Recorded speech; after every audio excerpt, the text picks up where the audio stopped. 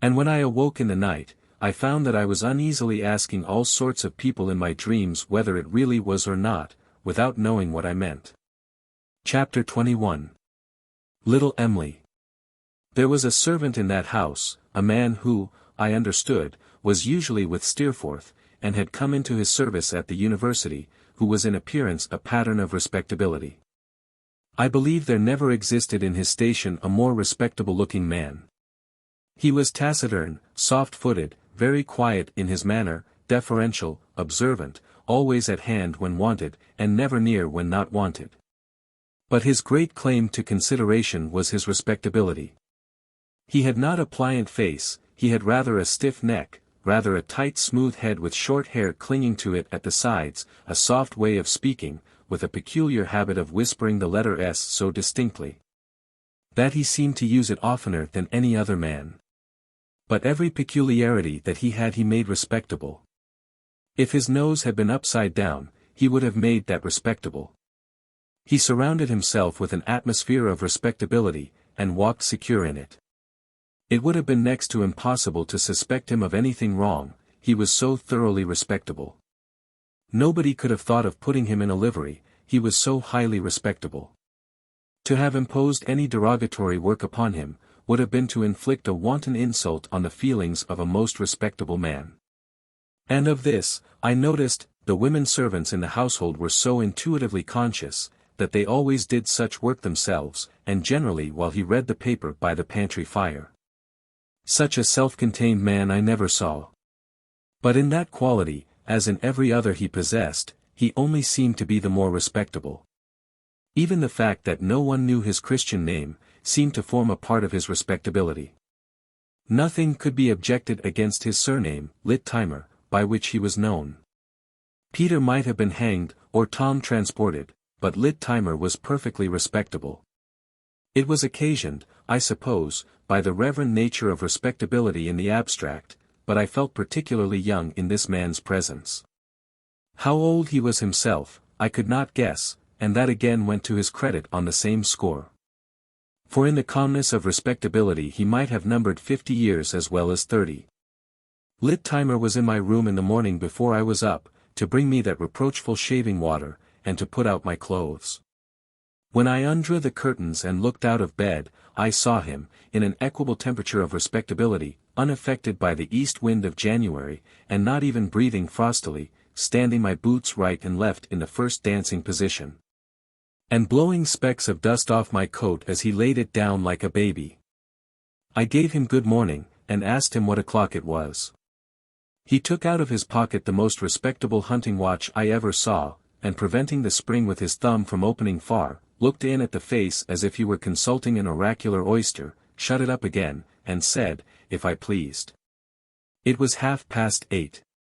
Mr. Steerforth will be glad to hear how you have rested, sir. Thank you, said I, very well indeed. Is Mr. Steerforth quite well? Thank you, sir, Mr. Steerforth is tolerably well. Another of his characteristics, no use of superlatives. A cool calm medium always. Is there anything more I can have the honor of doing for you, sir? The warning bell will ring at 9, the family take breakfast at 9:30. Nothing, I thank you. I thank you, sir, if you please. And with that, and with a little inclination of his head when he passed the bedside, as an apology for correcting me, he went out, shutting the door as delicately as if I had just fallen into a sweet sleep on which my life depended. Every morning we held exactly this conversation, never any more, and never any less, and yet, invariably, however far I might have been lifted out of myself overnight, and advanced towards maturer years, by Steerforth's companionship, or Mrs. Steerforth's confidence, or Miss Dartle's conversation, in the presence of this most respectable man I became, as our smaller poets sing, a boy again. He got horses for us, and Steerforth, who knew everything, gave me lessons in riding. He provided foils for us, and Steerforth gave me lessons in fencing, gloves, and I began, of the same master, to improve in boxing. It gave me no manner of concern that Steerforth should find me a novice in these sciences, but I never could bear to show my want of skill before the respectable Littimer. I had no reason to believe that Lit-Timer understood such arts himself. He never led me to suppose anything of the kind, by so much as the vibration of one of his respectable eyelashes, yet whenever he was by, while we were practicing, I felt myself the greenest and most inexperienced of mortals. I am particular about this man, because he made a particular effect on me at that time, and because of what took place thereafter. The week passed away in a most delightful manner. It passed rapidly, as may be supposed, to one entranced as I was. And yet it gave me so many occasions for knowing Steerforth better, and admiring him more in 1,000 respects, that at its close I seemed to have been with him for a much longer time. A dashing way he had of treating me like a plaything, was more agreeable to me than any behavior he could have adopted. It reminded me of our old acquaintance, it seemed the natural sequel of it, it showed me that he was unchanged. It relieved me of any uneasiness I might have felt, in comparing my merits with his, and measuring my claims upon his friendship by any equal standard. Above all, it was a familiar, unrestrained, affectionate demeanor that he used towards no one else. As he had treated me at school differently from all the rest, I joyfully believed that he treated me in life unlike any other friend he had. I believed that I was nearer to his heart than any other friend, and my own heart warmed with attachment to him. He made up his mind to go with me into the country, and the day arrived for our departure. He had been doubtful at first whether to take Lit-Timer or not, but decided to leave him at home.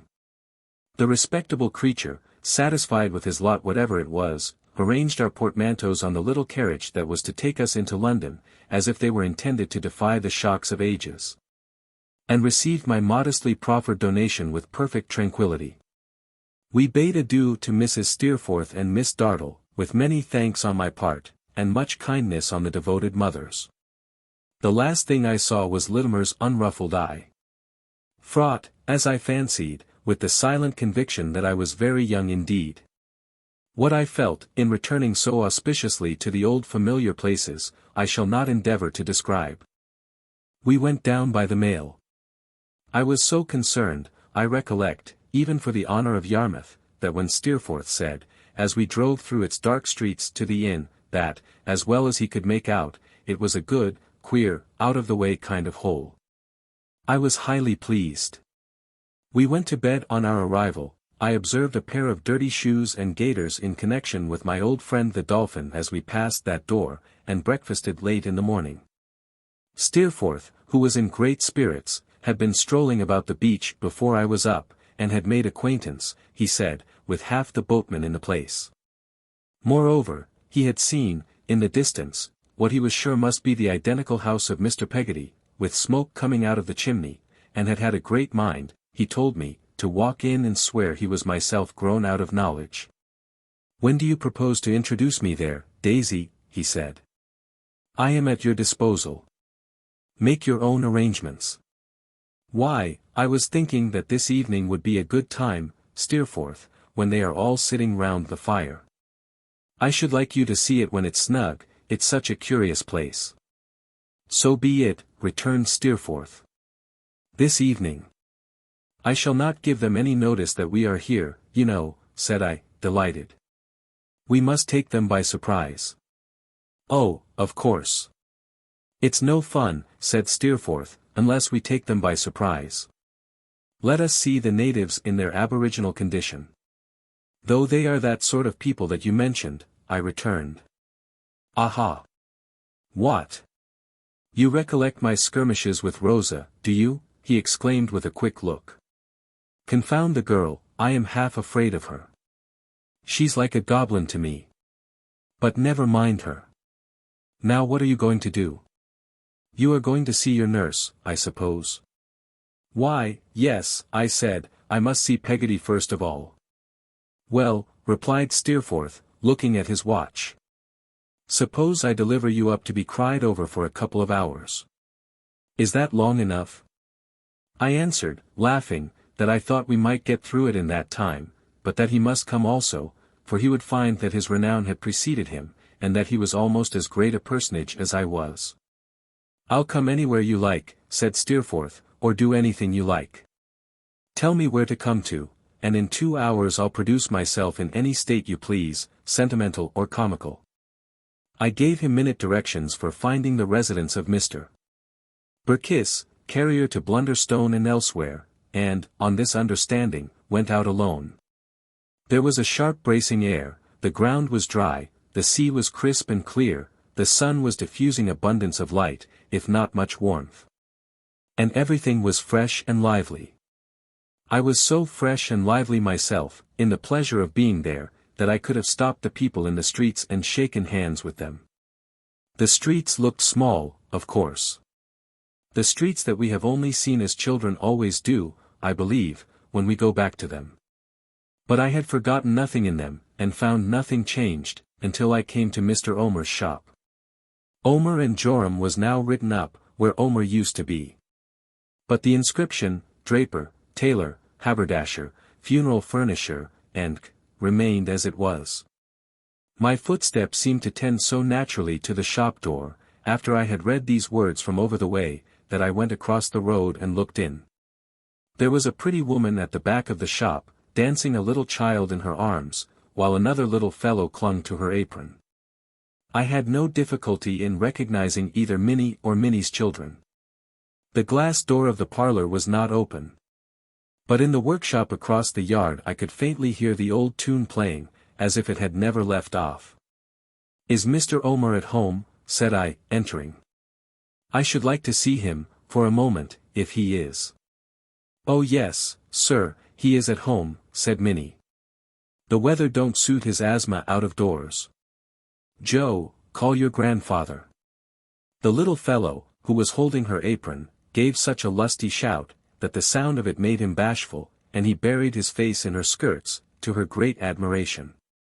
I heard a heavy puffing and blowing coming towards us, and soon Mr. Omer, shorter-winded than of yore, but not much older looking, stood before me. "Servant, sir," said Mr. Omer. "What can I do for you, sir?" "You can shake hands with me, Mr. Omer, if you please," said I, putting out my own. "You were very good-natured to me once, when I am afraid I didn't show that I thought so." "Was I though?" returned the old man. "I'm glad to hear it, but I don't remember when." "Are you sure it was me?" "Quite." "I think my memory has got as short as my breath," said Mr. Omer, looking at me and shaking his head, "for I don't remember you.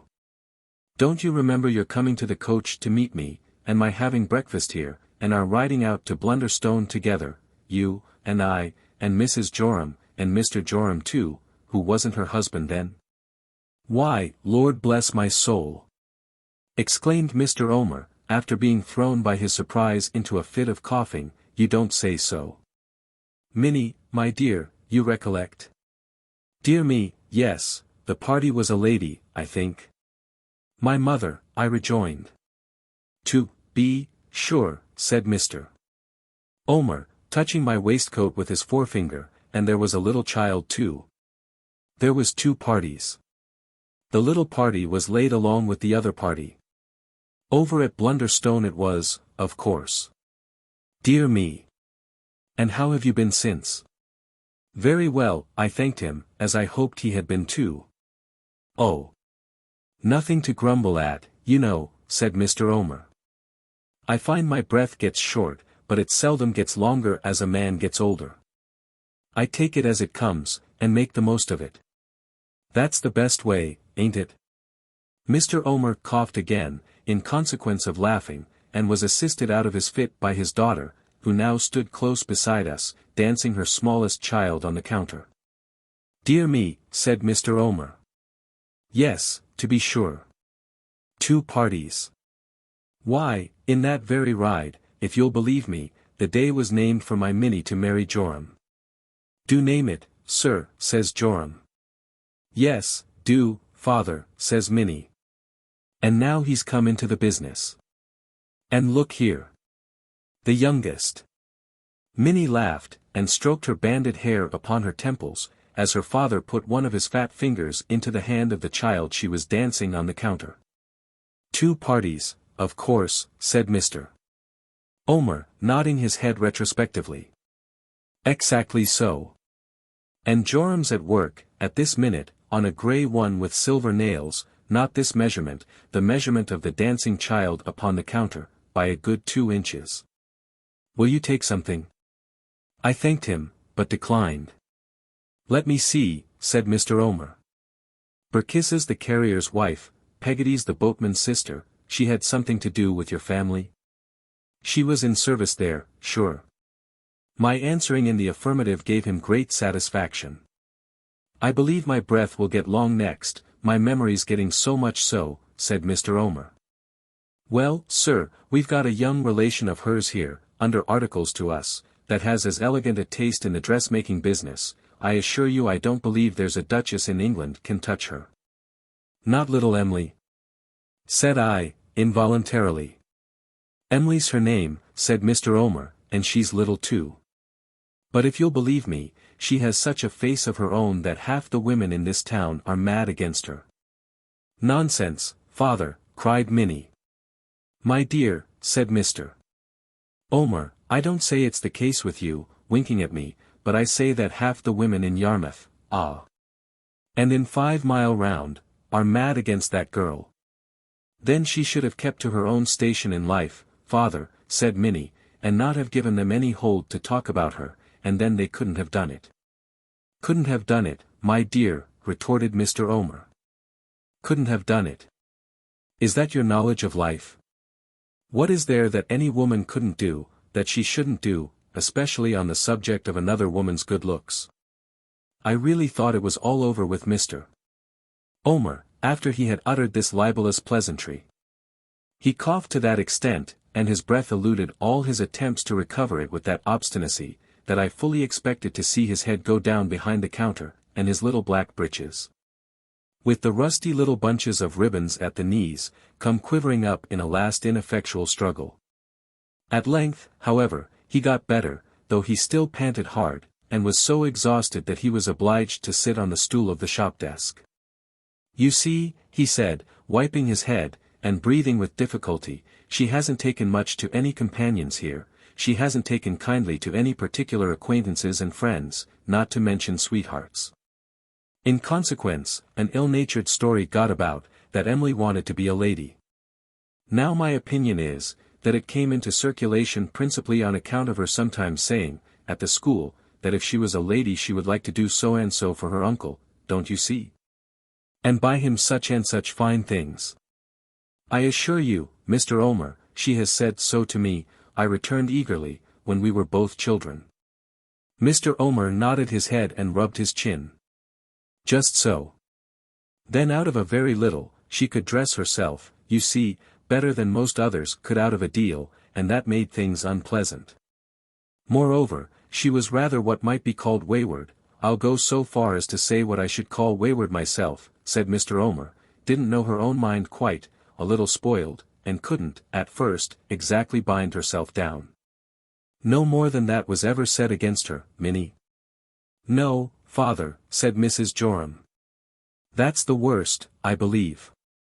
So when she got a situation, said Mr.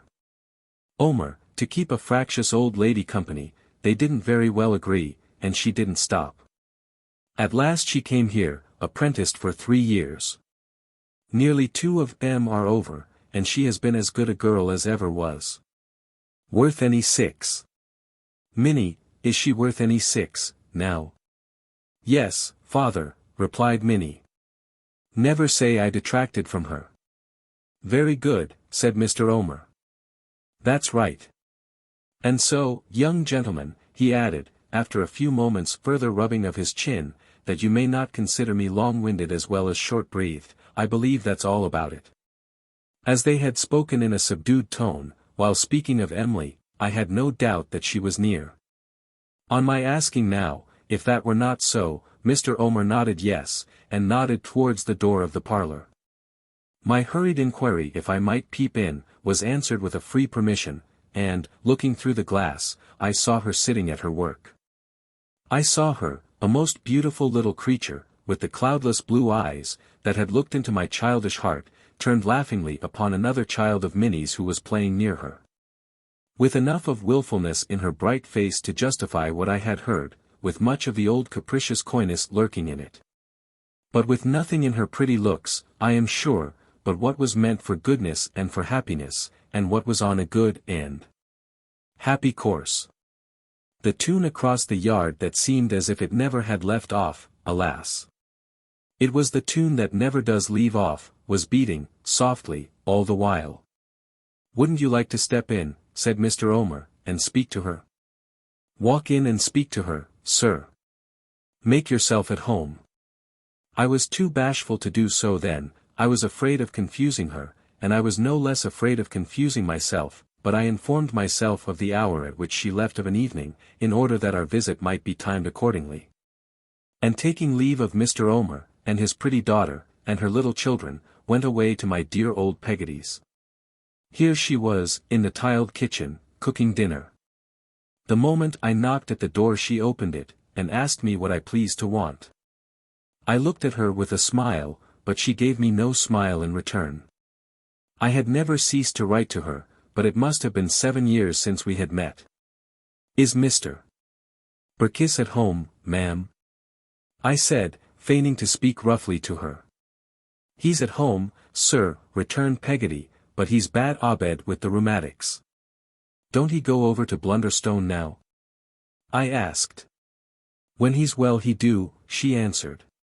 "Do you ever go there, Mrs. Berkiss?" She looked at me more attentively, and I noticed a quick movement of her hands towards each other.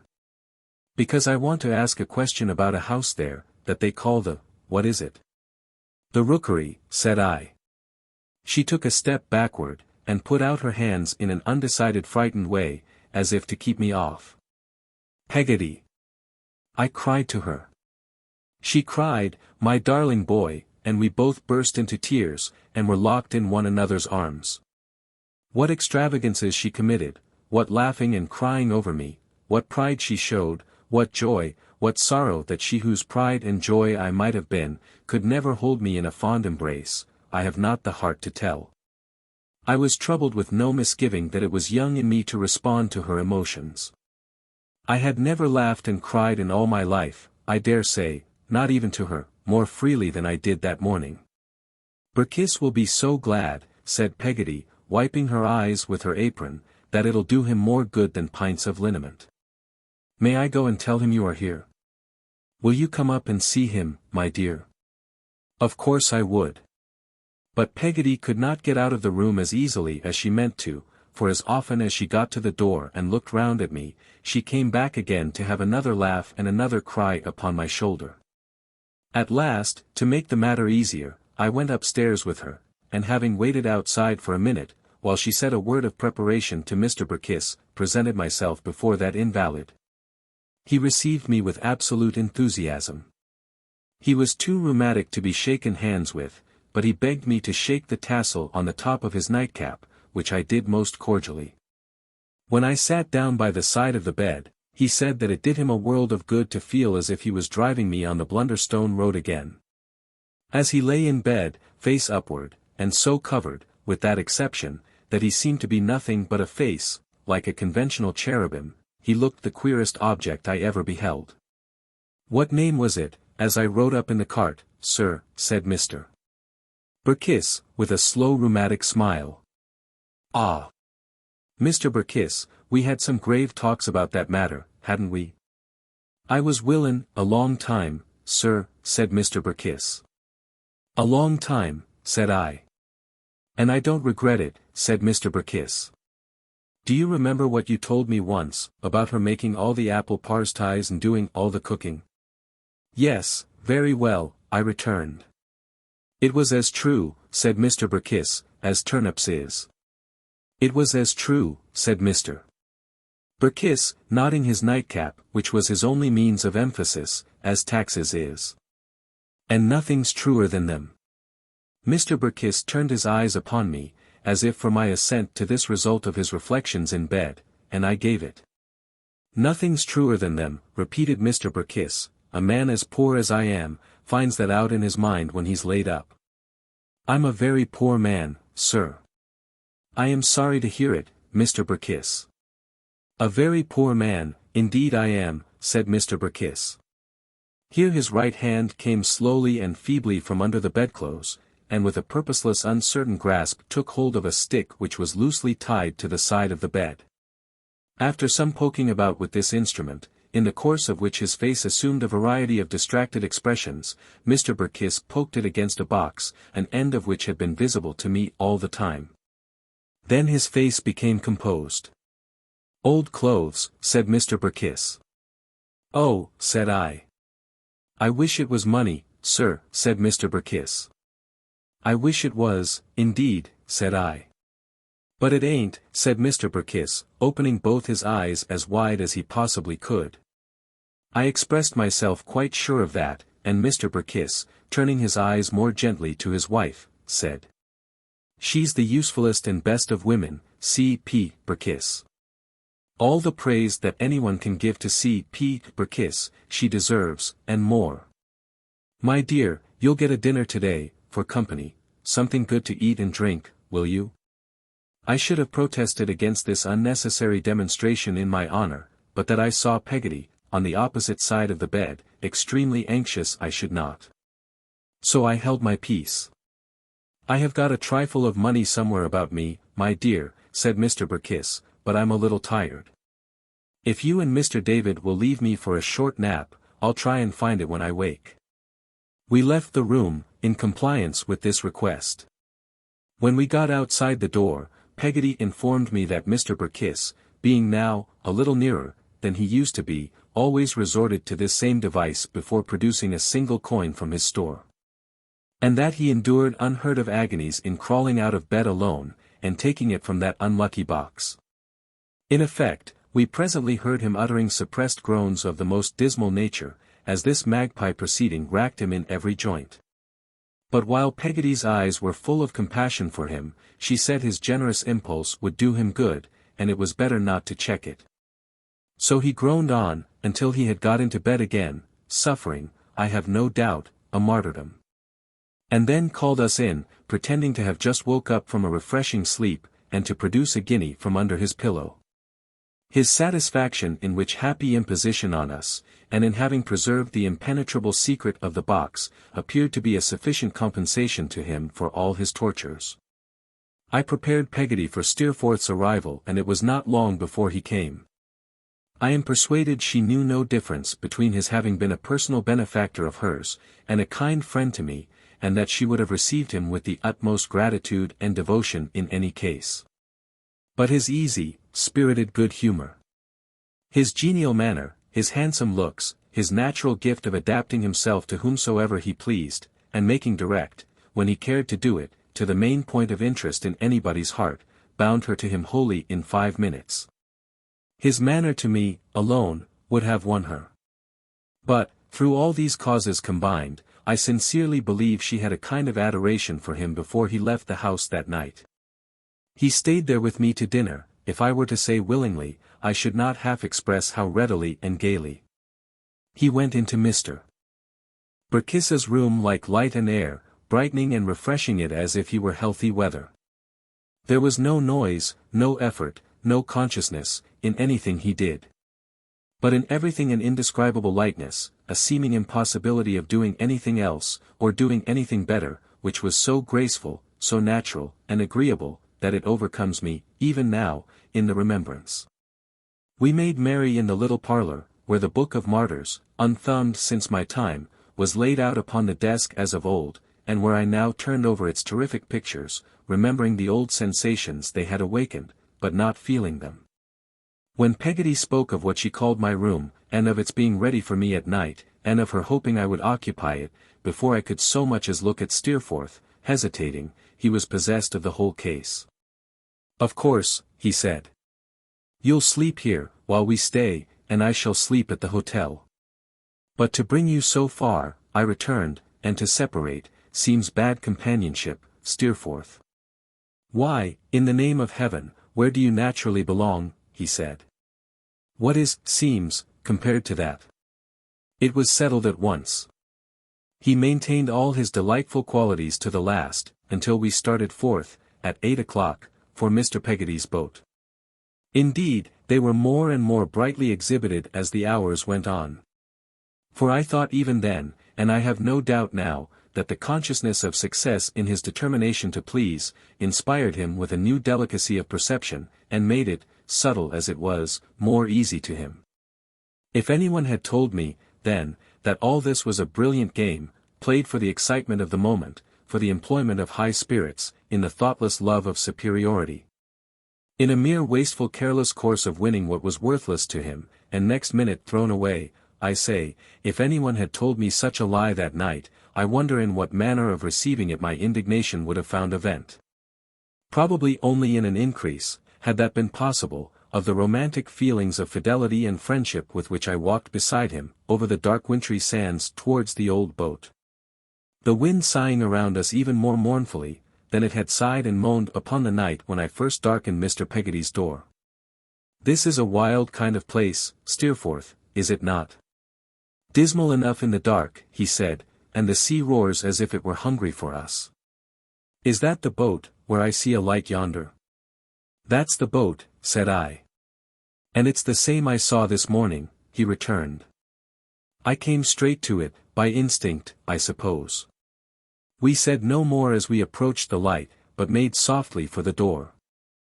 I laid my hand upon the latch, and whispering Steerforth to keep close to me, went in. A murmur of voices had been audible on the outside, and, at the moment of our entrance, a clapping of hands, which latter noise, I was surprised to see, proceeded from the generally disconsolate Mrs. Gummidge. But Mrs. Gummidge was not the only person there who was unusually excited. Mr. Peggotty, his face lighted up with uncommon satisfaction, and laughing with all his might, held his rough arms wide open, as if for little Emily to run into them. Ham, with a mixed expression in his face of admiration, exultation, and a lumbering sort of bashfulness that sat upon him very well, held little Emily by the hand, as if he were presenting her to Mr. Peggotty. Little Emily herself, blushing and shy, but delighted with Mr. Peggotty's delight, as her joyous eyes expressed, was stopped by our entrance, for she saw us first, in the very act of springing from Ham to nestle in Mr. Peggotty's embrace. In the first glimpse we had of them all, and at the moment of our passing from the dark cold night into the warm light room, this was the way in which they were all employed, Mrs. Gummidge in the background, clapping her hands like a madwoman. The little picture was so instantaneously dissolved by our going in, that one might have doubted whether it had ever been. I was in the midst of the astonished family, face to face with Mr. Peggotty, and holding out my hand to him, when Ham shouted, "Mas'r Davy! It's Mas'r Davy!" In a moment we were all shaking hands with one another, and asking one another how we did, and telling one another how glad we were to meet, and all talking at once. Mr. Peggotty was so proud and overjoyed to see us, that he did not know what to say or do, but kept over and over again shaking hands with me, and then with Steerforth, and then with me, and then ruffling his shaggy hair all over his head, and laughing with such glee and triumph, that it was a treat to see him. "Why, that you two gentlemen growed, should come to this here roof tonight, of all nights in my life," said Mr. Peggotty, "is such a thing as never happened afore, I do rightly believe. Em'ly, my darling, come here. Come here, my little witch. There's Mas'r Davy's friend, my dear. There's the gentleman as you've heerd on, Em'ly.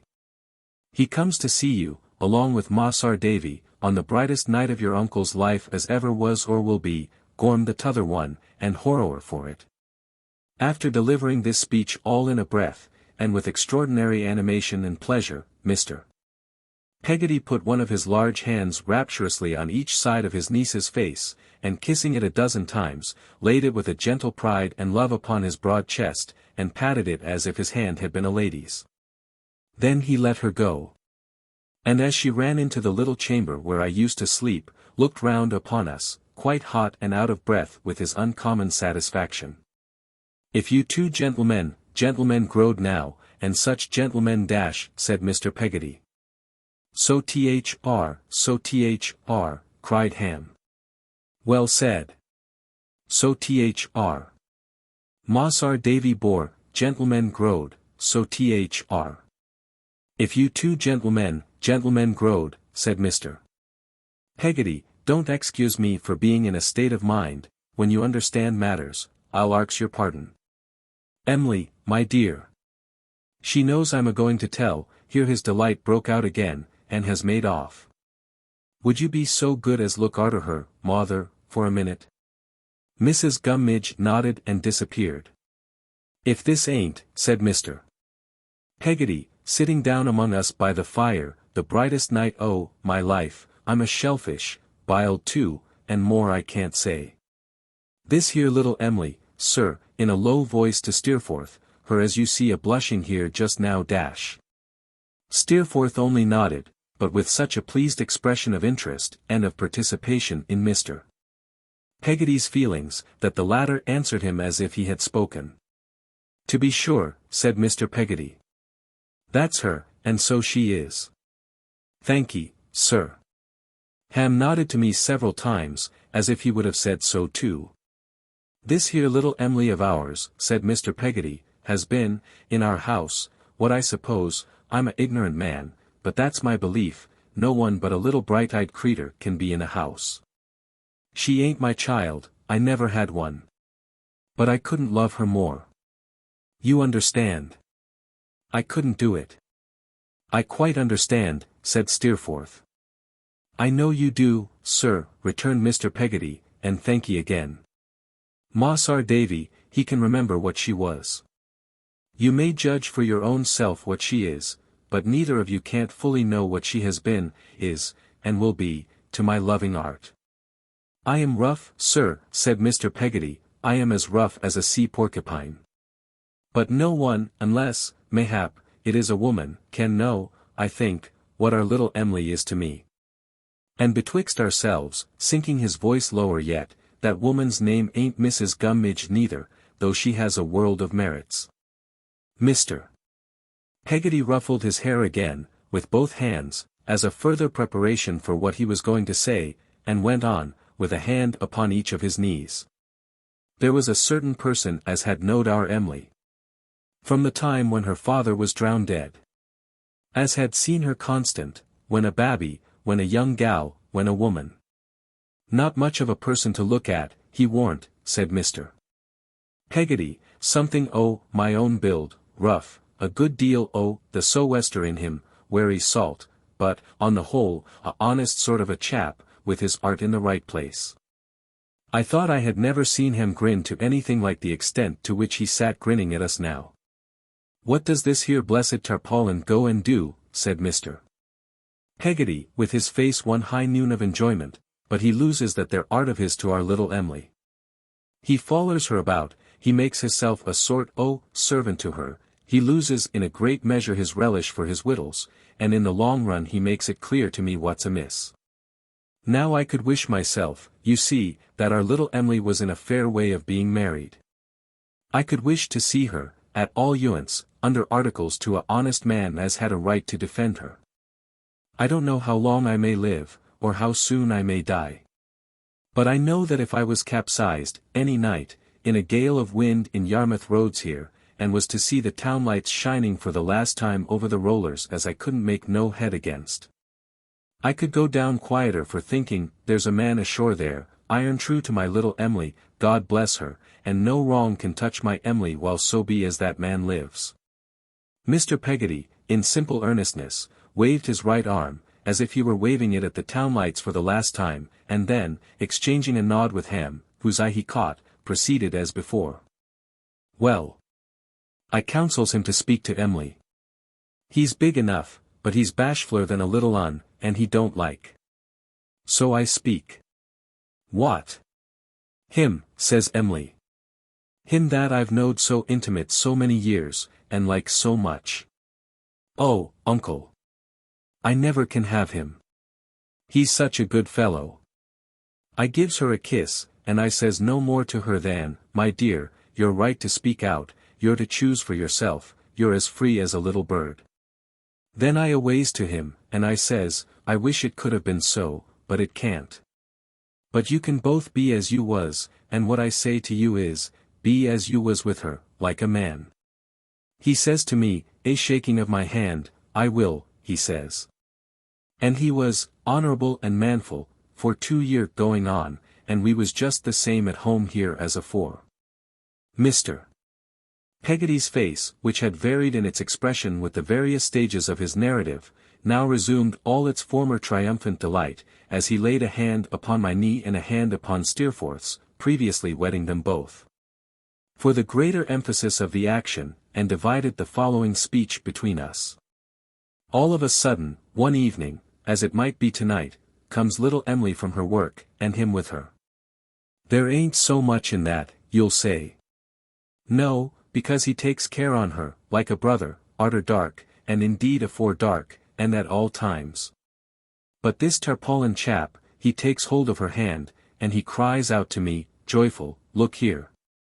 This is to be my little wife. And she says, half bold and half shy, and half a laughing and half a crying, yes, uncle. If you please. If I please, cried Mr. Peggotty, rolling his head in an ecstasy at the idea. Lord, as if I should do anythink else. If you please, I am steadier now, and I have thought better of it, and I'll be as good a little wife as I can to him, for he's a dear, good fellow. Then Mrs. Gummidge, she claps her hands like a play, and you come in. The murder's out, said Mr. Peggotty, you come in. It took place this here present hour, and here's the man that'll marry her, the minute she's out of her time. Ham staggered, as well he might, under the blow Mr. Peggotty dealt him in his unbounded joy, as a mark of confidence and friendship. But feeling called upon to say something to us, he said, with much faltering in great difficulty. She warn't no higher than you was, Mossar Davy, when you first come, when I thought what she'd grow up to be. I see her grown up, gentlemen, like a flower. I'd lay down my life for her, Mossar Davy, oh. Most content and cheerful. She's more to me, gentlemen, than, she's all to me that ever I can want, and more than ever I could say. I love her true. There ain't a gentleman in all the land, nor yet sailing upon all the sea, that can love his lady more than I love her, though there's many a common man, would say better, what he meant. I thought it affecting to see such a sturdy fellow as Ham was now, trembling in the strength of what he felt for the pretty little creature who had won his heart. I thought the simple confidence reposed in us by Mr. Peggotty and by himself, was, in itself, affecting. I was affected by the story altogether. How far my emotions were influenced by the recollections of my childhood, I don't know. Whether I had come there with any lingering fancy that I was still to love little Em'ly, I don't know. I know that I was filled with pleasure by all this. But, at first, with an indescribably sensitive pleasure, that a very little would have changed to pain. Therefore, if it had depended upon me to touch the prevailing chord among them with any skill, I should have made a poor hand of it. But it depended upon Steerforth, and he did it with such address, that in a few minutes we were all as easy and as happy as it was possible to be. Mr. Peggotty, he said, you are a thoroughly good fellow, and deserve to be as happy as you are tonight. My hand upon it. Ham, I give you joy, my boy. My hand upon that, too. Daisy, stir the fire, and make it a brisk one. And Mr. Peggotty, unless you can induce your gentle niece to come back, for whom I vacate this seat in the corner, I shall go. Any gap at your fireside on such a night, such a gap least of all, I wouldn't make, for the wealth of the Indies. So Mr. Peggotty went into my old room to fetch little Em'ly. At first little Em'ly didn't like to come, and then Ham went. Presently they brought her to the fireside, very much confused, and very shy, but she soon became more assured when she found how gently and respectfully Steerforth spoke to her, how skilfully he avoided anything that would embarrass her. How he talked to Mr. Peggotty of boats, and ships, and tides, and fish, how he referred to me about the time when he had seen Mr. Peggotty at Salem House, how delighted he was with the boat and all belonging to it. How lightly and easily he carried on, until he brought us, by degrees, into a charmed circle, and we were all talking away without any reserve. Em'ly, indeed, said little all the evening. But she looked, and listened, and her face got animated, and she was charming. Steerforth told a story of a dismal shipwreck, which arose out of his talk with Mr. Peggotty, as if he saw it all before him, and little Emily's eyes were fastened on him all the time, as if she saw it too. He told us a merry adventure of his own, as a relief to that, with as much gaiety as if the narrative were as fresh to him as it was to us, and little Emily laughed until the boat rang with the musical sounds, and we all laughed, Steerforth too, in irresistible sympathy with what was so pleasant and light-hearted. He got Mr. Peggotty to sing, or rather to roar, when the stormy winds do blow, do blow, do blow. And he sang a sailor's song himself, so pathetically and beautifully, that I could have almost fancied that the real wind creeping sorrowfully round the house, and murmuring low through our unbroken silence, was there to listen. As to Mrs. Gummidge, he roused that victim of despondency with a success never attained by anyone else, so Mr. Peggotty informed me, since the decease of the old one. He left her so little leisure for being miserable, that she said next day she thought she must have been bewitched. But he set up no monopoly of the general attention, or the conversation. When little Emily grew more courageous, and talked, but still bashfully, across the fire to me, of our old wanderings upon the beach, to pick up shells and pebbles, and when I asked her if she recollected how I used to be devoted to her. And when we both laughed and reddened, casting these looks back on the pleasant old times, so unreal to look at now, he was silent and attentive, and observed us thoughtfully. She sat, at this time, and all the evening, on the old locker in her old little corner by the fire, him beside her, where I used to sit. I could not satisfy myself whether it was in her own little tormenting way, or in a maidenly reserve before us, that she kept quite close to the wall, and away from him, but I observed that she did so, all the evening. As I remember, it was almost midnight when we took our leave. We had had some biscuit and dried fish for supper, and Steerforth had produced from his pocket a full flask of Hollands, which we men, I may say we men, now, without a blush, had emptied. We parted merrily. And as they all stood crowded round the door to light us as far as they could upon our road, I saw the sweet blue eyes of little Emily peeping after us, from behind him, and heard her soft voice calling to us to be careful how we went. "A most engaging little beauty," said Steerforth, taking my arm. "Well, it's a quaint place, and they are quaint company, and it's quite a new sensation to mix with them." "How fortunate we are, too," I returned, "to have arrived to witness their happiness in that intended marriage.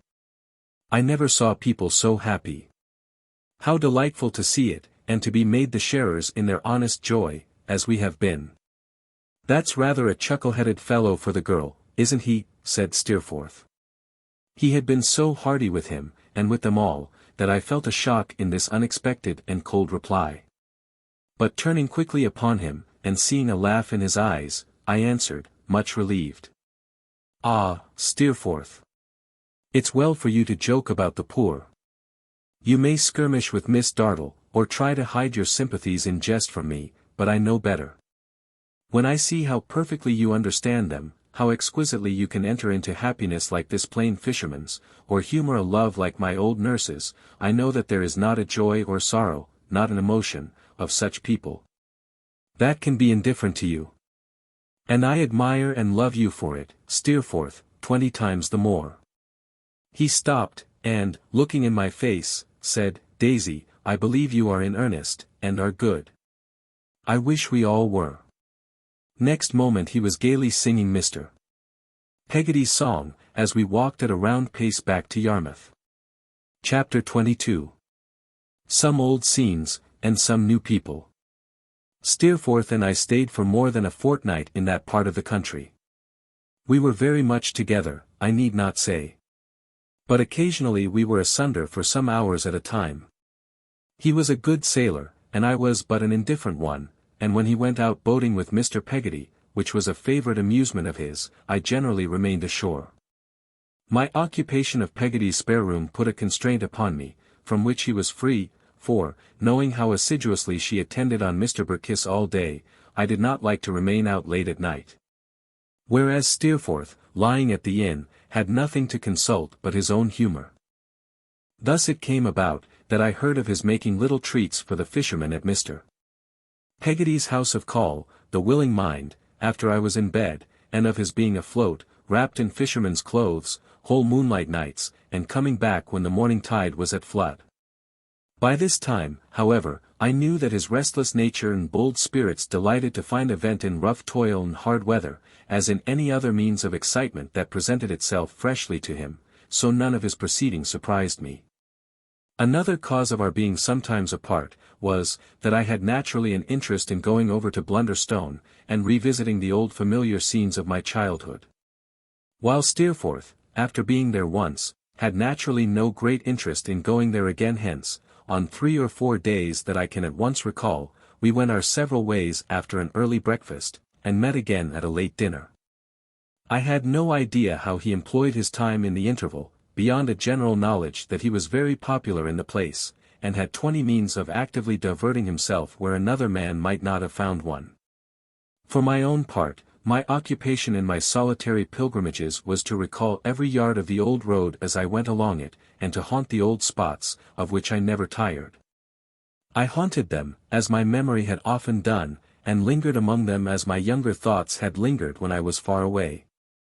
The grave beneath the tree, where both my parents lay, on which I had looked out, when it was my father's only, with such curious feelings of compassion, and by which I had stood, so desolate. When it was open to receive my pretty mother and her baby, the grave which Peggotty's own faithful care had ever since kept neat, and made a garden of, I walked near, by the hour. It lay a little off the churchyard path, in a quiet corner, not so far removed but I could read the names upon the stone as I walked to and fro, startled by the sound of the church bell when it struck the hour. For it was like a departed voice to me. My reflections at these times were always associated with the figure I was to make in life, and the distinguished things I was to do.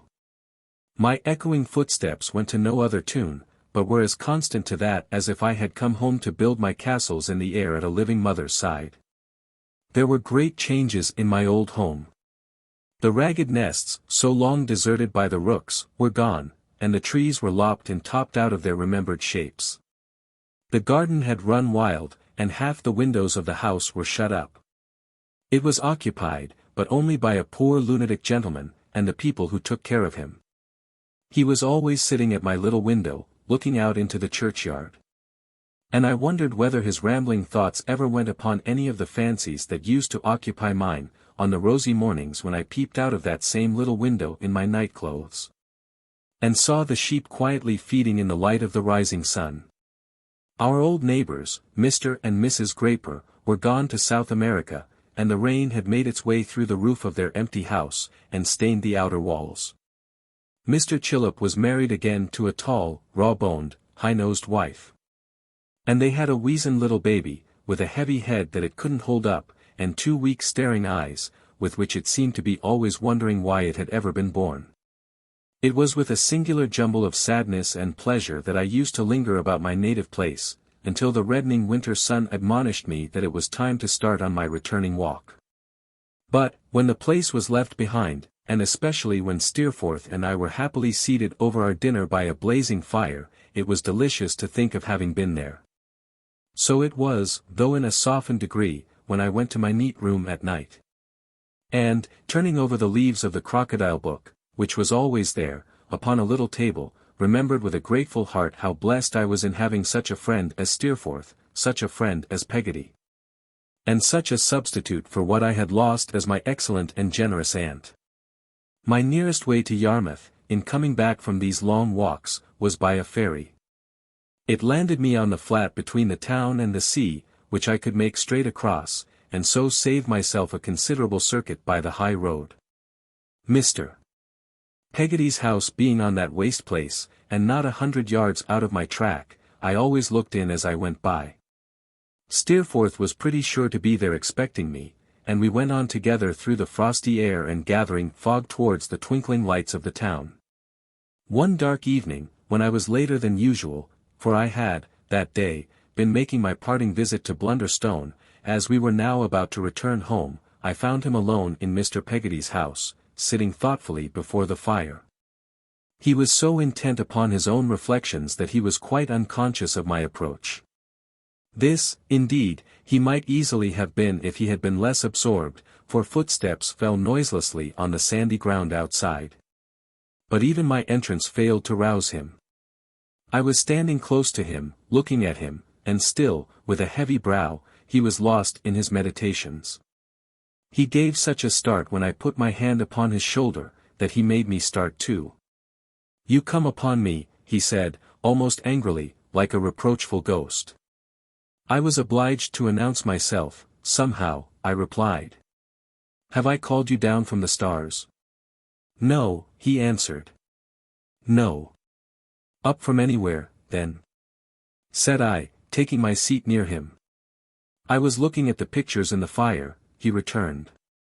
"But you are spoiling them for me," said I, as he stirred it quickly with a piece of burning wood, striking out of it a train of red-hot sparks that went careering up the little chimney, and roaring out into the air. "You would not have seen them," he returned. "I detest this mongrel time, neither day nor night. How late you are! Where have you been?" "I have been taking leave of my usual walk," said I. "And I have been sitting here," said Steerforth, glancing round the room, thinking that all the people we found so glad on the night of our coming down, might, to judge from the present wasted air of the place, be dispersed or dead. Or come to I don't know what harm. David, I wish to God I had had a judicious father these last 20 years. My dear Steerforth, what is the matter? I wish with all my soul I had been better guided, he exclaimed. I wish with all my soul I could guide myself better. There was a passionate dejection in his manner that quite amazed me. He was more unlike himself than I could have supposed possible. It would be better to be this poor Peggotty, or his lout of a nephew, he said, getting up and leaning moodily against the chimney-piece, with his face towards the fire, than to be myself, 20 times richer and 20 times wiser. And be the torment to myself that I have been, in this devil's bark of a boat, within the last half-hour. I was so confounded by the alteration in him, that at first I could only observe him in silence, as he stood leaning his head upon his hand, and looking gloomily down at the fire. At length I begged him, with all the earnestness I felt, to tell me what had occurred to cross him so unusually, and to let me sympathize with him, if I could not hope to advise him. Before I had well concluded, he began to laugh, fretfully at first, but soon with returning gaiety. Tut, it's nothing, Daisy. Nothing, he replied. I told you at the inn in London, I am heavy company for myself, sometimes. I have been a nightmare to myself, just now, must have had one, I think. At odd dull times, nursery tales come up into the memory, unrecognized for what they are. I believe I have been confounding myself with the bad boy who didn't care, and became food for lions, a grander kind of going to the dogs, I suppose. What old women call the horrors, have been creeping over me from head to foot. I have been afraid of myself. You are afraid of nothing else, I think, said I. Perhaps not, and yet may have enough to be afraid of too, he answered. Well. So it goes by. I am not about to be hipped again, David. But I tell you, my good fellow, once more, that it would have been well for me, and for more than me, if I had had a steadfast and judicious father. His face was always full of expression, but I never saw it express such a dark kind of earnestness as when he said these words, with his glance bent on the fire. So much for that. He said, making as if he tossed something light into the air, with his hand. Why, being gone, I am a man again, like Macbeth. And now for dinner. If I have not, Macbeth-like, broken up the feast with most admired disorder, Daisy. But where are they all, I wonder, said I. God knows, said Steerforth. After strolling to the ferry looking for you, I strolled in here and found the place deserted. That set me thinking, and you found me thinking. The advent of Mrs. Gummidge with a basket, explained how the house had happened to be empty. She had hurried out to buy something that was needed, against Mr. Peggotty's return with the tide. And had left the door open in the meanwhile, lest Ham and little Em'ly, with whom it was an early night, should come home while she was gone. Steerforth, after very much improving Mrs. Gummidge's spirits by a cheerful salutation and a jocose embrace, took my arm, and hurried me away. He had improved his own spirits, no less than Mrs. Gummidge's, for they were again at their usual flow, and he was full of vivacious conversation as we went along. "And so," he said, gaily, "we abandon this buccaneer life tomorrow, do we?" "So we agreed," I returned. "And our places by the coach are taken, you know." "There's no help for it, I suppose," said Steerforth. "I have almost forgotten that there is anything to do in the world but to go out tossing on the sea here. I wish there was not." "As long as the novelty should last," said I, laughing. "Like enough," he returned, "though there's a sarcastic meaning in that observation for an amiable piece of innocence like my young friend. Well, I dare say I am a capricious fellow, David. I know I am, but while the iron is hot, I can strike it vigorously too. I could pass a reasonably good examination already, as a pilot in these waters, I think." "Mr. Peggotty says you are a wonder," I returned. "A nautical phenomenon, eh?" laughed Steerforth. "Indeed he does, and you know how truly, I know how ardent you are in any pursuit you follow, and how easily you can master it. And that amazes me most in you, Steerforth, that you should be contented with such fitful uses of your powers." "Contented," he answered, merrily. "I am never contented, except with your freshness, my gentle daisy. As to fitfulness, I have never learnt the art of binding myself to any of the wheels on which the Ixions of these days are turning round and round. I missed it somehow in a bad apprenticeship, and now don't care about it. You know I have bought a boat down here." "What an extraordinary fellow you are, Steerforth!" I exclaimed, stopping, for this was the first I had heard of it. "When you may never care to come near the place again." "I don't know that," he returned. "I have taken a fancy to the place. At all events, walking me briskly on, I have bought a boat that was for sale, a clipper, Mr. Peggotty says, and so she is, and Mr. Peggotty will be master of her in my absence." "Now I understand you, Steerforth," said I, exultingly. "You pretend to have bought it for yourself, but you have really done so to confer a benefit on him. I might have known as much at first, knowing you. My dear kind Steerforth, how can I tell you what I think of your generosity?" "Tush," he answered, turning red. "The less said, the better." "Didn't I know?" cried I, "didn't I say that there was not a joy, or sorrow, or any emotion of such honest hearts that was indifferent to you?" "Aye," he answered, "you told me all that.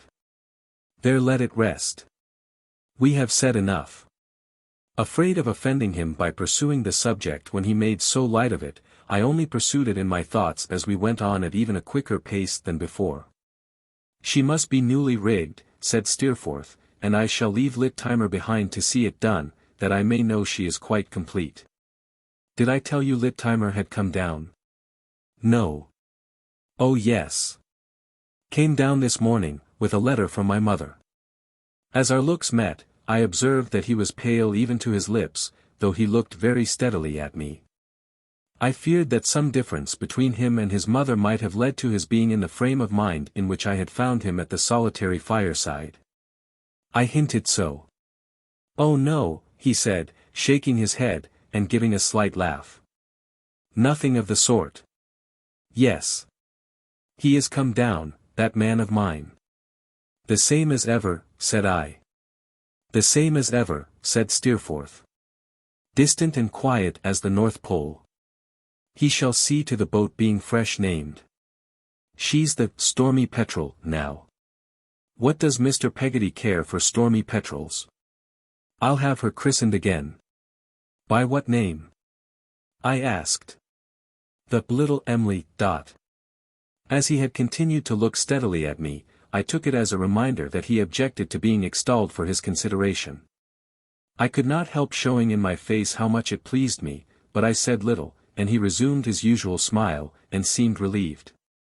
"But see here," he said, looking before us, "where the original little Emily comes. And that fellow with her, eh? Upon my soul, he's a true knight. He never leaves her. Ham was a boat builder in these days, having improved a natural ingenuity in that handicraft, until he had become a skilled workman. He was in his working dress, and looked rugged enough, but manly withal, and a very fit protector for the blooming little creature at his side. Indeed, there was a frankness in his face, an honesty, and an undisguised show of his pride in her, and his love for her, which were, to me, the best of good looks. I thought, as they came towards us, that they were well matched even in that particular.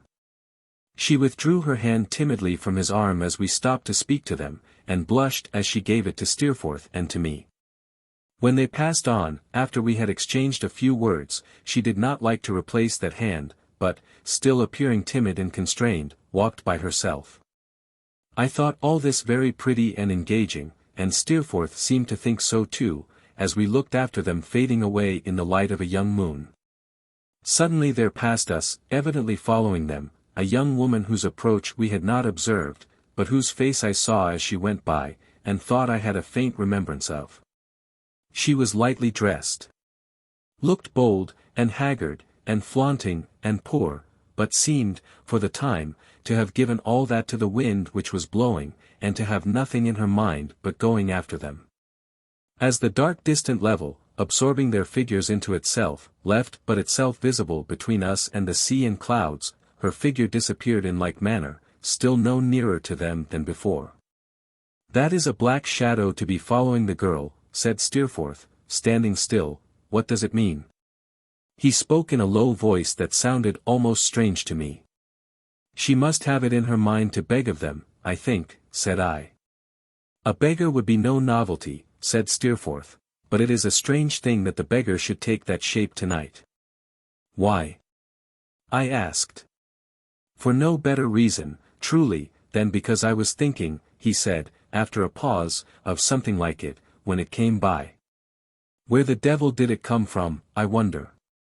"From the shadow of this wall, I think," said I, as we emerged upon a road on which a wall abutted. "It's gone," he returned, looking over his shoulder. "And all 'll go with it. Now for our dinner." But he looked again over his shoulder towards the sea line glimmering afar off, and yet again. And he wondered about it, in some broken expressions, several times, in the short remainder of our walk. And only seemed to forget it when the light of fire and candle shone upon us, seated warm and merry, at table. Litt-Timer was there, and had his usual effect upon me. When I said to him that I hoped Mrs. Steerforth and Miss Dartle were well, he answered respectfully, and of course respectably, that they were tolerably well. He thanked me, and had sent their compliments. This was all, and yet he seemed to me to say as plainly as a man could say, "You are very young, sir, you are exceedingly young." We had almost finished dinner, when taking a step or two towards the table, from the corner where he kept watch upon us, or rather upon me, as I felt, he said to his master, "I beg your pardon, sir. Miss Mosher is down here." "Who?" cried Steerforth, much astonished. "Miss Mosher, sir." "Why, what on earth does she do here?" said Steerforth. "It appears to be her native part of the country, sir. She informs me that she makes one of her professional visits here, every year, sir. I met her in the street this afternoon, and she wished to know if she might have the honor of waiting on you after dinner, sir." "Do you know the giantess in question, Daisy?" inquired Steerforth. I was obliged to confess, I felt ashamed, even of being at this disadvantage before Litt-Timer, that Miss Mosher and I were wholly unacquainted. "Then you shall know her," said Steerforth, "for she is one of the 7 wonders of the world. When Miss Mosher comes, show her in." I felt some curiosity and excitement about this lady, especially as Steerforth burst into a fit of laughing when I referred to her, and positively refused to answer any question of which I made her the subject. I remained, therefore, in a state of considerable expectation until the cloth had been removed some half an hour, and we were sitting over our decanter of wine before the fire, when the door opened, and Litt-Timer, with his habitual serenity quite undisturbed, announced, "Miss Mosher." I looked at the doorway and saw nothing. I was still looking at the doorway, thinking that Miss Mosher was along while making her appearance, when, to my infinite astonishment, there came waddling round a sofa which stood between me and it, a pursy dwarf, of about 40 or 45. With a very large head and face, a pair of roguish grey eyes, and such extremely little arms, that, to enable herself to lay a finger archly against her snub nose, as she ogled Steerforth, she was obliged to meet the finger halfway, and lay her nose against it. Her chin, which was what is called a double chin, was so fat that it entirely swallowed up the strings of her bonnet, bow and all. Throat she had none, waist she had none, legs she had none, worth mentioning. For though she was more than full size down to where her waist would have been, if she had had any, and though she terminated, as human beings generally do, in a pair of feet, she was so short that she stood at a common-sized chair as at a table, resting a bag she carried on the seat. This lady, dressed in an off-hand, easy style, bringing her nose and her forefinger together, with the difficulty I have described, standing with her head necessarily on one side, and, with one of her sharp eyes shut up, making an uncommonly knowing face, after ogling Steerforth for a few moments, broke into a torrent of words. "What? My flower!" she pleasantly began, shaking her large head at him. "You're there, are you? Oh, you naughty boy, fie for shame, what do you do so far away from home? Up to mischief, I'll be bound. Oh, you're a downy fellow, Steerforth, so you are, and I'm another, ain't I? Ha, ha, ha. You'd have bet £100 to 5, now, that you wouldn't have seen me here, wouldn't you? Bless you, man alive, I'm everywhere. I'm here and there, and we're not, like the conjurer's half-crown in the lady's handkerchief. Talking of handkerchers, and talking of ladies, what a comfort you are to your blessed mother, ain't you, my dear boy, over one of my shoulders, and I don't say which." Miss Mosher untied her bonnet at this passage of her discourse, threw back the strings, and sat down, panting, on a footstool in front of the fire, making a kind of arbor of the dining table, which spread its mahogany shelter above her head. "Oh my stars and what's their names," she went on, clapping a hand on each of her little knees, and glancing shrewdly at me, "I'm of too full a habit, that's the fact, Steerforth. After a flight of stairs, it gives me as much trouble to draw every breath I want, as if it was a bucket of water. If you saw me looking out of an upper window, you'd think I was a fine woman, wouldn't you?" "I should think that, wherever I saw you," replied Steerforth. "Go along, you dog, do," cried the little creature, making a whisk at him with the handkerchief with which she was wiping her face, "and don't be impudent. But I give you my word and honour I was at Lady Mithurst's last week, there's a woman. How as she wears. And Mithurst himself came into the room where I was waiting for her, there's a man. How he wears. And his wig too, for he's had it these 10 years, and he went on at that rate in the complimentary line, that I began to think I should be obliged to ring the bell. Ha! Ha! Ha! He's a pleasant wretch, but he wants principle." "What were you doing for Lady Mithurst?" asked Steerforth. "That's tellings, my blessed infant," she retorted, tapping her nose again, screwing up her face, and twinkling her eyes like an imp of supernatural intelligence. "Never you mind. You'd like to know whether I stop her hair from falling off, or dye it, or touch up her complexion, or improve her eyebrows, wouldn't you? And so you shall, my darling, when I tell you. Do you know what my great-grandfather's name was?" "No," said Steerforth. "It was Walker, my sweet pet," replied Miss Mosher, "and he came of a long line of Walkers, that I inherit all the Hookey estates from." I never beheld anything approaching to Miss Mosher's wink except Miss Mosher's self-possession. She had a wonderful way too, when listening to what was said to her, or when waiting for an answer to what she had said herself, of pausing with her head cunningly on one side, and one eye turned up like a magpie's. Altogether I was lost in amazement, and sat staring at her, quite oblivious, I am afraid, of the laws of politeness. She had by this time drawn the chair to her side, and was busily engaged in producing from the bag, plunging in her short arm to the shoulder, at every dive, a number of small bottles, sponges, combs, brushes, bits of flannel. little pairs of curling irons, and other instruments, which she tumbled in a heap upon the chair.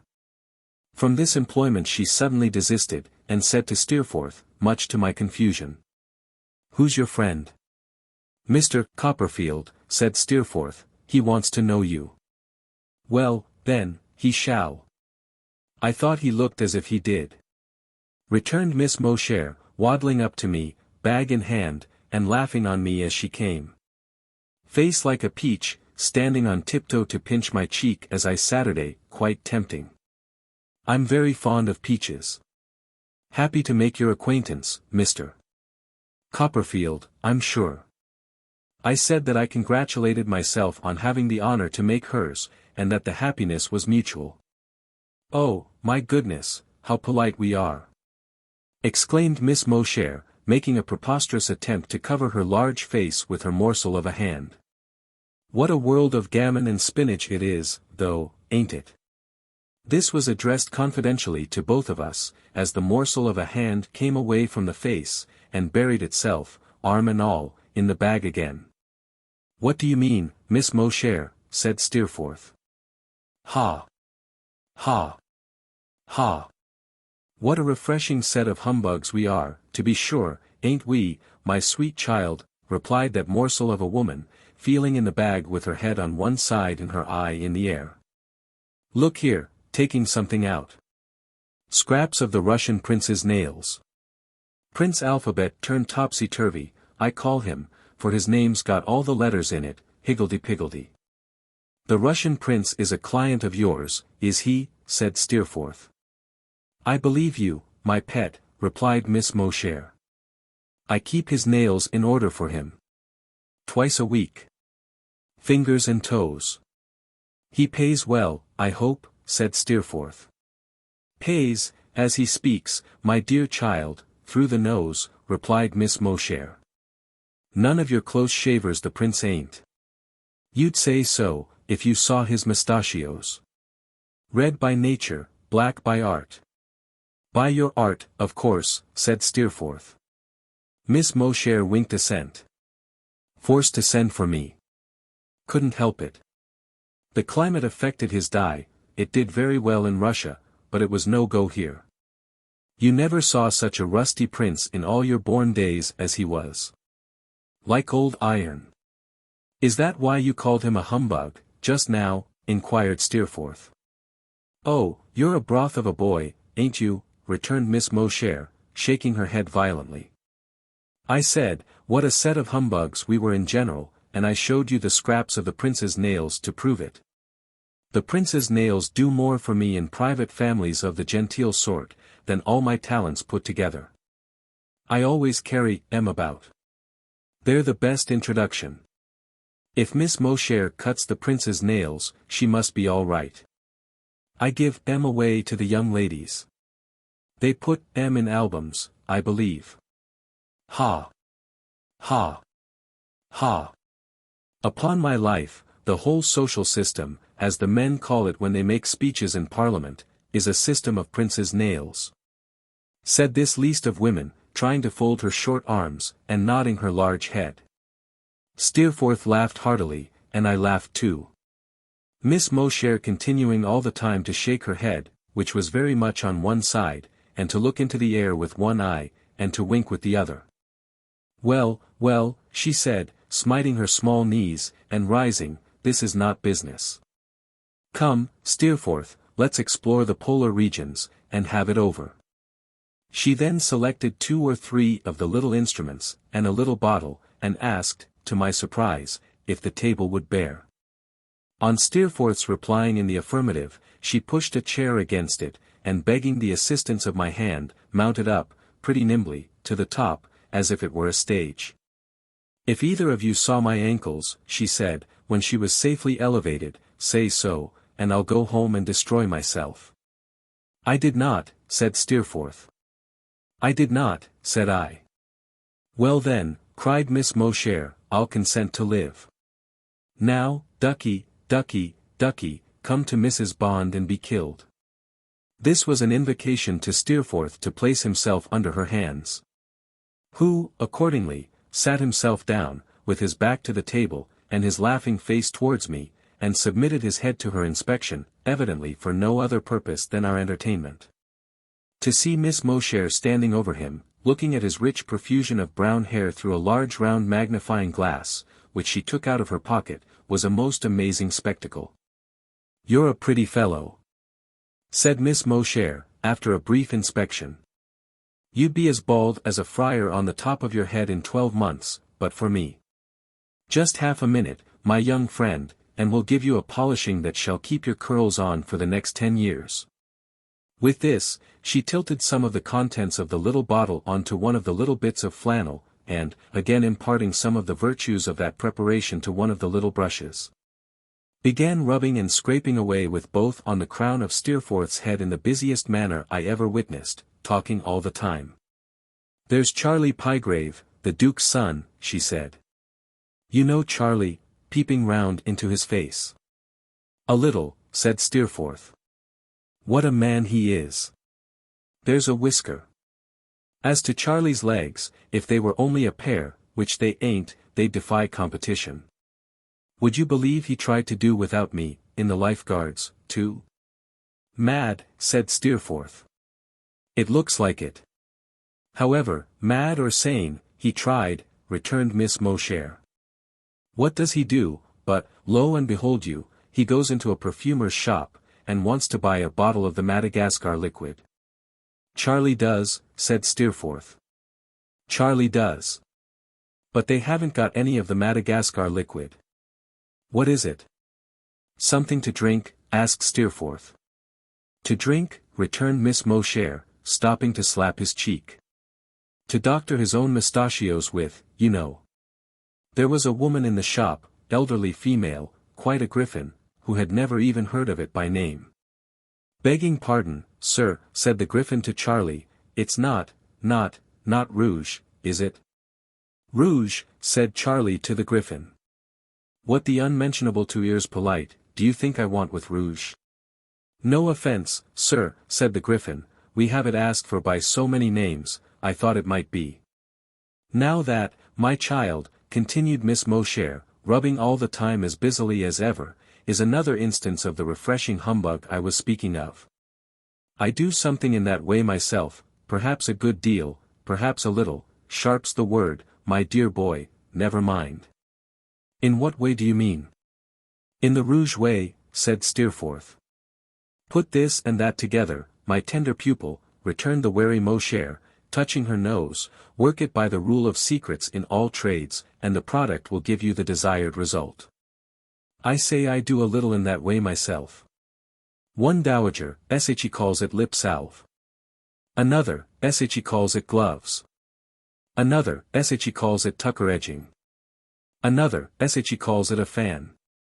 I call it whatever they call it. I supply it for but we keep up the trick so, to one another, and make believe with such a face, that they'd as soon think of laying it on, before a whole drawing-room, as before me.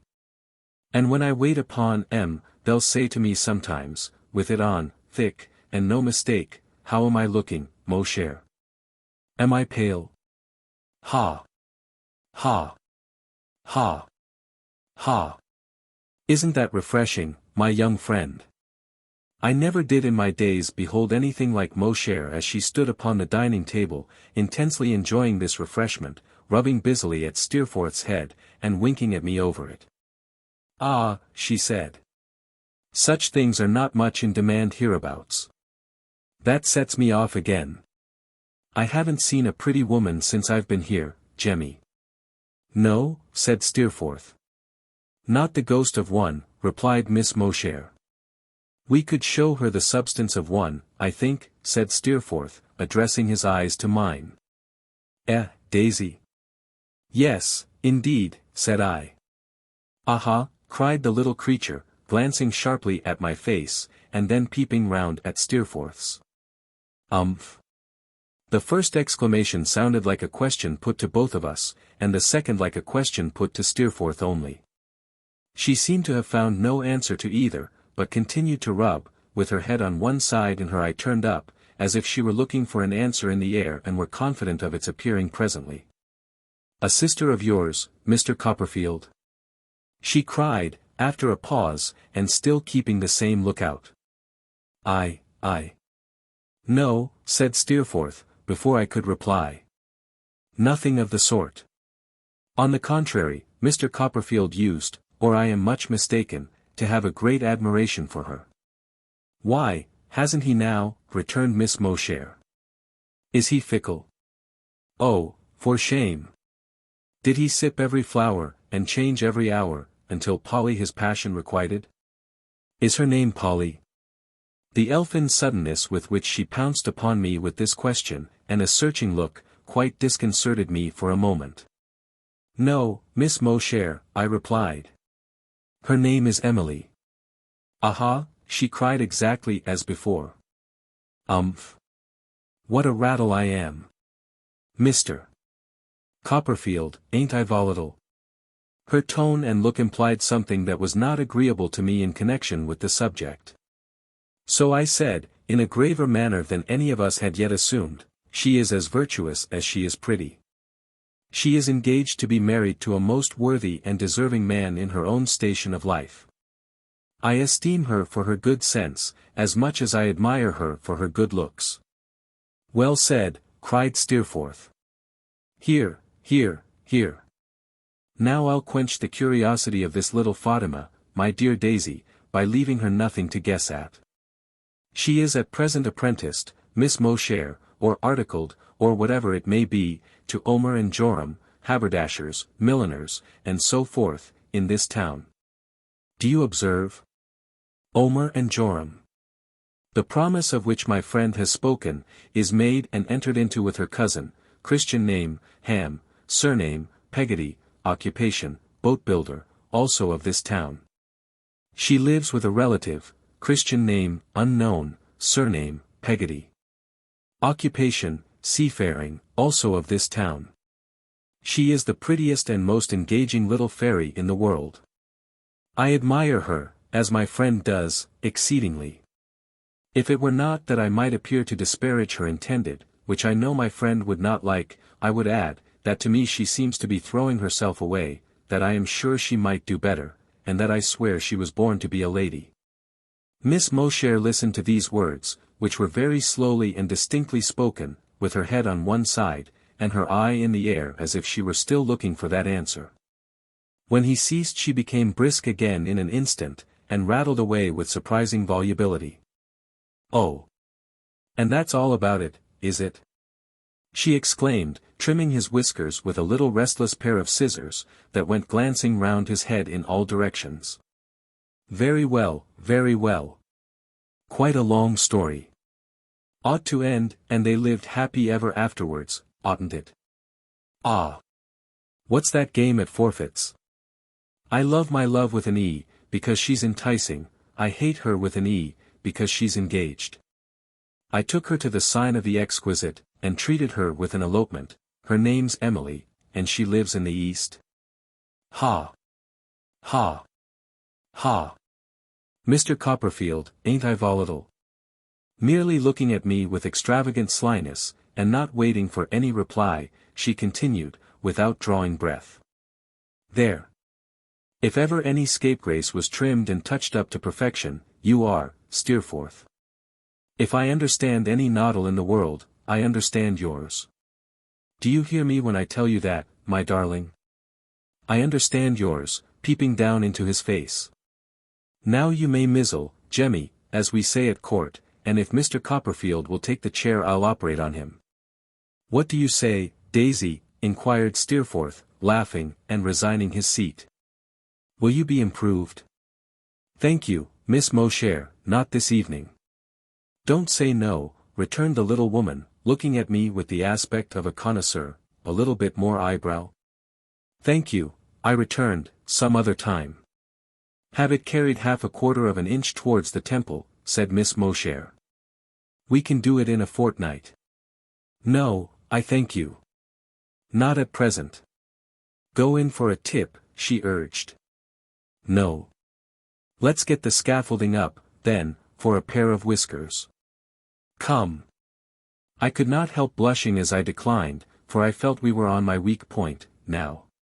But Miss Mowcher, finding that I was not at present disposed for any decoration within the range of her art, and that I was, for the time being, proof against the blandishments of the small bottle which she held up before one eye to enforce her persuasions, said we would make a beginning on an early day, and requested the aid of my hand to descend from her elevated station. Thus assisted, she skipped down with much agility, and began to tie her double chin into her bonnet. "The fee," said Steerforth, "is £5 bob," replied Miss Mosher, "and dirt cheap, my chicken. Ain't I volatile, Mr. Copperfield?" I replied politely, "Not at all." But I thought she was rather so, when she tossed up his 2 half-crowns like a goblin pieman, caught them, dropped them in her pocket, and gave it a loud slap. "That's the till," observed Miss Mosher, standing at the chair again, and replacing in the bag a miscellaneous collection of little objects she had emptied out of it. "Have I got all my traps?" "It seems so. It won't do to be like Long Ned Beadwood, when they took him to church, to marry him to somebody, as he says, and left the bride behind. Ha! Ha! Ha! A wicked rascal, Ned, but droll. Now, I know I'm going to break your hearts, but I am forced to leave you. You must call up all your fortitude, and try to bear it. Goodbye, Mr. Copperfield. Take care of yourself, Jockey of Norfolk. How I have been rattling on. It's all the fault of you 2 wretches. I forgive you." Bob swore. As the Englishman said for "good night," when he first learnt French, and thought it so like English. Bob swore, my ducks. With the bag slung over her arm, and rattling as she waddled away, she waddled to the door, where she stopped to inquire if she should leave us a lock of her hair. "Ain't I volatile?" she added, as a commentary on this offer, and, with her finger on her nose, departed. Steerforth laughed to that degree, that it was impossible for me to help laughing too, though I am not sure I should have done so, but for this inducement. When we had had our laugh quite out, which was after some time, he told me that Miss Mosher had quite an extensive connection, and made herself useful to a variety of people in a variety of ways. Some people trifled with her as a mere oddity, he said, but she was as shrewdly and sharply observant as anyone he knew, and as long-headed as she was short-armed. He told me that what she had said of being here, and there, and everywhere, was true enough, for she made little darts into the provinces, and seemed to pick up customers everywhere, and to know everybody.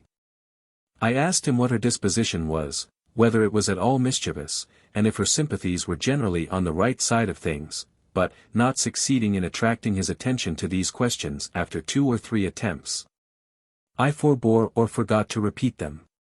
He told me instead, with much rapidity, a good deal about her skill, and her profits, and about her being a scientific cupper, if I should ever have occasion for her service in that capacity. She was the principal theme of our conversation during the evening, and when we parted for the night Steerforth called after me over the banisters, Bob swore, as I went downstairs. I was surprised, when I came to Mr. Burkiss's house, to find him walking up and down in front of it, and still more surprised to learn from him that little Emily was inside. I naturally inquired why he was not there too, instead of pacing the streets by himself. "Why, you see, Mossar Davy," he rejoined, in a hesitating manner, "Emily, she's talking to some un in here." "I should have thought," said I, smiling, "that was a reason for your being in here too, Ham." "Well, Mossar Davy, in a general way, so 't would be," he returned, "but look ye here, Mossar Davy," lowering his voice, and speaking very gravely. "It's a young woman, sir, a young woman, that Emily knowed once, and don't ought to know no more." When I heard these words, a light began to fall upon the figure I had seen following them, some hours ago. "It's a poor worm, Mossar Davy," said Ham, "as is trod under foot by all the town. Up street and down street. The mould o' the churchyard don't hold any that the folk shrink away from, more. Did I see her tonight, Ham, on the sand, after we met you?" "Keeping us in sight," said Ham. "It's like you did, Mossar Davy. Not that I knowed then, she was there, sir, but along of her creeping soon arterwards under Emily's little winder, when she see the light come, and whispering, Emily, Emily, for Christ's sake, have a woman's heart towards me. I was once like you. Those was solemn words, Mas'r Davy, fur to hear. They were indeed, Ham. What did Emily do? Says Emily, Martha, is it you? Oh, Martha, can it be you? For they had sat at work together, many a day, at Mr. Omer's. I recollect her now. Cried I, recalling one of the two girls I had seen when I first went there. I recollect her quite well. Martha Endell, said Ham. 2 or 3 years older than Emily, but was at the school with her. I never heard her name, said I. I didn't mean to interrupt you. For the matter o' that, Mas'r Davy, replied Ham, all's told a'most in them words, Emily, Emily, for Christ's sake, have a woman's heart towards me. I was once like you. She wanted to speak to Emily. Emily couldn't speak to her there, for her loving uncle was come home, and he wouldn't, no, Mas'r Davy, said Ham, with great earnestness, he couldn't, kind-natured, tender-hearted as he is, see them two together, side by side. For all the treasures that's wrecked in the sea. I felt how true this was. I knew it, on the instant, quite as well as Ham. So Emily writes in pencil on a bit of paper, he pursued, and gives it to her out Winder to bring here. Show that, she says, to my aunt, Mrs. Burkiss, and she'll set you down by her fire, for the love of me, till uncle is gone out, and I can come. By and by she tells me what I tell you, Mas'r Davy, and asks me to bring her. What can I do? She don't ought to know any such, but I can't deny her, when the tears is on her face. He put his hand into the breast of his shaggy jacket, and took out with great care a pretty little purse. And if I could deny her when the tears was on her face, Mas'r Davy, said Ham, tenderly adjusting it on the rough palm of his hand, how could I deny her when she give me this to carry for her, knowing what she brought it for? Such a toy as it is, said Ham, thoughtfully looking on it. With such a little money in it, Emily my dear. I shook him warmly by the hand when he had put it away again, for that was more satisfactory to me than saying anything, and we walked up and down, for a minute or two, in silence. The door opened then, and Peggotty appeared, beckoning to Ham to come in. I would have kept away, but she came after me, entreating me to come in too. Even then, I would have avoided the room where they all were, but for its being the neat tiled kitchen I have mentioned more than once. The door opening immediately into it, I found myself among them before I considered whither I was going. The girl, the same I had seen upon the sands, was near the fire. She was sitting on the ground, with her head and one arm lying on a chair. I fancied, from the disposition of her figure, that Emily had but newly risen from the chair, and that the forlorn head might perhaps have been lying on her lap. I saw but little of the girl's face, over which her hair fell loose and scattered, as if she had been disordering it with her own hands, but I saw that she was young, and of a fair complexion. Peggotty had been crying. So had little Emily. Not a word was spoken when we first went in, and the Dutch clock by the dresser seemed, in the silence, to tick twice as loud as usual. Emily spoke first. Martha wants, she said to Ham, to go to London. Why to London? Returned Ham. He stood between them, looking on the prostrate girl with a mixture of compassion for her, and of jealousy of her holding any companionship with her whom he loved so well, which I have always remembered distinctly.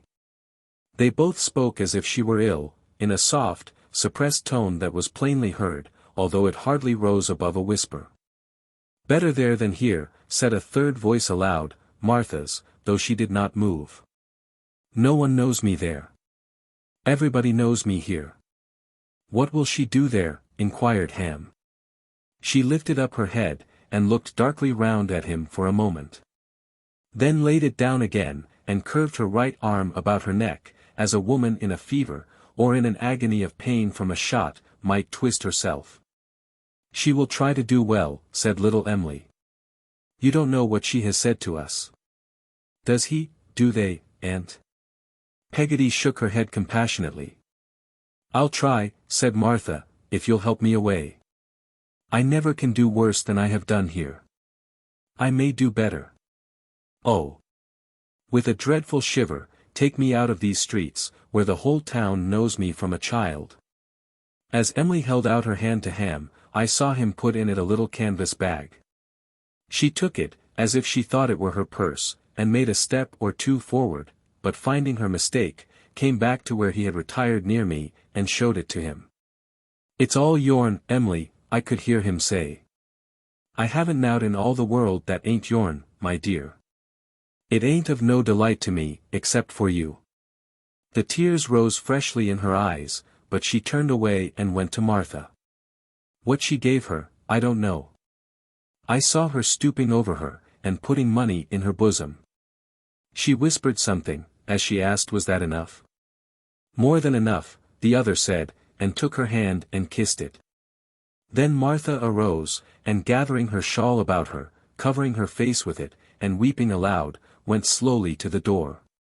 She stopped a moment before going out, as if she would have uttered something or turned back, but no word passed her lips.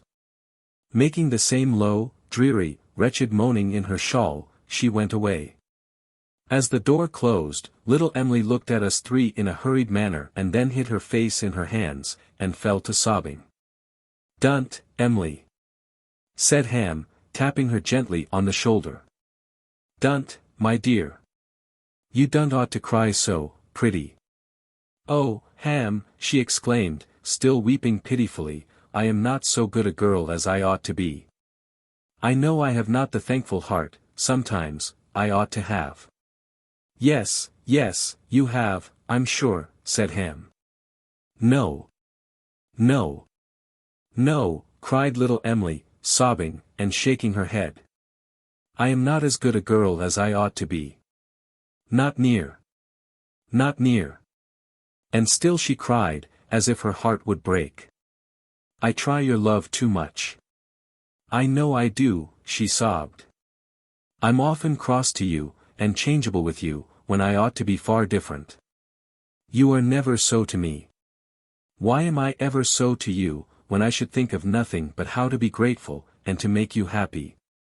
You always make me so," said Ham, "my dear. I am happy in the sight of you. I am happy, all day long, in the thoughts of you." "Ah! That's not enough," she cried. "That is because you are good, not because I am.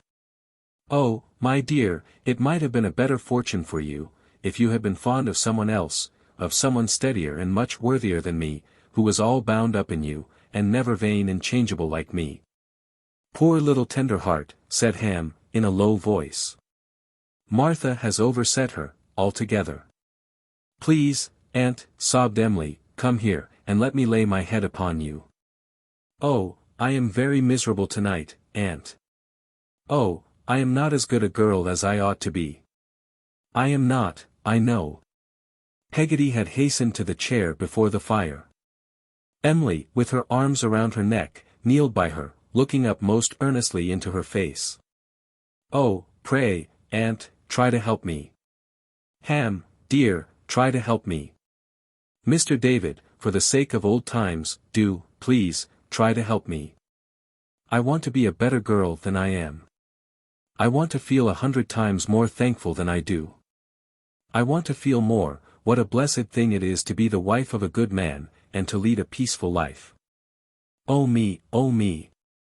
Oh my heart, my heart." She dropped her face on my old nurse's breast, and, ceasing this supplication, which in its agony and grief was half a woman's, half a child's, as all her manner was, being, in that, more natural, and better suited to her beauty, as I thought, than any other manner could have been, wept silently, while my old nurse hushed her like an infant. She got calmer by degrees, and then we soothed her, now talking encouragingly, and now jesting a little with her, until she began to raise her head and speak to us. So we got on, until she was able to smile, and then to laugh, and then to sit up, half ashamed. While Peggotty recalled her stray ringlets, dried her eyes, and made her neat again, lest her uncle should wonder, when she got home, why his darling had been crying. I saw her do, that night, what I had never seen her do before. I saw her innocently kiss her chosen husband on the cheek, and creep close to his bluff form as if it were her best support. When they went away together, in the waning moonlight, and I looked after them, comparing their departure in my mind with Martha's, I saw that she held his arm with both her hands, and still kept close to him. Chapter 23. I corroborate Mr. Dick, and choose a profession. When I awoke in the morning I thought very much of little Emily, and her emotion last night, after Martha had left. I felt as if I had come into the knowledge of those domestic weaknesses and tendernesses in a sacred confidence, and that to disclose them, even to Steerforth, would be wrong. I had no gentler feeling towards anyone than towards the pretty creature who had been my playmate, and whom I have always been persuaded, and shall always be persuaded, to my dying day, I then devotedly loved. The repetition to any ears, even to Steerforth's, of what she had been unable to repress when her heart lay open to me by an accident, I felt would be a rough deed, unworthy of myself, unworthy of the light of our pure childhood, which I always saw encircling her head. I made a resolution, therefore, to keep it in my own breast, and there it gave her image a new grace. While we were at breakfast, a letter was delivered to me from my aunt.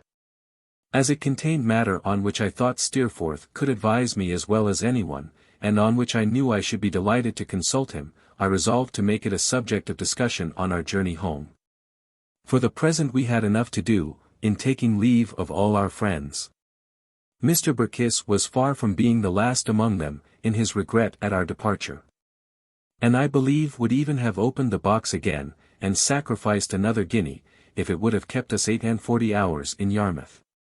Peggotty and all her family were full of grief at our going. The whole house of Omer and Joram turned out to bid us good-bye. And there were so many seafaring volunteers in attendance on Steerforth, when our portmanteaus went to the coach, that if we had had the baggage of a regiment with us, we should hardly have wanted porters to carry it. In a word, we departed to the regret and admiration of all concerned, and left a great many people very sorry behind us. "Do you stay long here, Lit-Timer?" said I, as he stood waiting to see the coach start. "No, sir," he replied. "Probably not very long, sir." "He can hardly say, just now," observed Steerforth, carelessly. "He knows what he has to do, and he'll do it." "That I am sure he will," said I. Lit-Timer touched his hat in acknowledgment of my good opinion, and I felt about 8 years old.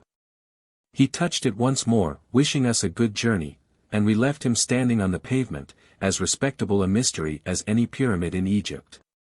For some little time we held no conversation, Steerforth being unusually silent, and I being sufficiently engaged in wondering, within myself, when I should see the old places again, and what new changes might happen to me or them in the meanwhile.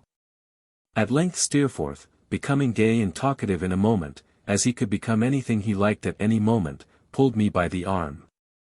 "Find a voice, David. What about that letter you were speaking of at breakfast?" "Oh," said I, taking it out of my pocket. "It's from my aunt." "And what does she say, requiring consideration?" "Why, she reminds me, Steerforth," said I, "that I came out on this expedition to look about me, and to think a little. Which, of course, you have done."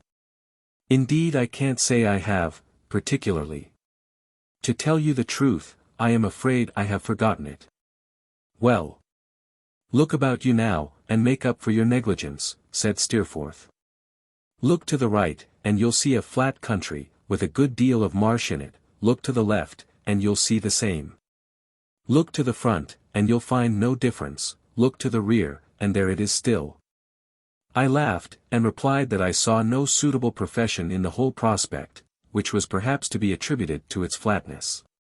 "What says our aunt on the subject?" inquired Steerforth, glancing at the letter in my hand. "Does she suggest anything?" "Why, yes," said I, "she asks me, here, if I think I should like to be a proctor." "What do you think of it?"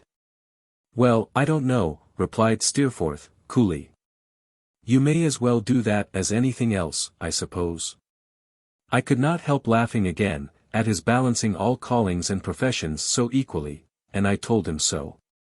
"What is a proctor, Steerforth?" said I. Why, he is a sort of monkish attorney, replied Steerforth. He is, to some fated courts held in Doctors' Commons, a lazy old nook near St. Paul's churchyard, what solicitors are to the courts of law and equity. He is a functionary whose existence, in the natural course of things, would have terminated about 200 years ago.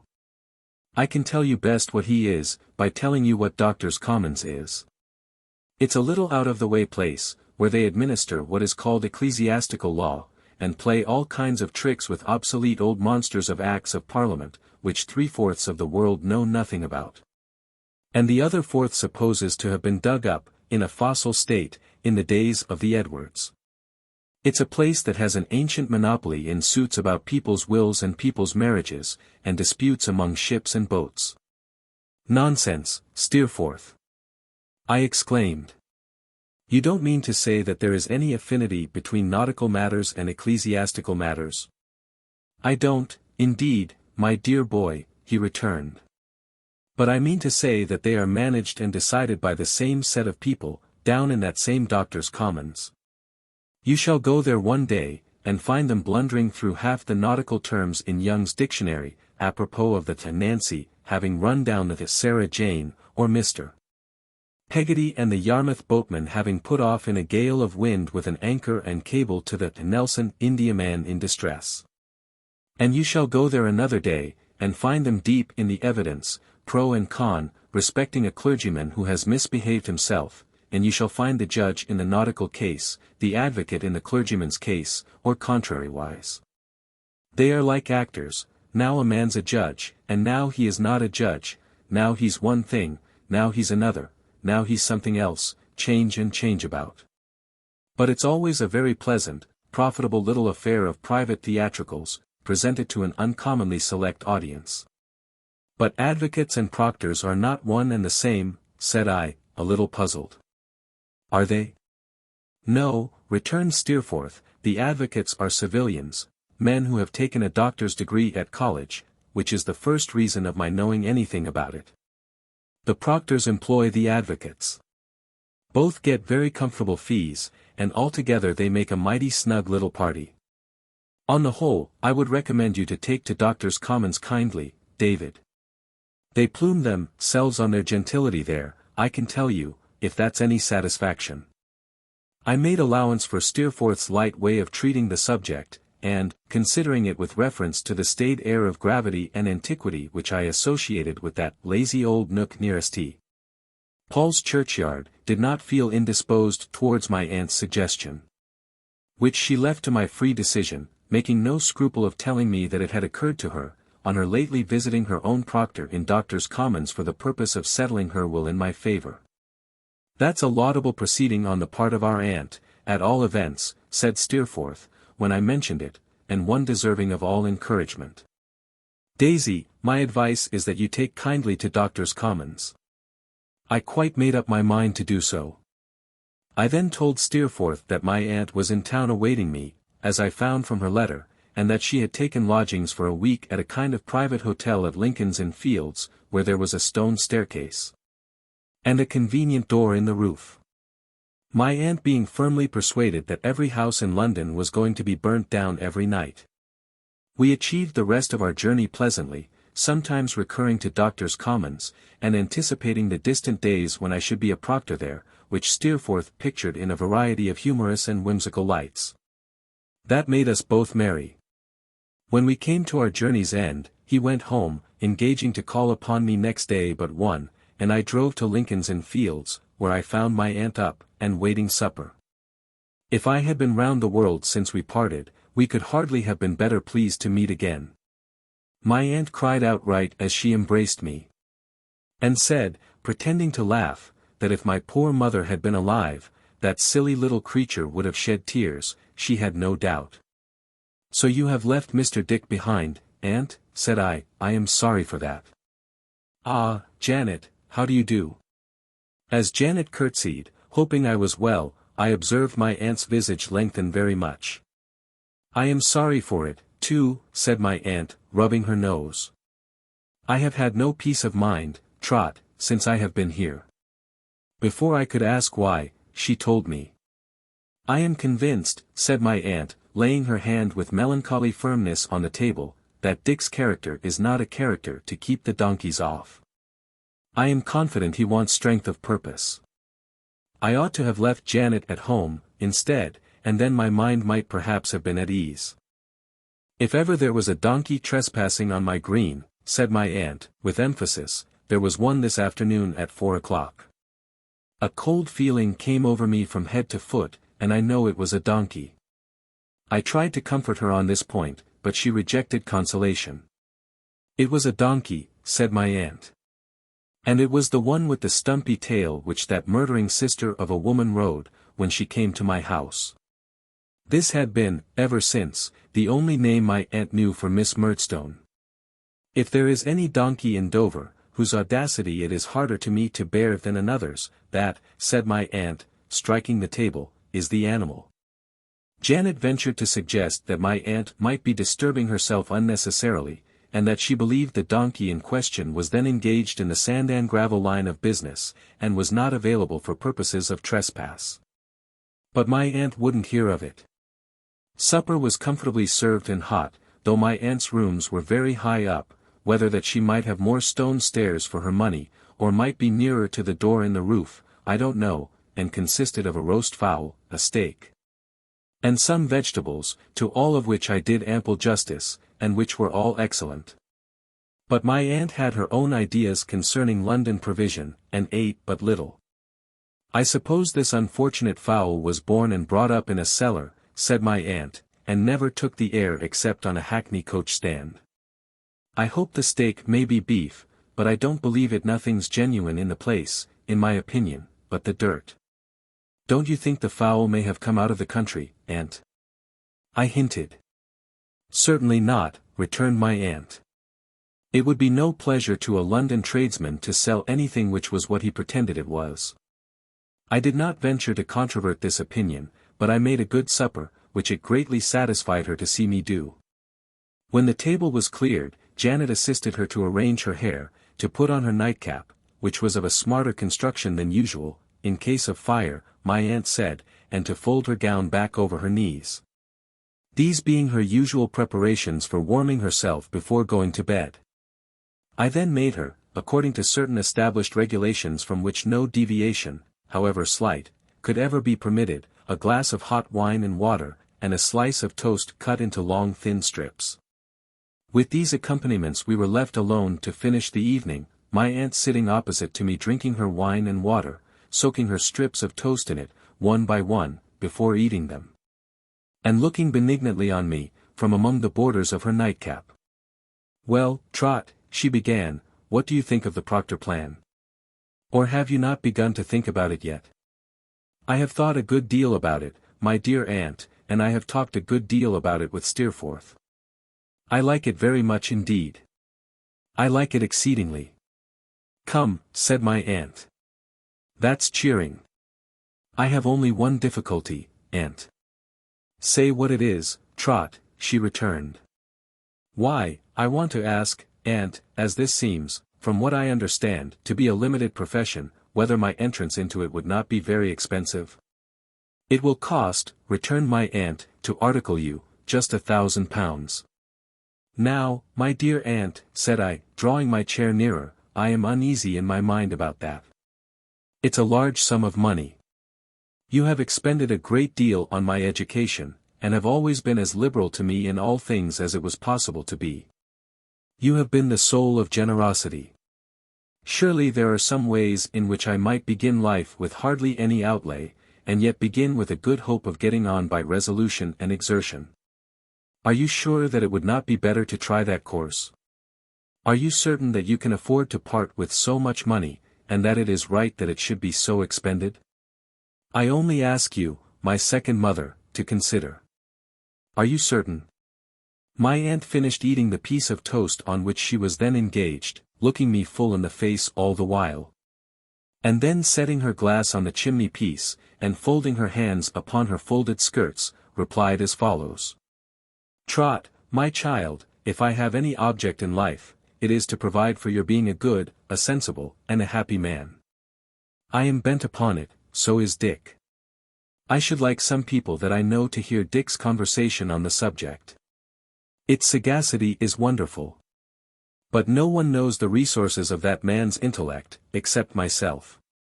She stopped for a moment to take my hand between hers, and went on. It's in vain, Trot, to recall the past, unless it works some influence upon the present. Perhaps I might have been better friends with your poor father. Perhaps I might have been better friends with that poor child your mother, even after your sister Betsy Trotwood disappointed me. When you came to me, a little runaway boy, all dusty and wayworn, perhaps I thought so. From that time until now, Trot, you have ever been a credit to me and a pride and a pleasure. I have no other claim upon my means. At least, here to my surprise she hesitated, and was confused. No, I have no other claim upon my means, and you are my adopted child. Only be a loving child to me in my age, and bear with my whims and fancies. And you will do more for an old woman whose prime of life was not so happy or conciliating as it might have been, than ever that old woman did for you. It was the first time I had heard my aunt refer to her past history. There was a magnanimity in her quiet way of doing so, and of dismissing it, which would have exalted her in my respect and affection, if anything could. All is agreed and understood between us, now, Trot, said my aunt, and we need talk of this no more. Give me a kiss, and we'll go to the Commons after breakfast tomorrow. We had a long chat by the fire before we went to bed. I slept in a room on the same floor with my aunt's, and was a little disturbed in the course of the night by her knocking at my door as often as she was agitated by a distant sound of hackney coaches or market carts, and inquiring if I heard the engines. But towards morning she slept better, and suffered me to do so too. At about midday, we set out for the office of Messrs. Spenlow and Jorkins, in Doctors' Commons. My aunt, who had this other general opinion in reference to London, that every man she saw was a pickpocket, gave me her purse to carry for her, which had 10 guineas in it and some silver. We made a pause at the toy shop in Fleet Street, to see the giants of St. Dunstan strike upon the bells. We had timed our going, so as to catch them at it, at 12 o'clock, and then went on towards Ludgate Hill, and St. Paul's Churchyard. We were crossing to the former place, when I found that my aunt greatly accelerated her speed, and looked frightened. I observed, at the same time, that a lowering ill-dressed man who had stopped and stared at us in passing, a little before, was coming so close after us as to brush against her. Trot! My dear Trot! Cried my aunt, in a terrified whisper, and pressing my arm. I don't know what I am to do. Don't be alarmed, said I, there's nothing to be afraid of. Step into a shop, and I'll soon get rid of this fellow. No, no, child, she returned. Don't speak to him for the world. I entreat, I order you. Good heaven, aunt, said I, he is nothing but a sturdy beggar. You don't know what he is, replied my aunt. You don't know who he is. You don't know what you say. We had stopped in an empty doorway, while this was passing, and he had stopped too. Don't look at him, said my aunt, as I turned my head indignantly, but get me a coach, my dear, and wait for me in St. Paul's Churchyard. Wait for you? I replied. Yes, rejoined my aunt. I must go alone. I must go with him. With him, aunt? This man? I am in my senses, she replied, and I tell you I must. Get me a coach. However much astonished I might be, I was sensible that I had no right to refuse compliance with such a peremptory command. I hurried away a few paces, and called a hackney chariot which was passing empty. Almost before I could let down the steps, my aunt sprang in, I don't know how, and the man followed. She waved her hand to me to go away, so earnestly, that, all confounded as I was, I turned from them at once. In doing so, I heard her say to the coachman, drive anywhere. Drive straight on, and presently the chariot passed me, going up the hill. What Mr. Dick had told me, and what I had supposed to be a delusion of his, now came into my mind. I could not doubt that this person was the person of whom he had made such mysterious mention, though what the nature of his hold upon my aunt could possibly be, I was quite unable to imagine. After half an hour's cooling in the churchyard, I saw the chariot coming back. The driver stopped beside me, and my aunt was sitting in it alone. She had not yet sufficiently recovered from her agitation to be quite prepared for the visit we had to make. She desired me to get into the chariot, and to tell the coachman to drive slowly up and down a little while.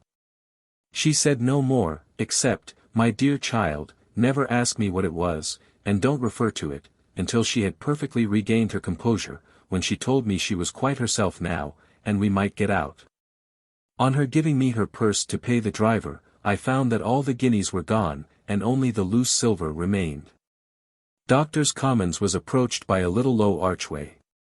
Before we had taken many paces down the street beyond it, the noise of the city seemed to melt, as if by magic, into a softened distance. A few dull courts and narrow ways brought us to the sky-lighted offices of Spenlow and Jorkins. In the vestibule of which temple, accessible to pilgrims without the ceremony of knocking, 3 or 4 clerks were at work as copyists. One of these, a little dry man, sitting by himself, who wore a stiff brown wig that looked as if it were made of gingerbread, rose to receive my aunt, and show us into Mr. Spenlow's room. "Mr. Spenlow's in court, ma'am," said the dry man. "It's an Arches day, but it's close by, and I'll send for him directly." As we were left to look about us while Mr. Spenlow was fetched, I availed myself of the opportunity. The furniture of the room was old-fashioned and dusty. And the green baize on the top of the writing table had lost all its color, and was as withered and pale as an old pauper.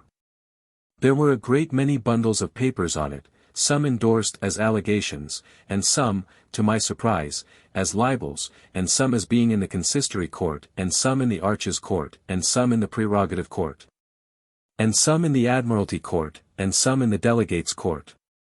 Giving me occasion to wonder much, how many courts there might be in the gross, and how long it would take to understand them all. Besides these, there were sundry immense manuscript books of evidence taken on affidavit, strongly bound, and tied together in massive sets, a set to each cause, as if every cause were a history in 10 or 20 volumes. All this looked tolerably expensive, I thought, and gave me an agreeable notion of a proctor's business. I was casting my eyes with increasing complacency over these and many similar objects, when hasty footsteps were heard in the room outside, and Mr. Spenlow, in a black gown trimmed with white fur, came hurrying in, taking off his hat as he came. He was a little light-haired gentleman, with undeniable boots, and the stiffest of white cravats and shirt collars. He was buttoned up, mighty trim and tight, and must have taken a great deal of pains with his whiskers, which were accurately curled. His gold watch chain was so massive, that a fancy came across me, that he ought to have a sinewy golden arm, to draw it out with, like those which are put up over the gold-beaters' shops. He was got up with such care, and was so stiff, that he could hardly bend himself, being obliged, when he glanced at some papers on his desk, after sitting down in his chair, to move his whole body, from the bottom of his spine, like Punch. I had previously been presented by my aunt, and had been courteously received.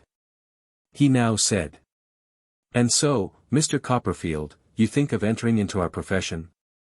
I casually mentioned to Miss Trotwood, when I had the pleasure of an interview with her the other day, with another inclination of his body, Punch again, that there was a vacancy here.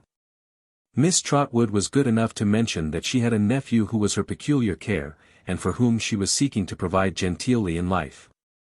That nephew, I believe, I have now the pleasure of, Punch again.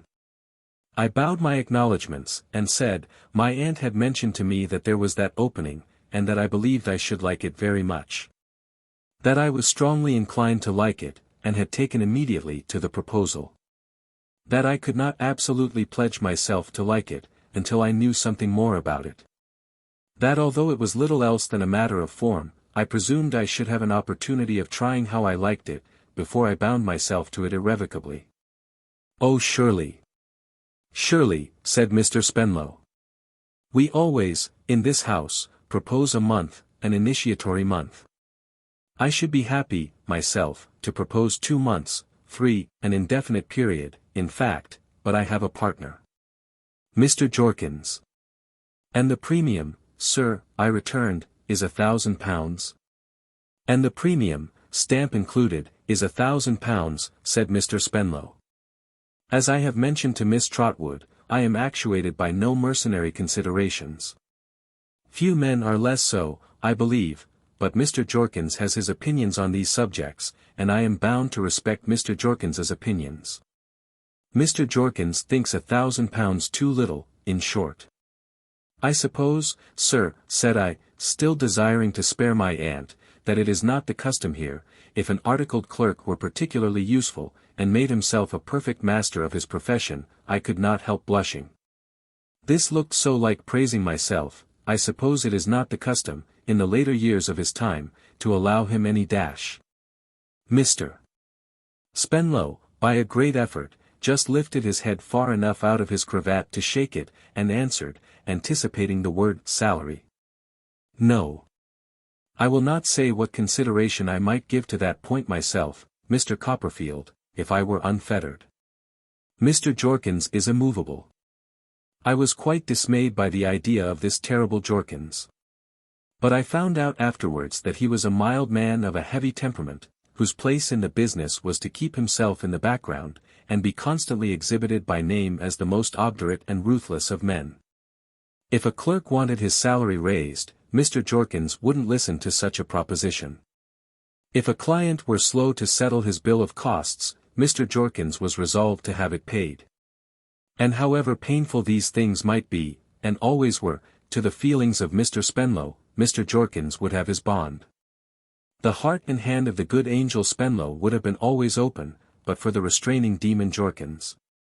As I have grown older, I think I have had experience of some other houses doing business on the principle of Spenlow and Jorkins. It was settled that I should begin my month's probation as soon as I pleased, and that my aunt need neither remain in town nor return at its expiration, as the articles of agreement, of which I was to be the subject, could easily be sent to her at home for her signature. When we had got so far, Mr. Spenlow offered to take me into court then and there, and show me what sort of place it was. As I was willing enough to know, we went out with this object, leaving my aunt behind. Who would trust herself, she said, in no such place, and who, I think, regarded all courts of law as a sort of powder mills that might blow up at any time. Mr. Spenlow conducted me through a paved courtyard formed of grave brick houses, which I inferred, from the doctors' names upon the doors, to be the official abiding places of the learned advocates of whom Steerforth had told me. And into a large dull room, not unlike a chapel to my thinking, on the left hand. The upper part of this room was fenced off from the rest. And there, on the two sides of a raised platform of the horseshoe form, sitting on easy old-fashioned dining-room chairs, were sundry gentlemen in red gowns and grey wigs, whom I found to be the doctors aforesaid. Blinking over a little desk like a pulpit desk, in the curve of the horseshoe, was an old gentleman, whom, if I had seen him in an aviary, I should certainly have taken for an owl, but who, I learned, was the presiding judge. In the space within the horseshoe, lower than these, that is to say, on about the level of the floor, were sundry other gentlemen, of Mr. Spenlow's rank, and dressed like him in black gowns with white fur upon them, sitting at a long green table. Their cravats were in general stiff, I thought, and their looks haughty. But in this last respect I presently conceived I had done them an injustice, for when 2 or 3 of them had to rise and answer a question of the presiding dignitary, I never saw anything more sheepish. The public, represented by a boy with a comforter, and a shabby genteel man secretly eating crumbs out of his coat pockets, was warming itself at a stove in the center of the court.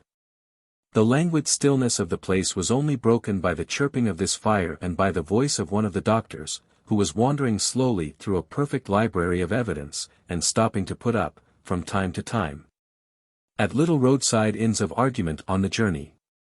Altogether, I have never, on any occasion, made one at such a cozy, dozy, old-fashioned, time-forgotten, sleepy-headed little family party in all my life. And I felt it would be quite a soothing opiate to belong to it in any character, except perhaps as a suitor. Very well satisfied with the dreamy nature of this retreat, I informed Mr.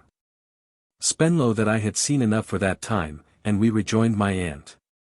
In company with whom I presently departed from the Commons, feeling very young when I went out of Spenlow and Jorkins's, on account of the clerks poking one another with their pens to point me out.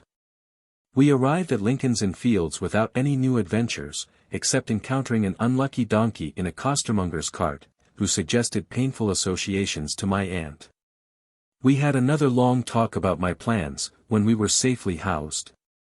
And as I knew she was anxious to get home, and, between fire, food, and pickpockets, could never be considered at her ease for half an hour in London, I urged her not to be uncomfortable on my account, but to leave me to take care of myself.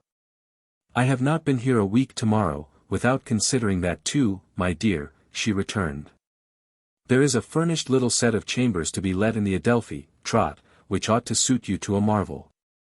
With this brief introduction, she produced from her pocket an advertisement, carefully cut out of a newspaper, setting forth that in Buckingham Street in the Adelphi there was to be let furnished, with a view of the river, a singularly desirable and compact set of chambers, forming a genteel residence for a young gentleman, a member of one of the Inns of Court, or otherwise, with immediate possession. Terms moderate, and could be taken for a month only, if required. Why, this is the very thing, aunt, said I, flushed with the possible dignity of living in chambers. Then come, replied my aunt, immediately resuming the bonnet she had a minute before laid aside. We'll go and look at M. Away we went. The advertisement directed us to apply to Mrs. Krupp on the premises, and we rung the area bell, which we supposed to communicate with Mrs. Krupp. It was not until we had rung 3 or 4 times that we could prevail on Mrs. Krupp to communicate with us, but at last she appeared, being a stout lady with a flounce of flannel petticoat below a nankeen gown. Let us see these chambers of yours, if you please, ma'am, said my aunt. For this gentleman, said Mrs. Krupp, feeling in her pocket for her keys. Yes, for my nephew, said my aunt. And a sweet set they is for sich, said Mrs. Krupp. So we went upstairs. They were on the top of the house, a great point with my aunt, being near the fire escape, and consisted of a little half-blind entry where you could see hardly anything, a little stone-blind pantry where you could see nothing at all, a sitting room, and a bedroom. The furniture was rather faded, but quite good enough for me, and, sure enough, the river was outside the windows. As I was delighted with the place, my aunt and Mrs. Krupp withdrew into the pantry to discuss the terms, while I remained on the sitting-room sofa, hardly daring to think it possible that I could be destined to live in such a noble residence. After a single combat of some duration they returned, and I saw, to my joy, both in Mrs. Krupp's countenance and in my aunt's, that the deed was done. Is it the last occupant's furniture? Inquired my aunt. Yes, it is, ma'am, said Mrs. Krupp. What's become of him? Asked my aunt. Mrs. Krupp was taken with a troublesome cough, in the midst of which she articulated with much difficulty. He was took ill here, ma'am, and, ugh. Ugh. Ugh. Dear me. And he died. Hey. What did he die of? Asked my aunt. Well, ma'am, he died of drink, said Mrs. Krupp, in confidence. And smoke. Smoke. You don't mean chimneys, said my aunt. No, ma'am, returned Mrs. Krupp. Cigars and pipes. That's not catching, Trot, at any rate, remarked my aunt, turning to me. No, indeed, said I. In short, my aunt, seeing how enraptured I was with the premises, took them for a month, with leave to remain for 12 months when that time was out. Mrs. Krupp was to find linen, and to cook, every other necessary was already provided, and Mrs. Krupp expressly intimated that she should always yearn towards me as a son. I was to take possession the day after tomorrow, and Mrs. Krupp said, thank heaven she had now found someone she could care for. On our way back, my aunt informed me how she confidently trusted that the life I was now to lead would make me firm and self-reliant, which was all I wanted. She repeated this several times next day, in the intervals of our arranging for the transmission of my clothes and books from Mr. Wickfield's. Relative to which, and to all my late holiday, I wrote a long letter to Agnes, of which my aunt took charge, as she was to leave on the succeeding day. Not to lengthen these particulars, I need only add, that she made a handsome provision for all my possible wants during my month of trial, that Steerforth, to my great disappointment and hers too, did not make his appearance before she went away. That I saw her safely seated in the Dover coach, exulting in the coming discomfiture of the vagrant donkeys, with Janet at her side. And that when the coach was gone, I turned my face to the Adelphi, pondering on the old days when I used to roam about its subterranean arches, and on the happy changes which had brought me to the surface. Chapter 24. My first dissipation. It was a wonderfully fine thing to have that lofty castle to myself, and to feel, when I shut my outer door, like Robinson Crusoe, when he had got into his fortification, and pulled his ladder up after him.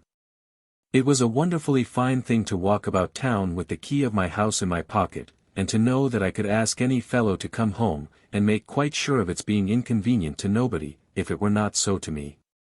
It was a wonderfully fine thing to let myself in and out, and to come and go without a word to anyone, and to ring Mrs. Crupp up, gasping, from the depths of the earth, when I wanted her, and when she was disposed to come.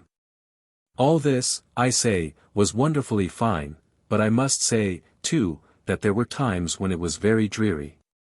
It was fine in the morning, particularly in the fine mornings. It looked a very fresh, free life, by daylight, still fresher, and more free, by sunlight.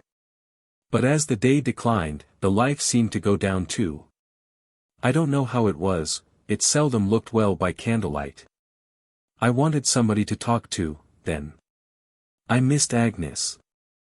I found a tremendous blank, in the place of that smiling repository of my confidence.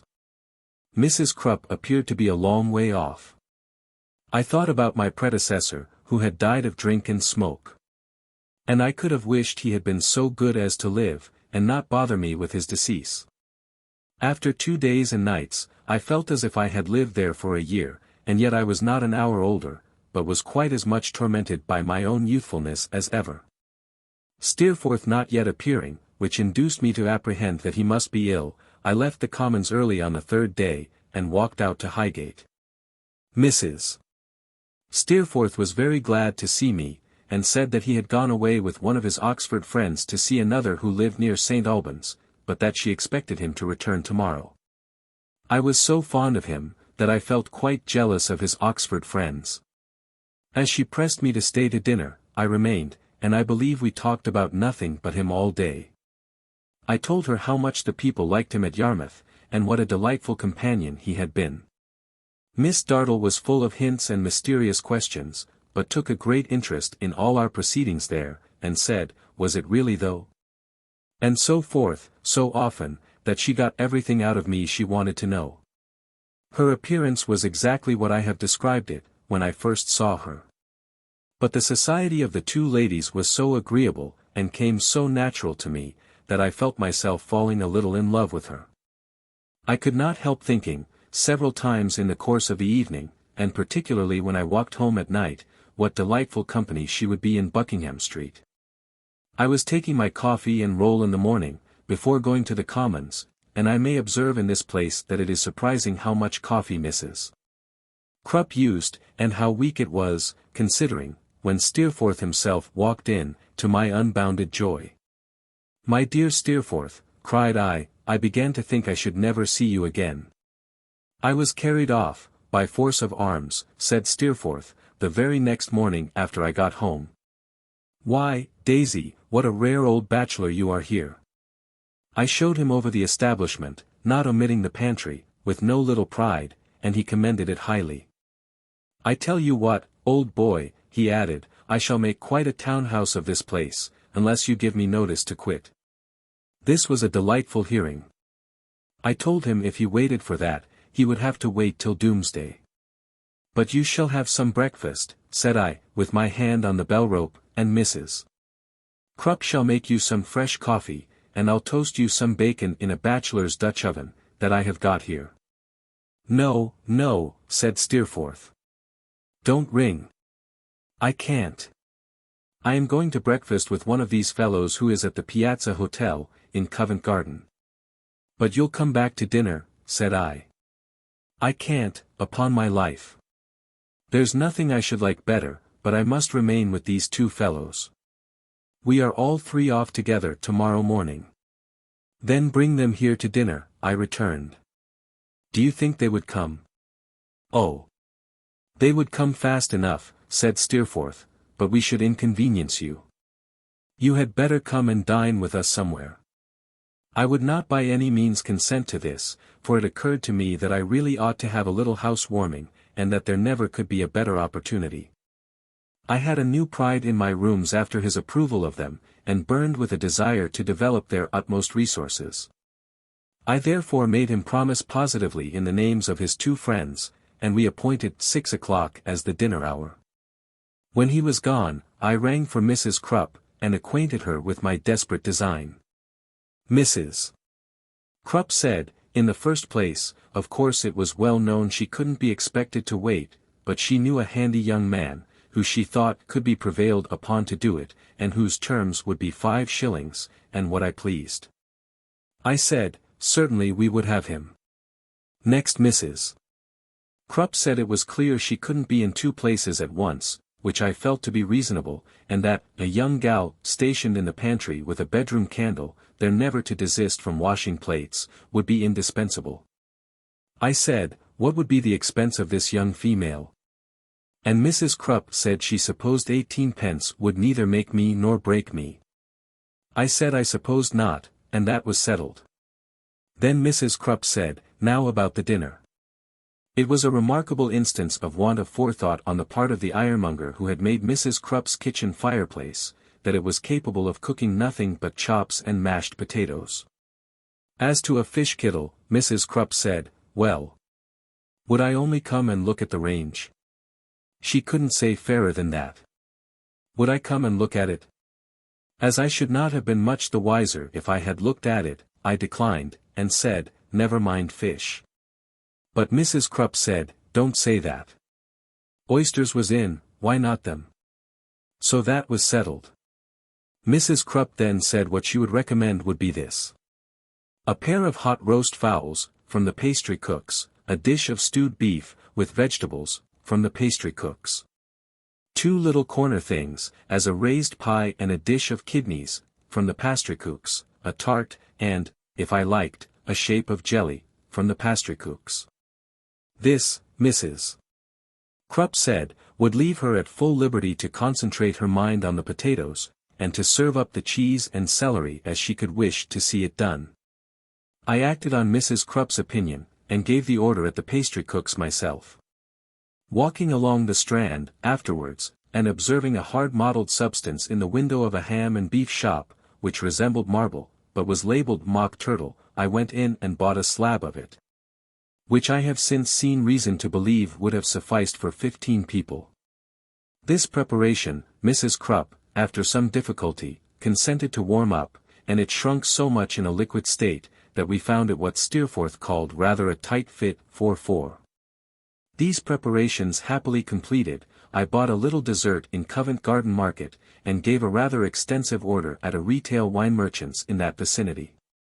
When I came home in the afternoon, and saw the bottles drawn up in a square on the pantry floor, they looked so numerous, though there were 2 missing, which made Mrs. Krupp very uncomfortable, that I was absolutely frightened at them. One of Steerforth's friends was named Granger, and the other Markham. They were both very gay and lively fellows, Granger, something older than Steerforth, Markham, youthful-looking, and I should say not more than 20.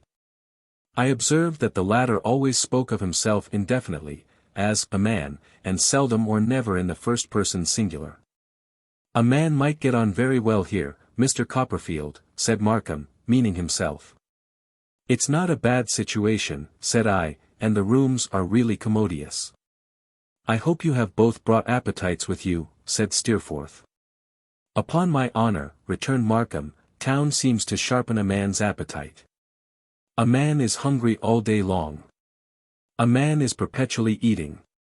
Being a little embarrassed at first, and feeling much too young to preside, I made Steerforth take the head of the table when dinner was announced, and seated myself opposite to him. Everything was very good. We did not spare the wine, and he exerted himself so brilliantly to make the thing pass off well, that there was no pause in our festivity. I was not quite such good company during dinner as I could have wished to be, for my chair was opposite the door, and my attention was distracted by observing that the handy young man went out of the room very often, and that his shadow always presented itself, immediately afterwards, on the wall of the entry, with a bottle at its mouth. The young gal likewise occasioned me some uneasiness, not so much by neglecting to wash the plates, as by breaking them.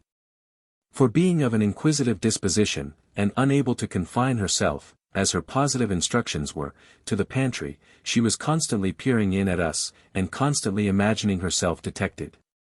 In which belief, she several times retired upon the plates, with which she had carefully paved the floor, and did a great deal of destruction. These, however, were small drawbacks, and easily forgotten when the cloth was cleared, and the dessert put on the table, at which period of the entertainment the handy young man was discovered to be speechless. Giving him private directions to seek the society of Mrs. Krupp, and to remove the young gal to the basement also, I abandoned myself to enjoyment.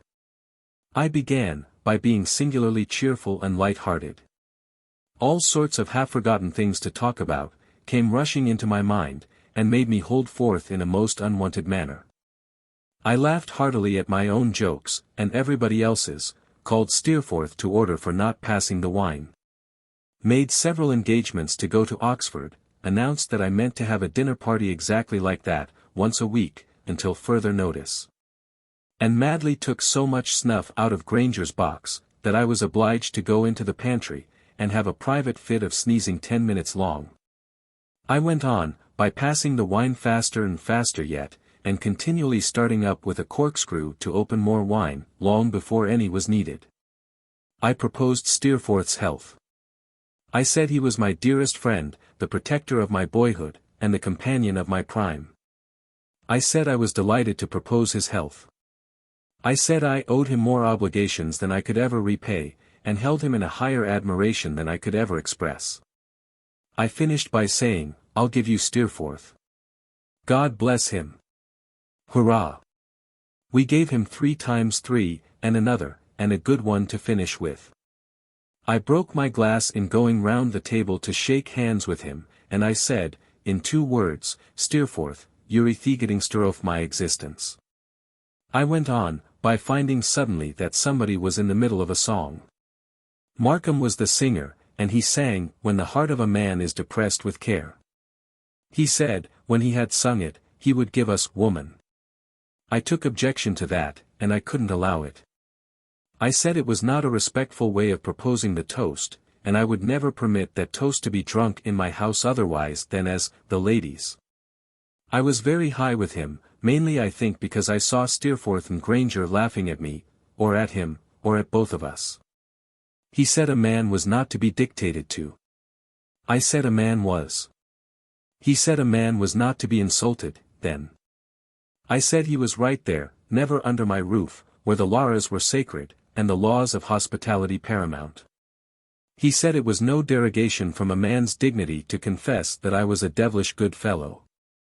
I instantly proposed his health. Somebody was smoking. We were all smoking. I was smoking, and trying to suppress a rising tendency to shudder. Steerforth had made a speech about me, in the course of which I had been affected almost to tears. I returned thanks, and hoped the present company would dine with me tomorrow, and the day after, each day at 5 o'clock, that we might enjoy the pleasures of conversation and society through a long evening.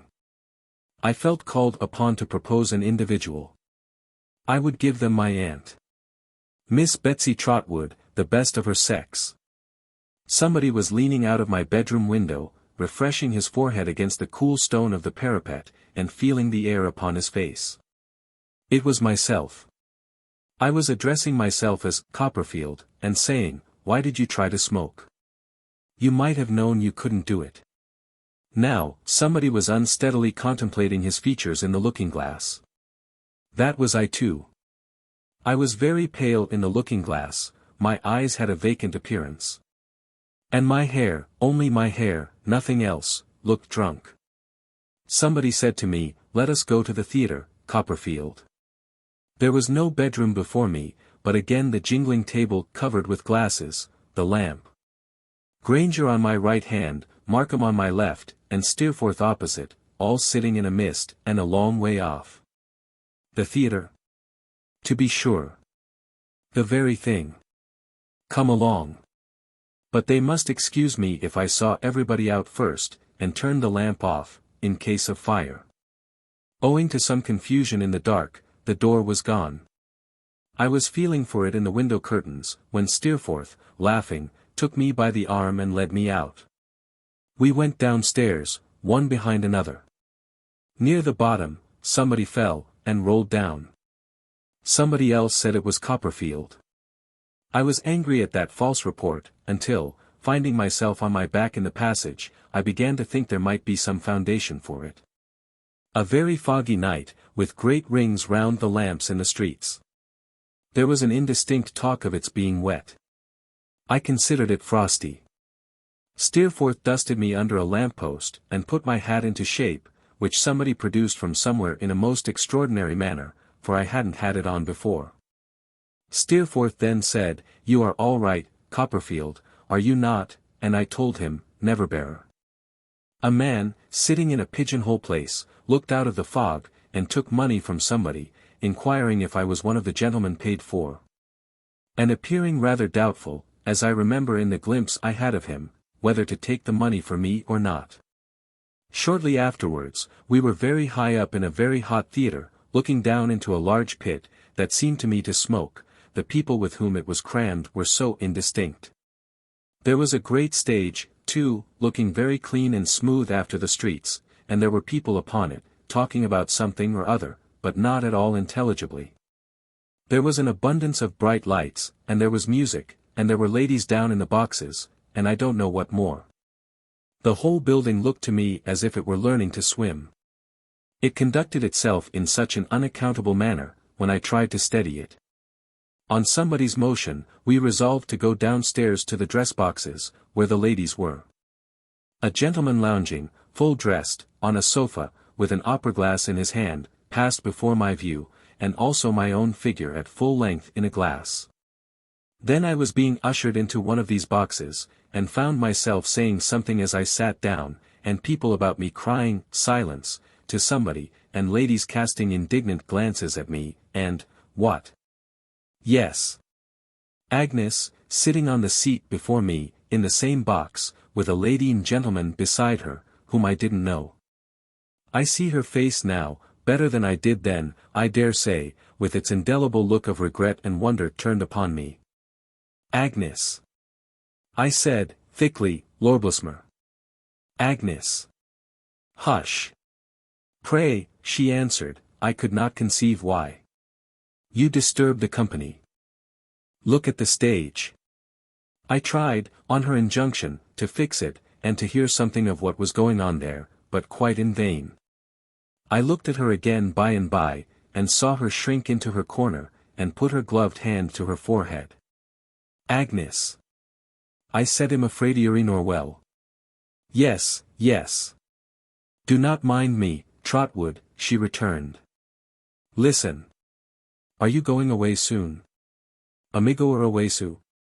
I repeated. "Yes." I had a stupid intention of replying that I was going to wait, to hand her downstairs. I suppose I expressed it, somehow. For after she had looked at me attentively for a little while, she appeared to understand, and replied in a low tone. "I know you will do as I ask you, if I tell you I am very earnest in it. Go away now, Trotwood, for my sake, and ask your friends to take you home." She had so far improved me, for the time, that though I was angry with her, I felt ashamed, and with a short "goory," which I intended for "good night," got up and went away. They followed, and I stepped at once out of the box door into my bedroom, where only Steerforth was with me, helping me to undress, and where I was by turns telling him that Agnes was my sister, and adjuring him to bring the corkscrew, that I might open another bottle of wine. How somebody, lying in my bed, lay saying and doing all this over again, at cross purposes, in a feverish dream all night, the bed a rocking sea that was never still. How, as that somebody slowly settled down into myself, did I begin to parch, and feel as if my outer covering of skin were a hard board, my tongue the bottom of an empty kettle, furred with long service, and burning up over a slow fire. The palms of my hands, hot plates of metal which no ice could cool. But the agony of mind, the remorse, and shame I felt when I became conscious next day. My horror of having committed 1,000 offences I had forgotten, and which nothing could ever expiate, my recollection of that indelible look which Agnes had given me, the torturing impossibility of communicating with her, not knowing. Beast that I was, how she came to be in London, or where she stayed, my disgust of the very sight of the room where the revel had been held, my racking head, the smell of smoke, the sight of glasses, the impossibility of going out. Or even getting up. Oh, what a day it was! Oh, what an evening, when I sat down by my fire to a basin of mutton broth, dimpled all over with fat, and thought I was going the way of my predecessor, and should succeed to his dismal story as well as to his chambers. And had half a mind to rush express to Dover and reveal all. What an evening, when Mrs. Krupp, coming in to take away the broth basin, produced one kidney on a cheese plate as the entire remains of yesterday's feast, and I was really inclined to fall upon her nankeen breast and say, in heartfelt penitence, "Oh, Mrs. Krupp, Mrs. Krupp, never mind the broken meats. I am very miserable." Only that I doubted, even at that pass, if Mrs. Krupp were quite the sort of woman to confide in. Chapter 25. Good and Bad Angels. I was going out at my door on the morning after that deplorable day of headache, sickness, and repentance, with an odd confusion in my mind relative to the date of my dinner party. As if a body of titans had taken an enormous lever and pushed the day before yesterday some months back, when I saw a ticket porter coming upstairs, with a letter in his hand. He was taking his time about his errand, then, but when he saw me on the top of the staircase, looking at him over the banisters, he swung into a trot, and came up panting as if he had run himself into a state of exhaustion. T. Copperfield, Esquire, said the ticket porter, touching his hat with his little cane. I could scarcely lay claim to the name, I was so disturbed by the conviction that the letter came from Agnes. However, I told him I was T. Copperfield, Esquire, and he believed it, and gave me the letter, which he said required an answer. I shut him out on the landing to wait for the answer, and went into my chambers again, in such a nervous state that I was fain to lay the letter down on my breakfast table, and familiarize myself with the outside of it a little, before I could resolve to break the seal. I found, when I did open it, that it was a very kind note, containing no reference to my condition at the theatre. All it said was, "My dear Trotwood, I am staying at the house of Papa's agent, Mr. Waterbrook, in Ely Place, Holborn. Will you come and see me today, at any time you like to appoint? Ever yours affectionately, Agnes." It took me such a long time to write an answer at all to my satisfaction, that I don't know what the ticket porter can have thought, unless he thought I was learning to write.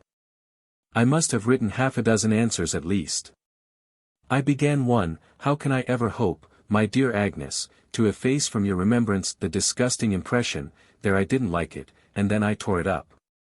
I began another, "Shakespeare has observed, my dear Agnes, how strange it is that a man should put an enemy into his mouth," that reminded me of Markham, and it got no farther. I even tried poetry. I began one note, in a 6-syllable line, "Oh, do not remember," but that associated itself with the 5th of November, and became an absurdity. After many attempts, I wrote, "My dear Agnes, your letter is like you, and what could I say of it that would be higher praise than that? I will come at 4 o'clock. Affectionately and sorrowfully, T.C." With this missive, which I was in 20 minds at once about recalling, as soon as it was out of my hands, the ticket porter at last departed. If the day were half as tremendous to any other professional gentleman in Doctors' Commons as it was to me, I sincerely believe he made some expiation for his share in that rotten old ecclesiastical cheese. Although I left the office at 3:30, and was prowling about the place of appointment within a few minutes afterwards, the appointed time was exceeded by a full quarter of an hour, according to the clock of St. Andrews, Holborn, before I could muster up sufficient desperation to pull the private bell handle let into the left-hand doorpost of Mr. Waterbrook's house. The professional business of Mr. Waterbrook's establishment was done on the ground floor, and the genteel business, of which there was a good deal, in the upper part of the building. I was shown into a pretty but rather close drawing-room, and there sat Agnes, netting a purse. She looked so quiet and good, and reminded me so strongly of my airy fresh school days at Canterbury, and the sodden, smoky, stupid wretch I had been the other night, that, nobody being by, I yielded to my self-reproach and shame, and, in short, made a fool of myself. I cannot deny that I shed tears. To this hour I am undecided whether it was upon the whole the wisest thing I could have done, or the most ridiculous. If it had been anyone but you, Agnes, said I, turning away my head, I should not have minded it half so much. But that it should have been you who saw me. I almost wish I had been dead, first. She put her hand, its touch was like no other hand, upon my arm for a moment, and I felt so befriended and comforted, that I could not help moving it to my lips, and gratefully kissing it. Sit down, said Agnes, cheerfully. Don't be unhappy, Trotwood. If you cannot confidently trust me, whom will you trust? Ah, Agnes, I returned. You are my good angel. She smiled rather sadly, I thought, and shook her head. Yes, Agnes, my good angel. Always my good angel. If I were, indeed, Trotwood, she returned, there is one thing that I should set my heart on very much. I looked at her inquiringly, but already with a foreknowledge of her meaning. On warning you, said Agnes, with a steady glance, against your bad angel. My dear Agnes, I began, if you mean Steerforth dash. I do, Trotwood, she returned. Then, Agnes, you wrong him very much. He my bad angel, or anyone's. He, anything but a guide, a support, and a friend to me. My dear Agnes. Now, is it not unjust, and unlike you, to judge him from what you saw of me the other night? I do not judge him from what I saw of you the other night, she quietly replied. From what, then? From many things, trifles in themselves, but they do not seem to me to be so, when they are put together. I judge him, partly from your account of him, Trotwood, and your character, and the influence he has over you. There was always something in her modest voice that seemed to touch a chord within me, answering to that sound alone. It was always earnest, but when it was very earnest, as it was now, there was a thrill in it that quite subdued me. I sat looking at her as she cast her eyes down on her work, I sat seeming still to listen to her, and Steerforth, in spite of all my attachment to him, darkened in that tone. It is very bold in me, said Agnes, looking up again, who have lived in such seclusion, and can know so little of the world, to give you my advice so confidently, or even to have this strong opinion.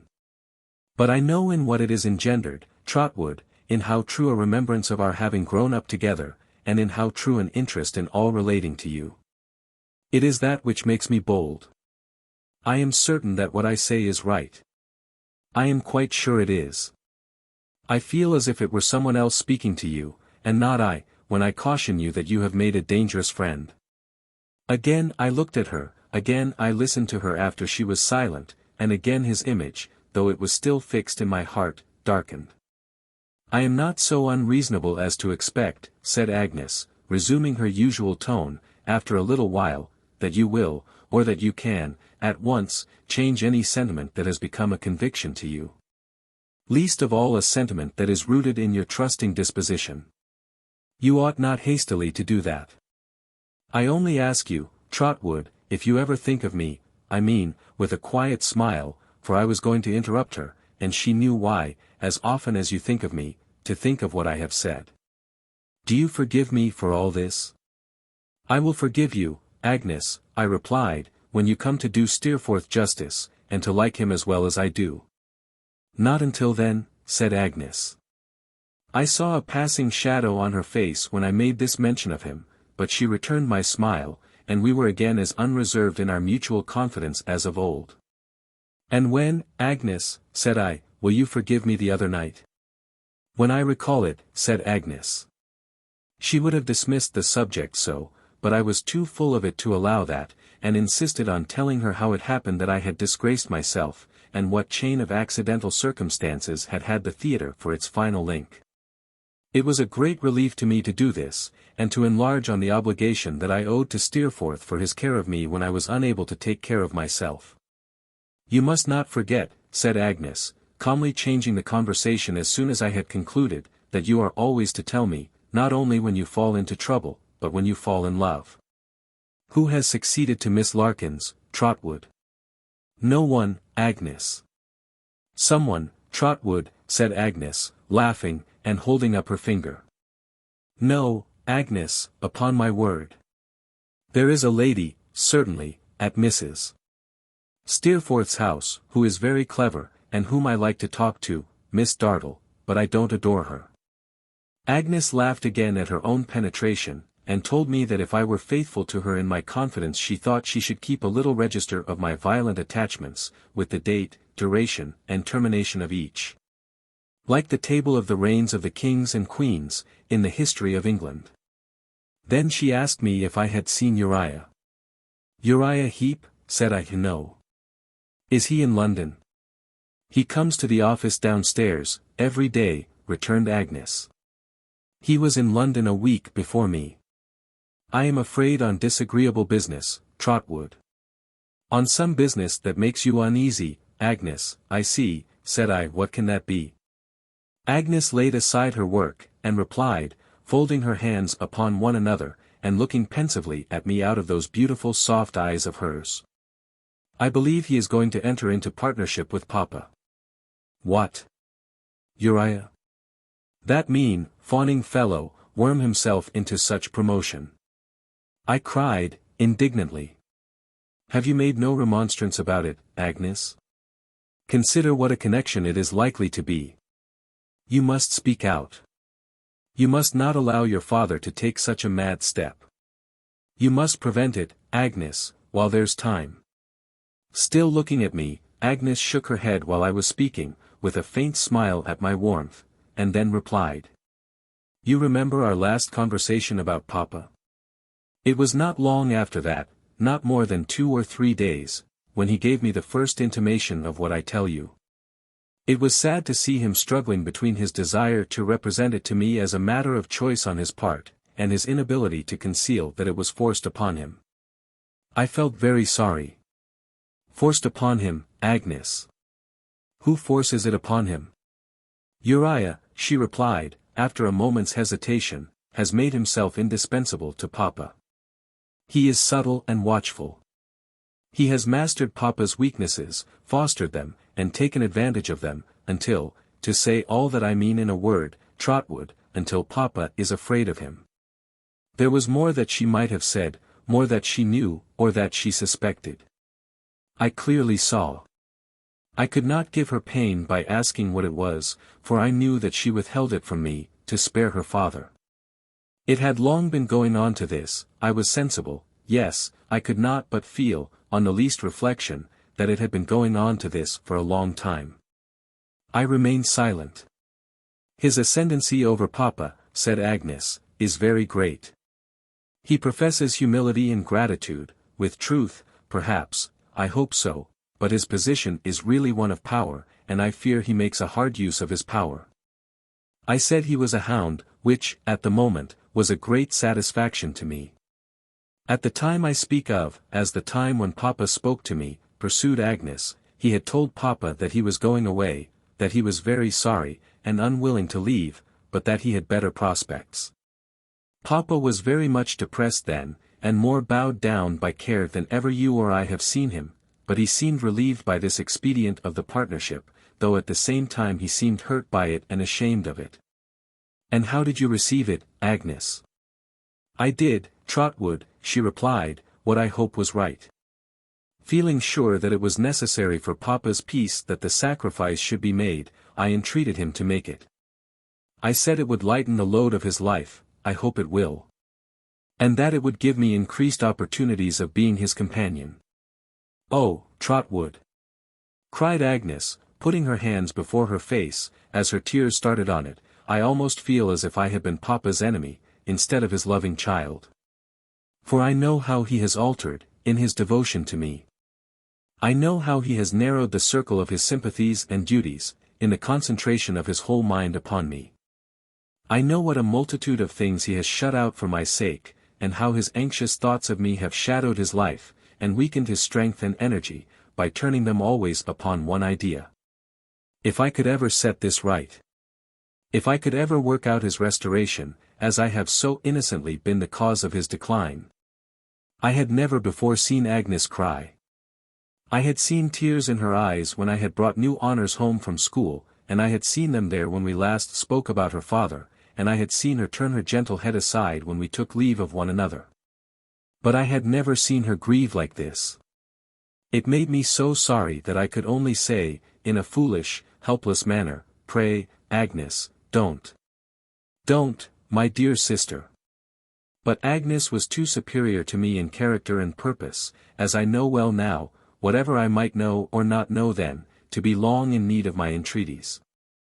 The beautiful, calm manner, which makes her so different in my remembrance from everybody else, came back again, as if a cloud had passed from a serene sky. "We are not likely to remain alone much longer," said Agnes, "and while I have an opportunity, let me earnestly entreat you, Trotwood, to be friendly to Uriah. Don't repel him. Don't resent, as I think you have a general disposition to do, what may be uncongenial to you in him. He may not deserve it, for we know no certain ill of him. In any case, think first of Papa and me."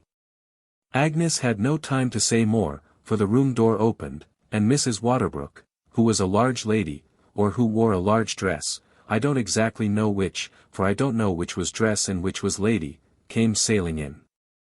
I had a dim recollection of having seen her at the theatre, as if I had seen her in a pale magic lantern, but she appeared to remember me perfectly, and still to suspect me of being in a state of intoxication. Finding by degrees, however, that I was sober, and, I hope, that I was a modest young gentleman, Mrs. Waterbrook softened towards me considerably, and inquired, firstly, if I went much into the parks, and secondly, if I went much into society. On my replying to both these questions in the negative, it occurred to me that I fell again in her good opinion, but she concealed the fact gracefully, and invited me to dinner next day. I accepted the invitation, and took my leave, making a call on Uriah in the office as I went out, and leaving a card for him in his absence. When I went to dinner next day, and on the street door being opened, plunged into a vapor bath of haunch of mutton, I divined that I was not the only guest, for I immediately identified the ticket porter in disguise, assisting the family servant, and waiting at the foot of the stairs to carry up my name. He looked, to the best of his ability, when he asked me for it confidentially, as if he had never seen me before, but well did I know him, and well did he know me. Conscience made cowards of us both. I found Mr. Waterbrook to be a middle-aged gentleman, with a short throat, and a good deal of shirt collar, who only wanted a black nose to be the portrait of a pug dog. He told me he was happy to have the honor of making my acquaintance. And when I had paid my homage to Mrs. Waterbrook, presented me, with much ceremony, to a very awful lady in a black velvet dress, and a great black velvet hat, whom I remember as looking like a near relation of Hamlet's, say his aunt. Mrs. Henry Spiker was this lady's name, and her husband was there too, so cold a man, that his head, instead of being grey, seemed to be sprinkled with hoarfrost. Immense deference was shown to the Henry Spikers, male and female. Which Agnes told me was on account of Mr. Henry Spiker being solicitor to something or to somebody, I forget what or which, remotely connected with the Treasury. I found Uriah Heep among the company, in a suit of black, and in deep humility. He told me, when I shook hands with him, that he was proud to be noticed by me, and that he really felt obliged to me for my condescension. I could have wished he had been less obliged to me, for he hovered about me in his gratitude all the rest of the evening. And whenever I said a word to Agnes, was sure, with his shadowless eyes and cadaverous face, to be looking gauntly down upon us from behind. There were other guests, all iced for the occasion, as it struck me, like the wine. But there was one who attracted my attention before he came in, on account of my hearing him announced as Mr. Traddles. My mind flew back to Salem House, and could it be Tommy, I thought, who used to draw the skeletons? I looked for Mr. Traddles with unusual interest. He was a sober, steady-looking young man of retiring manners, with a comic head of hair, and eyes that were rather wide open, and he got into an obscure corner so soon, that I had some difficulty in making him out. At length I had a good view of him, and either my vision deceived me, or it was the old unfortunate Tommy. I made my way to Mr. Waterbrook, and said, that I believed I had the pleasure of seeing an old schoolfellow there. Indeed, said Mr. Waterbrook, surprised.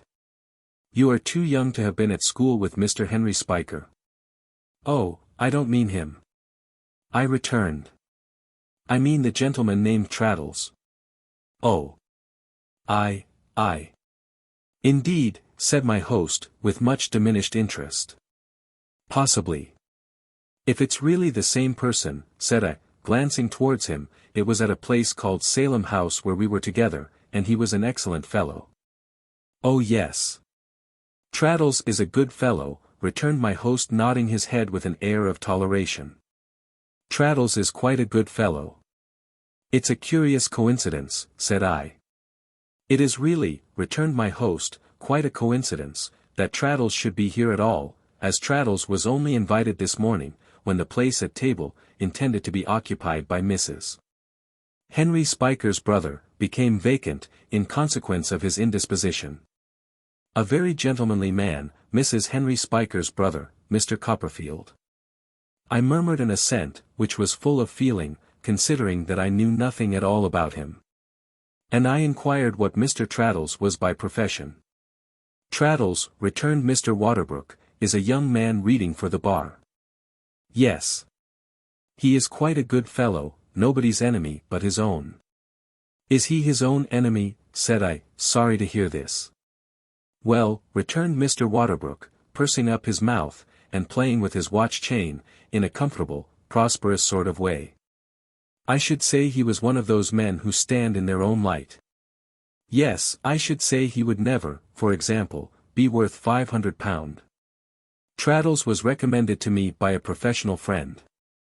Oh yes. Yes. He has a kind of talent for drawing briefs, and stating a case in writing, plainly.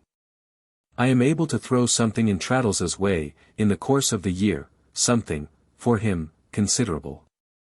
Oh yes. Yes. I was much impressed by the extremely comfortable and satisfied manner in which Mr. Waterbrook delivered himself of this little word, yes, every now and then. There was wonderful expression in it. It completely conveyed the idea of a man who had been born, not to say with a silver spoon, but with a scaling ladder, and had gone on mounting all the heights of life one after another, until now he looked, from the top of the fortifications, with the eye of a philosopher and a patron, on the people down in the trenches. My reflections on this theme were still in progress when dinner was announced. Mr. Waterbrook went down with Hamlet's aunt. Mr. Henry Spiker took Mrs. Waterbrook. Agnes, whom I should have liked to take myself, was given to a simpering fellow with weak legs. Uriah, Traddles, and I, as the junior part of the company, went down last, how we could. I was not so vexed at losing Agnes as I might have been, since it gave me an opportunity of making myself known to Traddles on the stairs, who greeted me with great fervor. While Uriah writhed with such obtrusive satisfaction and self-abasement, that I could gladly have pitched him over the banisters. Traddles and I were separated at table, being billeted in two remote corners, he in the glare of a red velvet lady, I, in the gloom of Hamlet's aunt. The dinner was very long, and the conversation was about the aristocracy, and blood. Mrs. Waterbrook repeatedly told us, that if she had a weakness, it was blood. It occurred to me several times that we should have got on better, if we had not been quite so genteel. We were so exceedingly genteel, that our scope was very limited. A Mr. and Mrs. Gulpage were of the party, who had something to do at second-hand, at least, Mr. Gulpage had, with the law business of the bank, and what with the bank, and what with the treasury, we were as exclusive as the court circular.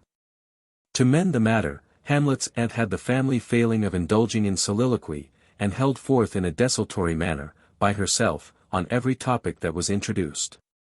These were few enough, to be sure. But as we always fell back upon blood, she had as wide a field for abstract speculation as her nephew himself. We might have been a party of ogres, the conversation assumed such a sanguine complexion. I confess I am of Mrs. Waterbrook's opinion, said Mr. Waterbrook, with his wineglass at his eye. Other things are all very well in their way, but give me blood. Oh! There is nothing, observed Hamlet's aunt, so satisfactory to one. There is nothing that is so much one's beau ideal of all that sort of thing, speaking generally. There are some low minds, not many, I am happy to believe, but there are some, that would prefer to do what I should call bow down before idols. Positively idols. Before service, intellect, and so on. But these are intangible points. Blood is not so. We see blood in a nose, and we know it. We meet with it in a chin, and we say, there it is. That's blood. It is an actual matter of fact. We point it out. It admits of no doubt. The simpering fellow with the weak legs, who had taken Agnes down, stated the question more decisively yet, I thought. Oh, you know, deuce take it, said this gentleman, looking round the board with an imbecile smile, we can't forego blood, you know. We must have blood, you know. Some young fellows, you know, may be a little behind their station, perhaps, in point of education and behavior, and may go a little wrong, you know, and get themselves and other people into a variety of fixes, and all that, but deuce take it. It's delightful to reflect that they've got blood in them. Myself, I'd rather at any time be knocked down by a man who had got blood in him, than I'd be picked up by a man who hadn't. This sentiment, as compressing the general question into a nutshell, gave the utmost satisfaction, and brought the gentlemen into great notice until the ladies retired. After that, I observed that Mr. Gulpage and Mr. Henry Spiker, who had hitherto been very distant, entered into a defensive alliance against us, the common enemy, and exchanged a mysterious dialogue across the table for our defeat and overthrow. That affair of the first bond for £4,500 has not taken the course that was expected, Spiker, said Mr. Gulpage. Do you mean the D of A.S., said Mr. Spiker. The C of B.S., said Mr. Gulpage. Mr. Spiker raised his eyebrows, and looked much concerned. When the question was referred to Lord, I needn't name him, said Mr. Gulpage, checking himself. I understand, said Mr. Spiker, N. Mr. Gulpage darkly nodded, was referred to him, his answer was, money, or no release. Lord bless my soul, cried Mr. Spiker. Money, or no release, repeated Mr. Gulpage, firmly. The next in reversion, you understand me? K, said Mr. Spiker, with an ominous look. K, then positively refused to sign. He was attended at Newmarket for that purpose, and he point-blank refused to do it. Mr. Spiker was so interested, that he became quite stony. So the matter rests at this hour, said Mr. Gulpage, throwing himself back in his chair. Our friend Waterbrook will excuse me if I forbear to explain myself generally, on account of the magnitude of the interests involved. Mr. Waterbrook was only too happy, as it appeared to me, to have such interests, and such names, even hinted at, across his table. He assumed an expression of gloomy intelligence, though I am persuaded he knew no more about the discussion than I did, and highly approved of the discretion that had been observed. Mr. Spiker, after the receipt of such a confidence, naturally desired to favor his friend with a confidence of his own, therefore the foregoing dialogue was succeeded by another, in which it was Mr. Gulpage's turn to be surprised, and that by another in which the surprise came round to Mr. Spiker's turn again, and so on, turn and turn about. All this time we, the outsiders, remained oppressed by the tremendous interests involved in the conversation, and our host regarded us with pride, as the victims of a salutary awe and astonishment. I was very glad indeed to get upstairs to Agnes, and to talk with her in a corner, and to introduce Traddles to her, who was shy, but agreeable, and the same good-natured creature still. As he was obliged to leave early, on account of going away next morning for a month, I had not nearly so much conversation with him as I could have wished. But we exchanged addresses, and promised ourselves the pleasure of another meeting when he should come back to town. He was greatly interested to hear that I knew Steerforth, and spoke of him with such warmth that I made him tell Agnes what he thought of him. But Agnes only looked at me the while, and very slightly shook her head when only I observed her. As she was not among people with whom I believed she could be very much at home, I was almost glad to hear that she was going away within a few days, though I was sorry at the prospect of parting from her again so soon. This caused me to remain until all the company were gone. Conversing with her, and hearing her sing, was such a delightful reminder to me of my happy life in the grave old house she had made so beautiful, that I could have remained there half the night. But, having no excuse for staying any longer, when the lights of Mr. Waterbrook's society were all snuffed out, I took my leave very much against my inclination. I felt then, more than ever, that she was my better angel. And if I thought of her sweet face and placid smile, as though they had shone on me from some removed being, like an angel, I hope I thought no harm. I have said that the company were all gone.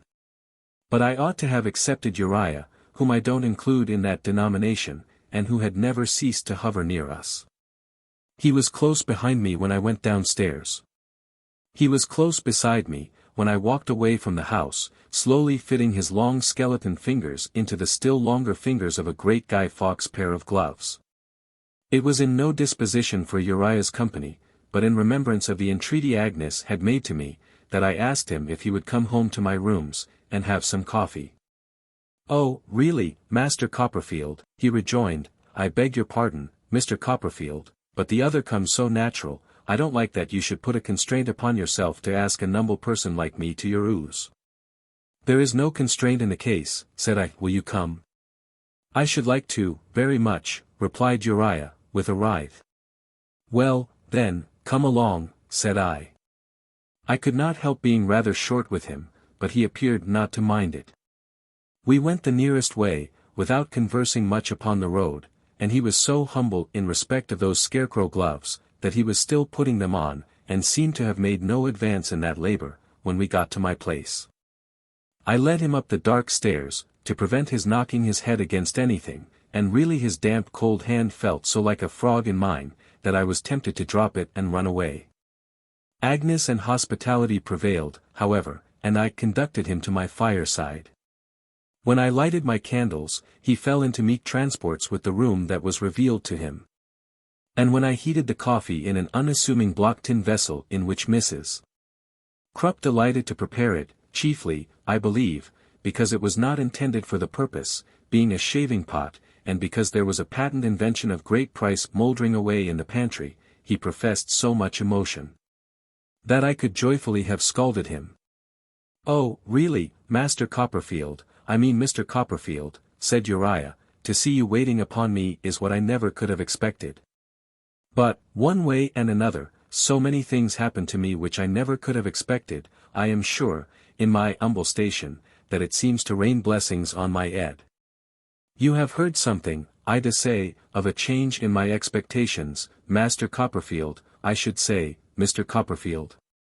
As he sat on my sofa, with his long knees drawn up under his coffee cup, his hat and gloves upon the ground close to him, his spoon going softly round and round, his shadowless red eyes, which looked as if they had scorched their lashes off, turned towards me without looking at me, the disagreeable dints I have formerly described in his nostrils coming and going with his breath, and a snaky undulation pervading his frame from his chin to his boots.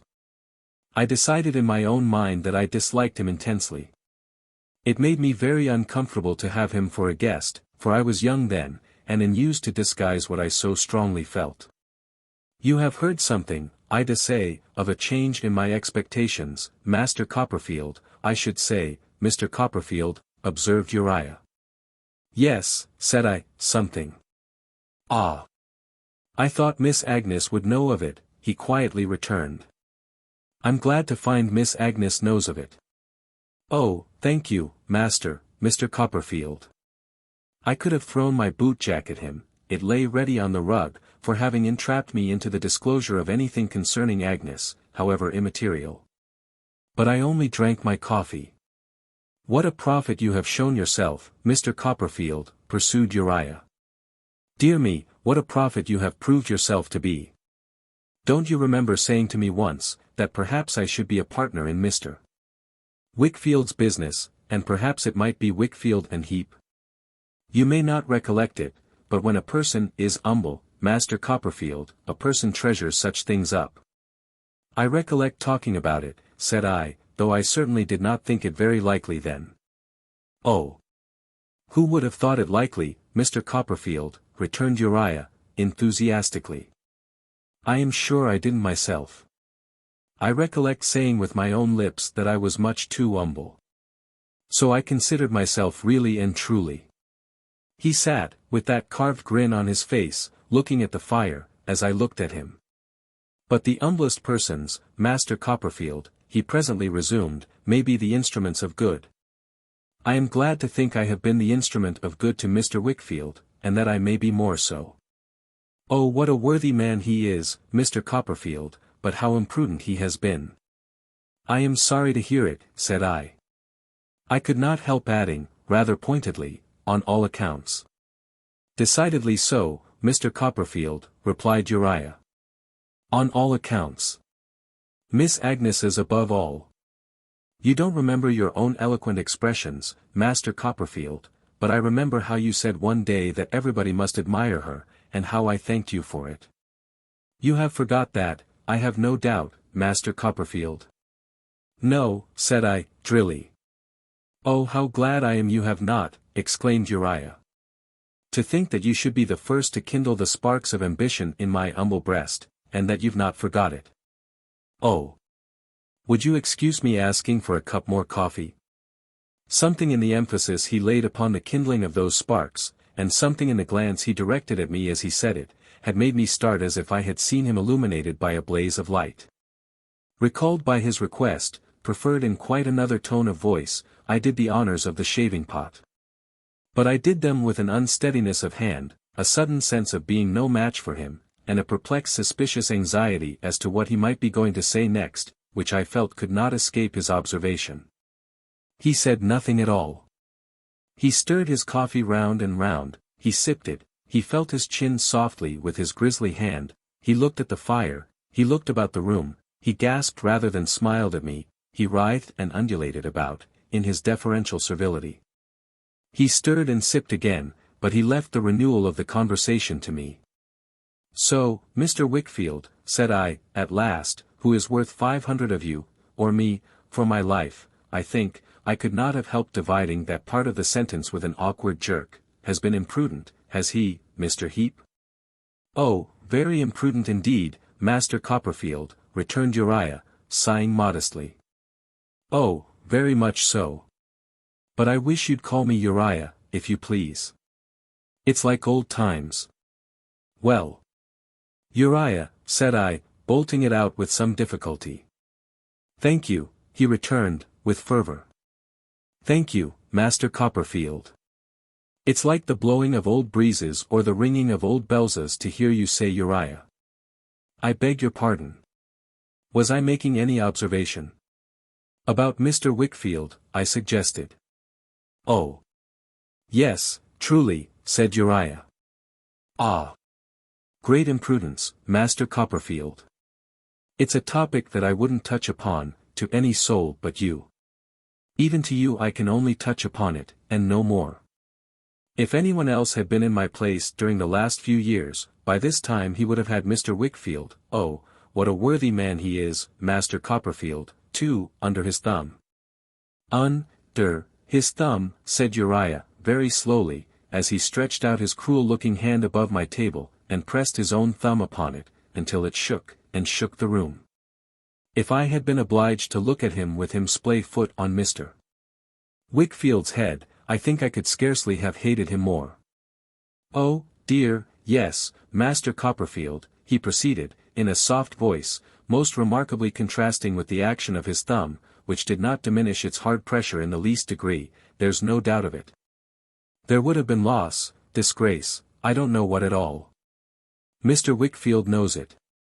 I am the humble instrument of humbly serving him, and he puts me on an eminence I hardly could have hoped to reach. How thankful should I be?" With his face turned towards me, as he finished, but without looking at me, he took his crooked thumb off the spot where he had planted it, and slowly and thoughtfully scraped his lank jaw with it, as if he were shaving himself.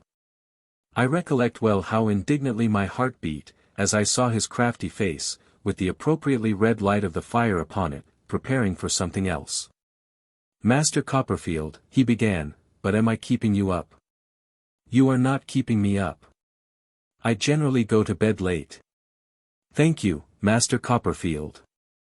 I have risen from my humble station since first you used to address me, it is true, but I am humble still. I hope I never shall be otherwise than humble.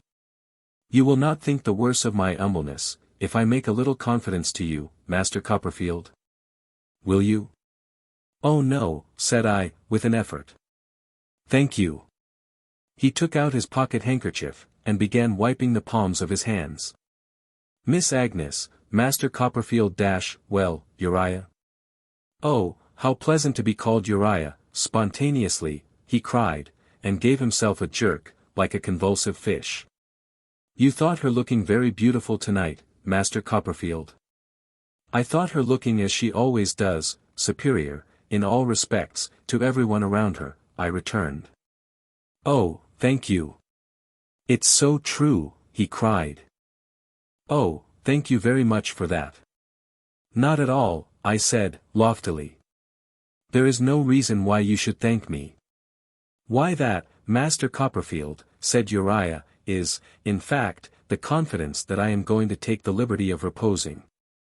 Humble as I am," he wiped his hands harder, and looked at them and at the fire by turns, "humble as my mother is, and lowly as our poor but honest roof has ever been, the image of Miss Agnes, I don't mind trusting you with my secret. Master Copperfield, for I have always overflowed towards you since the first moment I had the pleasure of beholding you in a pony shay, has been in my breast for years. Oh, Master Copperfield, with what a pure affection do I love the ground my Agnes walks on. I believe I had a delirious idea of seizing the red-hot poker out of the fire, and running him through with it. It went from me with a shock, like a ball fired from a rifle, but the image of Agnes, outraged by so much as a thought of this red-headed animal's, remained in my mind when I looked at him, sitting all awry as if his mean soul griped his body, and made me giddy. He seemed to swell and grow before my eyes, the room seemed full of the echoes of his voice. And the strange feeling, to which, perhaps, no one is quite a stranger, that all this had occurred before, at some indefinite time, and that I knew what he was going to say next, took possession of me. A timely observation of the sense of power that there was in his face, did more to bring back to my remembrance the entreaty of Agnes, in its full force, than any effort I could have made. I asked him, with a better appearance of composure than I could have thought possible a minute before, whether he had made his feelings known to Agnes. "Oh no, Master Copperfield," he returned, "oh dear, no. Not to anyone but you. You see I am only just emerging from my lowly station. I rest a good deal of hope on her observing how useful I am to her father, for I trust to be very useful to him indeed, Master Copperfield, and how I smooth the way for him, and keep him straight. She's so much attached to her father, Master Copperfield, oh, what a lovely thing it is in a daughter, that I think she may come, on his account, to be kind to me." I fathomed the depth of the rascal's whole scheme, and understood why he laid it bare. "If you'll have the goodness to keep my secret, Master Copperfield," he pursued, "and not, in general, to go against me, I shall take it as a particular favor. You wouldn't wish to make unpleasantness. I know what a friendly heart you've got, but having only known me on my humble footing, on my humblest I should say, for I am very humble still, you might, unbeknown, go against me rather, with my Agnes. I call her mine, you see, Master Copperfield. There's a song that says, I'd crowns resign, to call her mine. I hope to do it, one of these days. Dear Agnes. So much too loving and too good for anyone that I could think of, was it possible that she was reserved to be the wife of such a wretch as this? There's no hurry at present, you know, Master Copperfield, Uriah proceeded, in his slimy way, as I sat gazing at him, with this thought in my mind. My Agnes is very young still. And mother and me will have to work our way upwards, and make a good many new arrangements, before it would be quite convenient. So I shall have time gradually to make her familiar with my hopes, as opportunities offer. Oh, I'm so much obliged to you for this confidence. Oh, it's such a relief, you can't think, to know that you understand our situation, and are certain, as you wouldn't wish to make unpleasantness in the family, not to go against me. He took the hand which I dared not withhold, and having given it a damp squeeze, referred to his pale-faced watch. Dear me, he said, it's past 1. The moments slip away so, in the confidence of old times, Master Copperfield, that it's almost 1:30. I answered that I had thought it was later. Not that I had really thought so, but because my conversational powers were effectually scattered. Dear me, he said, considering. The ooze that I am stopping at, a sort of a private hotel and boarding ooze, Master Copperfield, near the New River Ed, will have gone to bed these 2 hours. I am sorry, I returned, that there is only one bed here, and that I dash. Oh, don't think of mentioning beds, Master Copperfield, he rejoined ecstatically, drawing up one leg. But would you have any objections to my laying down before the fire? If it comes to that, I said, pray take my bed, and I'll lie down before the fire. His repudiation of this offer was almost shrill enough, in the excess of its surprise and humility, to have penetrated to the ears of Mrs.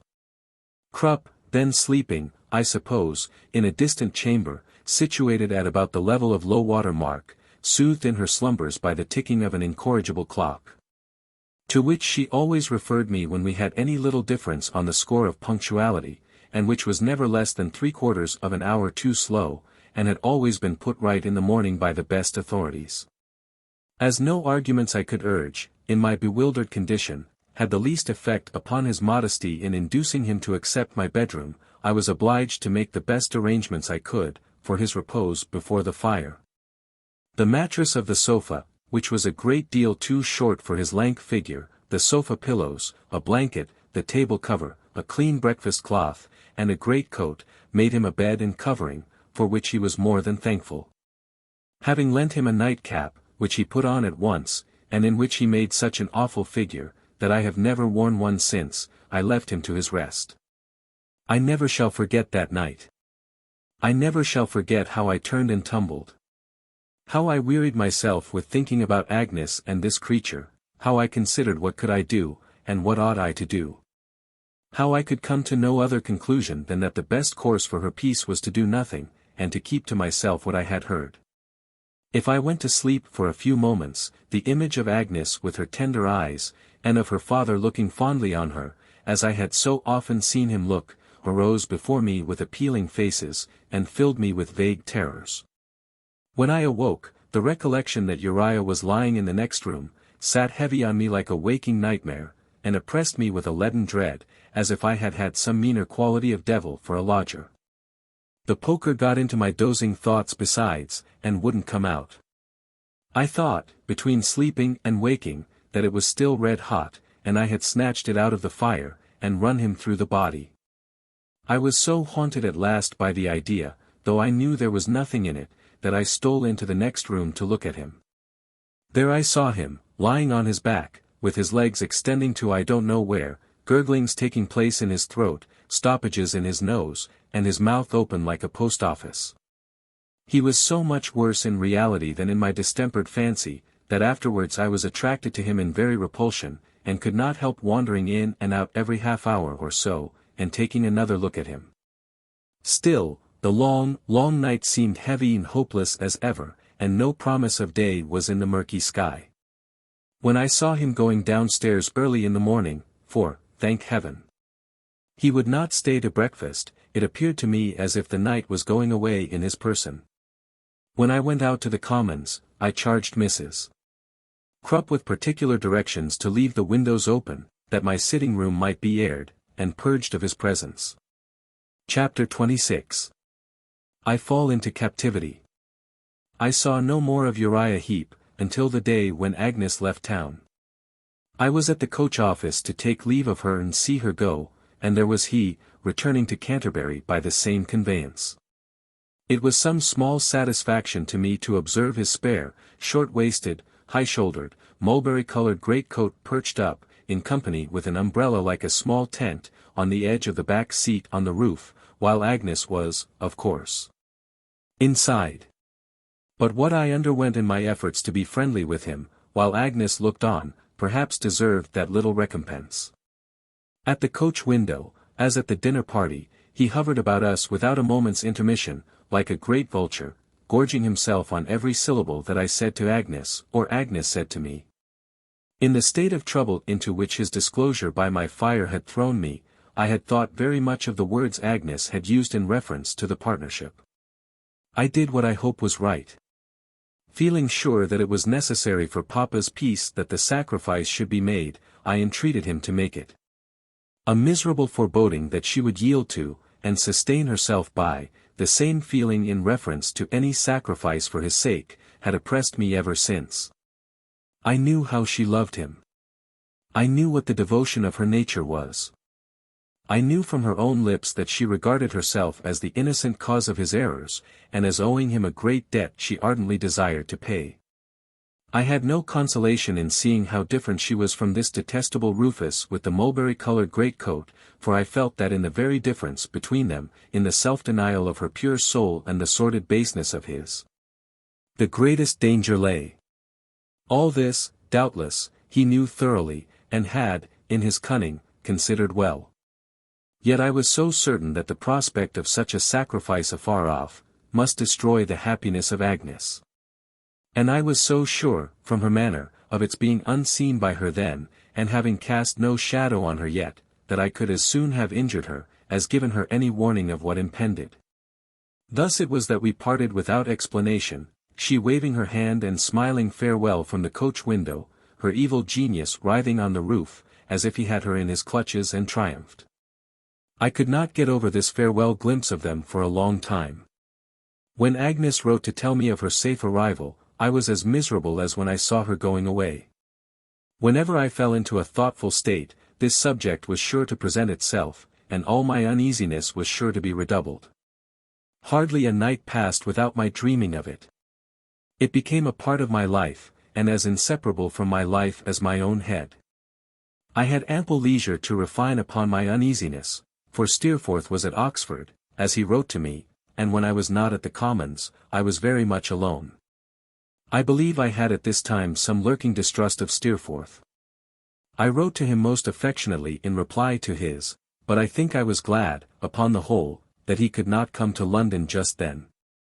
I suspect the truth to be, that the influence of Agnes was upon me, undisturbed by the sight of him, and that it was the more powerful with me, because she had so large a share in my thoughts and interest. In the meantime, days and weeks slipped away. I was articled to Spenlow and Jorkins. I had £90 a year, exclusive of my house rent and sundry collateral matters, from my aunt. My rooms were engaged for 12 months certain, and though I still found them dreary of an evening, and the evenings long, I could settle down into a state of equable low spirits, and resign myself to coffee. Which I seem, on looking back, to have taken by the gallon at about this period of my existence. At about this time, too, I made 3 discoveries. First, that Mrs. Krupp was a martyr to a curious disorder called the spasms, which was generally accompanied with inflammation of the nose, and required to be constantly treated with peppermint. Secondly, that something peculiar in the temperature of my pantry, made the brandy bottles burst. Thirdly, that I was alone in the world, and much given to record that circumstance in fragments of English versification.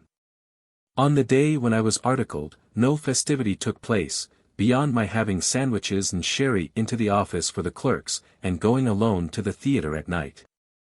I went to see The Stranger, as a Doctor's Commons sort of play, and was so dreadfully cut up, that I hardly knew myself in my own glass when I got home. Mr. Spenlow remarked, on this occasion, when we concluded our business, that he should have been happy to have seen me at his house at Norwood to celebrate our becoming connected, but for his domestic arrangements being in some disorder. On account of the expected return of his daughter from finishing her education at Paris. But, he intimated that when she came home he should hope to have the pleasure of entertaining me. I knew that he was a widower with one daughter, and expressed my acknowledgments. Mr. Spenlow was as good as his word. In a week or two, he referred to this engagement, and said, that if I would do him the favor to come down next Saturday, and stay till Monday, he would be extremely happy. Of course I said I would do him the favor. And he was to drive me down in his phaeton, and to bring me back. When the day arrived, my very carpet-bag was an object of veneration to the stipendiary clerks, to whom the house at Norwood was a sacred mystery. One of them informed me that he had heard that Mr. Spenlow ate entirely off plate and china, and another hinted at champagne being constantly on draught, after the usual custom of table beer. The old clerk with the wig, whose name was Mr. Tiffey, had been down on business several times in the course of his career, and had on each occasion penetrated to the breakfast parlour. He described it as an apartment of the most sumptuous nature, and said that he had drunk brown East India sherry there, of a quality so precious as to make a man wink.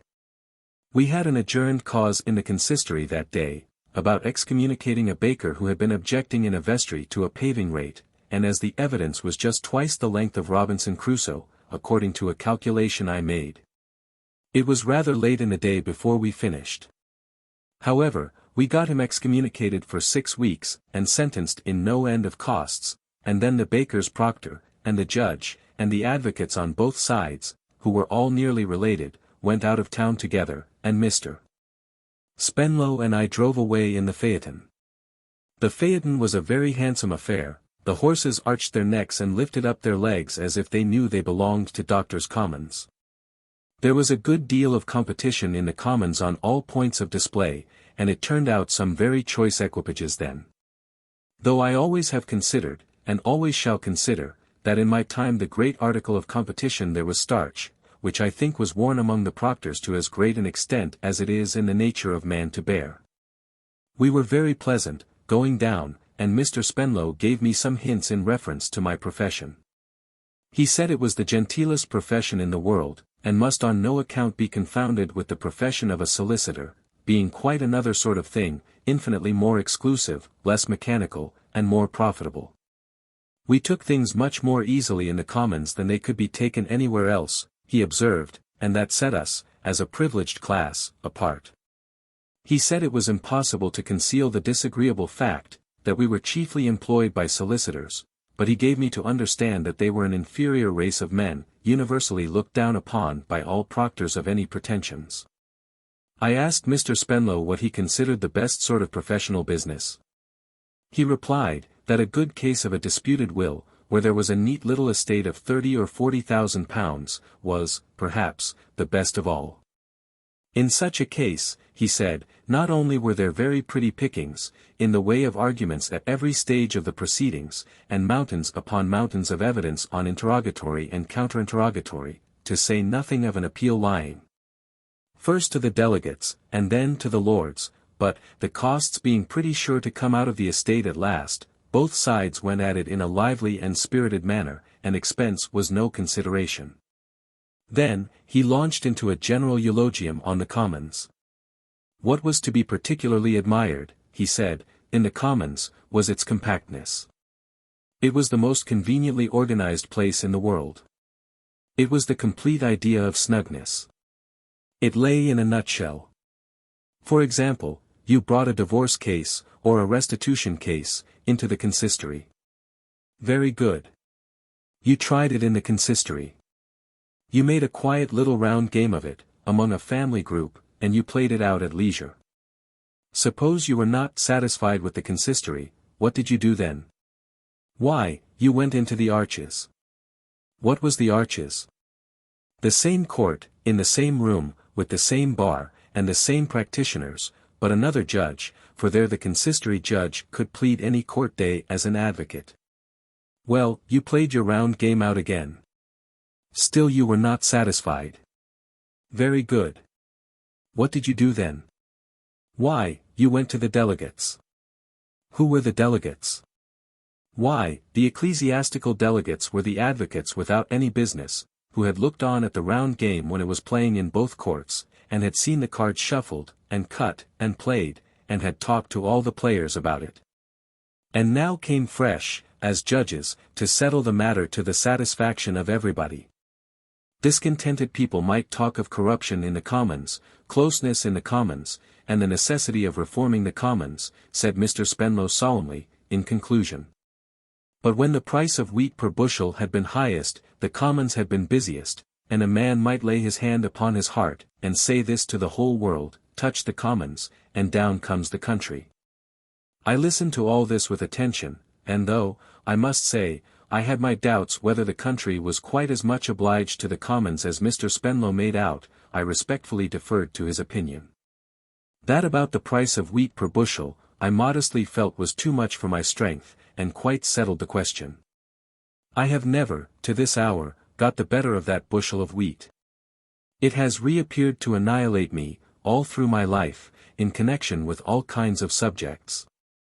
I don't know now, exactly, what it has to do with me, or what right it has to crush me, on an infinite variety of occasions.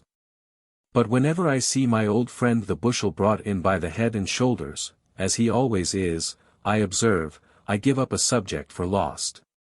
This is a digression. I was not the man to touch the Commons, and bring down the country. I submissively expressed, by my silence, my acquiescence in all I had heard from my superior in years and knowledge, and we talked about the stranger and the drama, and the pairs of horses, until we came to Mr. Spenlow's gate. There was a lovely garden to Mr. Spenlow's house, and though that was not the best time of the year for seeing a garden, it was so beautifully kept, that I was quite enchanted. There was a charming lawn, there were clusters of trees, and there were perspective walks that I could just distinguish in the dark, arched over with trellis work, on which shrubs and flowers grew in the growing season. Here Miss Spenlow walks by herself, I thought. Dear me! We went into the house, which was cheerfully lighted up, and into a hall where there were all sorts of hats, caps, greatcoats, plaids, gloves, whips, and walking sticks. Where is Miss Dora? Said Mr. Spenlow to the servant. Dora! I thought. What a beautiful name. We turned into a room near at hand, I think it was the identical breakfast room, made memorable by the brown East Indian sherry, and I heard a voice say, Mr. Copperfield, my daughter Dora, and my daughter Dora's confidential friend.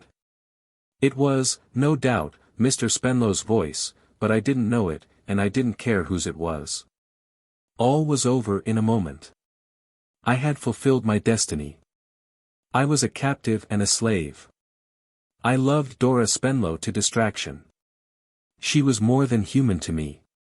She was a fairy, a sylph, I don't know what she was, anything that no one ever saw, and everything that everybody ever wanted. I was swallowed up in an abyss of love in an instant. There was no pausing on the brink. No looking down, or looking back, I was gone, headlong, before I had sense to say a word to her. I, observed a well-remembered voice, when I had bowed and murmured something, have seen Mr. Copperfield before. The speaker was not Dora. No. The confidential friend, Miss Murdstone. I don't think I was much astonished.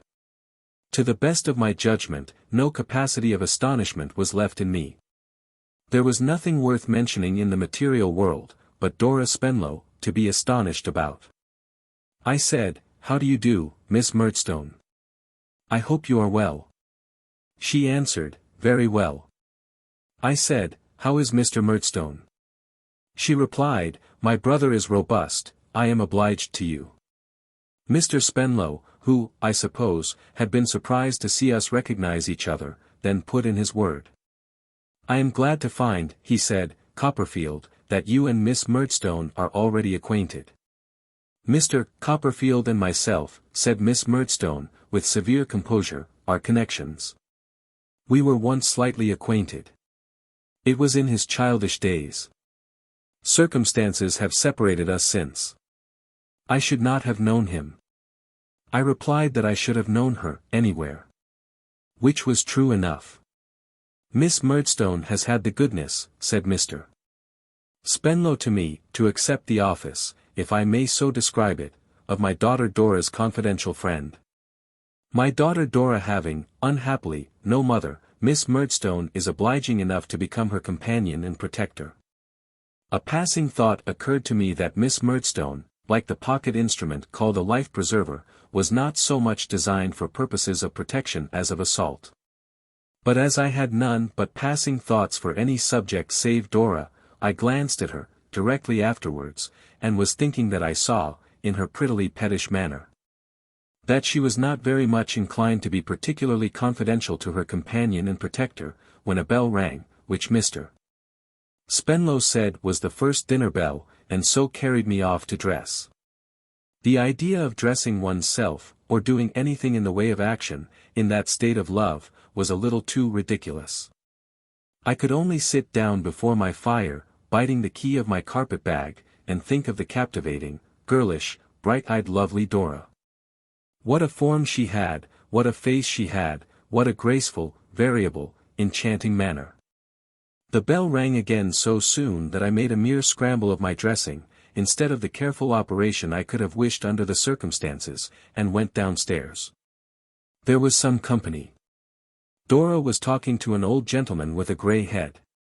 Grey as he was, and a great-grandfather into the bargain, for he said so. I was madly jealous of him. What a state of mind I was in! I was jealous of everybody. I couldn't bear the idea of anybody knowing Mr. Spenlow better than I did. It was torturing to me to hear them talk of occurrences in which I had had no share. When a most amiable person, with a highly polished bald head, asked me across the dinner table, if that were the first occasion of my seeing the grounds, I could have done anything to him that was savage and revengeful. I don't remember who was there, except Dora. I have not the least idea what we had for dinner, besides Dora. My impression is, that I dined off Dora, entirely, and sent away half a dozen plates untouched. I sat next to her. I talked to her. She had the most delightful little voice, the gayest little laugh, the pleasantest and most fascinating little ways, that ever led a lost youth into hopeless slavery. She was rather diminutive altogether. So much the more precious, I thought. When she went out of the room with Miss Murdstone, no other ladies were of the party. I fell into a reverie, only disturbed by the cruel apprehension that Miss Murdstone would disparage me to her. The amiable creature with the polished head told me a long story, which I think was about gardening. I think I heard him say, "my gardener," several times. I seemed to pay the deepest attention to him, but I was wandering in a Garden of Eden all the while, with Dora. My apprehensions of being disparaged to the object of my engrossing affection were revived when we went into the drawing-room, by the grim and distant aspect of Miss Murdstone. But I was relieved of them in an unexpected manner. "David Copperfield," said Miss Murdstone, beckoning me aside into a window. A word. I confronted Miss Murdstone alone. "David Copperfield," said Miss Murdstone, "I need not enlarge upon family circumstances. They are not a tempting subject." "Far from it, ma'am," I returned. "Far from it," assented Miss Murdstone. "I do not wish to revive the memory of past differences, or of past outrages. I have received outrages from a person, a female I am sorry to say, for the credit of my sex, who is not to be mentioned without scorn and disgust, and therefore I would rather not mention her." I felt very fiery on my aunt's account. But I said it would certainly be better, if Miss Murdstone pleased, not to mention her. I could not hear her disrespectfully mentioned, I added, without expressing my opinion in a decided tone. Miss Murdstone shut her eyes, and disdainfully inclined her head, then, slowly opening her eyes, resumed. "David Copperfield, I shall not attempt to disguise the fact, that I formed an unfavorable opinion of you in your childhood. It may have been a mistaken one, or you may have ceased to justify it. That is not in question between us now. I belong to a family remarkable, I believe, for some firmness, and I am not the creature of circumstance or change. I may have my opinion of you. You may have your opinion of me. I inclined my head, in my turn. But it is not necessary, said Miss Murdstone, that these opinions should come into collision here. Under existing circumstances, it is as well on all accounts that they should not. As the chances of life have brought us together again, and may bring us together on other occasions, I would say, let us meet here as distant acquaintances. Family circumstances are a sufficient reason for our only meeting on that footing, and it is quite unnecessary that either of us should make the other the subject of remark. Do you approve of this? Miss Murdstone, I returned, I think you and Mr. Murdstone used me very cruelly, and treated my mother with great unkindness. I shall always think so, as long as I live. But I quite agree in what you propose. Miss Murdstone shut her eyes again, and bent her head. Then, just touching the back of my hand with the tips of her cold, stiff fingers, she walked away, arranging the little fetters on her wrists and round her neck, which seemed to be the same set, in exactly the same state, as when I had seen her last. These reminded me, in reference to Miss Murdstone's nature, of the fetters over a jail door, suggesting on the outside, to all beholders, what was to be expected within. All I know of the rest of the evening is, that I heard the Empress of my heart sing enchanted ballads in the French language, generally to the effect that, whatever was the matter, we ought always to dance, ta-ra-la, accompanying herself on a glorified instrument, resembling a guitar. That I was lost in blissful delirium. That I refused refreshment. That my soul recoiled from punch particularly. That when Miss Murdstone took her into custody and led her away, she smiled and gave me her delicious hand. That I caught a view of myself in a mirror, looking perfectly imbecile and idiotic. That I retired to bed in a most maudlin state of mind, and got up in a crisis of feeble infatuation. It was a fine morning, and early, and I thought I would go and take a stroll down one of those wire-arched walks, and indulge my passion by dwelling on her image. On my way through the hall, I encountered her little dog, who was called Jip, short for Gypsy. I approached him tenderly, for I loved even him. But he showed his whole set of teeth, got under a chair expressly to snarl, and wouldn't hear of the least familiarity. The garden was cool and solitary. I walked about, wondering what my feelings of happiness would be, if I could ever become engaged to this dear wonder. As to marriage, and fortune, and all that, I believe I was almost as innocently undesigning then, as when I loved little Emily. To be allowed to call her Dora, to write to her, to dote upon and worship her, to have reason to think that when she was with other people she was yet mindful of me, seemed to me the summit of human ambition. I am sure it was the summit of mine. There is no doubt whatever that I was a lackadaisical young spoony, but there was a purity of heart in all this, that prevents my having quite a contemptuous recollection of it, let me laugh as I may. I had not been walking long, when I turned a corner, and met her. I tingle again from head to foot as my recollection turns that corner, and my pen shakes in my hand. "You are out early, Miss Spenlow," said I.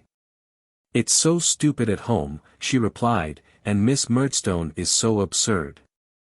She talks such nonsense about its being necessary for the day to be aired, before I come out." "Aired?" She laughed, here, in the most melodious manner. "On a Sunday morning, when I don't practice, I must do something. So I told Papa last night I must come out. Besides, it's the brightest time of the whole day. Don't you think so?" I hazarded a bold flight, and said, not without stammering, that it was very bright to me then, though it had been very dark to me a minute before. "Do you mean a compliment," said Dora, "or that the weather has really changed?" I stammered worse than before, in replying that I meant no compliment, but the plain truth, though I was not aware of any change having taken place in the weather. It was in the state of my own feelings, I added bashfully, to clench the explanation. "I never saw such curls, how could I, for there never were such curls." As those she shook out to hide her blushes. As to the straw hat and blue ribbons which was on the top of the curls, if I could only have hung it up in my room in Buckingham Street, what a priceless possession it would have been. "You have just come home from Paris," said I. "Yes," said she. "Have you ever been there?" "No." "Oh. I hope you'll go soon. You would like it so much." Traces of deep-seated anguish appeared in my countenance. That she should hope I would go, that she should think it possible I could go, was insupportable. I depreciated Paris, I depreciated France. I said I wouldn't leave England, under existing circumstances, for any earthly consideration. Nothing should induce me. In short, she was shaking the curls again, when the little dog came running along the walk to our relief.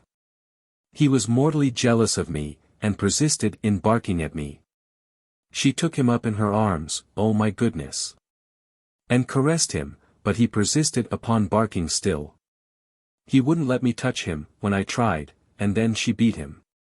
It increased my sufferings greatly to see the pats she gave him for punishment on the bridge of his blunt nose, while he winked his eyes, and licked her hand, and still growled within himself like a little double bass. At length he was quiet, well he might be with her dimpled chin upon his head. And we walked away to look at a greenhouse. "You are not very intimate with Miss Murdstone, are you?" said Dora. "Dash, my pet." The two last words were to the dog. Oh, if they had only been to me. "No," I replied. "Not at all so." "She is a tiresome creature," said Dora, pouting. "I can't think what Papa can have been about, when he chose such a vexatious thing to be my companion. Who wants a protector? I am sure I don't want a protector. Jip can protect me a great deal better than Miss Murdstone, can't you, Jip, dear?" He only winked lazily, when she kissed his ball of a head. "Papa calls her my confidential friend, but I am sure she is no such thing, is she, Jip? We are not going to confide in any such cross people, Jip and I. We mean to bestow our confidence where we like, and to find out our own friends, instead of having them found out for us, don't we, Jip?" Jip made a comfortable noise, in answer, a little like a tea kettle when it sings. As for me, every word was a new heap of fetters, riveted above the last. It is very hard, because we have not a kind mamma, that we are to have, instead, a sulky, gloomy old thing like Miss Murdstone, always following us about, isn't it, Jip? Never mind, Jip. We won't be confidential, and we'll make ourselves as happy as we can in spite of her, and we'll tease her, and not please her, won't we, Jip? If it had lasted any longer, I think I must have gone down on my knees on the gravel, with the probability before me of grazing them, and of being presently ejected from the premises besides. But, by good fortune the greenhouse was not far off, and these words brought us to it. It contained quite a show of beautiful geraniums. We loitered along in front of them, and Dora often stopped to admire this one or that one, and I stopped to admire the same one, and Dora, laughing, held the dog up childishly, to smell the flowers. And if we were not all three in fairyland, certainly I was. The scent of a geranium leaf, at this day, strikes me with a half-comical half-serious wonder as to what change has come over me in a moment.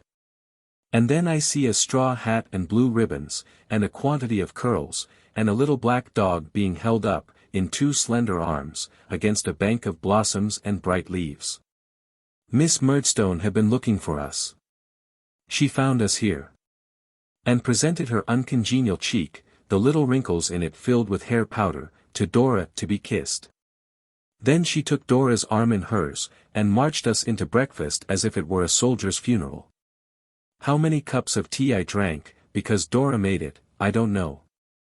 But, I perfectly remember that I sat swilling tea until my whole nervous system, if I had had any in those days, must have gone by the board. By and by we went to church. Miss Murdstone was between Dora and me in the pew, but I heard her sing, and the congregation vanished. A sermon was delivered, about Dora, of course, and I am afraid that is all I know of the service. We had a quiet day.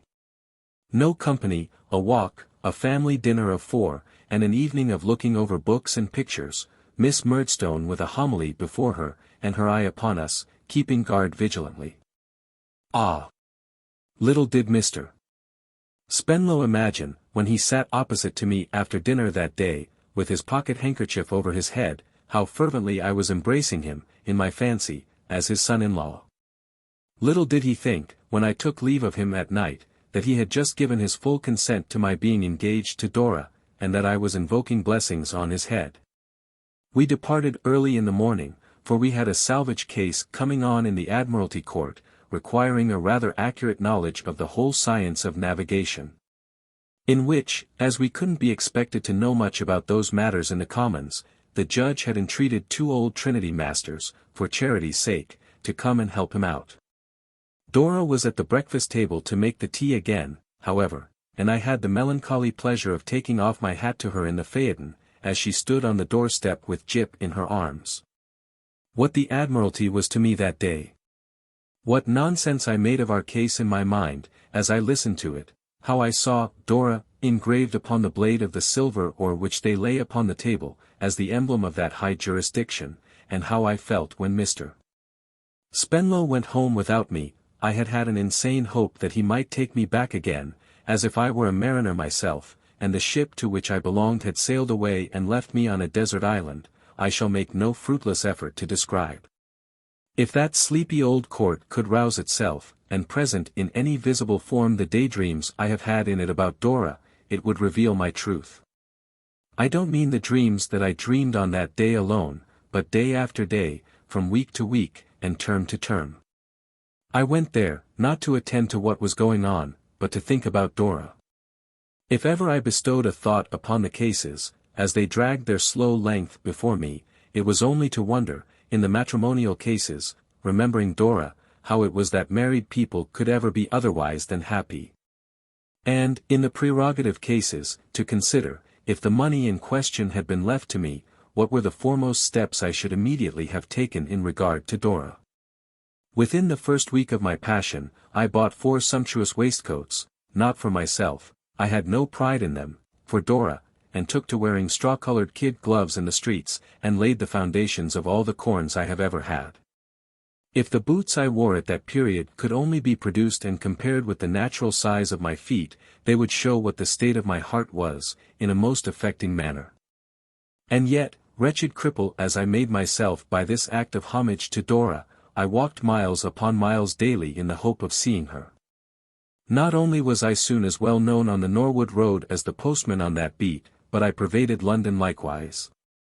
I walked about the streets where the best shops for ladies were, I haunted the bazaar like an unquiet spirit, I faggied through the park again and again, long after I was quite knocked up. Sometimes, at long intervals and on rare occasions, I saw her. Perhaps I saw her glove waved in a carriage window, perhaps I met her, walked with her and Miss Murdstone a little way, and spoke to her. In the latter case I was always very miserable afterwards, to think that I had said nothing to the purpose, or that she had no idea of the extent of my devotion, or that she cared nothing about me. I was always looking out, as may be supposed, for another invitation to Mr. Spenlow's house. I was always being disappointed, for I got none. Mrs. Krupp must have been a woman of penetration. For when this attachment was but a few weeks old, and I had not had the courage to write more explicitly even to Agnes, than that I had been to Mr. Spenlow's house, whose family, I added, consists of 1 daughter, I say Mrs. Krupp must have been a woman of penetration, for, even in that early stage, she found it out. She came up to me one evening, when I was very low, to ask, she being then afflicted with the disorder I have mentioned, if I could oblige her with a little tincture of cardamoms mixed with rhubarb, and flavored with 7 drops of the essence of cloves, which was the best remedy for her complaint. Or, if I had not such a thing by me, with a little brandy, which was the next best. It was not, she remarked, so palatable to her, but it was the next best. As I had never even heard of the first remedy, and always had the second in the closet, I gave Mrs. Krupp a glass of the second, which, that I might have no suspicion of its being devoted to any improper use, she began to take in my presence. "Cheer up, sir," said Mrs. Krupp. "I can't a bear to see you so, sir, I'm a mother myself. I did not quite perceive the application of this fact to myself, but I smiled on Mrs. Crupp, as benignly as was in my power. "Come, sir," said Mrs. Crupp. "Excuse me. I know what it is, sir. There's a lady in the case." "Mrs. Crupp," I returned, reddening. "Oh, bless you. Keep a good heart, sir," said Mrs. Crupp, nodding encouragement. "Never say die, sir. If she don't smile upon you, there's a many as will. You are a young gentleman to be smiled on, Mr. Copperfull, and you must learn your value, sir." Mrs. Crupp always called me Mr. Copperfull, firstly, no doubt, because it was not my name. And secondly, I am inclined to think, in some indistinct association with a washing day. "What makes you suppose there is any young lady in the case, Mrs. Crupp?" said I. "Mr. Copperfull," said Mrs. Crupp, with a great deal of feeling, "I'm a mother myself." For some time Mrs. Crupp could only lay her hand upon her nankeen bosom, and fortify herself against returning pain with sips of her medicine. At length she spoke again. "When the present set were took for you by your dear aunt, Mr. Copperfull," said Mrs. Crupp, "my remark were, I had now found someone I could care for. Thank Heaven, were the expression, I have now found someone I can care for. You don't eat enough, sir, nor yet drink." "Is that what you found your supposition on, Mrs. Crupp?" said I. "Sir," said Mrs. Crupp, in a tone approaching to severity, "I've laundressed other young gentlemen besides yourself. A young gentleman may be over-careful of himself, or he may be under-careful of himself. He may brush his hair too regular, or too unregular. He may wear his boots much too large for him, or much too small. That is according as the young gentleman has his original character formed. But let him go to which extreme he may, sir, there's a young lady in both of 'em." Mrs. Crupp shook her head in such a determined manner, that I had not an inch of vantage ground left. "It was but the gentleman which died here before yourself," said Mrs. Crupp, "that fell in love, with a barmaid, and had his waistcoats took in directly, though much swelled by drinking." "Mrs. Crupp," said I must beg you not to connect the young lady in my case with a barmaid, or anything of that sort, if you please." "Mr. Copperfull," returned Mrs. Crupp, "I'm a mother myself, and not likely. I ask your pardon, sir, if I intrude. I should never wish to intrude where I were not welcome. But you are a young gentleman, Mr. Copperfull, and my advice to you is, to cheer up, sir, to keep a good heart, and to know your own value. If you was to take to something, sir," said Mrs. Crupp, "if you was to take to skittles, now, which is healthy, you might find it divert your mind, and do you good." With these words, Mrs. Crupp, affecting to be very careful of the brandy, which was all gone, thanked me with a majestic curtsy, and retired. As her figure disappeared into the gloom of the entry, this counsel certainly presented itself to my mind in the light of a slight liberty on Mrs. Crupp's part. But, at the same time, I was content to receive it, in another point of view, as a word to the wise, and a warning in future to keep my secret better. Chapter 27. Tommy Traddles. It may have been in consequence of Mrs.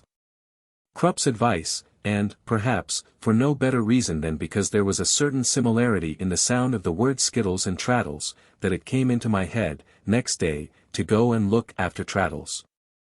The time he had mentioned was more than out, and he lived in a little street near the Veterinary College at Camden Town, which was principally tenanted, as one of our clerks who lived in that direction informed me, by gentlemen students, who bought live donkeys, and made experiments on those quadrupeds in their private apartments. Having obtained from this clerk a direction to the academic grove in question, I set out, the same afternoon, to visit my old schoolfellow. I found that the street was not as desirable a one as I could have wished it to be, for the sake of Traddles. The inhabitants appeared to have a propensity to throw any little trifles they were not in want of, into the road, which not only made it rank and sloppy, but untidy too, on account of the cabbage leaves. The refuse was not wholly vegetable either, for I myself saw a shoe, a doubled-up saucepan, a black bonnet, and an umbrella, in various stages of decomposition, as I was looking out for the number I wanted. The general air of the place reminded me forcibly of the days when I lived with Mr. and Mrs. Micawber.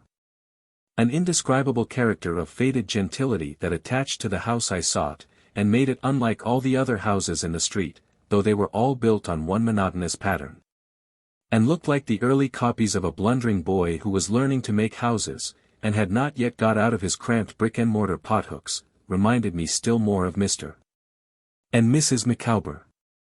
Happening to arrive at the door as it was opened to the afternoon milkman, I was reminded of Mr. and Mrs. Micawber more forcibly yet. "Now," said the milkman to a very youthful servant girl, "has that there little bill of mine been heerd on?" "Oh, master says he'll attend to it immediate," was the reply. "Because," said the milkman, going on as if he had received no answer, and speaking, as I judged from his tone, rather for the edification of somebody within the house than of the youthful servant, an impression which was strengthened by his manner of glaring down the passage, "because that there little bill has been running so long, that I begin to believe it's run away altogether, and never won't be heerd of. Now, I'm not a-going to stand it, you know," said the milkman, still throwing his voice into the house, and glaring down the passage. As to his dealing in the mild article of milk, by the by, there never was a greater anomaly. His deportment would have been fierce in a butcher or a brandy merchant. The voice of the youthful servant became faint, but she seemed to me, from the action of her lips, again to murmur that it would be attended to immediate. "I tell you what," said the milkman, looking hard at her for the first time, and taking her by the chin, "are you fond of milk?" "Yes, I likes it," she replied. "Good," said the milkman. "Then you won't have none tomorrow. Gee here. Not a fragment of milk you won't have tomorrow." I thought she seemed, upon the whole, relieved by the prospect of having any today. The milkman, after shaking his head at her darkly, released her chin, and with anything rather than goodwill opened his can, and deposited the usual quantity in the family jug. This done, he went away, muttering, and uttered the cry of his trade next door, in a vindictive shriek. "Does Mr. Traddles live here?" I then inquired. A mysterious voice from the end of the passage replied, "Yes." Upon which the youthful servant replied, "Yes." "Is he at home?" said I. Again the mysterious voice replied in the affirmative, and again the servant echoed it. Upon this, I walked in, and in pursuance of the servant's directions walked upstairs. Conscious, as I passed the back parlor door, that I was surveyed by a mysterious eye, probably belonging to the mysterious voice. When I got to the top of the stairs, the house was only a story high above the ground floor. Traddles was on the landing to meet me. He was delighted to see me, and gave me welcome, with great heartiness, to his little room. It was in the front of the house, and extremely neat, though sparely furnished. It was his only room, I saw, for there was a sofa bedstead in it, and his blacking brushes and blacking were among his books, on the top shelf, behind a dictionary. His table was covered with papers, and he was hard at work in an old coat. I looked at nothing, that I know of, but I saw everything, even to the prospect of a church upon his china inkstand, as I sat down, and this, too, was a faculty confirmed in me in the old Micawber times. Various ingenious arrangements he had made, for the disguise of his chest of drawers, and the accommodation of his boots, his shaving-glass, and so forth, particularly impressed themselves upon me. As evidences of the same Traddles who used to make models of elephants' dens in writing paper to put flies in, and to comfort himself under ill usage, with the memorable works of art I have so often mentioned. In a corner of the room was something neatly covered up with a large white cloth. I could not make out what that was. "Traddles," said I, shaking hands with him again, after I had sat down, "I am delighted to see you." "I am delighted to see you, Copperfield," he returned. "I am very glad indeed to see you. It was because I was thoroughly glad to see you when we met in Ely Place, and was sure you were thoroughly glad to see me, that I gave you this address instead of my address at Chambers." "Oh. You have Chambers," said I. "Why, I have the fourth of a room and a passage, and the fourth of a clerk, returned Traddles. 3 others and myself unite to have a set of chambers, to look businesslike, and we quarter the clerk too. 1/2 a crown a week he costs me. His old simple character and good temper, and something of his old unlucky fortune also, I thought, smiled at me in the smile with which he made this explanation. It's not because I have the least pride, Copperfield, you understand, said Traddles, that I don't usually give my address here. It's only on account of those who come to me, who might not like to come here. For myself, I am fighting my way on in the world against difficulties, and it would be ridiculous if I made a pretense of doing anything else. You are reading for the bar, Mr. Waterbrook informed me, said I. Why, yes, said Traddles, rubbing his hands slowly over one another. I am reading for the bar. The fact is, I have just begun to keep my terms, after rather a long delay. It's some time since I was articled, but the payment of that £100 was a great pull. A great pull, said Traddles, with a wince, as if he had had a tooth out. Do you know what I can't help thinking of, Traddles, as I sit here looking at you? I asked him. No, said he. That sky-blue suit you used to wear. Lord, to be sure, cried Traddles, laughing. Tight in the arms and legs, you know. Dear me. Well. Those were happy times, weren't they? I think our schoolmaster might have made them happier, without doing any harm to any of us, I acknowledge, I returned. Perhaps he might, said Traddles. But dear me, there was a good deal of fun going on. Do you remember the nights in the bedroom? When we used to have the suppers. And when you used to tell the stories? Ha, ha, ha.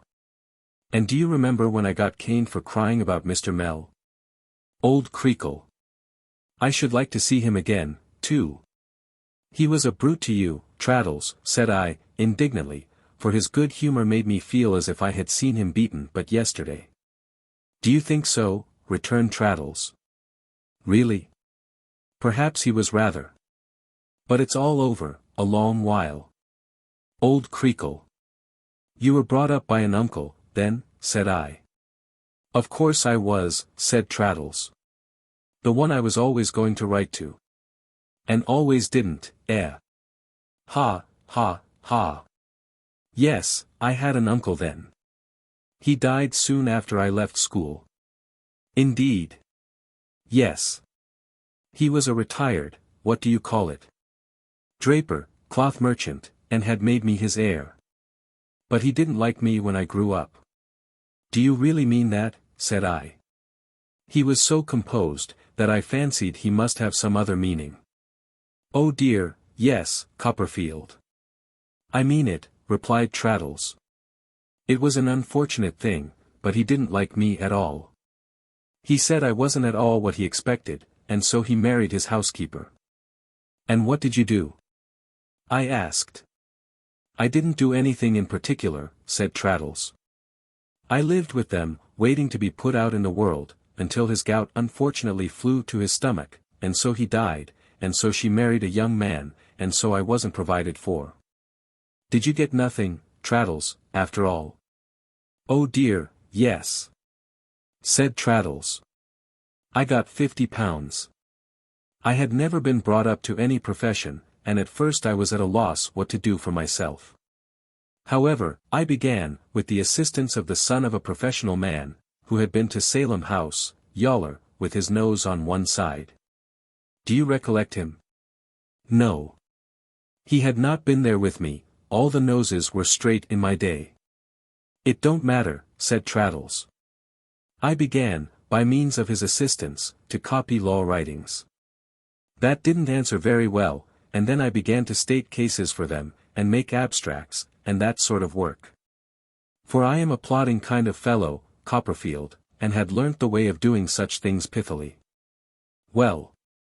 That put it in my head to enter myself as a law student, and that ran away with all that was left of the £50. Yawler recommended me to 1 or 2 other offices, however, Mr. Waterbrook's for one, and I got a good many jobs.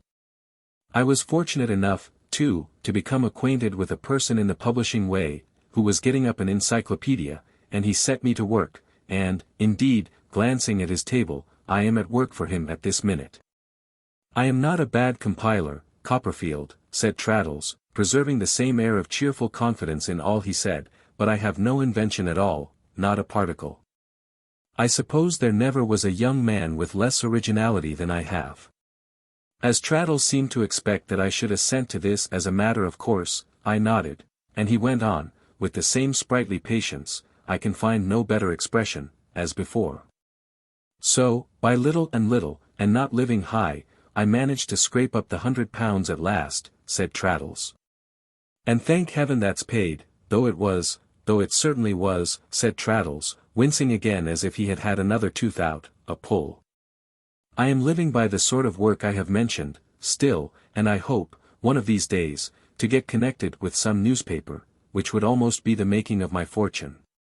Now, Copperfield, you are so exactly what you used to be, with that agreeable face, and it's so pleasant to see you, that I shan't conceal anything.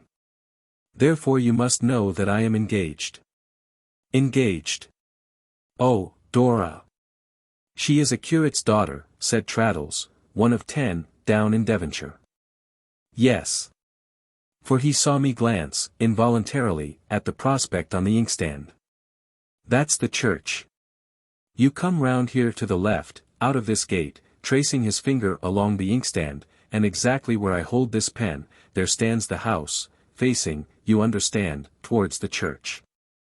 The delight with which he entered into these particulars, did not fully present itself to me until afterwards, for my selfish thoughts were making a ground plan of Mr. Spenlow's house and garden at the same moment.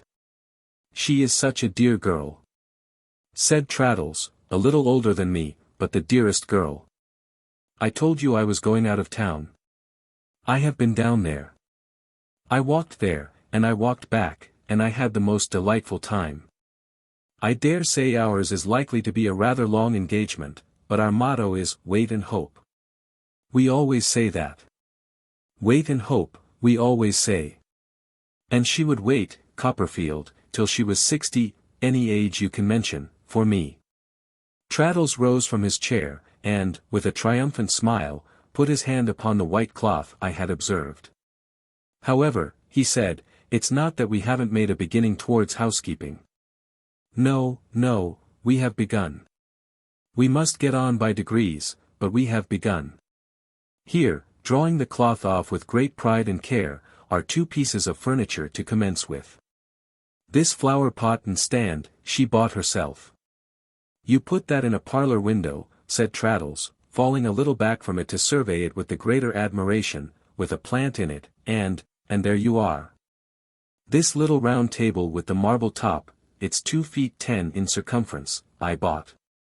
You want to lay a book down, you know, or somebody comes to see you or your wife, and wants a place to stand a cup of tea upon, and there you are again, said Traddles. It's an admirable piece of workmanship, firm as a rock. I praised them both, highly, and Traddles replaced the covering as carefully as he had removed it.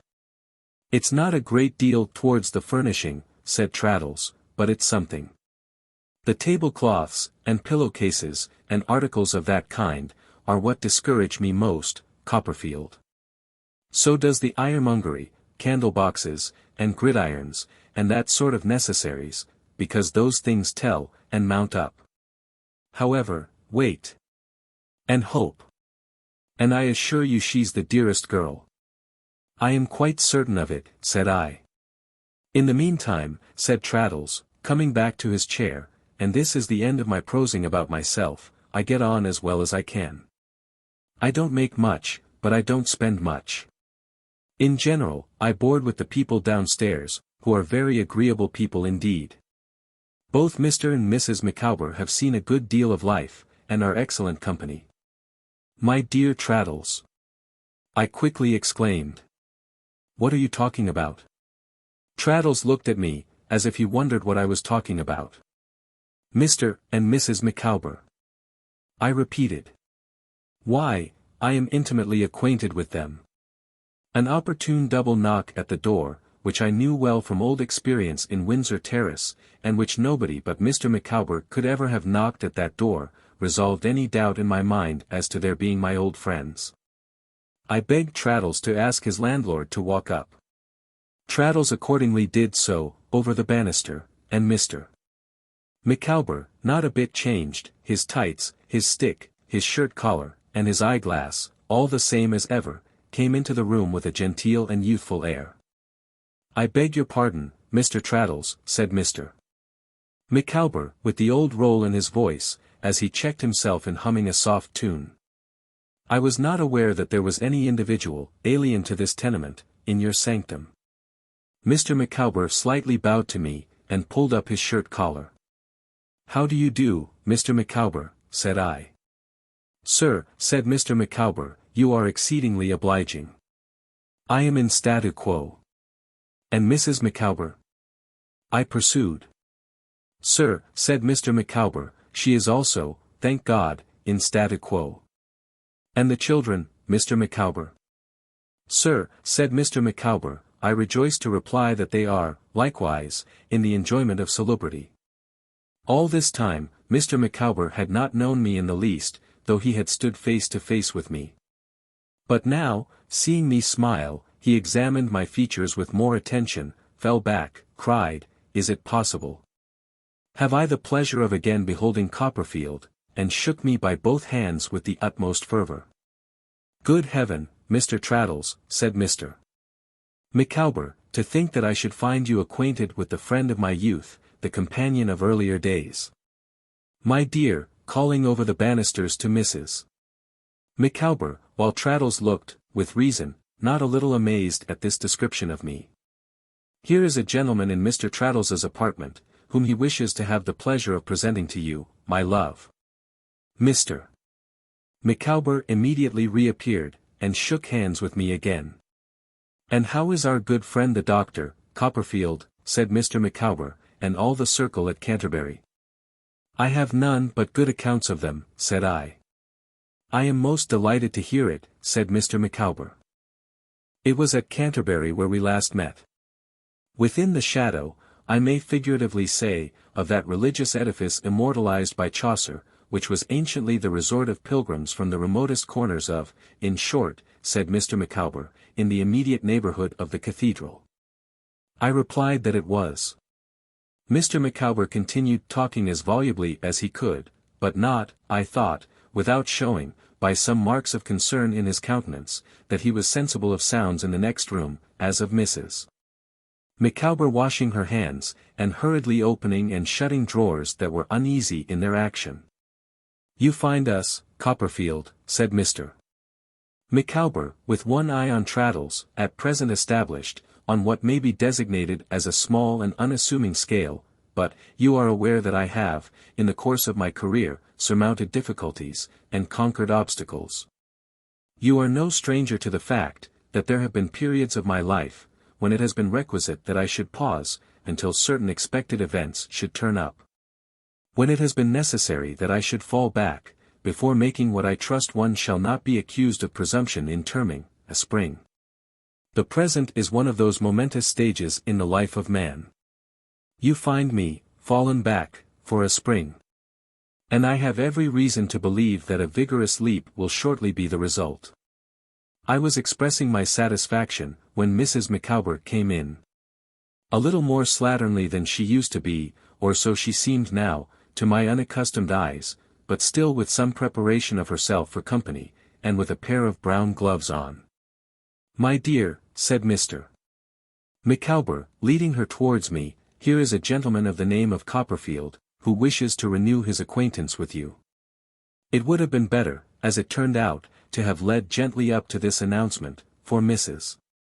Micawber, being in a delicate state of health, was overcome by it, and was taken so unwell, that Mr. Micawber was obliged, in great trepidation, to run down to the water butt in the backyard, and draw a basinful to lave her brow with. She presently revived, however, and was really pleased to see me. We had half an hour's talk all together, and I asked her about the twins, who, she said, were grown great creatures. And after Master and Miss Micawber, whom she described as absolute giants, but they were not produced on that occasion.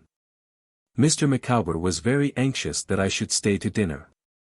I should not have been averse to do so, but that I imagined I detected trouble, and calculation relative to the extent of the cold meat, in Mrs. Micawber's eye. I therefore pleaded another engagement, and observing that Mrs. Micawber's spirits were immediately lightened, I resisted all persuasion to forego it. But I told Traddles, and Mr. and Mrs. Micawber, that before I could think of leaving, they must appoint a day when they would come and dine with me. The occupations to which Traddles stood pledged, rendered it necessary to fix a somewhat distant one, but an appointment was made for the purpose, that suited us all, and then I took my leave. Mr. Micawber, under pretence of showing me a nearer way than that by which I had come, accompanied me to the corner of the street, being anxious, he explained to me, to say a few words to an old friend, in confidence. "My dear Copperfield," said Mr. Micawber, "I need hardly tell you that to have beneath our roof, under existing circumstances, a mind like that which gleams, if I may be allowed the expression, which gleams, in your friend Traddles, is an unspeakable comfort. With a washerwoman, who exposes hardbake for sale in her parlor window, dwelling next door, and a Bow Street officer residing over the way, you may imagine that his society is a source of consolation to myself and to Mrs. Micawber. I am at present, my dear Copperfield, engaged in the sale of corn upon commission. It is not an avocation of a remunerative description, in other words, it does not pay, and some temporary embarrassments of a pecuniary nature have been the consequence. I am, however, delighted to add that I have now an immediate prospect of something turning up. I am not at liberty to say in what direction, which I trust will enable me to provide, permanently, both for myself and for your friend Traddles, in whom I have an unaffected interest. You may, perhaps, be prepared to hear that Mrs. Micawber is in a state of health which renders it not wholly improbable that an addition may be ultimately made to those pledges of affection which, in short, to the infantine group. Mrs. Micawber's family have been so good as to express their dissatisfaction at this state of things. I have merely to observe, that I am not aware that it is any business of theirs, and that I repel that exhibition of feeling with scorn, and with defiance.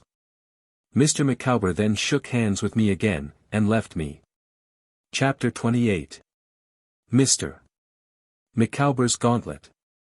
Until the day arrived on which I was to entertain my newly found old friends, I lived principally on Dora and coffee. In my lovelorn condition, my appetite languished.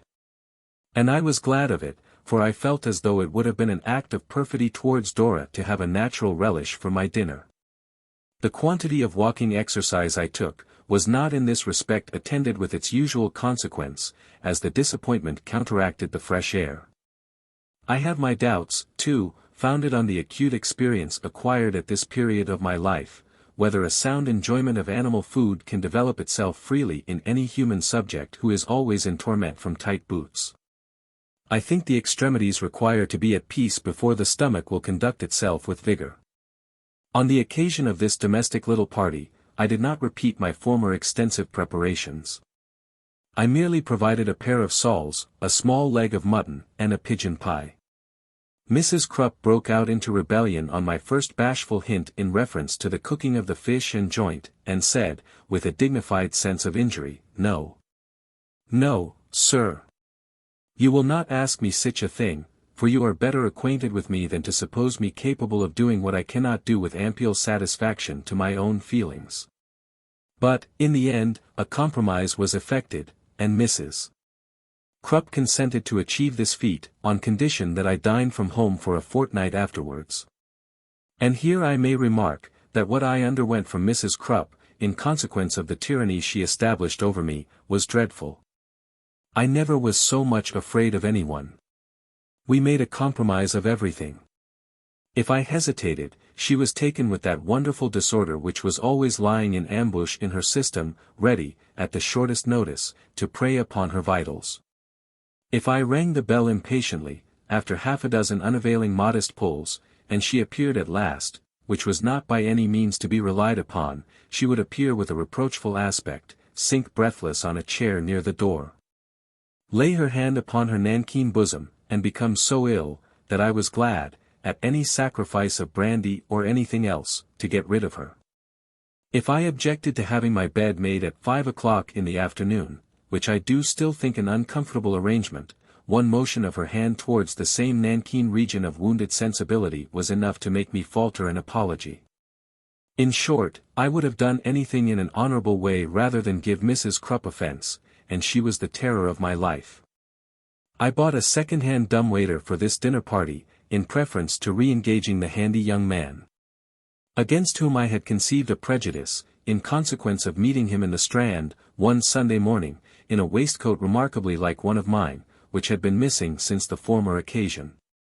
The young gal was re-engaged, but on the stipulation that she should only bring in the dishes, and then withdraw to the landing-place, beyond the outer door, where a habit of sniffing she had contracted would be lost upon the guests, and where her retiring on the plates would be a physical impossibility. Having laid in the materials for a bowl of punch, to be compounded by Mr. Micawber. Having provided a bottle of lavender water, 2 wax candles, a paper of mixed pins, and a pincushion, to assist Mrs. Micawber in her toilette at my dressing-table, having also caused the fire in my bedroom to be lighted for Mrs. Micawber's convenience, and having laid the cloth with my own hands, I awaited the result with composure. At the appointed time, my 3 visitors arrived together. Mr. Micawber with more shirt-collar than usual, and a new ribbon to his eyeglass. Mrs. Micawber with her cap in a whitey-brown paper parcel, Traddles carrying the parcel, and supporting Mrs. Micawber on his arm. They were all delighted with my residence. When I conducted Mrs. Micawber to my dressing-table, and she saw the scale on which it was prepared for her, she was in such raptures, that she called Mr. Micawber to come in and look. "My dear Copperfield," said Mr. Micawber, "this is luxurious. This is a way of life which reminds me of the period when I was myself in a state of celibacy, and Mrs. Micawber had not yet been solicited to plight her faith at the hymeneal altar." "He means, solicited by him, Mr. Copperfield," said Mrs. Micawber, archly. "He cannot answer for others." "My dear," returned Mr. Micawber with sudden seriousness, "I have no desire to answer for others. I am too well aware that when, in the inscrutable decrees of fate, you were reserved for me, it is possible you may have been reserved for one, destined, after a protracted struggle, at length to fall a victim to pecuniary involvements of a complicated nature. I understand your allusion, my love. I regret it, but I can bear it."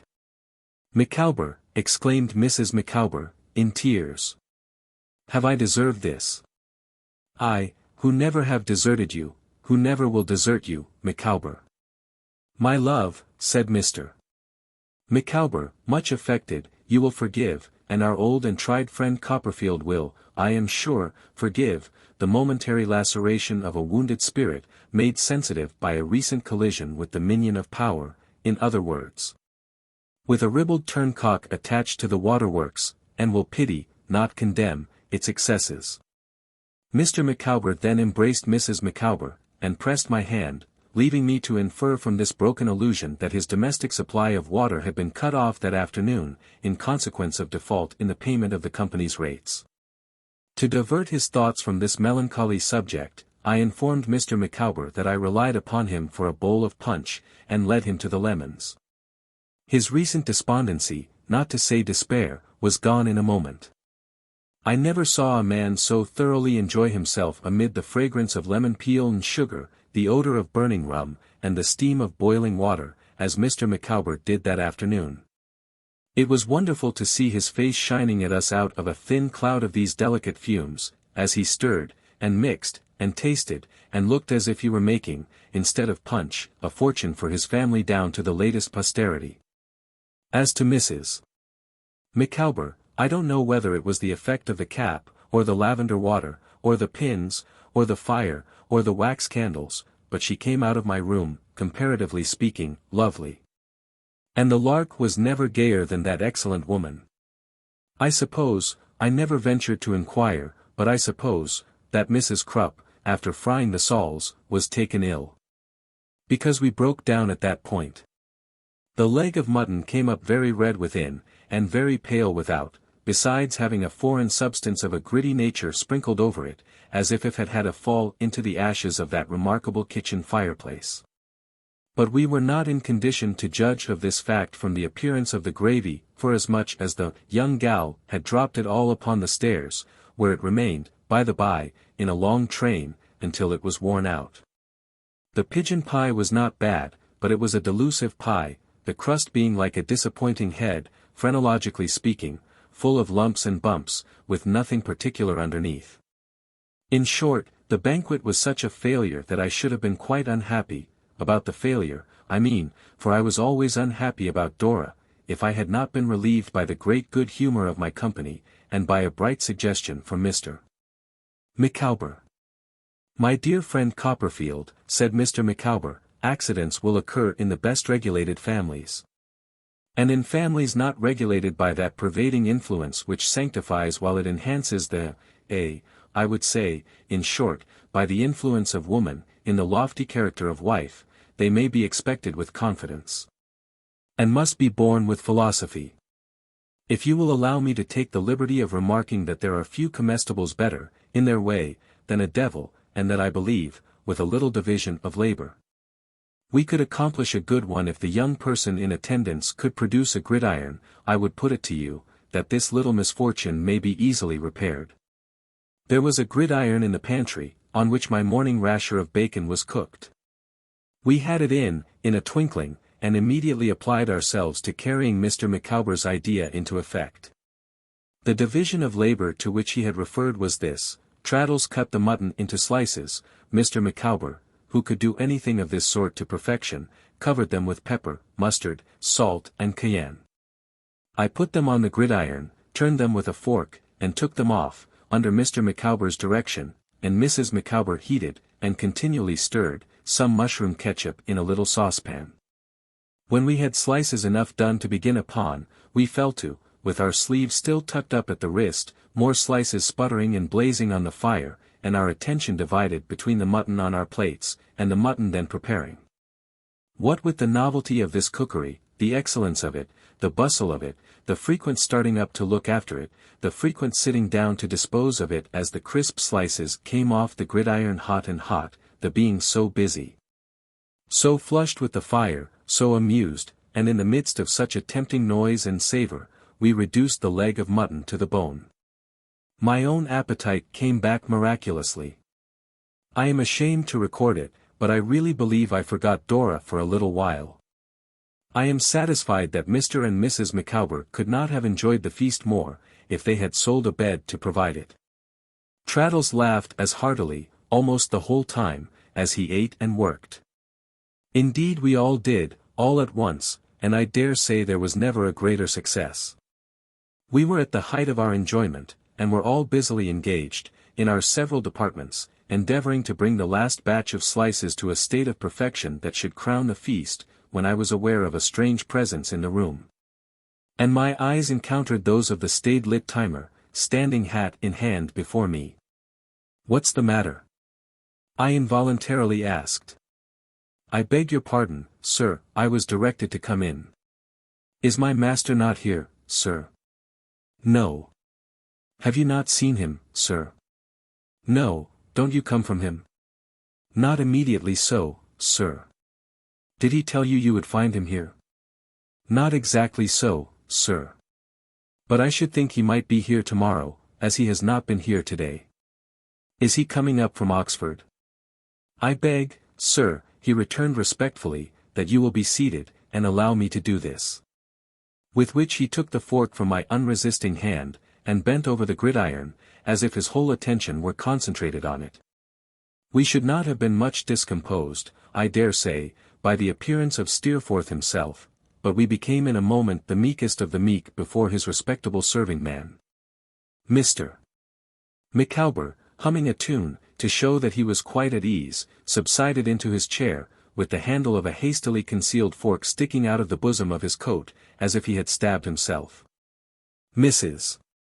Micawber put on her brown gloves, and assumed a genteel languor. Traddles ran his greasy hands through his hair, and stood it bolt upright, and stared in confusion on the tablecloth. As for me, I was a mere infant at the head of my own table, and hardly ventured to glance at the respectable phenomenon, who had come from heaven knows where, to put my establishment to rights. Meanwhile he took the mutton off the gridiron, and gravely handed it round. We all took some, but our appreciation of it was gone, and we merely made a show of eating it. As we severally pushed away our plates, he noiselessly removed them, and set on the cheese. He took that off, too, when it was done with. Cleared the table, piled everything on the dumb waiter, gave us our wine glasses, and, of his own accord, wheeled the dumb waiter into the pantry. All this was done in a perfect manner, and he never raised his eyes from what he was about. Yet his very elbows, when he had his back towards me, seemed to teem with the expression of his fixed opinion that I was extremely young. "Can I do anything more, sir?" I thanked him and said, "No, but would he take no dinner himself?" "None, I am obliged to you, sir."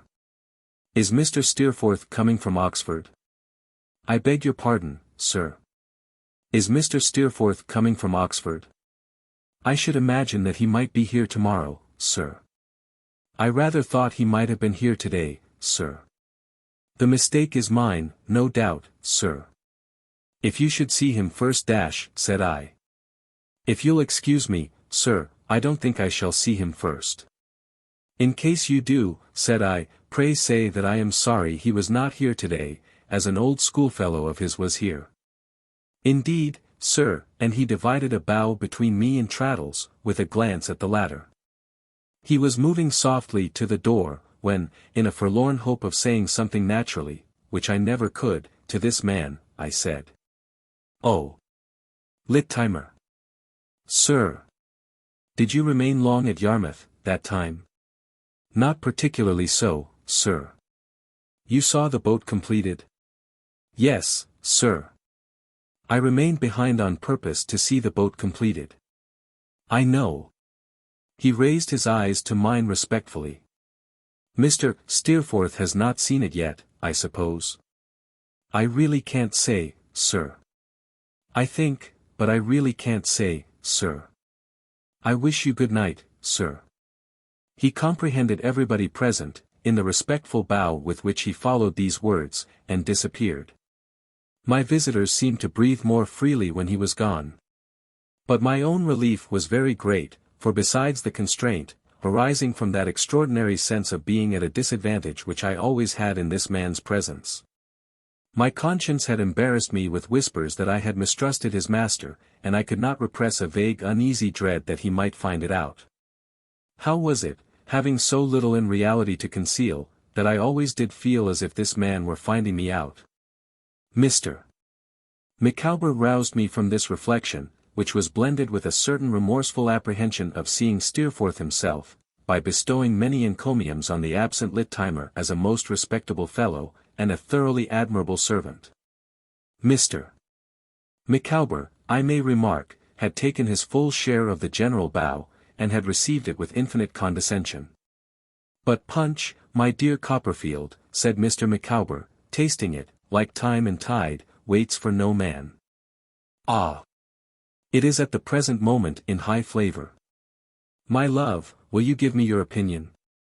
Mrs. Micawber pronounced it excellent. "Then I will drink," said Mr. Micawber, "if my friend Copperfield will permit me to take that social liberty, to the days when my friend Copperfield and myself were younger, and fought our way in the world side by side. I may say, of myself and Copperfield, in words we have sung together before now, that we twa hay run about the braes and pu'd the gowans fine. In a figurative point of view, on several occasions I am not exactly aware," said Mr. Micawber, with the old roll in his voice, and the old indescribable air of saying something genteel, "what gowans may be, but I have no doubt that Copperfield and myself would frequently have taken a pull at them, if it had been feasible." Mr. Micawber, at the then present moment, took a pull at his punch. So we all did, Traddles evidently lost in wondering at what distant time Mr. Micawber and I could have been comrades in the battle of the world. "Ahem," said Mr. Micawber, clearing his throat, and warming with the punch and with the fire. My dear, another glass. Mrs. Micawber said it must be very little, but we couldn't allow that, so it was a glassful. As we are quite confidential here, Mr. Copperfield, said Mrs. Micawber, sipping her punch, Mr. Traddles being a part of our domesticity, I should much like to have your opinion on Mr. Micawber's prospects. For corn, said Mrs. Micawber argumentatively, as I have repeatedly said to Mr. Micawber, may be gentlemanly, but it is not remunerative. Commission to the extent of 2 and 9 in a fortnight cannot, however limited our ideas, be considered remunerative. We were all agreed upon that. Then, said Mrs. Micawber, who prided herself on taking a clear view of things, and keeping Mr. Micawber straight by her woman's wisdom, when he might otherwise go a little crooked, then I ask myself this question. If corn is not to be relied upon, what is? Are coals to be relied upon? Not at all. We have turned our attention to that experiment, on the suggestion of my family, and we find it fallacious. Mr. Micawber, leaning back in his chair with his hands in his pockets, eyed us aside, and nodded his head, as much as to say that the case was very clearly put. The articles of corn and coals, said Mrs. Micawber, still more argumentatively, being equally out of the question, Mr. Copperfield, I naturally look round the world, and say, what is there in which a person of Mr. Micawber's talent is likely to succeed? And I exclude the doing anything on commission, because commission is not a certainty. What is best suited to a person of Mr. Micawber's peculiar temperament is, I am convinced, a certainty. Traddles and I both expressed, by a feeling murmur, that this great discovery was no doubt true of Mr. Micawber, and that it did him much credit. I will not conceal from you, my dear Mr. Copperfield, said Mrs. Micawber, that I have long felt the brewing business to be particularly adapted to Mr. Micawber. Look at Barclay and Perkins. Look at Truman, Hanbury, and Buxton. It is on that extensive footing that Mr. Micawber, know from my own knowledge of him, is calculated to shine, and the profits, I am told, are enormous. But if Mr. Micawber cannot get into those firms, which decline to answer his letters, when he offers his services even in an inferior capacity, what is the use of dwelling upon that idea? None. I may have a conviction that Mr. Micawber's manners dash. Ham. Really, my dear, interposed Mr. Micawber. My love, be silent, said Mrs. Micawber, laying her brown glove on his hand. I may have a conviction, Mr. Copperfield, that Mr. Micawber's manners peculiarly qualify him for the banking business. I may argue within myself, that if I had a deposit at a banking house, the manners of Mr. Micawber, as representing that banking house, would inspire confidence, and must extend the connection. But if the various banking houses refuse to avail themselves of Mr. Micawber's abilities, or receive the offer of them with contumely, what is the use of dwelling upon that idea? None. As to originating a banking business, I may know that there are members of my family who, if they chose to place their money in Mr. Micawber's hands, might found an establishment of that description. But if they do not choose to place their money in Mr. Micawber's hands, which they don't, what is the use of that? Again I contend that we are no farther advanced than we were before. I shook my head, and said, not a bit. Traddles also shook his head, and said, not a bit. What do I deduce from this? Mrs. Micawber went on to say, still with the same air of putting a case lucidly. What is the conclusion, my dear Mr. Copperfield, to which I am irresistibly brought? Am I wrong in saying, it is clear that we must live? I answered, not at all, and Traddles answered, not at all, and I found myself afterward sagely adding, alone, that a person must either live or die. Just so, returned Mrs. Micawber, it is precisely that. And the fact is, my dear Mr. Copperfield, that we cannot live without something widely different from existing circumstances shortly turning up. Now I am convinced, myself, and this I have pointed out to Mr. Micawber several times of late, that things cannot be expected to turn up of themselves. We must, in a measure, assist to turn them up. I may be wrong, but I have formed that opinion. Both Traddles and I applauded it highly. Very well, said Mrs. Micawber. Then what do I recommend? Here is Mr. Micawber with a variety of qualifications, with great talent dash. Really, my love, said Mr. Micawber. Pray, my dear, allow me to conclude. Here is Mr. Micawber, with a variety of qualifications, with great talent, I should say, with genius, but that may be the partiality of a wife dash. Traddles and I both murmured no. And here is Mr. Micawber without any suitable position or employment. Where does that responsibility rest? Clearly on society. Then I would make a fact so disgraceful known, and boldly challenge society to set it right. It appears to me, my dear Mr. Copperfield, said Mrs. Micawber, forcibly, that what Mr. Micawber has to do, is to throw down the gauntlet to society, and say, in effect, show me who will take that up. Let the party immediately step forward. I ventured to ask Mrs. Micawber how this was to be done. By advertising, said Mrs. Micawber, in all the papers. It appears to me, that what Mr. Micawber has to do, in justice to himself, in justice to his family, and I will even go so far as to say in justice to society, by which he has been hitherto overlooked, is to advertise in all the papers. To describe himself plainly as so and so, with such and such qualifications, and to put it thus: now employ me, on remunerative terms, and address, post-paid, to W.M., Post Office, Camden Town. This idea of Mrs.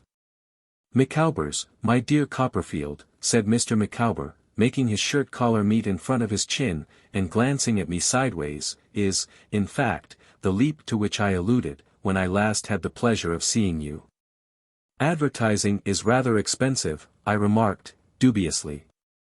Exactly so, said Mrs. Micawber, preserving the same logical air. Quite true, my dear Mr. Copperfield.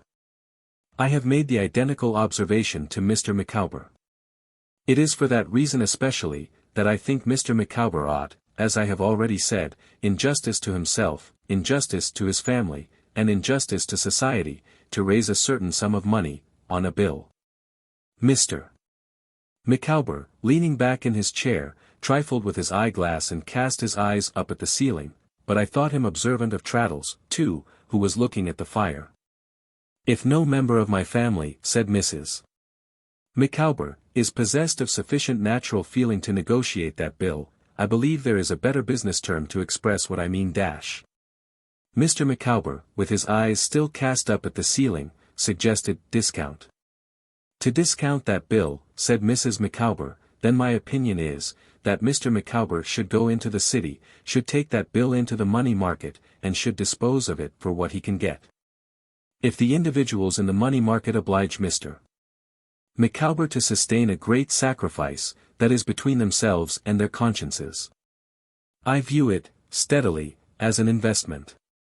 I recommend Mr. Micawber, my dear Mr. Copperfield, to do the same. To regard it as an investment which is sure of return, and to make up his mind to any sacrifice. I felt, but I am sure I don't know why, that this was self-denying and devoted in Mrs. Micawber, and I uttered a murmur to that effect. Traddles, who took his tone from me, did likewise, still looking at the fire. I will not, said Mrs. Micawber, finishing her punch, and gathering her scarf about her shoulders, preparatory to her withdrawal to my bedroom, I will not protract these remarks on the subject of Mr. Micawber's pecuniary affairs. At your fireside, my dear Mr. Copperfield, and in the presence of Mr. Traddles, who, though not so old a friend, is quite one of ourselves, I could not refrain from making you acquainted with the course I advise Mr. Micawber to take. I feel that the time is arrived when Mr. Micawber should exert himself and, I will add, assert himself, and it appears to me that these are the means. I am aware that I am merely a female, and that a masculine judgment is usually considered more competent to the discussion of such questions. Still I must not forget that, when I lived at home with my papa and mamma, my papa was in the habit of saying, Emma's form is fragile, but her grasp of a subject is inferior to none. That my papa was too partial, I well know. But that he was an observer of character in some degree, my duty and my reason equally forbid me to doubt. With these words, and resisting our entreaties that she would grace the remaining circulation of the punch with her presence, Mrs. Micawber retired to my bedroom.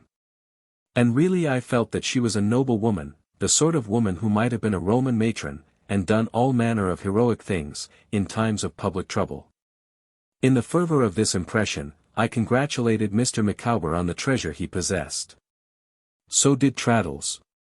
Mr. Micawber extended his hand to each of us in succession, and then covered his face with his pocket-handkerchief, which I think had more snuff upon it than he was aware of. He then returned to the punch, in the highest state of exhilaration. He was full of eloquence. He gave us to understand that in our children we lived again, and that, under the pressure of pecuniary difficulties, any accession to their number was doubly welcome. He said that Mrs. Micawber had latterly had her doubts on this point, but that he had dispelled them, and reassured her.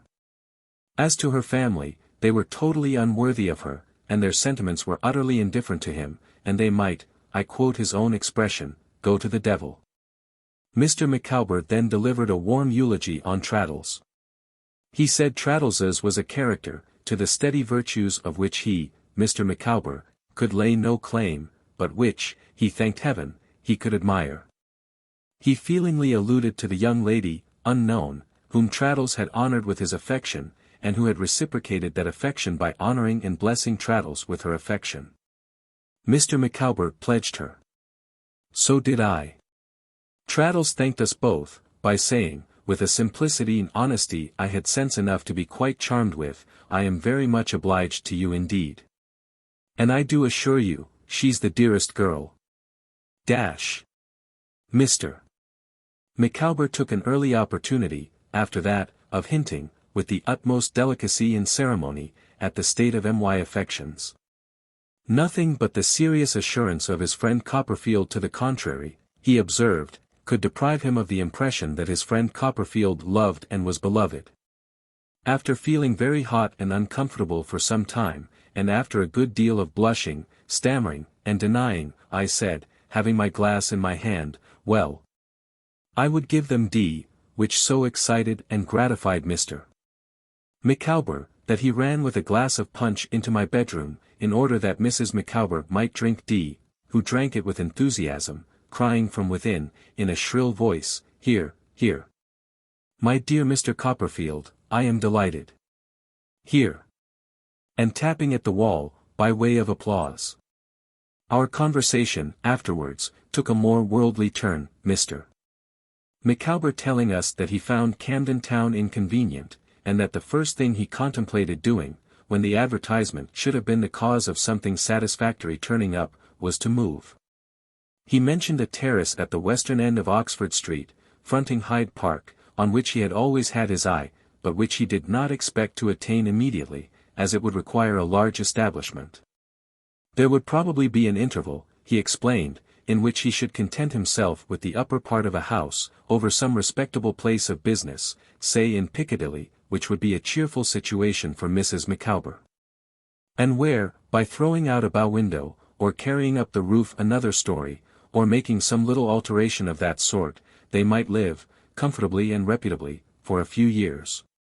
Whatever was reserved for him, he expressly said, or wherever his abode might be, we might rely on this, there would always be a room for Traddles, and a knife and fork for me. We acknowledged his kindness. And he begged us to forgive his having launched into these practical and business-like details, and to excuse it as natural in one who was making entirely new arrangements in life. Mrs. Micawber, tapping at the wall again to know if tea were ready, broke up this particular phase of our friendly conversation. She made tea for us in a most agreeable manner. And, whenever I went near her, in handing about the teacups and bread and butter, asked me, in a whisper, whether D was fair or dark, or whether she was short or tall, or something of that kind, which I think I liked. After tea, we discussed a variety of topics before the fire, and Mrs.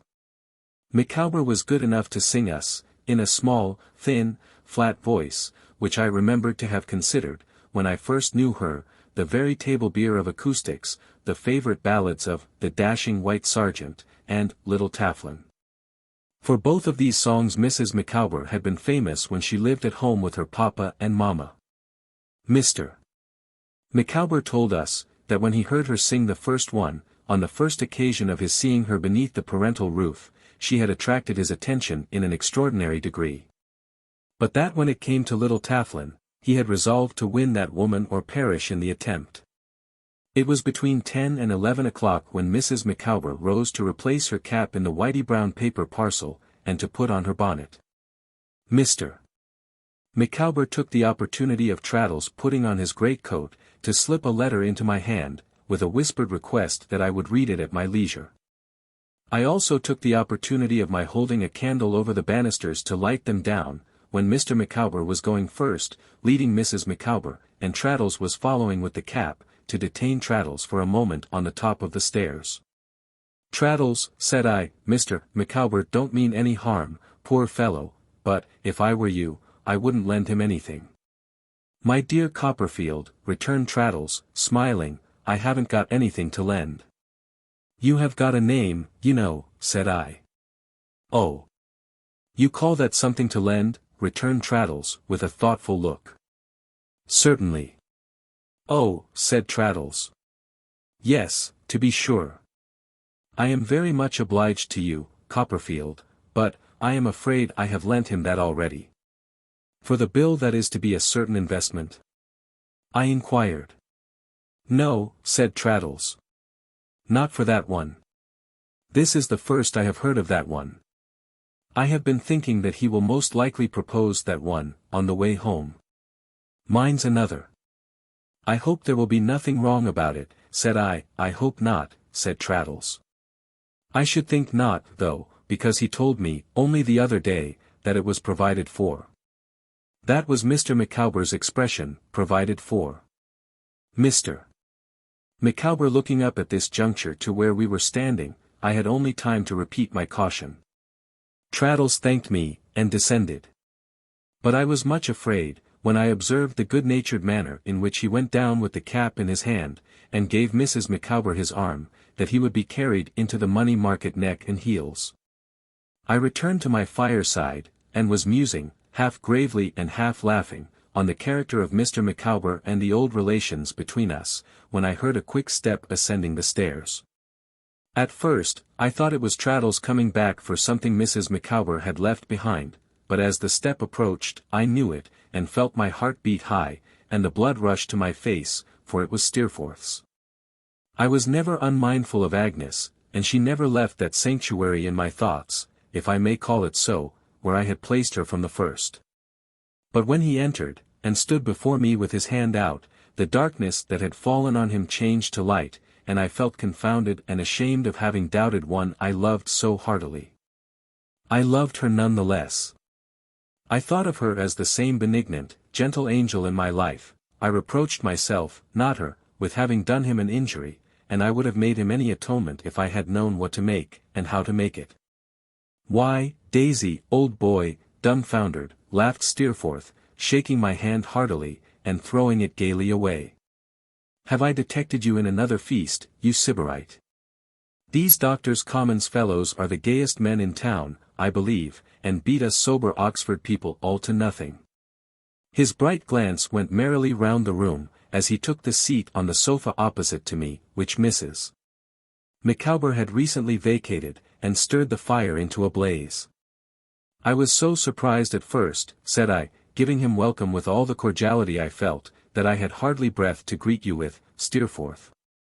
"Well, the sight of me is good for sore eyes, as the Scotch say," replied Steerforth, "and so is the sight of you, Daisy, in full bloom. How are you, my bacchanal?" "I am very well," said I. "And not at all bacchanalian tonight, though I confess to another party of 3. All of whom I met in the street, talking loud in your praise," returned Steerforth. "Who's our friend in the tights?" I gave him the best idea I could, in a few words, of Mr. Micawber. He laughed heartily at my feeble portrait of that gentleman, and said he was a man to know, and he must know him. But who do you suppose our other friend is, said I, in my turn. Heaven knows, said Steerforth. Not a bore, I hope. I thought he looked a little like one. Traddles. I replied, triumphantly. Who's he? Asked Steerforth, in his careless way. Don't you remember Traddles? Traddles in our room at Salem House. Oh. That fellow, said Steerforth, beating a lump of coal on the top of the fire, with the poker. Is he as soft as ever? And where the deuce did you pick him up? I extolled Traddles in reply, as highly as I could. For I felt that Steerforth rather slighted him. Steerforth, dismissing the subject with a light nod, and a smile, and the remark that he would be glad to see the old fellow too, for he had always been an odd fish, inquired if I could give him anything to eat. During most of this short dialogue, when he had not been speaking in a wild vivacious manner, he had sat idly beating on the lump of coal with the poker. I observed that he did the same thing while I was getting out the remains of the pigeon pie, and so forth. Why, Daisy, here's a supper for a king, he exclaimed, starting out of his silence with a burst, and taking his seat at the table. I shall do it justice, for I have come from Yarmouth. I thought you came from Oxford. I returned. Not I, said Steerforth, I have been seafaring, better employed. Litt-Timer was here today, to inquire for you, I remarked, and I understood him that you were at Oxford, though, now I think of it, he certainly did not say so. Litt-Timer is a greater fool than I thought him, to have been inquiring for me at all, said Steerforth, jovially pouring out a glass of wine, and drinking to me. As to understanding him, you are a cleverer fellow than most of us, Daisy, if you can do that. That's true, indeed, said I, moving my chair to the table. So you have been at Yarmouth, Steerforth, interested to know all about it. Have you been there long? No, he returned. An escapade of a week or so. And how are they all? Of course, little Emily is not married yet. Not yet. Going to be, I believe, in so many weeks, or months, or something or other. I have not seen much of M. By the by, he laid down his knife and fork, which he had been using with great diligence, and began feeling in his pockets. I have a letter for you. From whom? Why, from your old nurse, he returned, taking some papers out of his breast pocket. J. Steerforth, Esquire, debtor, to the willing mind, that's not it. Patience, and we'll find it presently. Old what's-his-name's in a bad way, and it's about that, I believe. Burkiss, do you mean? Yes, still feeling in his pockets, and looking over their contents, it's all over with poor Burkiss, I am afraid. I saw a little apothecary there, surgeon, or whatever he is, who brought your worship into the world. He was mighty learned about the case, to me, but the upshot of his opinion was, that the carrier was making his last journey rather fast. Put your hand into the breast pocket of my greatcoat on the chair yonder, and I think you'll find the letter. Is it there? Here it is, said I. That's right. It was from Peggotty, something less legible than usual, and brief. It informed me of her husband's hopeless state, and hinted at his being, a little nearer, than heretofore, and consequently more difficult to manage for his own comfort. It said nothing of her weariness and watching, and praised him highly. It was written with a plain, unaffected, homely piety that I knew to be genuine, and ended with, my duty to my ever-darling, meaning myself. While I deciphered it, Steerforth continued to eat and drink. It's a bad job, he said, when I had done. But the sun sets every day, and people die every minute, and we mustn't be scared by the common lot.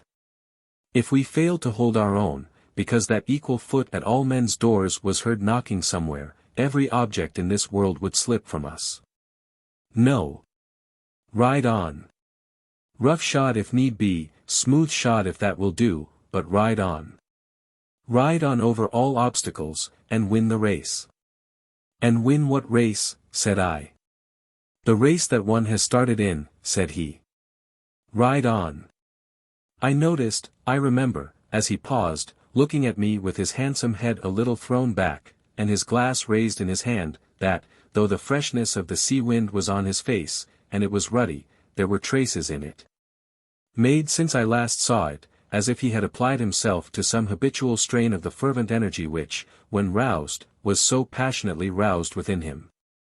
I had it in my thoughts to remonstrate with him upon his desperate way of pursuing any fancy that he took, such as this buffeting of rough seas, and braving of hard weather.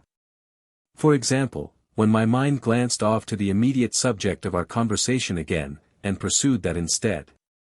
"I tell you what, Steerforth," said I, "if your high spirits will listen to me They are potent spirits, and will do whatever you like," he answered, moving from the table to the fireside again. "Then I tell you what, Steerforth. I think I will go down and see my old nurse. It is not that I can do her any good, or render her any real service, but she is so attached to me that my visit will have as much effect on her, as if I could do both. She will take it so kindly that it will be a comfort and support to her. It is no great effort to make, I am sure, for such a friend as she has been to me. Wouldn't you go a day's journey, if you were in my place?" His face was thoughtful, and he sat considering a little before he answered, in a low voice, "Well. Go. You can do no harm." "You have just come back," said I, "and it would be in vain to ask you to go with me." "Quite," he returned. "I am for Highgate tonight. I have not seen my mother this long time, and it lies upon my conscience, for it's something to be loved as she loves her prodigal son." "Bah! Nonsense! You mean to go tomorrow, I suppose?" he said, holding me out at arm's length, with a hand on each of my shoulders. "Yes, I think so." "Well, then, don't go till next day. I wanted you to come and stay a few days with us. Here I am, on purpose to bid you, and you fly off to Yarmouth. You are a nice fellow to talk of flying off, Steerforth, who are always running wild on some unknown expedition or other." He looked at me for a moment without speaking, and then rejoined, still holding me as before, and giving me a shake. "Come. Say the next day, and pass as much of tomorrow as you can with us. Who knows when we may meet again, else? Come. Say the next day. I want you to stand between Rosa Dartle and me, and keep us asunder. Would you love each other too much, without me?" "Yes, or hate," laughed Steerforth, "no matter which. Come. Say the next day." I said the next day, and he put on his greatcoat and lighted his cigar, and set off to walk home. Finding him in this intention, I put on my own greatcoat, but did not light my own cigar, having had enough of that for one while, and walked with him as far as the open road, a dull road, then, at night. He was in great spirits all the way. And when we parted, and I looked after him going so gallantly and airily homeward, I thought of his saying, "Ride on over all obstacles, and win the race," and wished, for the first time, that he had some worthy race to run. I was undressing in my own room, when Mr. Micawber's letter tumbled on the floor. Thus reminded of it, I broke the seal and read as follows. It was dated an hour and a half before dinner. I am not sure whether I have mentioned that, when Mr. Micawber was at any particularly desperate crisis, he used a sort of legal phraseology, which he seemed to think equivalent to winding up his affairs. Sir, for I dare not say my dear Copperfield. It is expedient that I should inform you that the undersigned is crushed. Some flickering efforts to spare you the premature knowledge of his calamitous position, you may observe in him this day. But hope has sunk beneath the horizon, and the undersigned is crushed. The present communication is penned within the personal range, I cannot call it the society, of an individual, in a state closely bordering on intoxication, employed by a broker. That individual is in legal possession of the premises, under a distress for rent. His inventory includes, not only the chattels and effects of every description belonging to the undersigned, as yearly tenant of this habitation, but also those appertaining to Mr. Thomas Traddles, lodger, a member of the Honourable Society of the Inner Temple. If any drop of gloom were wanting in the overflowing cup, which is now commended, in the language of an immortal writer, to the lips of the undersigned, it would be found in the fact, that a friendly acceptance granted to the undersigned by the before-mentioned Mr. Thomas Traddles, for the sum of 23L4's 9.5d is overdue, and is not provided for. Also, in the fact that the living responsibilities clinging to the undersigned will, in the course of nature, be increased by the sum of one more helpless victim, whose miserable appearance may be looked for, in round numbers, at the expiration of a period not exceeding 6 lunar months from the present date. After premising thus much, it would be a work of supererogation to add, that dust and ashes are forever scattered on the head of Wilkins Micawber. Poor Traddles! I knew enough of Mr. Micawber by this time, to foresee that he might be expected to recover the blow. But my night's rest was sorely distressed by thoughts of Traddles, and of the curate's daughter, who was one of 10, down in Devonshire, and who was such a dear girl, and who would wait for Traddles, ominous praise, until she was 60, or any age that could be mentioned. Chapter 29. I visit Steerforth at his home, again. I mentioned to Mr. Spenlow in the morning, that I wanted leave of absence for a short time. And as I was not in the receipt of any salary, and consequently was not obnoxious to the implacable Jorkins, there was no difficulty about it. I took that opportunity, with my voice sticking in my throat, and my sight failing as I uttered the words, to express my hope that Miss Spenlow was quite well, to which Mr. Spenlow replied, with no more emotion than if he had been speaking of an ordinary human being, that he was much obliged to me, and she was very well. We articled clerks, as germs of the patrician order of proctors, were treated with so much consideration, that I was almost my own master at all times. As I did not care, however, to get to Highgate before 1 or 2 o'clock in the day, and as we had another little excommunication case in court that morning, which was called the office of the judge promoted by Tipkins against Bullock for his soul's correction, I passed an hour or 2 in attendance on it with Mr. Spenlow very agreeably. It arose out of a scuffle between 2 churchwardens, one of whom was alleged to have pushed the other against a pump, the handle of which pump projecting into a schoolhouse, which schoolhouse was under a gable of the church roof, made the push an ecclesiastical offence.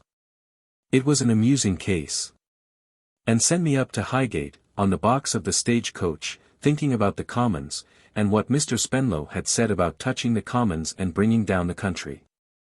Mrs. Steerforth was pleased to see me, and so was Rosa Dartle. I was agreeably surprised to find that Lit-Timer was not there, and that we were attended by a modest little parlour-maid, with blue ribbons in her cap, whose eye it was much more pleasant, and much less disconcerting, to catch by accident, than the eye of that respectable man. But what I particularly observed, before I had been half an hour in the house, was the close and attentive watch Miss Dartle kept upon me, and the lurking manner in which she seemed to compare my face with Steerforth's, and Steerforth's with mine, and to lie in wait for something to come out between the two. So surely as I looked towards her, did I see that eager visage, with its gaunt black eyes and searching brow, intent on mine, or passing suddenly from mine to Steerforth's, or comprehending both of us at once. In this lynx-like scrutiny she was so far from faltering when she saw I observed it, that at such a time she only fixed her piercing look upon me with a more intent expression still. Blameless as I was, and knew that I was, in reference to any wrong she could possibly suspect me of, I shrunk before her strange eyes, quite unable to endure their hungry luster.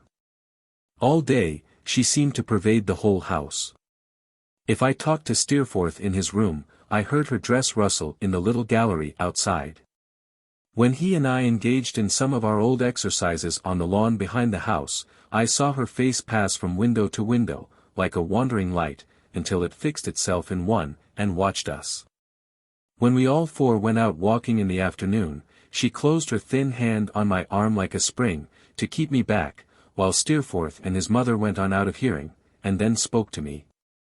"You have been a long time," she said, "without coming here. Is your profession really so engaging and interesting as to absorb your whole attention? I ask because I always want to be informed, when I am ignorant. Is it really, though? I replied that I liked it well enough, but that I certainly could not claim so much for it. Oh. I am glad to know that, because I always like to be put right when I am wrong, said Rosa Dartle. You mean it is a little dry, perhaps? Well, I replied, perhaps it was a little dry. Oh.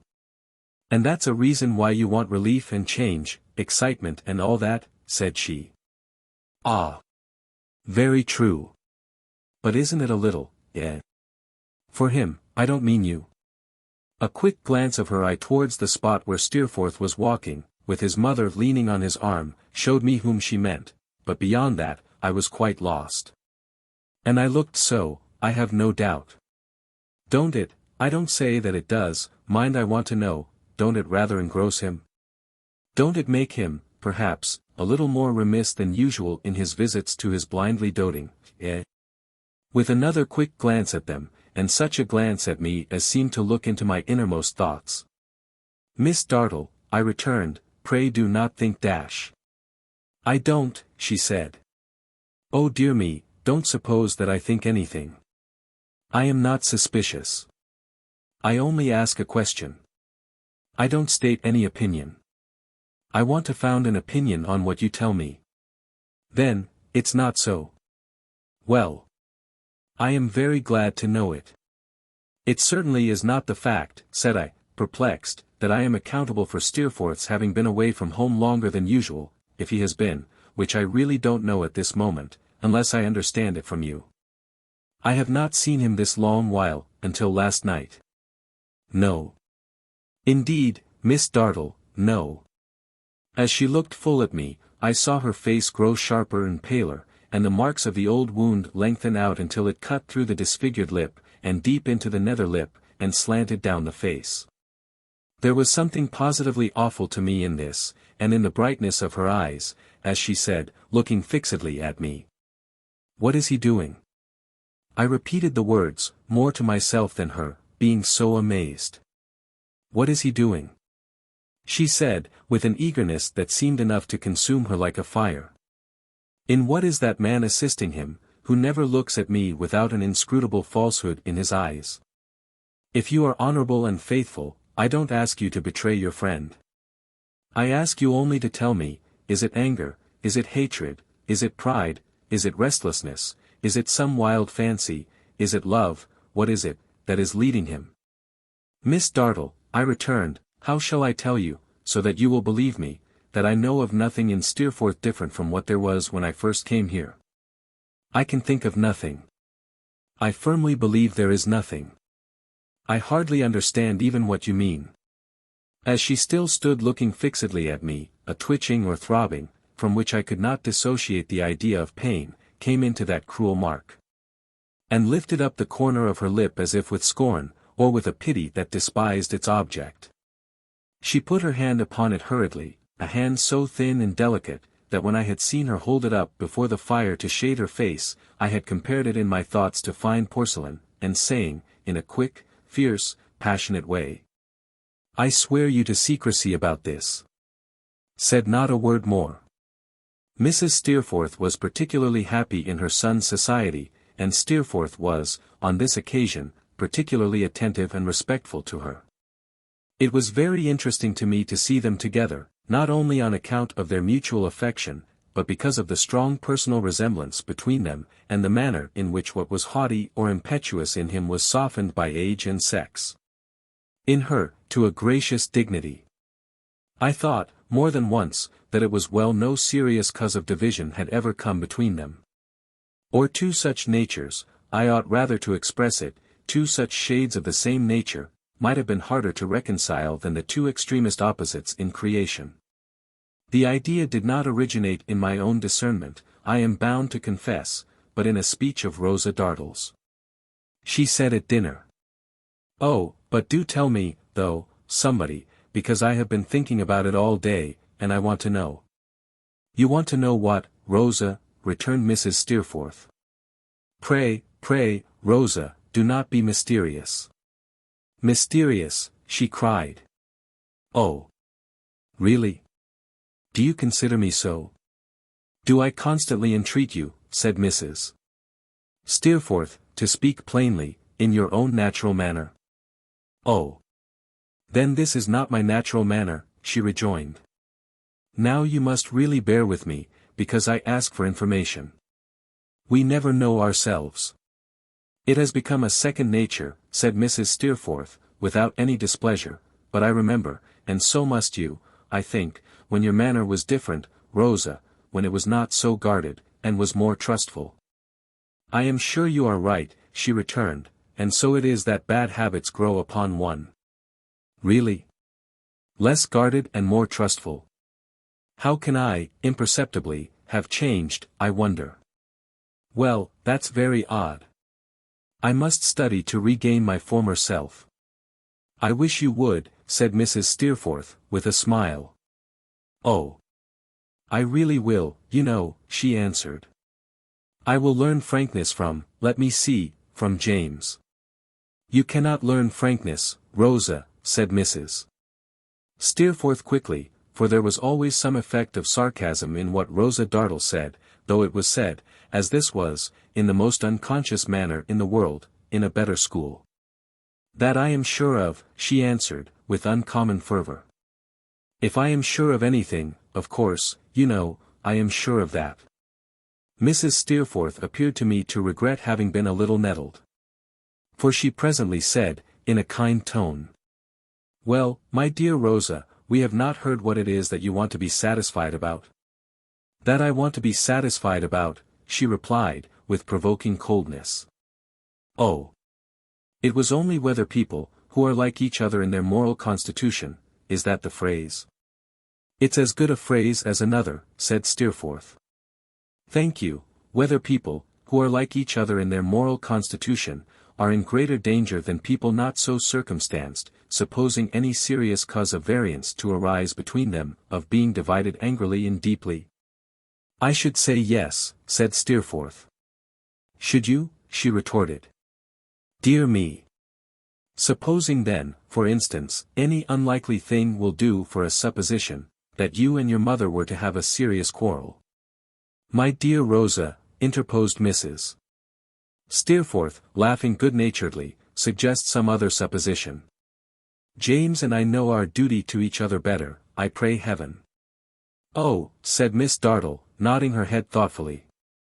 To be sure. That would prevent it? Why, of course it would. Exactly. Now, I am glad I have been so foolish as to put the case, for it is so very good to know that your duty to each other would prevent it. Thank you very much. One other little circumstance connected with Miss Dartle I must not omit. For I had reason to remember it thereafter, when all the irremediable past was rendered plain. During the whole of this day, but especially from this period of it, Steerforth exerted himself with his utmost skill, and that was with his utmost ease, to charm this singular creature into a pleasant and pleased companion. That he should succeed, was no matter of surprise to me. That she should struggle against the fascinating influence of his delightful art, delightful nature, I thought it then, did not surprise me either. For I knew that she was sometimes jaundiced and perverse. I saw her features and her manner slowly change, I saw her look at him with growing admiration. I saw her try, more and more faintly, but always angrily, as if she condemned a weakness in herself, to resist the captivating power that he possessed. And finally, I saw her sharp glance soften, and her smile become quite gentle, and I ceased to be afraid of her as I had really been all day, and we all sat about the fire, talking and laughing together. With as little reserve as if we had been children. Whether it was because we had sat there so long, or because Steerforth was resolved not to lose the advantage he had gained, I do not know, but we did not remain in the dining-room more than 5 minutes after her departure. She is playing her harp, said Steerforth, softly, at the drawing-room door, and nobody but my mother has heard her do that, I believe, these 3 years. He said it with a curious smile, which was gone directly. And we went into the room and found her alone. Don't get up, said Steerforth, which she had already done, my dear Rosa, don't. Be kind for once, and sing us an Irish song." "What do you care for an Irish song?" she returned. "Much," said Steerforth. "Much more than for any other. Here is Daisy, too, loves music from his soul. Sing us an Irish song, Rosa. And let me sit and listen as I used to do." He did not touch her, or the chair from which she had risen, but sat himself near the harp. She stood beside it for some little while, in a curious way, going through the motion of playing it with her right hand, but not sounding it. At length she sat down, and drew it to her with one sudden action, and played and sang. I don't know what it was, in her touch or voice, that made that song the most unearthly I have ever heard in my life, or can imagine. There was something fearful in the reality of it. It was as if it had never been written, or set to music, but sprung out of passion within her, which found imperfect utterance in the low sounds of her voice, and crouched again when all was still. I was dumb when she leaned beside the harp again, playing it, but not sounding it, with her right hand. A minute more, and this had roused me from my trance. Steerforth had left his seat, and gone to her, and had put his arm laughingly about her, and had said, "Come, Rosa, for the future we will love each other very much." And she had struck him, and had thrown him off with the fury of a wild cat, and had burst out of the room. "What is the matter with Rosa?" said Mrs. Steerforth, coming in. "She has been an angel, mother," returned Steerforth, "for a little while. And has run into the opposite extreme, since, by way of compensation. You should be careful not to irritate her, James. Her temper has been soured, remember, and ought not to be tried." Rosa did not come back. And no other mention was made of her, until I went with Steerforth into his room to say good night. Then he laughed about her, and asked me if I had ever seen such a fierce little piece of incomprehensibility. I expressed as much of my astonishment as was then capable of expression, and asked if he could guess what it was that she had taken so much amiss, so suddenly. "Oh, heaven knows," said Steerforth. "Anything you like, or nothing. I told you she took everything, herself included, to a grindstone, and sharpened it. She is an edge tool, and requires great care in dealing with. She is always dangerous. Good night." "Good night," said I, "my dear Steerforth. I shall be gone before you wake in the morning. Good night." He was unwilling to let me go, and stood, holding me out, with a hand on each of my shoulders, as he had done in my own room. "Daisy," he said, with a smile, "for though that's not the name your godfathers and godmothers gave you, it's the name I like best to call you by, and I wish you could give it to me." "Why, so I can, if I choose," said I. "Daisy, if anything should ever separate us, you must think of me at my best, old boy. Come. Let us make that bargain. Think of me at my best, if circumstances should ever part us." "You have no best to me, Steerforth," said I, "and no worst. You are always equally loved, and cherished in my heart." So much compunction for having ever wronged him, even by a shapeless thought, did I feel within me, that the confession of having done so was rising to my lips. But for the reluctance I had to betray the confidence of Agnes, but for my uncertainty how to approach the subject with no risk of doing so, it would have reached them before he said, "God bless you, Daisy, and good night." In my doubt, it did not reach them, and we shook hands, and we parted. I was up with the dull dawn, and, having dressed as quietly as I could, looked into his room. He was fast asleep. Lying, easily, with his head upon his arm, as I had often seen him lie at school. The time came in its season, and that was very soon, when I almost wondered that nothing troubled his repose, as I looked at him. But he slept, let me think of him so again, as I had often seen him sleep at school, and thus, in this silent hour, I left him. Never more, O God forgive you, Steerforth. To touch that passive hand in love and friendship. Never, never more. Chapter 30. A loss. I got down to Yarmouth in the evening, and went to the inn. I knew that Peggotty's spare room, my room, was likely to have occupation enough in a little while, if that great visitor, before whose presence all the living must give place, were not already in the house. So I betook myself to the inn, and dined there, and engaged my bed. It was 10 o'clock when I went out.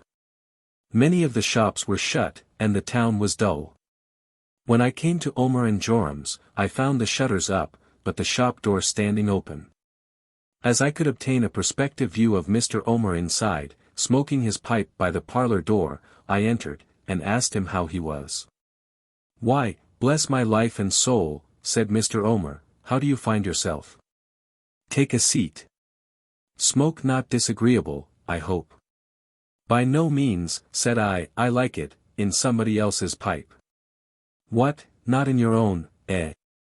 Mr. Omer returned, laughing. "All the better, sir. Bad habit for a young man. Take a seat.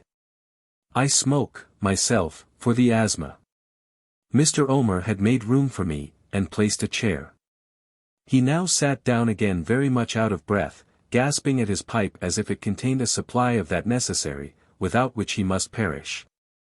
"I am sorry to have heard bad news of Mr. Burkiss," said I. Mr. Omer looked at me, with a steady countenance, and shook his head. "Do you know how he is tonight?" I asked. "The very question I should have put to you, sir," returned Mr. Omer, "but on account of delicacy. It's one of the drawbacks of our line of business. When a party's ill, we can't ask how the party is." The difficulty had not occurred to me. Though I had had my apprehensions too, when I went in, of hearing the old tune. On its being mentioned, I recognized it, however, and said as much.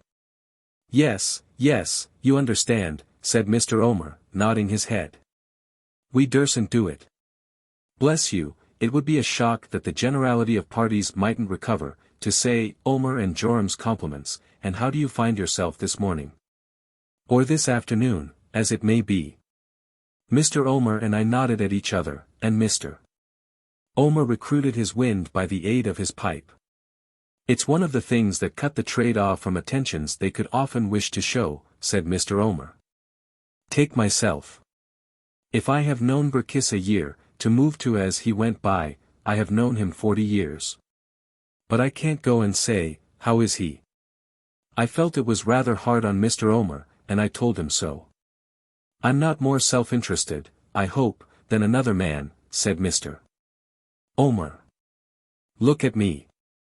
My wind may fail me at any moment, and it ain't likely that, to my own knowledge, I'd be self-interested under such circumstances. I say it ain't likely, in a man who knows his wind will go, when it does go, as if a pair of bellows was cut open, and that man a grandfather," said Mr. Omer. I said, "Not at all. It ain't that I complain of my line of business," said Mr. Omer. "It ain't that. Some good and some bad goes, no doubt, to all callings. What I wish is, that parties was brought up stronger-minded." Mr. Omer, with a very complacent and amiable face, took several puffs in silence. And then said, resuming his first point. "Accordingly we're obliged, in ascertaining how Burkiss goes on, to limit ourselves to Emily. She knows what our real objects are, and she don't have any more alarms or suspicions about us, than if we was so many lambs. Minnie and Joram have just stepped down to the house, in fact, she's there, after hours, helping her aunt a bit, to ask her how he is tonight, and if you was to please to wait till they come back, they'd give you full particulars. Will you take something? A glass of shrub and water, now." "I smoke on shrub and water, myself," said Mr. Omer, taking up his glass, "because it's considered softening to the passages, by which this troublesome breath of mine gets into action." "But, Lord bless you," said Mr. Omer, huskily, "it ain't the passages that's out of order." "Give me breath enough," said I to my daughter Minnie, "and I'll find passages, my dear." He really had no breath to spare, and it was very alarming to see him laugh. When he was again in a condition to be talked to, I thanked him for the proffered refreshment, which I declined, as I had just had dinner. And, observing that I would wait, since he was so good as to invite me, until his daughter and his son-in-law came back, I inquired how little Emily was. Well, sir, said Mr. Omer, removing his pipe, that he might rub his chin, I tell you truly, I shall be glad when her marriage has taken place. Why so? I inquired. Well, she's unsettled at present, said Mr. Omer. It ain't that she's not as pretty as ever, for she's prettier, I do assure you, she is prettier. It ain't that she don't work as well as ever, for she does. She was worth any 6, and she is worth any 6. But somehow she wants heart. If you understand, said Mr. Omer, after rubbing his chin again, and smoking a little, what I mean in a general way by the expression, a long pull, and a strong pull, and a pull altogether, my hearties, hurrah. I should say to you, that was, in a general way, what I miss in Emily. Mr. Omer's face and manner went for so much, that I could conscientiously nod my head, as divining his meaning.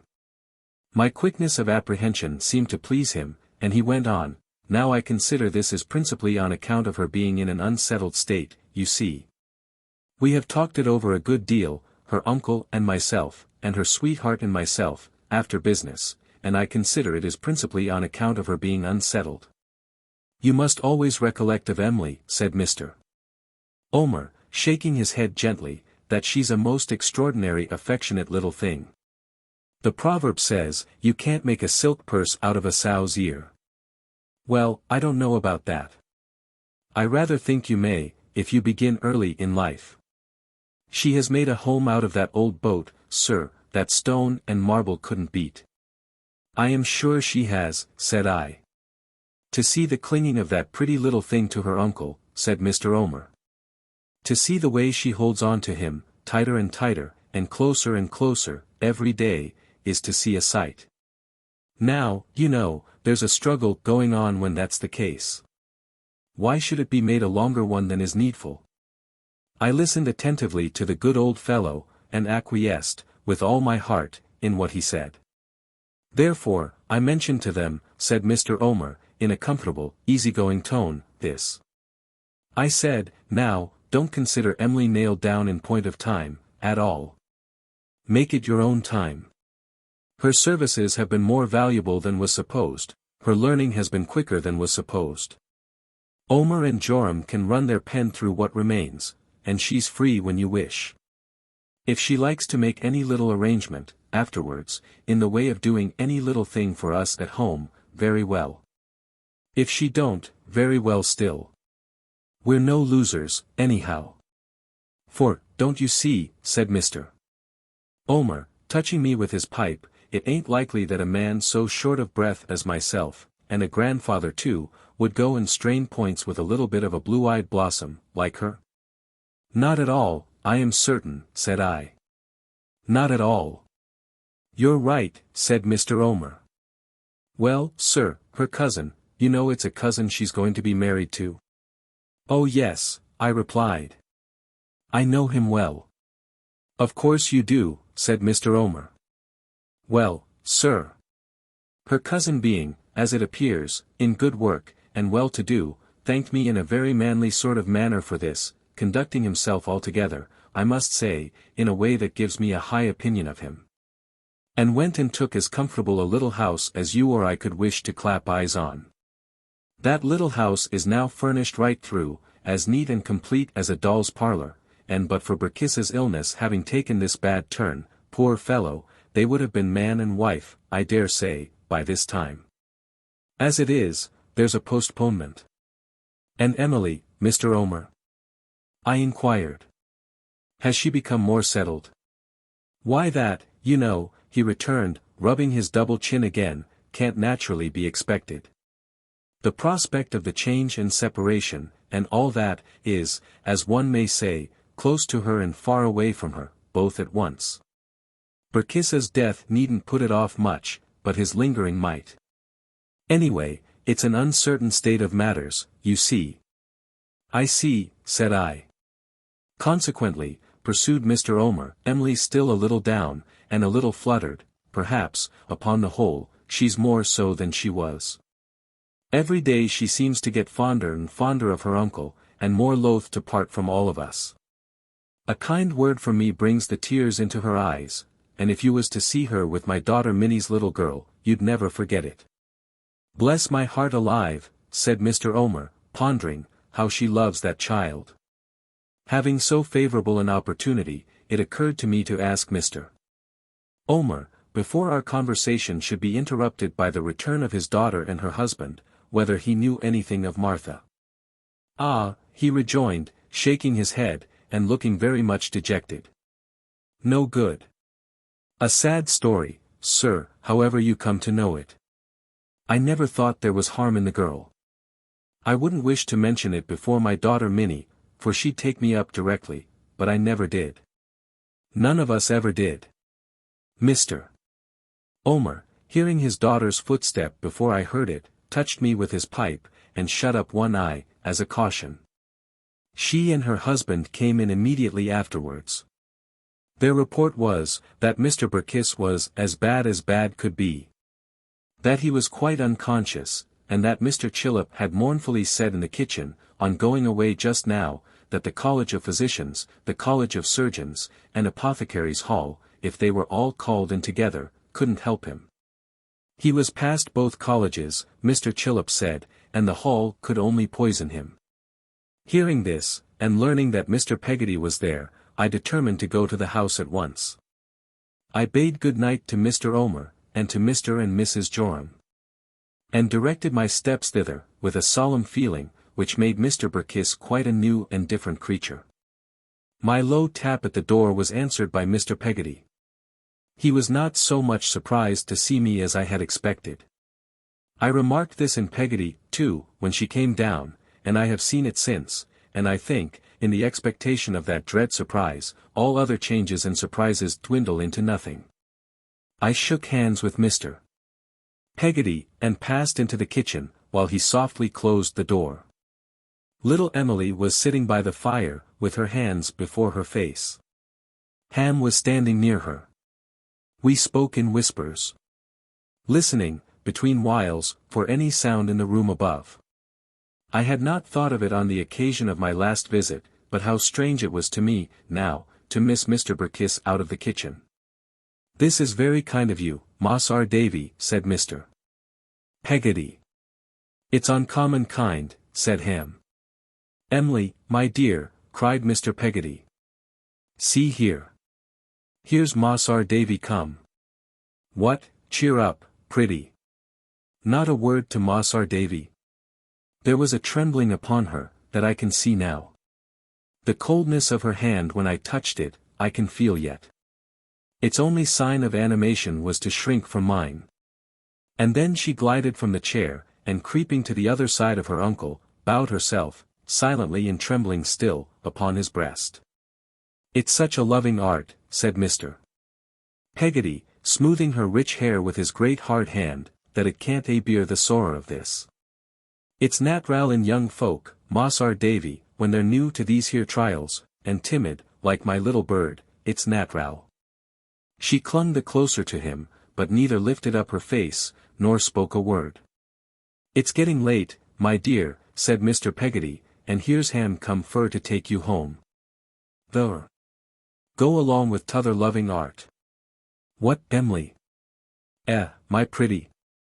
The sound of her voice had not reached me, but he bent his head as if he listened to her, and then said.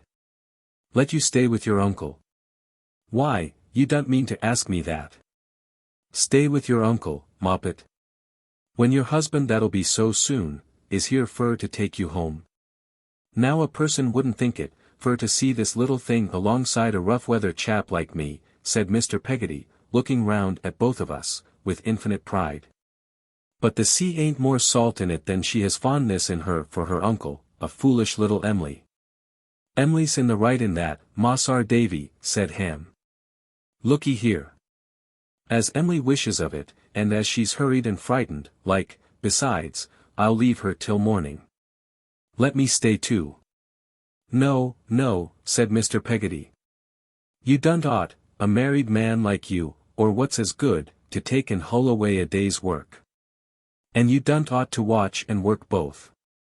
That won't do. You go home and turn in. You ain't afeard of Em'ly not being took good care on, I know. Ham yielded to this persuasion, and took his hat to go. Even when he kissed her. And I never saw him approach her, but I felt that nature had given him the soul of a gentleman. She seemed to cling closer to her uncle, even to the avoidance of her chosen husband. I shut the door after him, that it might cause no disturbance of the quiet that prevailed, and when I turned back, I found Mr. Peggotty still talking to her.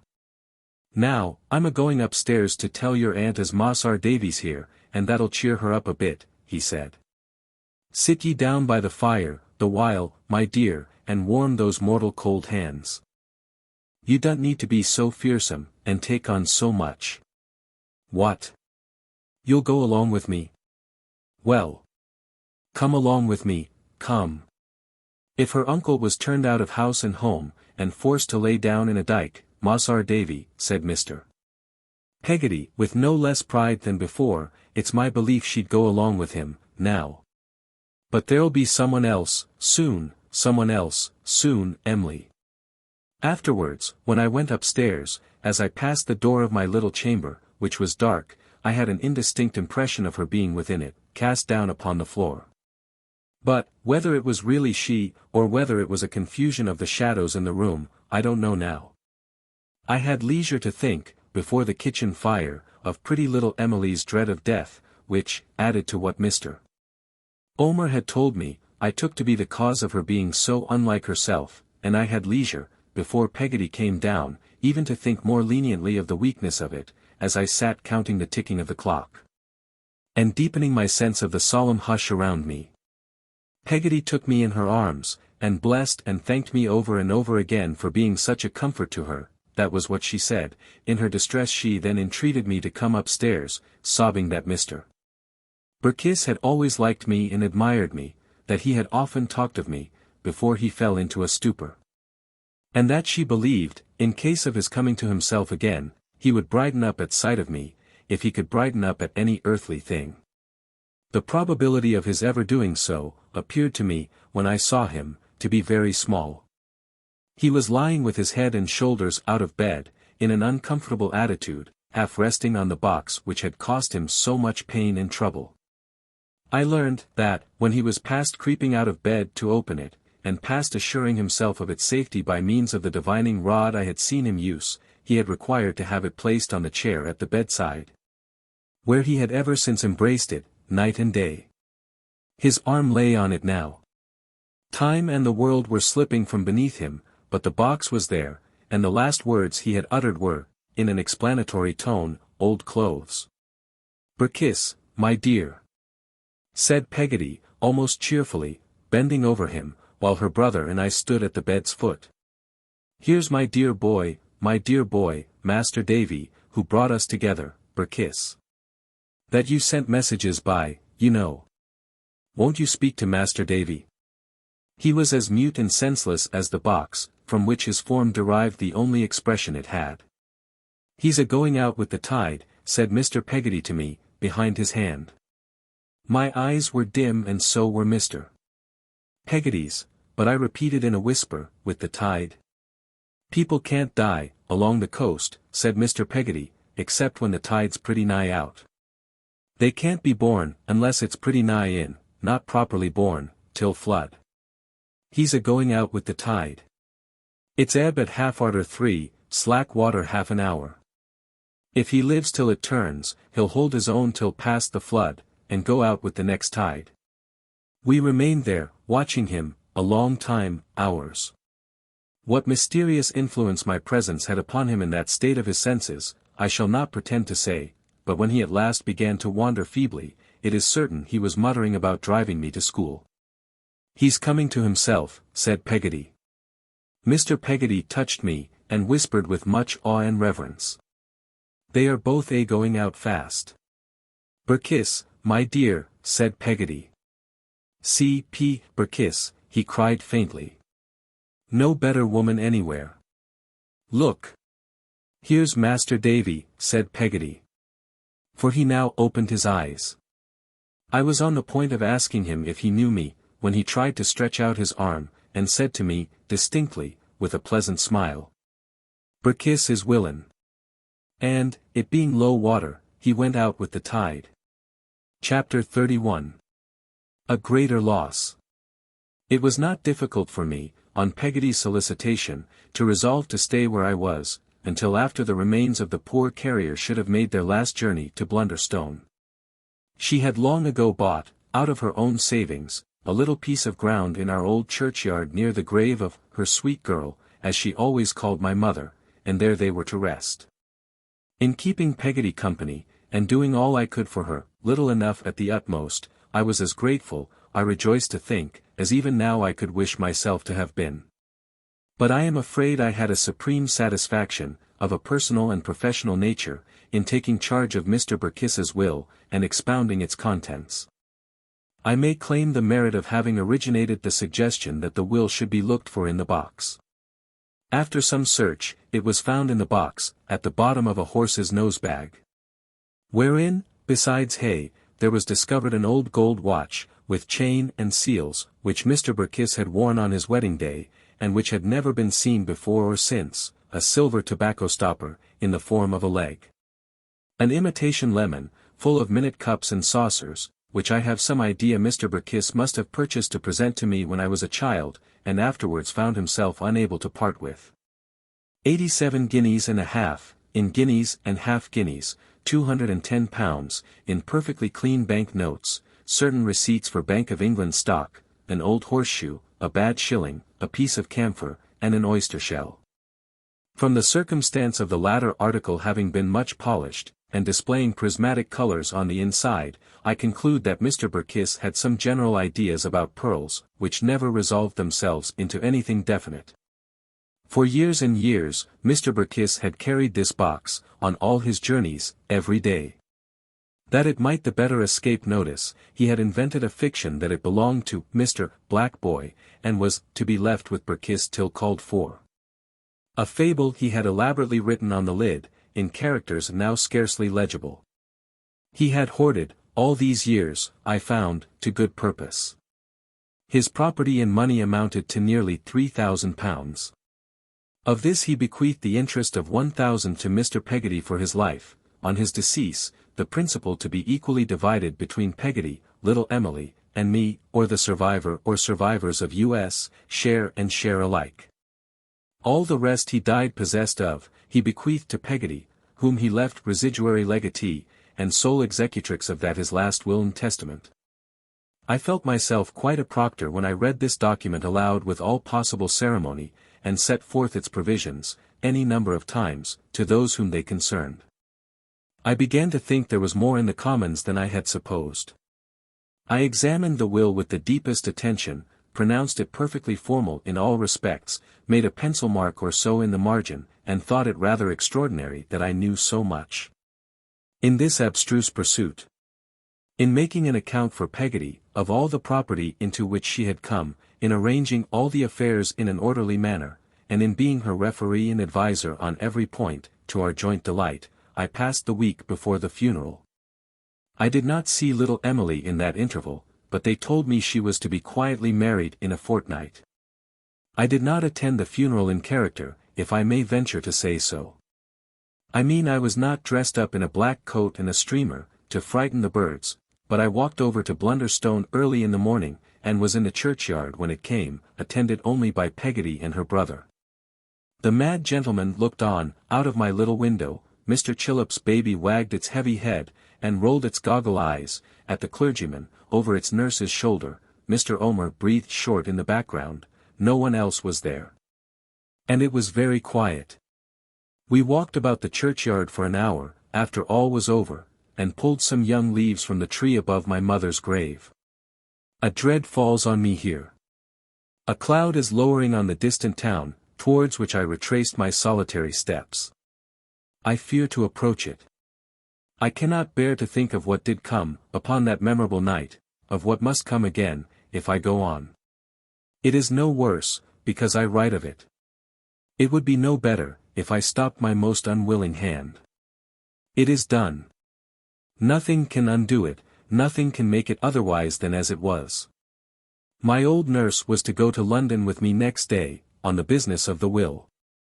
Little Emily was passing that day at Mr. Omer's. We were all to meet in the old boathouse that night. Ham would bring Emily at the usual hour. I would walk back at my leisure.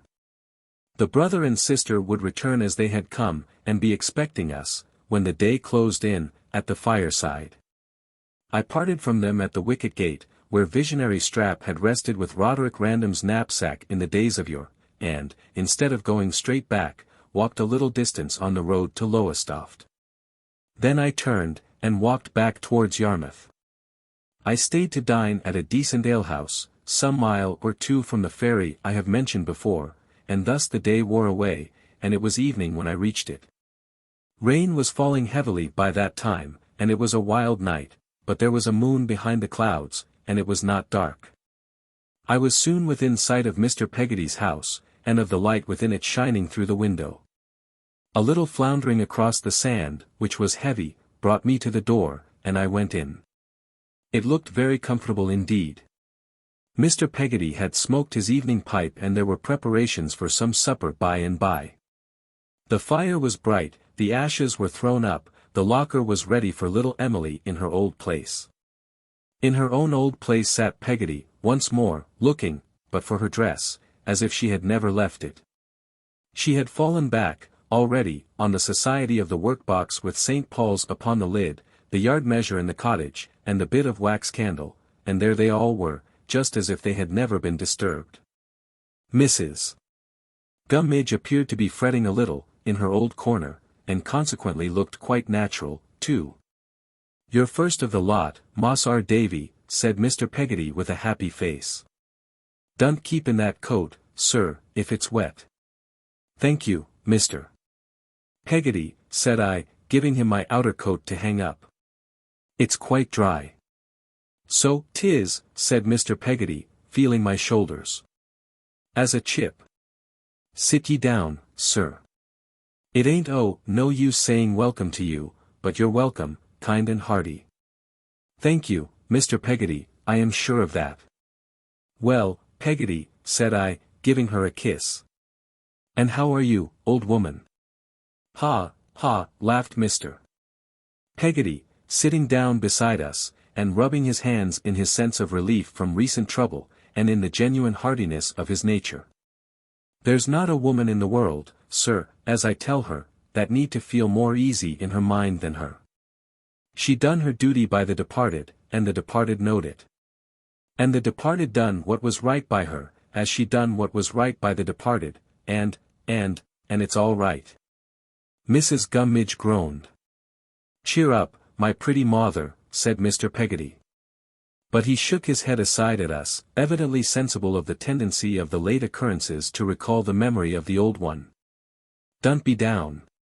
Cheer up, for your own self, on'y a little bit, and see if a good deal more don't come nat row." "Not to me, Daniel," returned Mrs. Gummidge. "Nothing's nat row to me but to be lone and lorn." "No, no," said Mr. Peggotty, soothing her sorrows. "Yes, yes, Daniel," said Mrs. Gummidge. "I ain't a person to live with them as has had money left. Things go too contrary with me. I had better be a riddance." "Why, how should I ever spend it without you?" said Mr. Peggotty, with an air of serious remonstrance. "What are you a-talking on? Don't I want you more now, than ever I did?" "I knowed I was never wanted before," cried Mrs. Gummidge, with a pitiable whimper, "and now I'm told so. How could I expect to be wanted, being so lone and lorn, and so contrary?" Mr. Peggotty seemed very much shocked at himself for having made a speech capable of this unfeeling construction, but was prevented from replying, by Peggotty's pulling his sleeve, and shaking her head. After looking at Mrs. Gummidge for some moments, in sore distress of mind, he glanced at the Dutch clock, rose, snuffed the candle, and put it in the window. "There," said Mr. Peggotty, cheerily, "there we are, Mrs. Gummidge." Mrs. Gummidge slightly groaned. "Lighted up, accordin' to custom. You're a-wonderin' what that's fur, sir." "Well, it's fur our little Em'ly. You see, the path ain't over light or cheerful arter dark. And when I'm here at the hour as she's a-comin' home, I puts the light in the winder. That, you see," said Mr. Peggotty, bending over me with great glee, meets two objects. She says Emily, there's home, she says. And likewise, says Emily, my uncle's there. For if I ain't there, I never have no light showed. You're a baby, said Peggotty, very fond of him for it, if she thought so. Well, returned Mr. Peggotty, standing with his legs pretty wide apart, and rubbing his hands up and down them in his comfortable satisfaction, as he looked alternately at us and at the fire. I don't know but I am. Not, you see, to look at. Not exactly, observed Peggotty. No, laughed Mr. Peggotty, not to look at, but to consider on, you know. I don't care, bless you. Now I tell you. When I go a-looking and looking about that there a pretty house of our Emily's, I'm gormed, said Mr. Peggotty, with sudden emphasis, there. I can't say more, if I don't feel as if the littlest things was her, most. I takes em up and I put em down, and I touches of em as delicate as if they was our Emily. So, 'tis with her little bonnets and that. I couldn't see one on em rough used a purpose, not for the whole world. There's a babby for you, in the form of a great sea porcupine, said Mr. Peggotty, relieving his earnestness with a roar of laughter. Peggotty and I both laughed, but not so loud. It's my opinion, you see, said Mr. Peggotty, with a delighted face, after some further rubbing of his legs, as this is along of my havin' played with her so much, and made believe as we was Turks, and French, and sharks, and every variety of foreigners, bless you, yes. And lions and whales, and I don't know what all. When she warn't no higher than my knee. I've got into the way on it, you know. Why, this here candle, now, said Mr. Peggotty, gleefully holding out his hand towards it, I know very well that arter she's married and gone, I shall put that candle there, just the same as now. I know very well that when I'm here nights, and where else should I live, bless your arts, whatever fortune I come into. And she ain't here or I ain't there, I shall put the candle in the winder, and sit afore the fire, pretending I'm expecting of her, like I'm a-doing now.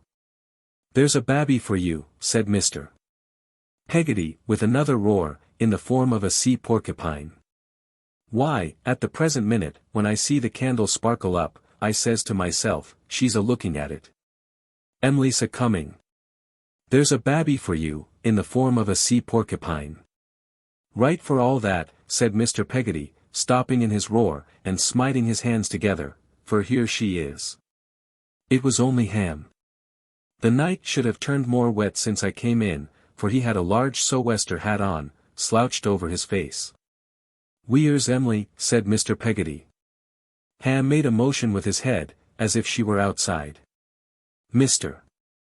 Peggotty took the light from the window, trimmed it, put it on the table, and was busily stirring the fire, when Ham, who had not moved, said, Mossar Davy, will you come out a minute, and see what Emily and me has got to show you? We went out. As I passed him at the door, I saw, to my astonishment and fright, that he was deadly pale. He pushed me hastily into the open air, and closed the door upon us. Only upon us two. Ham. What's the matter? Mossar Davy. For his broken heart, how dreadfully he wept. I was paralyzed by the sight of such grief. I don't know what I thought, or what I dreaded. I could only look at him. Ham. Poor good fellow. For heaven's sake, tell me what's the matter. My love, Mossar Davy, the pride and hope of my art, her that I'd have died for, and would die for now, she's gone. Gone. Emily's run away. Oh, Mossar Davy, think how she's run away, when I pray my good and gracious God to kill her that is so dear above all things, sooner than let her come to ruin and disgrace.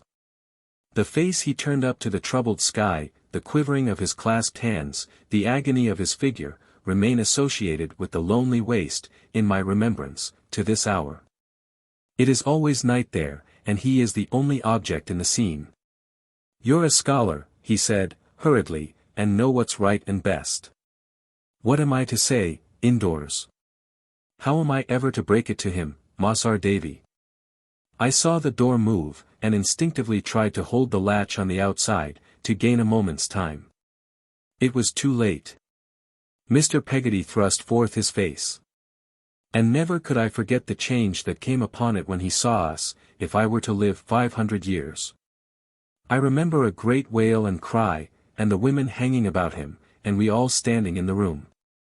I with a paper in my hand, which Ham had given me, Mr. Peggotty, with his vest torn open, his hair wild, his face and lips quite white, and blood trickling down his bosom, it had sprung from his mouth, I think, looking fixedly at me. "Read it, sir," he said, in a low shivering voice. "Slow, please. I don't know as I can understand." In the midst of the silence of death, I read thus, from a blotted letter. "When you, who love me so much better than I ever have deserved, even when my mind was innocent, see this, I shall be far away. I shall be fur away," he repeated slowly. "Stop. Emily fur away. Well. When I leave my dear home, oh, my dear home. In the morning." The letter bore date on the previous night. "It will be never to come back, unless he brings me back a lady. This will be found at night, many hours after, instead of me. Oh, if you knew how my heart is torn. If even you, that I have wronged so much, that never can forgive me, could only know what I suffer. I am too wicked to write about myself. Oh, take comfort in thinking that I am so bad. Oh, for mercy's sake, tell uncle that I never loved him half so dear as now. Oh, don't remember how affectionate and kind you have all been to me, don't remember we were ever to be married, but try to think as if I died when I was little, and was buried somewhere. Pray heaven that I am going away from, have compassion on my uncle. Tell him that I never loved him half so dear. Be his comfort. Love some good girl that will be what I was once to uncle, and be true to you, and worthy of you, and know no shame but me. God bless all. I'll pray for all, often, on my knees. If he don't bring me back a lady, and I don't pray for my own self, I'll pray for all. My parting love to uncle. My last tears, and my last thanks, for uncle." That was all. He stood, long after I had ceased to read, still looking at me. At length I ventured to take his hand, and to entreat him, as well as I could, to endeavour to get some command of himself. He replied, "I thank ye, sir, I thank ye," without moving. Ham spoke to him. Mr. Peggotty was so far sensible of his affliction, that he wrung his hand, but, otherwise, he remained in the same state, and no one dared to disturb him. Slowly, at last, he moved his eyes from my face, as if he were waking from a vision, and cast them round the room. Then he said, in a low voice, "Who's the man? I want to know his name." Ham glanced at me, and suddenly I felt a shock that struck me back. "There's a man suspected," said Mr. Peggotty. "Who is it?" "Masr Davy," implored Ham. "Go out a bit, and let me tell him what I must." "You don't ought to hear it, sir." I felt the shock again. I sank down in a chair, and tried to utter some reply, but my tongue was fettered, and my sight was weak. "I want to know his name," I heard said once more. For some time past, Ham faltered, "There's been a servant about here, at odd times.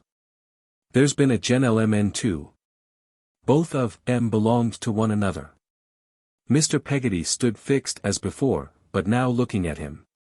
"The servant," pursued Ham, "was seen along with our poor girl, last night. He's been in hiding about here, this week or over. He was thought to have gone, but he was hiding. Dunt stay, Masr Davy, dunt." I felt Peggotty's arm round my neck, but I could not have moved if the house had been about to fall upon me. "A strange chay in hosses was outside town, this morning, on the Norwich road, a'most afore the day broke," Ham went on. "The servant went to it, and come from it, and went to it again. When he went to it again, Emily was nigh him. The t'other was inside. He's the man." "For the Lord's love," said Mr. Peggotty, falling back, and putting out his hand, as if to keep off what he dreaded. "Don't tell me his name's Steerforth." "Mossar Davy," exclaimed Ham, in a broken voice, "it ain't no fault of yourn, and I am far from laying of it to you, but his name is Steerforth, and he's a damned villain. Mr. Peggotty uttered no cry, and shed no tear, and moved no more, until he seemed to wake again, all at once, and pulled down his rough coat from its peg in a corner. "Bear a hand with this. I'm struck of a heap, and can't do it," he said, impatiently. "Bear a hand and help me." Well, when somebody had done so. "Now give me that there hat." Ham asked him whither he was going. "I'm a-going to seek my niece. I'm a-going to seek my Em'ly.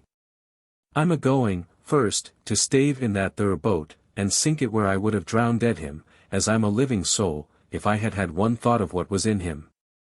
As he sat afore me," he said, wildly, holding out his clenched right hand, "as he sat afore me, face to face, strike me down dead, but I'd have drowned dead him, and thought it right. I'm a-going to seek my niece." "Where?" cried Ham, interposing himself before the door. "Anywhere. I'm a-going to seek my niece through the world. I'm a-going to find my poor niece in her shame, and bring her back. No one stop me. I tell you I'm a-going to seek my niece." "No, no," cried Mrs. Gummidge, coming between them, in a fit of crying. "No, no, Daniel, not as you are now. Seek her in a little while, my lone lorn Daniel, and that'll be but right. But not as you are now. Sit ye down, and give me your forgiveness for having ever been a worrit to you, Daniel. What have my contraries ever been to this? And let us speak a word about them times when she was first an orphan, and when Ham was too, and when I was a poor widder woman, and you took me in. It'll soften your poor heart, Daniel, laying her head upon his shoulder, and you'll bear your sorrow better. For you know the promise, Daniel, as you have done it unto one of the least of these, you have done it unto me, and that can never fail under this roof, that's been our shelter for so many, many year." He was quite passive now. And when I heard him crying, the impulse that had been upon me to go down upon my knees, and ask their pardon for the desolation I had caused, and curse Steerforth, yielded to a better feeling, my overcharged heart found the same relief. And I cried too. Chapter 32. The beginning of a long journey. What is natural in me, is natural in many other men, I infer, and so I am not afraid to write that I never had loved Steerforth better than when the ties that bound me to him were broken. In the keen distress of the discovery of his unworthiness, I thought more of all that was brilliant in him, I softened more towards all that was good in him. I did more justice to the qualities that might have made him a man of a noble nature and a great name, than ever I had done in the height of my devotion to him. Deeply as I felt my own unconscious part in his pollution of an honest home, I believe that if I had been brought face to face with him, I could not have uttered one reproach.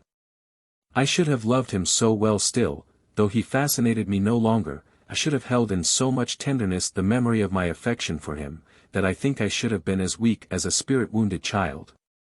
In all but the entertainment of a thought that we could ever be reunited. That thought I never had. I felt, as he had felt, that all was at an end between us. What his remembrances of me were, I have never known. They were light enough, perhaps, and easily dismissed, but mine of him were as the remembrances of a cherished friend, who was dead. Yes, Steerforth, long removed from the scenes of this poor history. My sorrow may bear involuntary witness against you at the judgment throne, but my angry thoughts or my reproaches never will, I know. The news of what had happened soon spread through the town, insomuch that as I passed along the streets next morning, I overheard the people speaking of it at their doors. Many were hard upon her, some few were hard upon him, but towards her second father and her lover there was but one sentiment. Among all kinds of people a respect for them in their distress prevailed, which was full of gentleness and delicacy. The seafaring men kept apart, when those two were seen early, walking with slow steps on the beach, and stood in knots, talking compassionately among themselves.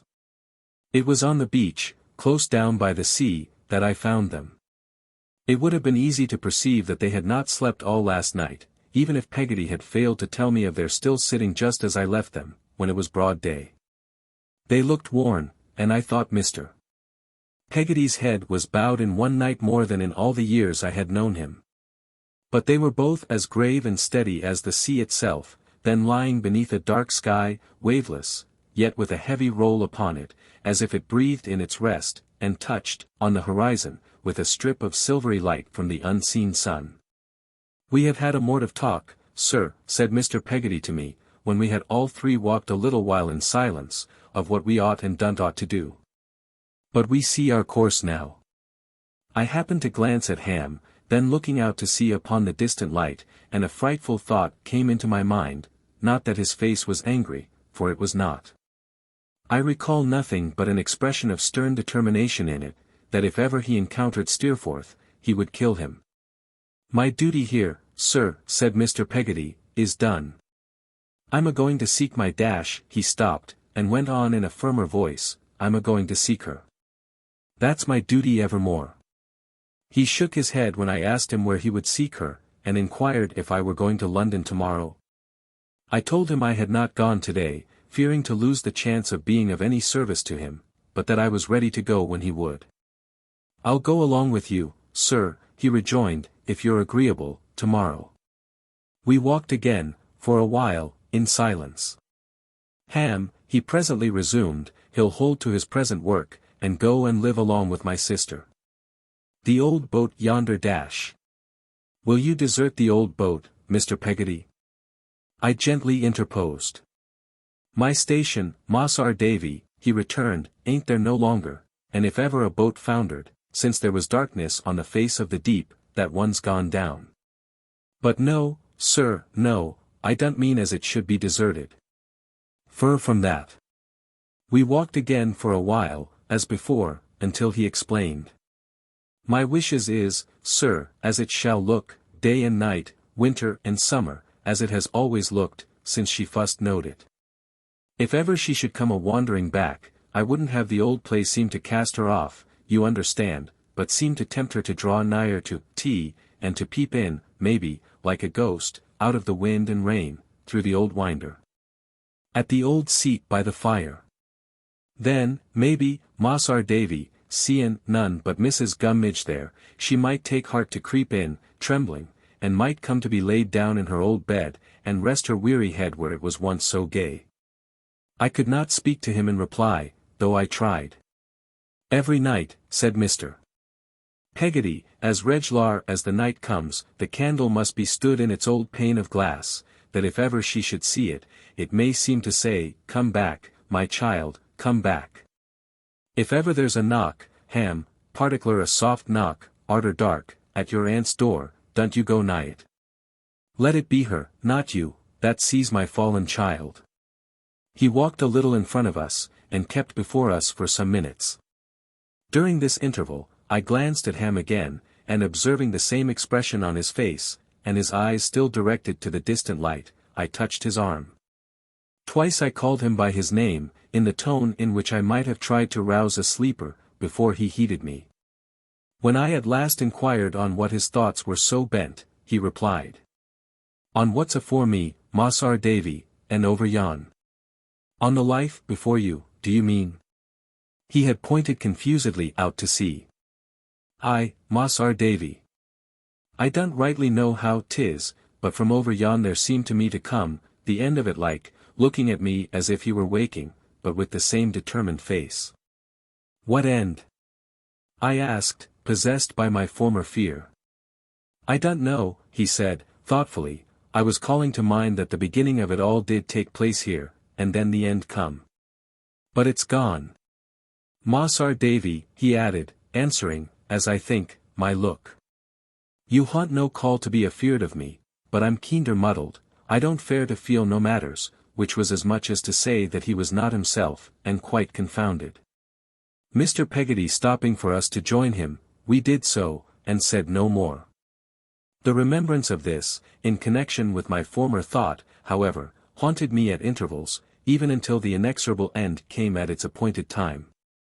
We insensibly approached the old boat, and entered. Mrs. Gummidge, no longer moping in her especial corner, was busy preparing breakfast. She took Mr. Peggotty's hat, and placed his seat for him, and spoke so comfortably and softly, that I hardly knew her. "Daniel, my good man," said she, "you must eat and drink, and keep up your strength, for without it you'll do nowt. Try, that's a dear soul. And if I disturb you with my clickatin," she meant her chattering, "tell me so, Daniel, and I won't." When she had served us all, she withdrew to the window, where she sedulously employed herself in repairing some shirts and other clothes belonging to Mr. Peggotty, and neatly folding and packing them in an old oilskin bag, such as sailors carry. Meanwhile, she continued talking, in the same quiet manner. "All times and seasons, you know, Daniel," said Mrs. Gummidge, "I shall be alooze here, and everythink will look accordin' to your wishes. I'm a poor scholar, but I shall write to you, odd times, when you're away, and send my letters to Mossar Davy. Maybe you'll write to me too, Daniel, odd times, and tell me how you fare to feel upon your lorn journeys. You'll be a solitary woman here, I'm afeard," said Mr. Peggotty. "No, no, Daniel," she returned, "I shan't be that. Don't you mind me. I shall have enough to do to keep a bein' for you, Mrs. Gummidge meant a home, again you come back, to keep a bein' here for any that may hap to come back, Daniel. In the fine time, I shall set outside the door as I used to do. If any should come nigh, they shall see the old widder woman true to a long way off." What a change in Mrs. Gummidge in a little time! She was another woman. She was so devoted, she had such a quick perception of what it would be well to say, and what it would be well to leave unsaid, she was so forgetful of herself, and so regardful of the sorrow about her, that I held her in a sort of veneration. The work she did that day. There were many things to be brought up from the beach and stored in the outhouse, as oars, nets, sails, cordage, spars, lobster pots, bags of ballast, and the like. And though there was abundance of assistance rendered, there being not a pair of working hands on all that shore but would have laboured hard for Mr. Peggotty, and been well paid in being asked to do it, yet she persisted, all day long, in toiling under weights that she was quite unequal to, and fagging to and fro on all sorts of unnecessary errands. As to deploring her misfortunes, she appeared to have entirely lost the recollection of ever having had any. She preserved an equable cheerfulness in the midst of her sympathy, which was not the least astonishing part of the change that had come over her. Querulousness was out of the question. I did not even observe her voice to falter, or a tear to escape from her eyes, the whole day through, until twilight, when she and I and Mr. Peggotty being alone together, and he having fallen asleep in perfect exhaustion, she broke into a half-suppressed fit of sobbing and crying, and taking me to the door, said, "Ever bless you, Mossar Davy, be a friend to him, poor dear." Then, she immediately ran out of the house to wash her face, in order that she might sit quietly beside him, and be found at work there, when he should awake. In short, I left her, when I went away at night, the prop and staff of Mr. Peggotty's affliction, and I could not meditate enough upon the lesson that I read in Mrs. Gummidge, and the new experience she unfolded to me. It was between 9 and 10 o'clock when, strolling in a melancholy manner through the town, I stopped at Mr. Omer's door. Mr. Omer had taken it so much to heart, his daughter told me, that he had been very low and poorly all day, and had gone to bed without his pipe.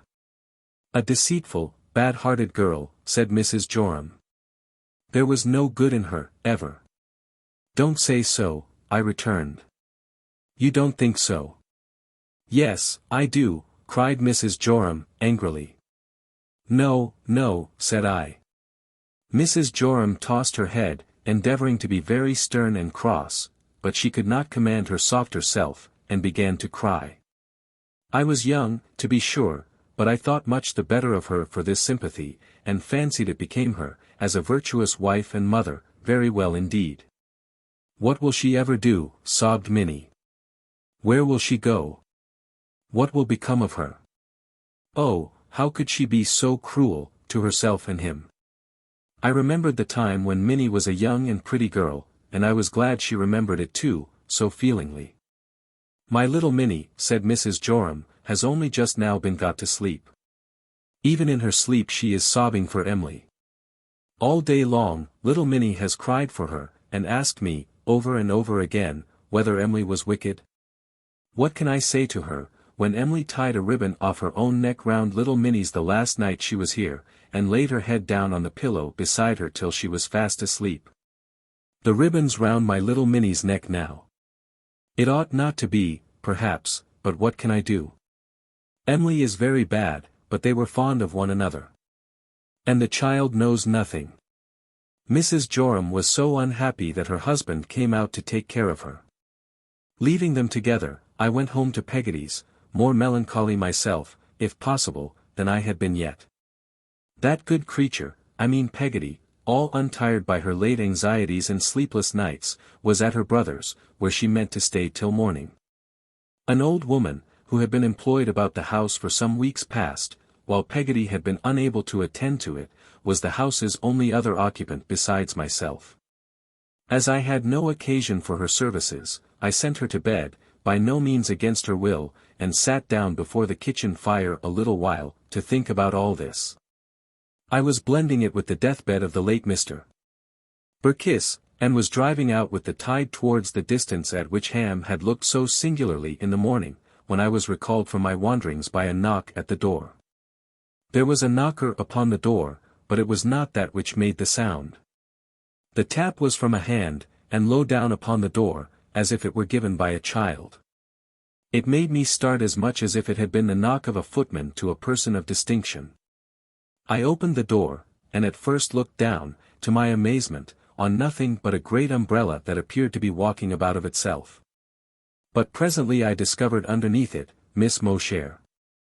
I might not have been prepared to give the little creature a very kind reception, if, on her removing the umbrella, which her utmost efforts were unable to shut up, she had shown me the volatile expression of face which had made so great an impression on me at our first and last meeting. But her face, as she turned it up to mine, was so earnest, and when I relieved her of the umbrella, which would have been an inconvenient one for the Irish giant, she wrung her little hands in such an afflicted manner, that I rather inclined towards her. Miss Mosher, said I, after glancing up and down the empty street, without distinctly knowing what I expected to see besides, how do you come here? What is the matter? She motioned to me with her short right arm, to shut the umbrella for her, and passing me hurriedly, went into the kitchen. When I had closed the door, and followed, with the umbrella in my hand, I found her sitting on the corner of the fender. It was a low iron one, with two flat bars at top to stand plates upon, in the shadow of the boiler. Swaying herself backwards and forwards, and chafing her hands upon her knees like a person in pain. Quite alarmed at being the only recipient of this untimely visit, and the only spectator of this portentous behavior, I exclaimed again, "Pray tell me, Miss Mosher, what is the matter? Are you ill?" "My dear young soul," returned Miss Mosher, squeezing her hands upon her heart one over the other. "I am ill here, I am very ill. To think that it should come to this, when I might have known it and perhaps prevented it, if I hadn't been a thoughtless fool." Again her large bonnet, very disproportionate to the figure, went backwards and forwards, in her swaying of her little body to and fro, while a most gigantic bonnet rocked, in unison with it, upon the wall. "I am surprised," I began, "to see you so distressed and serious," when she interrupted me. "Yes, it's always so," she said. "They are all surprised, these inconsiderate young people, fairly and full grown, to see any natural feeling in a little thing like me. They make a plaything of me, use me for their amusement, throw me away when they are tired, and wonder that I feel more than a toy horse or a wooden soldier. Yes, yes, that's the way. The old way." "It may be, with others," I returned, "but I do assure you it is not with me. Perhaps I ought not to be at all surprised to see you as you are now, I know so little of you." I said, without consideration, what I thought. "What can I do?" returned the little woman, standing up, and holding out her arms to show herself. "See what I am, my father was, and my sister is, and my brother ISI have worked for sister and brother these many years, hard, Mr. Copperfield, all day. I must live. I do no harm. If there are people so unreflecting or so cruel, as to make a jest of me, what is left for me to do but to make a jest of myself, them, and everything? If I do so, for the time, whose fault is that? Mine? No. Not Miss Mowcher's, I perceived. If I had shown myself a sensitive dwarf to your false friend, pursued the little woman, shaking her head at me, with reproachful earnestness, how much of his help or goodwill do you think I should ever have had? If little Mowcher, who had no hand, young gentleman, in the making of herself, addressed herself to him, or the like of him, because of her misfortunes, when do you suppose her small voice would have been heard? Little Mowcher would have as much need to live, if she was the bitterest and dullest of pygmies, but she couldn't do it. No. She might whistle for her bread and butter till she died of air. Miss Mowcher sat down on the fender again, and took out her handkerchief, and wiped her eyes. Be thankful for me, if you have a kind heart, as I think you have, she said, that while I know well what I am, I can be cheerful and endure it all. I am thankful for myself, at any rate, that I can find my tiny way through the world, without being beholden to anyone, and that in return for all that is thrown at me, in folly or vanity, as I go along, I can throw bubbles back. If I don't brood over all I want, it is the better for me, and not the worse for anyone. If I am a plaything for you giants, be gentle with me. Miss Mowcher replaced her handkerchief in her pocket, looking at me with very intent expression all the while, and pursued. I saw you in the street just now. You may suppose I am not able to walk as fast as you, with my short legs and short breath, and I couldn't overtake you, but I guessed where you came, and came after you. I have been here before, today, but the good woman wasn't at home. Do you know her? I demanded. I know of her, and about her, she replied, from Omer and Joram. I was there at 7 o'clock this morning. Do you remember what Steerforth said to me about this unfortunate girl, that time when I saw you both at the inn? The great bonnet on Miss Mowcher's head, and the greater bonnet on the wall, began to go backwards and forwards again when she asked this question. I remembered very well what she referred to, having had it in my thoughts many times that day. I told her so. May the father of all evil confound him, said the little woman, holding up her forefinger between me and her sparkling eyes, and 10 times more confound that wicked servant. But I believed it was you who had a boyish passion for her. I repeated. Child, child. In the name of blind ill fortune, cried Miss Mowcher, wringing her hands impatiently, as she went to and fro again upon the fender, why did you praise her so, and blush, and look disturbed? I could not conceal from myself that I had done this, though for a reason very different from her supposition. What did I know? Said Miss Mowcher, taking out her handkerchief again, and giving one little stamp on the ground whenever, at short intervals, she applied it to her eyes with both hands at once. He was crossing you and wheedling you, I saw. And you were soft wax in his hands, I saw. Had I left the room a minute, when his man told me that, young innocence, so he called you, and you may call him old guilt all the days of your life, had set his heart upon her, and she was giddy and liked him. But his master was resolved that no harm should come of it, more for your sake than for hers, and that was their business here. How could I but believe him? I saw Steerforth soothe and please you by his praise of her. You were the first to mention her name. You owned to an old admiration of her. You were hot and cold, and red and white, all at once when I spoke to you of her. What could I think, what did I think, but that you were a young libertine in everything but experience, and had fallen into hands that had experience enough, and could manage you, having the fancy, for your own good? Oh! Oh! Oh! They were afraid of my finding out the truth, exclaimed Miss Mowcher, getting off the fender, and trotting up and down the kitchen with her 2 short arms distressfully lifted up, because I am a sharp little thing, I need be. To get through the world at all. And they deceived me altogether, and I gave the poor unfortunate girl a letter, which I fully believe was the beginning of her ever speaking to Lit Timer, who was left behind on purpose.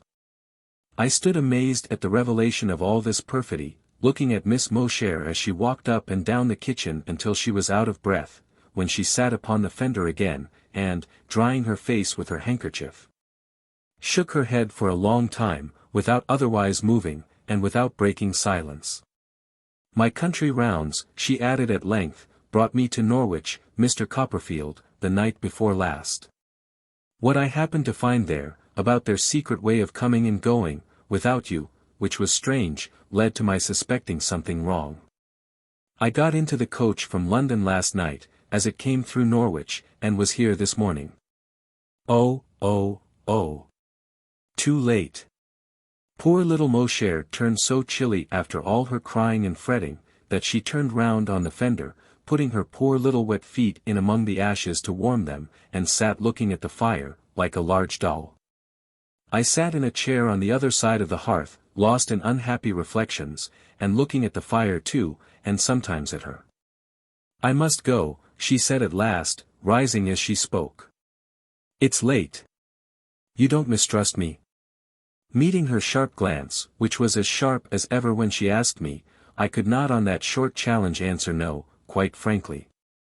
Come, said she, accepting the offer of my hand to help her over the fender, and looking wistfully up into my face. You know you wouldn't mistrust me, if I was a full-sized woman. I felt that there was much truth in this. And I felt rather ashamed of myself. You are a young man, she said, nodding. Take a word of advice, even from 3'0". Try not to associate bodily defects with mental, my good friend, except for a solid reason. She had got over the fender now, and I had got over my suspicion. I told her that I believed she had given me a faithful account of herself, and that we had both been hapless instruments in designing hands. She thanked me, and said I was a good fellow. Now, mind, she exclaimed, turning back on her way to the door, and looking shrewdly at me, with her forefinger up again. I have some reason to suspect, from what I have heard, my ears are always open, I can't afford to spare what powers I have, that they are gone abroad. But if ever they return, if ever any one of them returns, while I am alive, I am more likely than another, going about as I do, to find it out soon. Whatever I know, you shall know. If ever I can do anything to serve the poor betrayed girl, I will do it faithfully, please heaven. And Lit Timer had better have a bloodhound at his back, than little Mosher. I placed implicit faith in this last statement, when I marked the look with which it was accompanied. Trust me no more, but trust me no less, than you would trust a full-sized woman, said the little creature, touching me appealingly on the wrist. If ever you see me again, unlike what I am now, and like what I was when you first saw me, observe what company I am in. Call to mind that I am a very helpless and defenseless little thing. Think of me at home with my brother like myself and sister like myself, when my day's work is done. Perhaps you won't, then, be very hard upon me, or surprised if I can be distressed and serious. Good night. I gave Miss Mosher my hand, with a very different opinion of her from that which I had hitherto entertained, and opened the door to let her out. It was not a trifling business to get the great umbrella up, and properly balanced in her grasp. But at last I successfully accomplished this, and saw it go bobbing down the street through the rain, without the least appearance of having anybody underneath it. Except when a heavier fall than usual from some overcharged waterspout sent it toppling over, on one side, and discovered Miss Mosher struggling violently to get it right. After making one or two sallies to her relief, which were rendered futile by the umbrella's hopping on again, like an immense bird, before I could reach it, I came in, went to bed, and slept till morning. In the morning I was joined by Mr. Peggotty and by my old nurse, and we went at an early hour to the coach office, where Mrs. Gummidge and Ham were waiting to take leave of us. Mossar Davy, Ham whispered, drawing me aside, while Mr. Peggotty was stowing his bag among the luggage, his life is quite broke up. He don't know wheer he's going, he don't know what's afore him. He's bound upon a voyage that'll last, on and off, all the rest of his days, take my word for 't, unless he finds what he's a-seeking of. I am sure you'll be a friend to him, Masr Davy. Trust me, I will indeed, said I, shaking hands with Ham earnestly. Thank ye. Thank ye, very kind, sir. One thing further. I'm in good employ, you know, Masr Davy, and I haunt no way now of spending what I gets. Money's of no use to me no more, except to live. If you can lay it out for him, I shall do my work with a better art. Though as to that, sir, and he spoke very steadily and mildly, you're not to think but I shall work at all times, like a man, and act the best that lays in my power. I told him I was well convinced of it.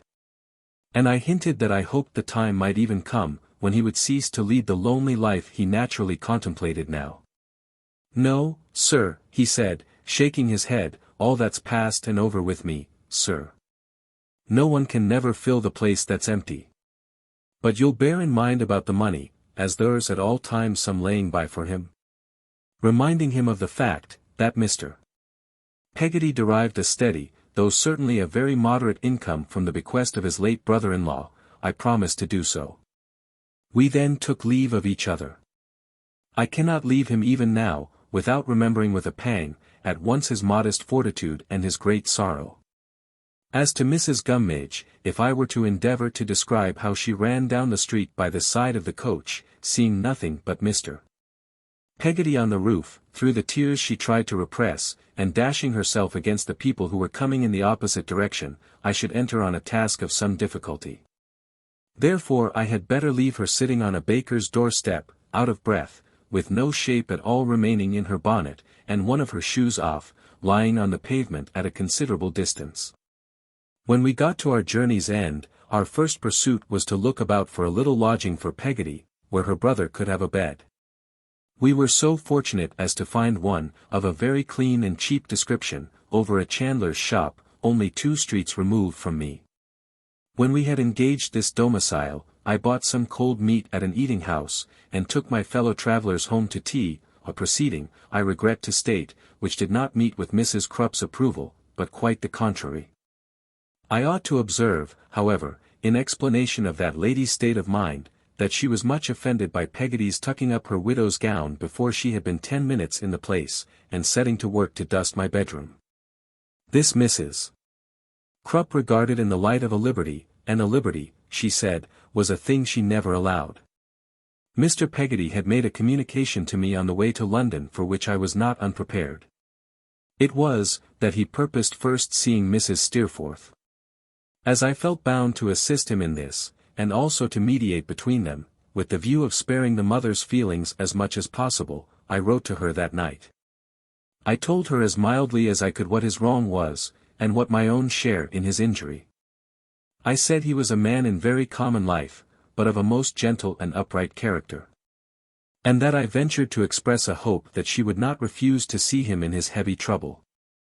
I mentioned 2 o'clock in the afternoon as the hour of our coming, and I sent the letter myself by the first coach in the morning. At the appointed time, we stood at the door of that house where I had been, a few days since. So happy, where my youthful confidence and warmth of heart had been yielded up so freely, which was closed against me henceforth, which was now a waste, a ruin. No Littimer appeared. The pleasanter face which had replaced his, on the occasion of my last visit, answered to our summons, and went before us to the drawing-room. Mrs. Steerforth was sitting there.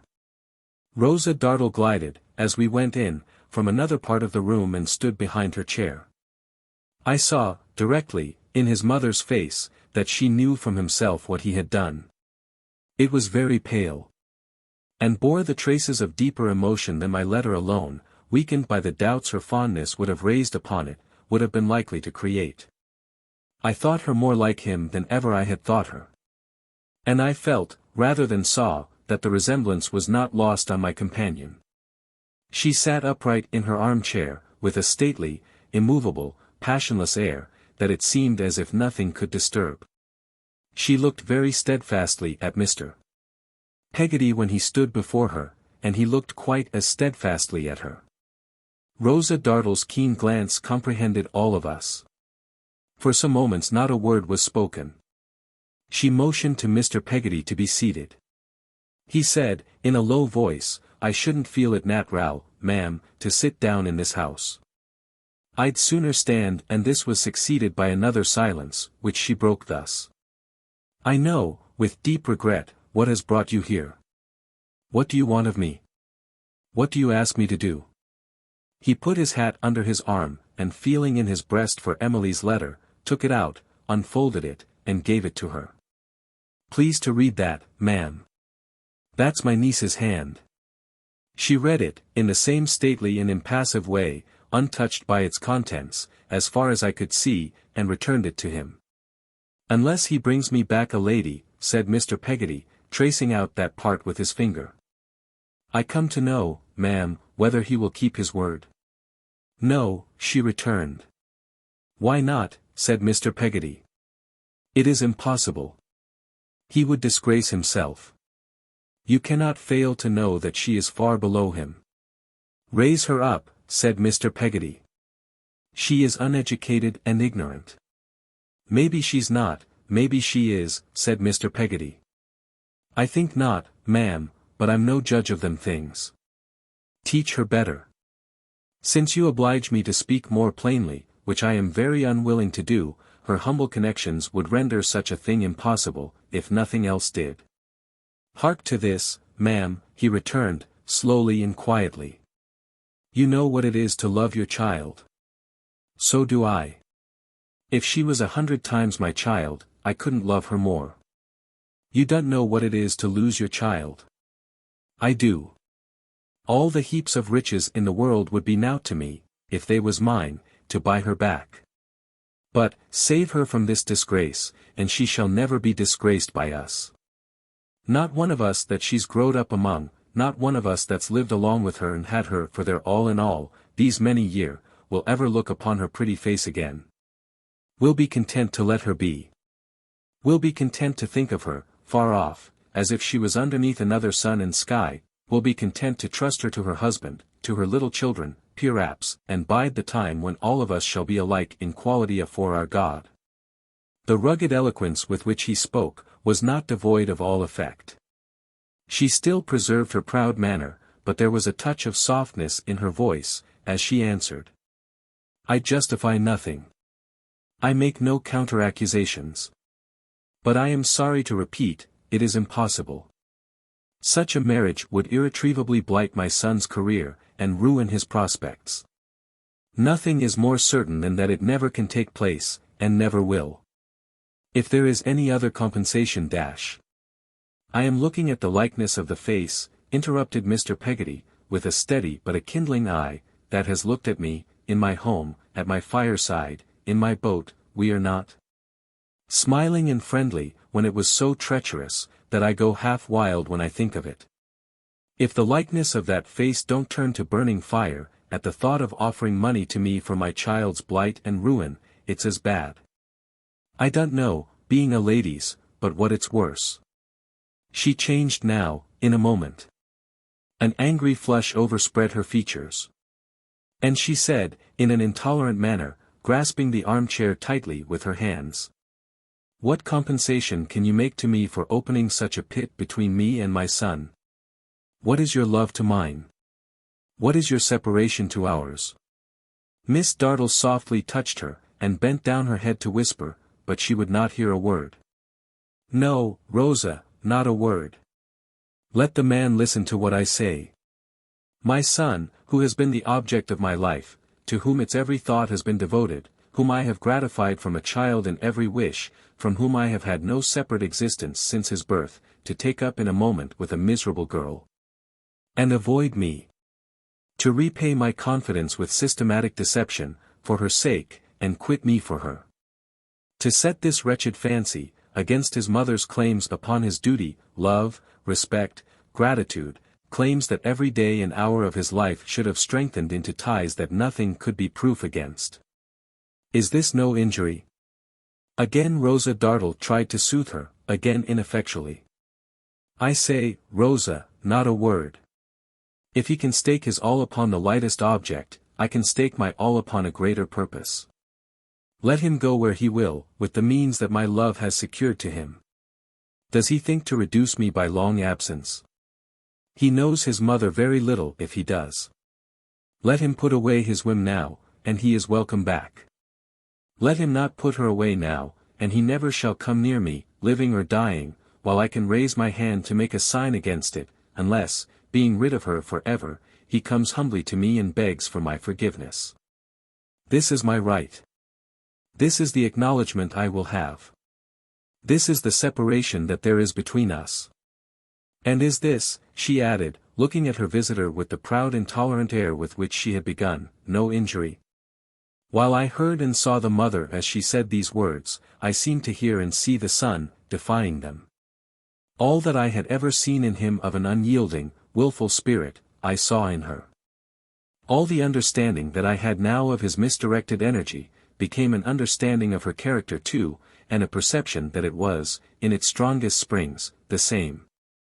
She now observed to me, aloud, resuming her former restraint, that it was useless to hear more, or to say more, and that she begged to put an end to the interview. She rose with an air of dignity to leave the room, when Mr. Peggotty signified that it was needless. "Don't fear me being any hindrance to you, I have no more to say, ma'am," he remarked, as he moved towards the door. "I come here with no hope, and I take away no hope. I have done what I thought should be done, but I never looked for any good to come of my standing where I do. This has been too evil a house for me and mine, for me to be in my right senses and expect it." With this, we departed, leaving her standing by her elbow chair, a picture of a noble presence and a handsome face. We had, on our way out, to cross a paved hall, with glass sides and roof, over which a vine was trained. Its leaves and shoots were green then, and the day being sunny, a pair of glass doors leading to the garden were thrown open. Rosa Dartle, entering this way with a noiseless step, when we were close to them, addressed herself to me. "You do well," she said, "indeed, to bring this fellow here." Such a concentration of rage and scorn as darkened her face, and flashed in her jet-black eyes, I could not have thought compressible even into that face. The scar made by the hammer was, as usual in this excited state of her features, strongly marked when the throbbing I had seen before, came into it as I looked at her. She absolutely lifted up her hand, and struck it. "This is a fellow," she said, "to champion and bring here, is he not? You are a true man." "Miss Dartle," I returned, "you are surely not so unjust as to condemn me." "Why do you bring division between these two mad creatures?" she returned.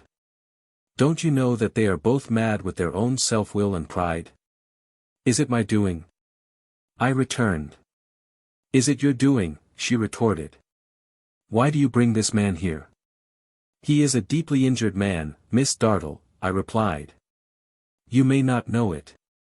"I know that James Steerforth," she said, with her hand on her bosom, as if to prevent the storm that was raging there, from being loud, has a false, corrupt heart, and is a traitor. But what need I know or care about this fellow, and his common niece? Miss Dartle, I returned, you deepen the injury. It is sufficient already. I will only say, at parting, that you do him a great wrong. I do him no wrong, she returned. They are a depraved, worthless set. I would have her whipped. Mr. Peggotty passed on, without a word, and went out at the door. "Oh, shame, Miss Dartle. Shame!" I said indignantly. "How can you bear to trample on his undeserved affliction?" "I would trample on them all," she answered. "I would have his house pulled down. I would have her branded on the face, dressed in rags, and cast out in the streets to starve. If I had the power to sit in judgment on her, I would see it done. See it done. I would do it. I detest her. If I ever could reproach her with her infamous condition, would go anywhere to do so. If I could hunt her to her grave, I would. If there was any word of comfort that would be a solace to her in her dying hour, and only I possessed it, I wouldn't part with it for life itself. The mere vehemence of her words can convey, I am sensible, but a weak impression of the passion by which she was possessed, and which made itself articulate in her whole figure, though her voice, instead of being raised, was lower than usual. No description I could give of her would do justice to my recollection of her, or to her entire deliverance of herself to her anger. I have seen passion in many forms, but I have never seen it in such a form as that. When I joined Mr. Peggotty, he was walking slowly and thoughtfully down the hill. He told me, as soon as I came up with him, that having now discharged his mind of what he had purposed doing in London, he meant to set out on his travels, that night. I asked him where he meant to go. He only answered, "I'm a-going, sir, to seek my niece." We went back to the little lodging over the chandler's shop, and there I found an opportunity of repeating to Peggotty what he had said to me. She informed me, in return, that he had said the same to her that morning. She knew no more than I did, where he was going, but she thought he had some project shaped out in his mind. I did not like to leave him, under such circumstances, and we all three dined together off a beefsteak pie, which was one of the many good things for which Peggotty was famous, and which was curiously flavored on this occasion, I recollect well, by a miscellaneous taste of tea, coffee, butter, bacon, cheese, new loaves, firewood, candles, and walnut ketchup, continually ascending from the shop. After dinner we sat for an hour or so near the window, without talking much, and then Mr. Peggotty got up, and brought his oilskin bag and his stout stick, and laid them on the table. He accepted, from his sister's stock of ready money, a small sum on account of his legacy, barely enough, I should have thought, to keep him for a month. He promised to communicate with me, when anything befell him. And he slung his bag about him, took his hat and stick, and bade us both good-bye. "All good attend you, dear old woman," he said, embracing Peggotty, "and you too, Mossar Davy," shaking hands with me. "I'm going to seek her, fur and wide. If she should come home while I'm away, but that ain't like to be. Or if I should bring her back, my meaning is, that she and me shall live and die where no one can't reproach her. If any hurt should come to me, remember that the last words I left for her was, 'My unchanged love is with my darling child, and I forgive her.'" He said this solemnly, bareheaded, then, putting on his hat, he went down the stairs, and away. We followed to the door. It was a warm, dusty evening, just the time when, in the great main thoroughfare out of which that byway turned, there was a temporary lull in the eternal tread of feet upon the pavement, and a strong red sunshine. He turned, alone, at the corner of our shady street, into a glow of light, in which we lost him. Rarely did that hour of the evening come, rarely did I wake at night, rarely did I look up at the moon, or stars, or watch the falling rain, or hear the wind, but I thought of his solitary figure toiling on, poor pilgrim. And recalled the words, "I'm a-going to seek her, fur and wide. If any hurt should come to me, remember that the last words I left for her was, 'My unchanged love is with my darling child, and I forgive her.'" Chapter 33. Blissful. All this time, I had gone on loving Dora, harder than ever. Her idea was my refuge in disappointment and distress, and made some amends to me, even for the loss of my friend. The more I pitied myself, or pitied others, the more I sought for consolation in the image of Dora. The greater the accumulation of deceit and trouble in the world, the brighter and the purer shone the star of Dora high above the world. I don't think I had any definite idea where Dora came from, or in what degree she was related to a higher order of beings. But I am quite sure I should have scouted the notion of her being simply human, like any other young lady, with indignation and contempt. If I may so express it, I was steeped in Dora. I was not merely over head and ears in love with her, but I was saturated through and through. Enough love might have been wrung out of me, metaphorically speaking, to drown anybody in. And yet there would have remained enough within me, and all over me, to pervade my entire existence. The first thing I did, on my own account, when I came back, was to take a night walk to Norwood, and, like the subject of a venerable riddle of my childhood, to go round and round the house, without ever touching the house, thinking about Dora.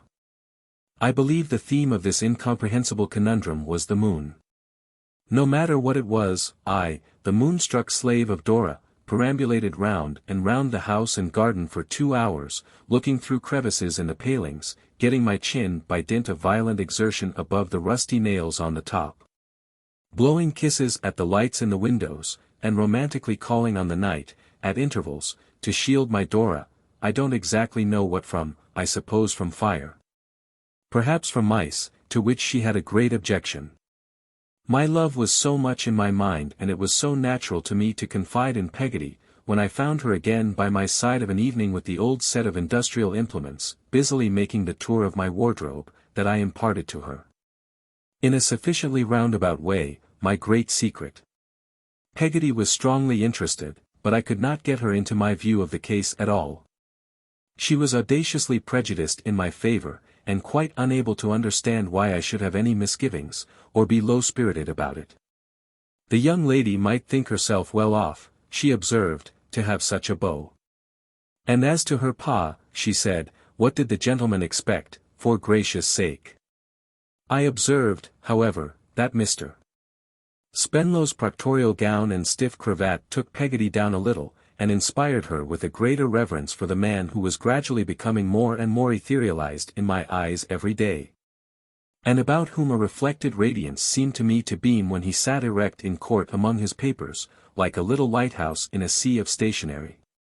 And by the by, it used to be uncommonly strange to me to consider, I remember, as I sat in court too, how those dim old judges and doctors wouldn't have cared for Dora, if they had known her.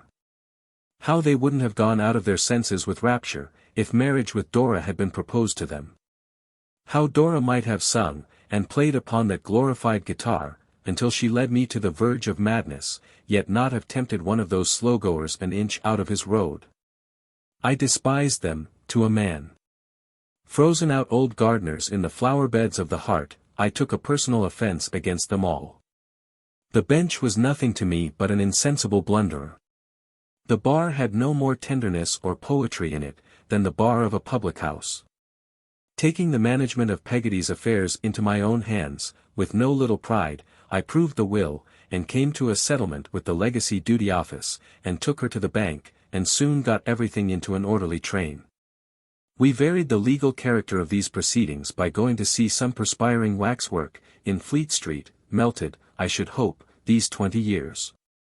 And by visiting Miss Linwood's exhibition, which I remember as a mausoleum of needlework, favourable to self-examination and repentance, and by inspecting the Tower of London, and going to the top of St. Paul's. All these wonders afforded Peggotty as much pleasure as she was able to enjoy, under existing circumstances, except, I think, St. Paul's, which, from her long attachment to her workbox, became a rival of the picture on the lid, and was, in some particulars, vanquished, she considered, by that work of art. Peggotty's business, which was what we used to call common form business in the Commons, and very light and lucrative the common form business was, being settled, I took her down to the office one morning to pay her bill. Mr. Spenlow had stepped out, old Tiffy said, to get a gentleman sworn for a marriage license, but as I knew he would be back directly, our place lying close to the surrogates, and to the Vicar General's office too, I told Peggotty to wait. We were a little like undertakers, in the Commons, as regarded probate transactions, generally making it a rule to look more or less cut up, when we had to deal with clients in mourning. In a similar feeling of delicacy, we were always blithe and light-hearted with the licensed clients.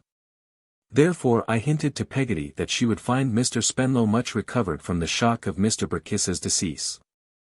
And indeed he came in like a bridegroom. But neither Peggotty nor I had eyes for him, when we saw, in company with him, Mr. Murdstone. He was very little changed. His hair looked as thick, and was certainly as black, as ever. And his glance was as little to be trusted as of old. "Ah, Copperfield," said Mr. Spenlow. "You know this gentleman, I believe." I made my gentleman a distant bow, and Peggotty barely recognized him. He was, at first, somewhat disconcerted to meet us two together, but quickly decided what to do, and came up to me. "I hope," he said, "that you are doing well." "It can hardly be interesting to you," said I. "Yes, if you wish to know." We looked at each other, and he addressed himself to Peggotty. "And you," said he. "I am sorry to observe that you have lost your husband." "It's not the first loss I have had in my life, Mr. Murdstone," replied Peggotty, trembling from head to foot. "I am glad to hope that there is nobody to blame for this one, nobody to answer for it." "Ha," said he, "that's a comfortable reflection. You have done your duty." "I have not worn anybody's life away," said Peggotty, "I am thankful to think. No, Mr. Murdstone, I have not worrited and frightened any sweet creature to an early grave." He eyed her gloomily, remorsefully I thought, for an instant. And said, turning his head towards me, but looking at my feet instead of my face, "We are not likely to encounter soon again, a source of satisfaction to us both, no doubt, for such meetings as this can never be agreeable. I do not expect that you, who always rebelled against my just authority, exerted for your benefit and reformation, should owe me any goodwill now. There is an antipathy between us dash. An old one, I believe," said I, interrupting him. He smiled, and shot as evil a glance at me as could come from his dark eyes. "It rankled in your baby breast," he said. "It embittered the life of your poor mother. You are right. I hope you may do better, yet, I hope you may correct yourself." Here he ended the dialogue, which had been carried on in a low voice, in a corner of the outer office, by passing into Mr. Spenlow's room, and saying aloud, in his smoothest manner, "Gentlemen of Mr. Spenlow's profession are accustomed to family differences, and know how complicated and difficult they always are." With that, he paid the money for his license, and, receiving it neatly folded from Mr. Spenlow, together with a shake of the hand, and a polite wish for his happiness and the ladies, went out of the office. I might have had more difficulty in constraining myself to be silent under his words, if I had had less difficulty in impressing upon Peggotty, who was only angry on my account, good creature, that we were not in a place for recrimination, and that I besought her to hold her peace. She was so unusually roused, that I was glad to compound for an affectionate hug, elicited by this revival in her mind of our old injuries, and to make the best I could of it, before Mr. Spenlow and the clerks. Mr. Spenlow did not appear to know what the connection between Mr. Murdstone and myself was, which I was glad of, for I could not bear to acknowledge him, even in my own breast, remembering what I did of the history of my poor mother. Mr. Spenlow seemed to think, if he thought anything about the matter, that my aunt was the leader of the state party in our family, and that there was a rebel party commanded by somebody else, so I gathered at least from what he said. While we were waiting for Mr. Tiffy to make out Peggotty's bill of costs, "Miss Trotwood," he remarked, "is very firm, no doubt, and not likely to give way to opposition. I have an admiration for her character, and I may congratulate you, Copperfield, on being on the right side. Differences between relations are much to be deplored, but they are extremely general, and the great thing is, to be on the right side, meaning, I take it, on the side of the moneyed interest." "Rather a good marriage this, I believe," said Mr. Spenlow. I explained that I knew nothing about it. "Indeed," he said. Speaking from the few words Mr. Murdstone dropped, as a man frequently does on these occasions, and from what Miss Murdstone let fall, I should say it was rather a good marriage. "Do you mean that there is money, sir?" I asked. "Yes," said Mr. Spenlow, "I understand there's money. Beauty too, I am told." "Indeed. Is his new wife young?" "Just of age," said Mr. Spenlow. "So lately, that I should think they had been waiting for that." "Lord deliver her," said Peggotty. So very emphatically and unexpectedly, that we were all three discomposed, until Tiffy came in with the bill. Old Tiffy soon appeared, however, and handed it to Mr. Spenlow, to look over. Mr. Spenlow, settling his chin in his cravat and rubbing it softly, went over the items with a deprecatory air, as if it were all Jorkins's doing, and handed it back to Tiffy with a bland sigh. "Yes," he said. "That's right. Quite right. I should have been extremely happy, Copperfield, to have limited these charges to the actual expenditure out of pocket, but it is an irksome incident in my professional life, that I am not at liberty to consult my own wishes. I have a partner, Mr. Jorkins.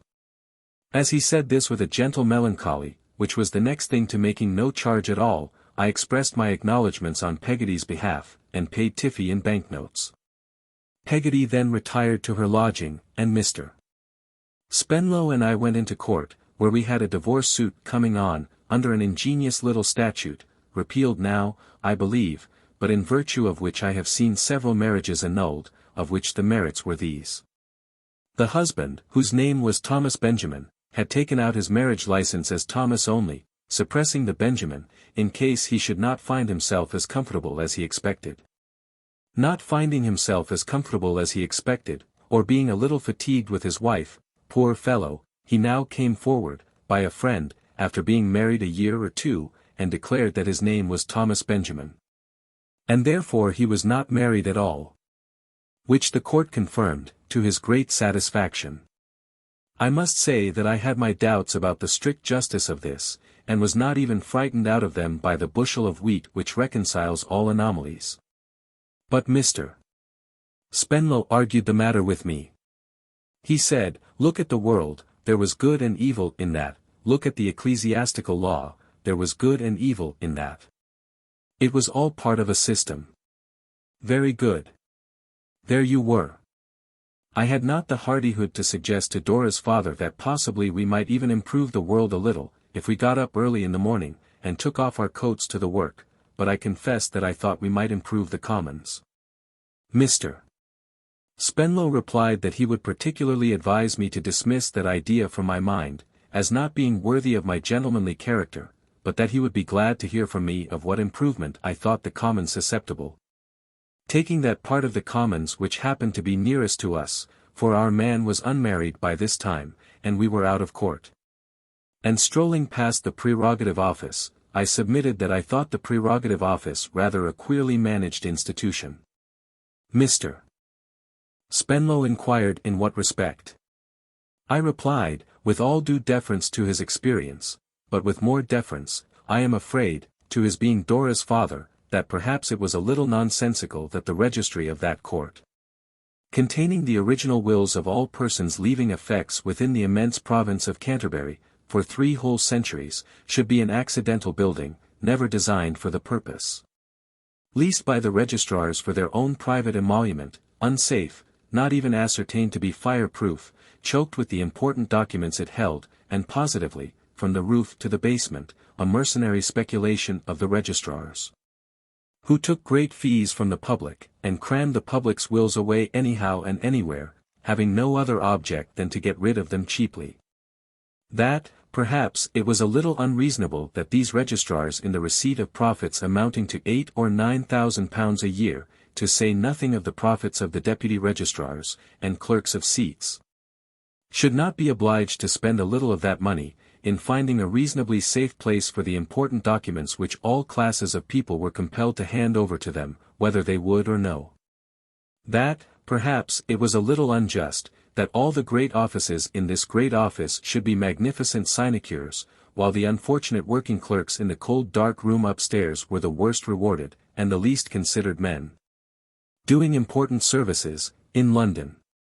That perhaps it was a little indecent that the principal registrar of all, whose duty it was to find the public, constantly resorting to this place, all needful accommodation, should be an enormous sinecurist in virtue of that post, and might be, besides, a clergyman, a pluralist, the holder of a staff in a cathedral, and what not, while the public was put to the inconvenience of which we had a specimen every afternoon when the office was busy, and which we knew to be quite monstrous.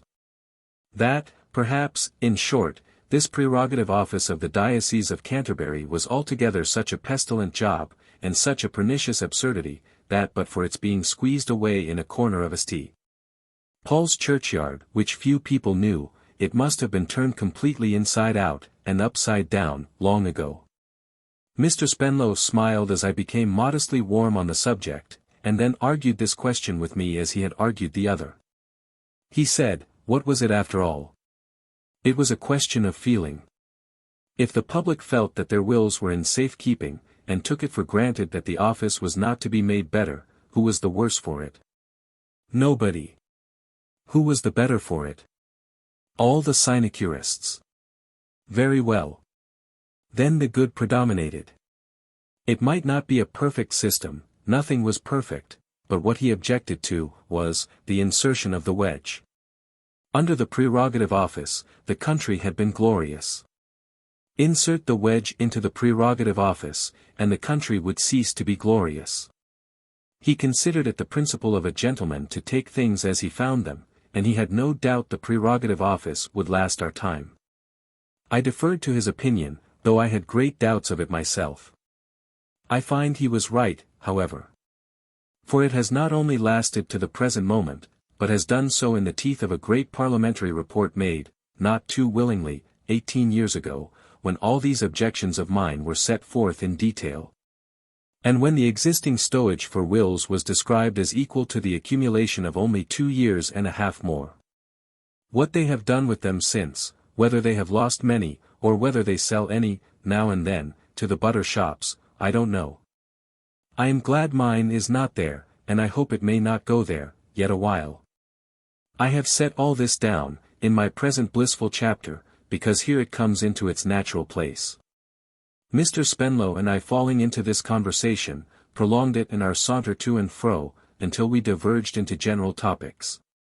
And so it came about, in the end, that Mr. Spenlow told me this day week was Dora's birthday, and he would be glad if I would come down and join a little picnic on the occasion. I went out of my senses immediately. Became a mere driveller next day, on receipt of a little lace-edged sheet of note-paper, favoured by Papa. To remind, and passed the intervening period in a state of dotage. I think I committed every possible absurdity in the way of preparation for this blessed event. I turn hot when I remember the cravat I bought. My boots might be placed in any collection of instruments of torture. I provided, and sent down by the Norwood coach the night before, a delicate little hamper, amounting in itself, I thought, almost to a declaration. There were crackers in it with the tenderest mottos that could be got for money.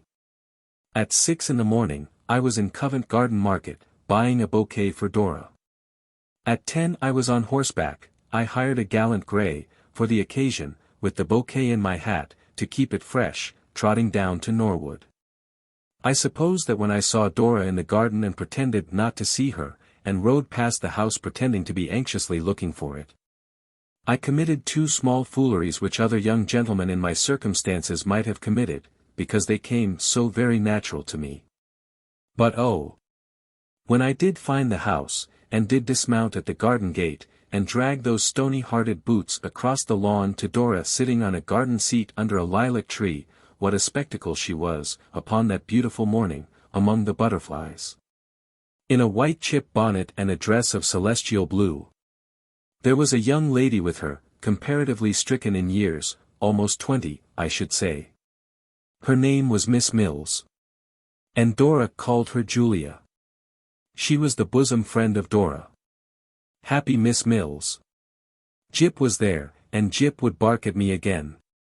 When I presented my bouquet, he gnashed his teeth with jealousy. Well, he might. If he had the least idea how I adored his mistress, well, he might. Oh, thank you, Mr. Copperfield. What dear flowers, said Dora. I had had an intention of saying, and had been studying the best form of words for 3 miles, that I thought them beautiful before I saw them so near her. But I couldn't manage it. She was too bewildering. To see her lay the flowers against her little dimpled chin, was to lose all presence of mind and power of language in a feeble ecstasy. I wonder I didn't say, kill me, if you have a heart, Miss Mills. Let me die here. Then Dora held my flowers to Jip to smell. Then Jip growled, and wouldn't smell them. Then Dora laughed, and held them a little closer to Jip, to make him. Then Jip laid hold of a bit of geranium with his teeth, and worried imaginary cats in it. Then Dora beat him, and pouted, and said, my poor beautiful flowers, as compassionately, I thought, as if Jip had laid hold of me. I wished he had. You'll be so glad to hear, Mr. Copperfield, said Dora, that cross Miss Murdstone is not here. She has gone to her brother's marriage, and will be away at least 3 weeks. Isn't that delightful? I said I was sure it must be delightful to her, and all that was delightful to her was delightful to me. Miss Mills, with an air of superior wisdom and benevolence, smiled upon us. She is the most disagreeable thing I ever saw, said Dora. You can't believe how ill-tempered and shocking she is, Julia. Yes, I can, my dear, said Julia. You can, perhaps, love, returned Dora, with her hand on Julia's. Forgive my not accepting you, my dear, at first. I learnt, from this, that Miss Mills had had her trials in the course of a checkered existence, and that to these, perhaps, I might refer that wise benignity of manner which I had already noticed. I found, in the course of the day, that this was the case, Miss Mills having been unhappy in a misplaced affection, and being understood to have retired from the world on her awful stock of experience. But still to take a calm interest in the unblighted hopes and loves of youth. But now Mr. Spenlow came out of the house, and Dora went to him, saying, "Look, Papa, what beautiful flowers." And Miss Mills smiled thoughtfully, as who should say, "Ye mayflies, enjoy your brief existence in the bright morning of life." And we all walked from the lawn towards the carriage, which was getting ready. I shall never have such a ride again. I have never had such another. There were only those 3, their hamper, my hamper, and the guitar case, in the phaeton. And, of course, the phaeton was open, and I rode behind it, and Dora sat with her back to the horses, looking towards me. She kept the bouquet close to her on the cushion, and wouldn't allow Jip to sit on that side of her at all, for fear he should crush it. She often carried it in her hand, often refreshed herself with its fragrance. Our eyes at those times often met. And my great astonishment is that I didn't go over the head of my gallant grey into the carriage. There was dust, I believe. There was a good deal of dust, I believe. I have a faint impression that Mr. Spenlow remonstrated with me for riding in it. But I knew of none. I was sensible of a mist of love and beauty about Dora, but of nothing else. He stood up sometimes, and asked me what I thought of the prospect. I said it was delightful, and I dare say it was, but it was all Dora to me.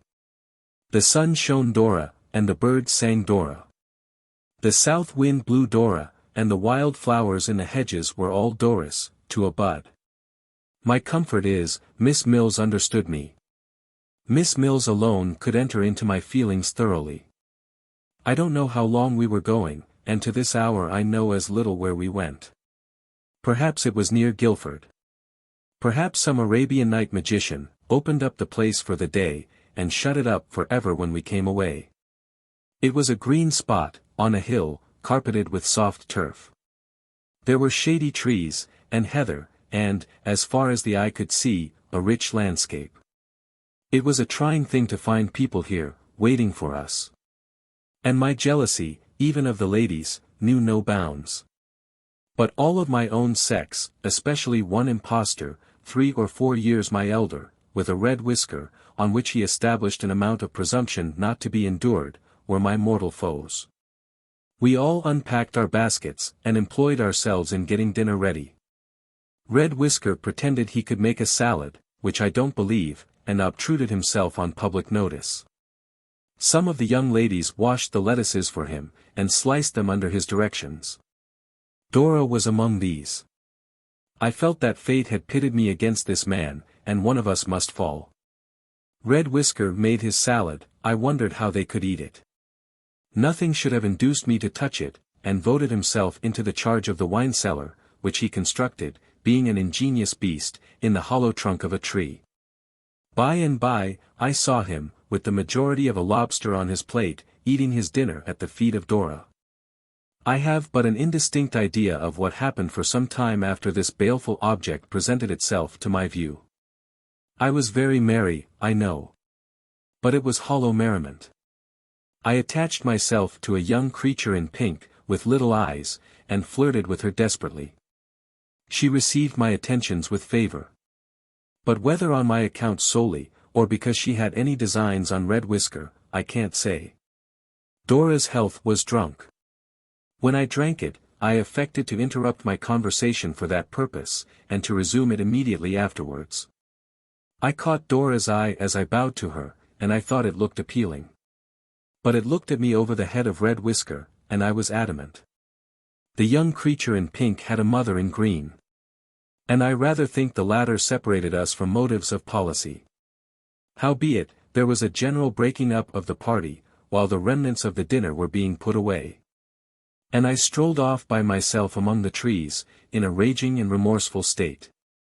I was debating whether I should pretend that I was not well, and fly, I don't know where, upon my gallant grey, when Dora and Miss Mills met me.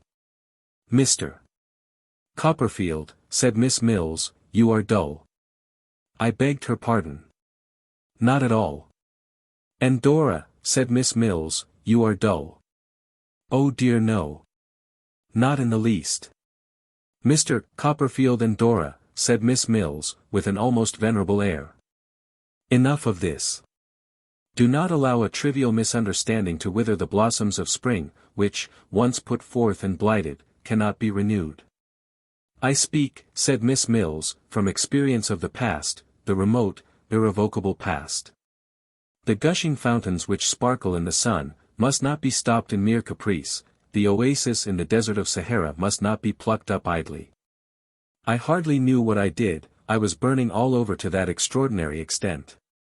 But I took Dora's little hand and kissed it, and she let me. I kissed Miss Mills's hand, and we all seemed, to my thinking, to go straight up to the seventh heaven. We did not come down again. We stayed up there all the evening.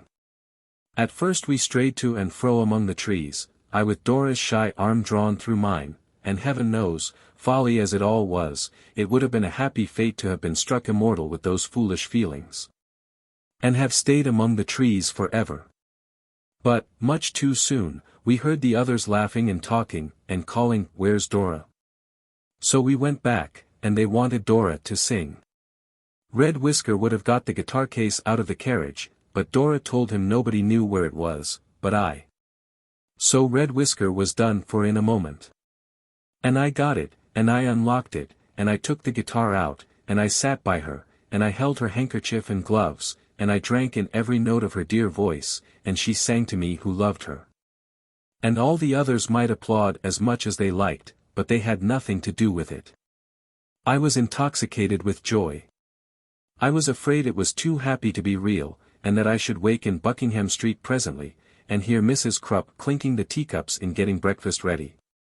But Dora sang, and others sang, and Miss Mills sang, about the slumbering echoes in the caverns of memory, as if she were 100 years old, and the evening came on, and we had tea, with the kettle boiling gypsy fashion. And I was still as happy as ever. I was happier than ever when the party broke up, and the other people, defeated Red Whisker and all, went their several ways, and we went ours through the still evening in the dying light, with sweet scents rising up around us. Mr. Spenlow being a little drowsy after the champagne, honor to the soil that grew the grape, to the grape that made the wine, to the sun that ripened it, and to the merchant who adulterated it. And being fast asleep in a corner of the carriage, I rode by the side and talked to Dora. She admired my horse and patted him, oh, what a dear little hand it looked upon a horse.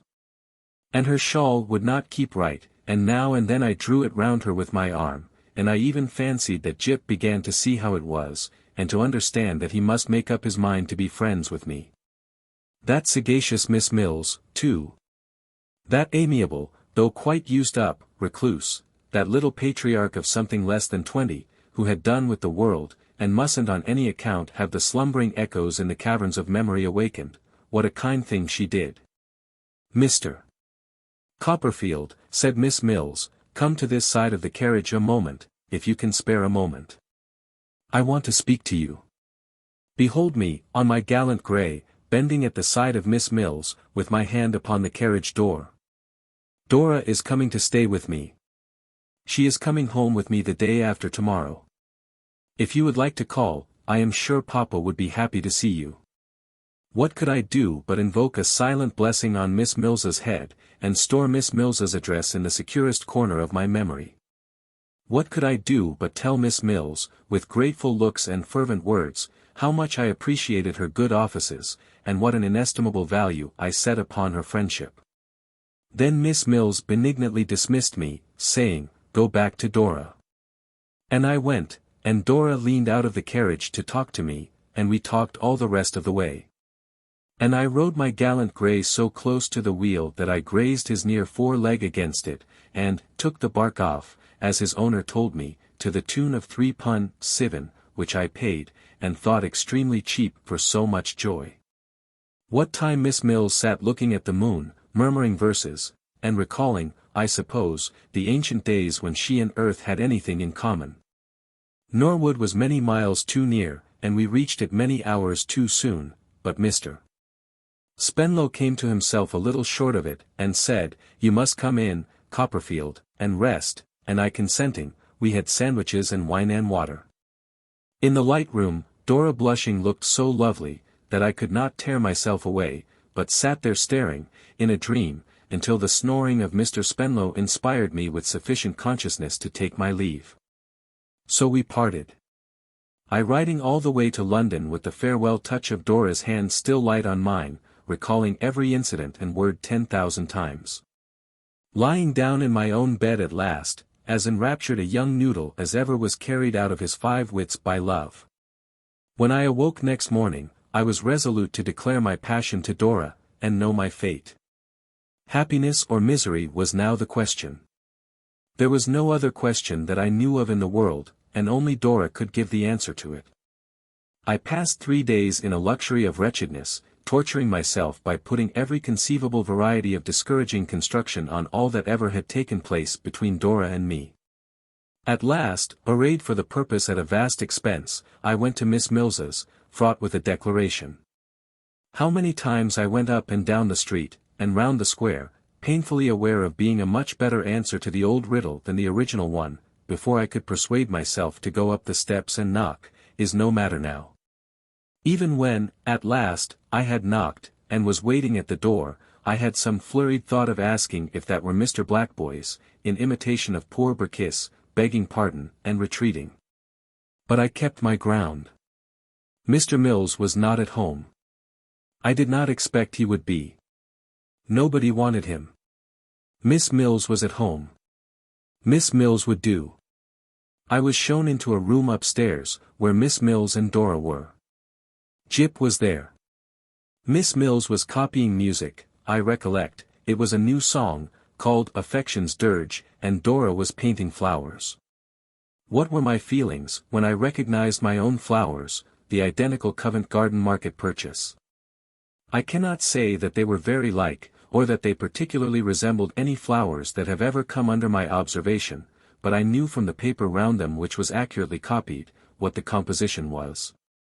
Miss Mills was very glad to see me, and very sorry her papa was not at home, though I thought we all bore that with fortitude. Miss Mills was conversational for a few minutes, and then, laying down her pen upon Affection's Dirge, got up, and left the room. I began to think I would put it off till tomorrow. "I hope your poor horse was not tired, when he got home at night," said Dora, lifting up her beautiful eyes. "It was a long way for him. I began to think I would do it today." "It was a long way for him," said I, "for he had nothing to uphold him on the journey." "Wasn't he fed, poor thing?" asked Dora. "I began to think I would put it off till tomorrow." Yes," I said, "he was well taken care of. I mean he had not the unutterable happiness that I had in being so near you." Dora bent her head over her drawing and said, after a little while, "I had sat, in the interval, in a burning fever, and with my legs in a very rigid state. You didn't seem to be sensible of that happiness yourself, at one time of the day. I saw now that I was in for it, and it must be done on the spot."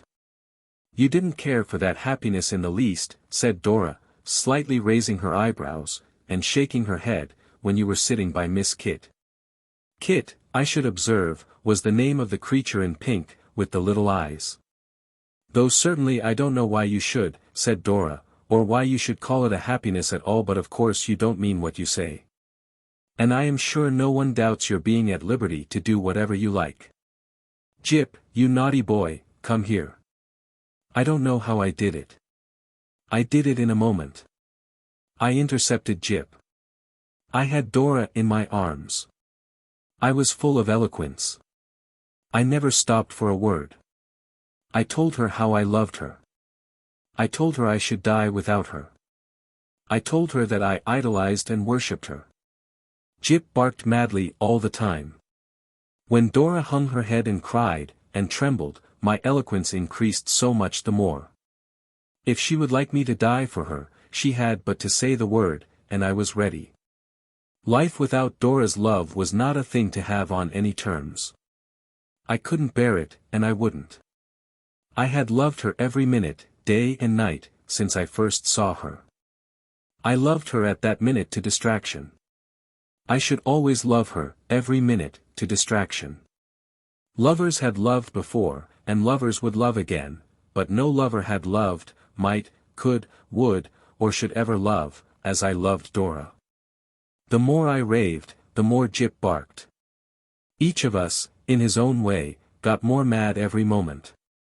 Well, well. Dora and I were sitting on the sofa by and by, quiet enough, and Jip was lying in her lap, winking peacefully at me. It was off my mind. I was in a state of perfect rapture. Dora and I were engaged. I suppose we had some notion that this was to end in marriage. We must have had some, because Dora stipulated that we were never to be married without her papa's consent. But, in our youthful ecstasy, I don't think that we really looked before us or behind us, or had any aspiration beyond the ignorant present. We were to keep our secret from Mr. Spenlow. But I am sure the idea never entered my head, then, that there was anything dishonorable in that. Miss Mills was more than usually pensive when Dora, going to find her, brought her back. I apprehend, because there was a tendency in what had passed to awaken the slumbering echoes in the caverns of memory. But she gave us her blessing, and the assurance of her lasting friendship, and spoke to us, generally, as became a voice from the cloister. What an idle time it was! What an insubstantial, happy, foolish time it was! When I measured Dora's finger for a ring that was to be made of forget-me-nots, and when the jeweler, to whom I took the measure, found me out, and laughed over his order book, and charged me anything he liked for the pretty little toy. With its blue stones, so associated in my remembrance with Dora's hand, that yesterday, when I saw such another, by chance, on the finger of my own daughter, there was a momentary stirring in my heart, like pain. When I walked about, exalted with my secret, and full of my own interest, and felt the dignity of loving Dora, and of being beloved, so much, that if I had walked the air, I could not have been more above the people not so situated, who were creeping on the earth. When we had those meetings in the garden of the square, and sat within the dingy summer-house, so happy, that I love the London sparrows to this hour, for nothing else, and see the plumage of the tropics in their smoky feathers.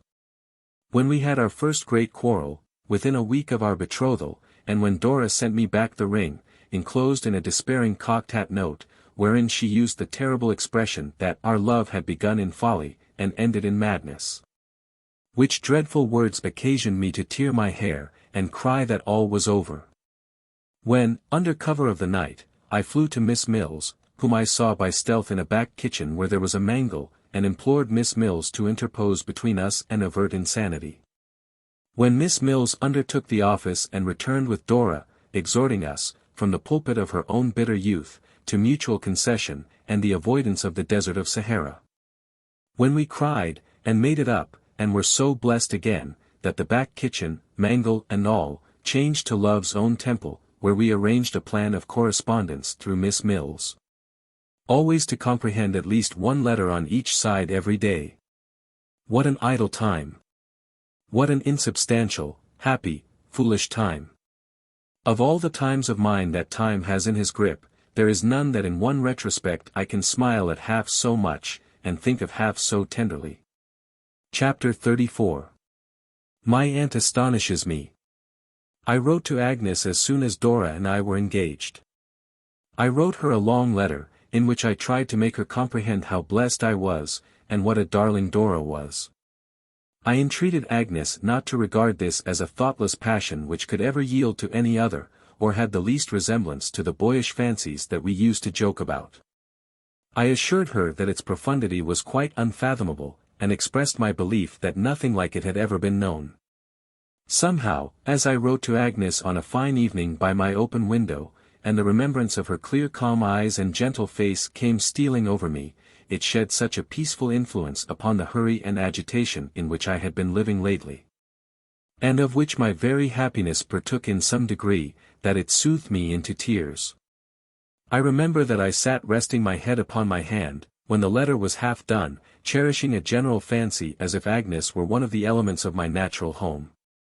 As if, in the retirement of the house made almost sacred to me by her presence, Dora and I must be happier than anywhere. As if, in love, joy, sorrow, hope, or disappointment, in all emotions, my heart turned naturally there, and found its refuge and best friend. Of Steerforth I said nothing. I only told her there had been sad grief at Yarmouth, on account of Emily's flight. And that on me it made a double wound, by reason of the circumstances attending it. I knew how quick she always was to divine the truth, and that she would never be the first to breathe his name. To this letter, I received an answer by return of post. As I read it, I seemed to hear Agnes speaking to me. It was like her cordial voice in my ears. What can I say more? While I had been away from home lately, Traddles had called twice or thrice. Finding Peggotty within, and being informed by Peggotty, who always volunteered that information to whomsoever would receive it, that she was my old nurse, he had established a good-humoured acquaintance with her, and had stayed to have a little chat with her about me. So Peggotty said, but I am afraid the chat was all on her own side, and of a moderate length, as she was very difficult indeed to stop, God bless her, when she had me for her theme. This reminds me, not only that I expected Traddles on a certain afternoon of his own appointing, which was now come, but that Mrs. Crupp had resigned everything appertaining to her office, the salary excepted, until Peggotty should cease to present herself. Mrs. Crupp, after holding divers conversations respecting Peggotty, in a very high-pitched voice, on the staircase, with some invisible familiar it would appear, for corporeally speaking she was quite alone at those times, addressed a letter to me, developing her views, beginning it with that statement of universal application, which fitted every occurrence of her life, namely, that she was a mother herself. She went on to inform me that she had once seen very different days, but that at all periods of her existence she had had a constitutional objection to spies, intruders, and informers. She named no names, she said, let them the cap fitted, wear it, but spies, intruders, and informers, especially in widow's weeds, this clause was underlined, she had ever accustomed herself to look down upon. If a gentleman was the victim of spies, intruders, and informers, but still naming no names, that was his own pleasure. He had a right to please himself, so let him do. All that she, Mrs. Crupp, stipulated for, was, that she should not be brought in contract with such persons. Therefore she begged to be excused from any further attendance on the top set, until things were as they formerly was, and as they could be wished to be. And further mentioned that her little book would be found upon the breakfast table every Saturday morning, when she requested an immediate settlement of the same, with the benevolent view of saving trouble, and an inconvenience, to all parties. After this, Mrs. Crupp confined herself to making pitfalls on the stairs, principally with pitchers, and endeavouring to delude Peggotty into breaking her legs. I found it rather harassing to live in this state of siege, but was too much afraid of Mrs. Crupp to see any way out of it. My dear Copperfield, cried Traddles, punctually appearing at my door, in spite of all these obstacles, how do you do? My dear Traddles, said I am delighted to see you at last, and very sorry I have not been at home before. But I have been so much engaged. Yes, I know, said Traddles, of course. Yours lives in London, I think. What did you say? She, excuse me, Miss D, you know, said Traddles, colouring in his great delicacy, lives in London, I believe. Oh yes. Near London. Mine, perhaps you recollect, said Traddles, with a serious look, lives down in Devonshire, one of 10. Consequently, I am not so much engaged as you, in that sense. I wonder you can bear, I returned, to see her so seldom. Ha, said Traddles, thoughtfully. It does seem a wonder. I suppose it is, Copperfield, because there is no help for it. I suppose so, I replied with a smile, and not without a blush. And because you have so much constancy and patience, Traddles. Dear me, said Traddles, considering about it, do I strike you in that way, Copperfield? Really I didn't know that I had. But she is such an extraordinarily dear girl herself, that it's possible she may have imparted something of those virtues to me. Now you mention it, Copperfield, I shouldn't wonder at all. I assure you she is always forgetting herself, and taking care of the other 9. Is she the eldest? I inquired. Oh dear, no, said Traddles. The eldest is a beauty. He saw, I suppose, that I could not help smiling at the simplicity of this reply, and added, with a smile upon his own ingenuous face. Not, of course, but that my Sophie, pretty name, Copperfield, I always think. Very pretty, said I. Not, of course, but that Sophie is beautiful too in my eyes, and would be one of the dearest girls that ever was, in anybody's eyes, I should think. But when I say the eldest is a beauty, I mean she really is a dash. He seemed to be describing clouds about himself, with both hands. Splendid, you know, said Traddles, energetically. Indeed, said I. Oh, I assure you, said Traddles, something very uncommon, indeed. Then, you know, being formed for society in admiration, and not being able to enjoy much of it in consequence of their limited means, she naturally gets a little irritable and exacting, sometimes. Sophie puts her in good humor. Is Sophie the youngest? I hazarded. Oh dear, no, said Traddles, stroking his chin. The 2 youngest are only 9 and 10. Sophie educates M. The second daughter, perhaps. I hazarded.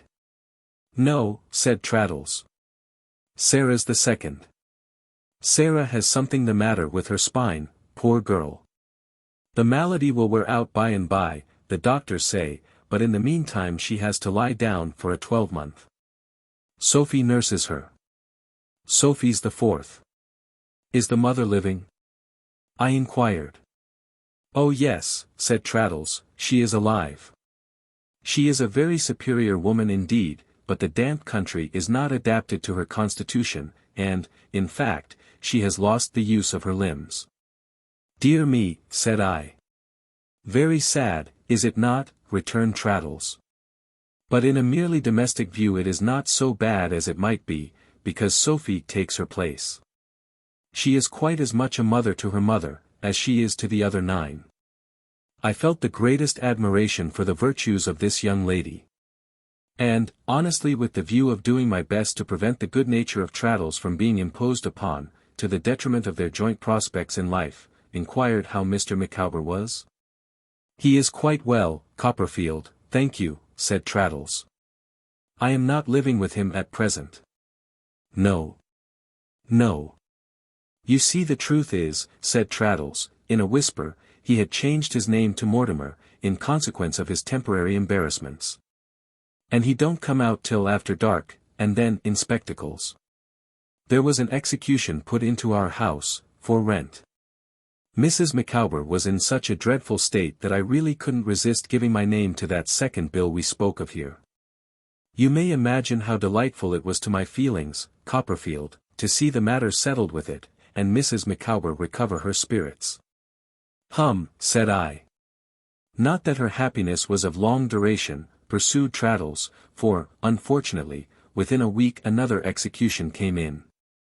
It broke up the establishment. I have been living in a furnished apartment since then, and the Mortimers have been very private indeed. I hope you won't think it selfish, Copperfield, if I mention that the broker carried off my little round table with the marble top, and Sophie's flower pot and stand. What a hard thing. I exclaimed indignantly. It was a pull, said Traddles, with his usual wince at that expression. I don't mention it reproachfully, however, but with a motive. The fact is, Copperfield, I was unable to repurchase them at the time of their seizure. In the first place, because the broker, having an idea that I wanted them, ran the price up to an extravagant extent, and, in the second place, because I hadn't any money. Now, I have kept my eye since, upon the broker's shop, said Traddles, with a great enjoyment of his mystery, which is up at the top of Tottenham Court Road, and, at last, today I find them put out for sale. I have only noticed them from over the way, because if the broker saw me, bless you, he'd ask any price for them. What has occurred to me, having now the money, is, that perhaps you wouldn't object to ask that good nurse of yours to come with me to the shop. I can show it her from round the corner of the next street, and make the best bargain for them. As if they were for herself, that she can. The delight with which Traddles propounded this plan to me, and the sense he had of its uncommon artfulness, are among the freshest things in my remembrance. I told him that my old nurse would be delighted to assist him, and that we would all three take the field together, but on one condition. That condition was, that he should make a solemn resolution to grant no more loans of his name, or anything else, to Mr. Micawber. My dear Copperfield, said Traddles, I have already done so, because I begin to feel that I have not only been inconsiderate, but that I have been positively unjust to Sophie. My word being passed to myself, there is no longer any apprehension. But I pledge it to you, too, with the greatest readiness. That first unlucky obligation, I have paid. I have no doubt Mr. Micawber would have paid it if he could, but he could not. One thing I ought to mention, which I like very much in Mr. Micawber, Copperfield. It refers to the second obligation, which is not yet due. He don't tell me that it is provided for, but he says it will be. Now, I think there is something very fair and honest about that. I was unwilling to damp my good friend's confidence, and therefore assented. After a little further conversation, we went round to the chandler's shop, to enlist Peggotty. Traddles declining to pass the evening with me, both because he endured the liveliest apprehensions that his property would be bought by somebody else before he could repurchase it, and because it was the evening he always devoted to writing to the dearest girl in the world. I never shall forget him peeping round the corner of the street in Tottenham Court Road, while Peggotty was bargaining for the precious articles. Or his agitation when she came slowly towards us after vainly offering a price, and was hailed by the relenting broker, and went back again. The end of the negotiation was, that she bought the property on tolerably easy terms, and Traddles was transported with pleasure. I am very much obliged to you, indeed, said Traddles, on hearing it was to be sent to where he lived, that night. If I might ask one other favour, I hope you would not think it absurd, Copperfield. I said beforehand, certainly not. Then if you would be good enough, said Traddles to Peggotty, to get the flower pot now, I think I should like, it being Sophie's, Copperfield, to carry it home myself. Peggotty was glad to get it for him, and he overwhelmed her with thanks, and went his way up Tottenham Court Road, carrying the flower pot affectionately in his arms, with one of the most delighted expressions of countenance I ever saw. We then turned back towards my chambers. As the shops had charms for Peggotty which I never knew them possess in the same degree for anybody else, I sauntered easily along, amused by her staring in at the windows, and waiting for her as often as she chose. We were thus a good while in getting to the Adelphi. On our way upstairs, I called her attention to the sudden disappearance of Mrs. Crupp's pitfalls, and also to the prints of recent footsteps. We were both very much surprised, coming higher up, to find my outer door standing open, which I had shut, and to hear voices inside. We looked at one another, without knowing what to make of this, and went into the sitting-room. What was my amazement to find, of all people upon earth, my aunt there, and Mr. Dick. My aunt sitting on a quantity of luggage, with her 2 birds before her, and her cat on her knee, like a female Robinson Crusoe, drinking tea. Mr. Dick leaning thoughtfully on a great kite, such as we had often been out together to fly, with more luggage piled about him. My dear aunt, cried I. Why, what an unexpected pleasure. We cordially embraced, and Mr.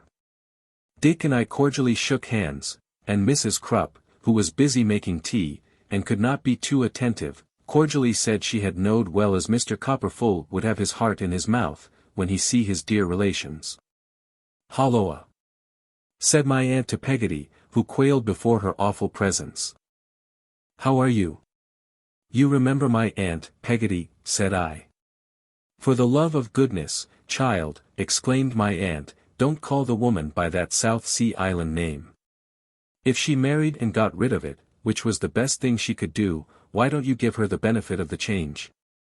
What's your name now, P? Said my aunt, as a compromise for the obnoxious appellation. Berkiss, ma'am, said Peggotty, with a curtsy. Well. That's human, said my aunt. It sounds less as if you wanted a missionary.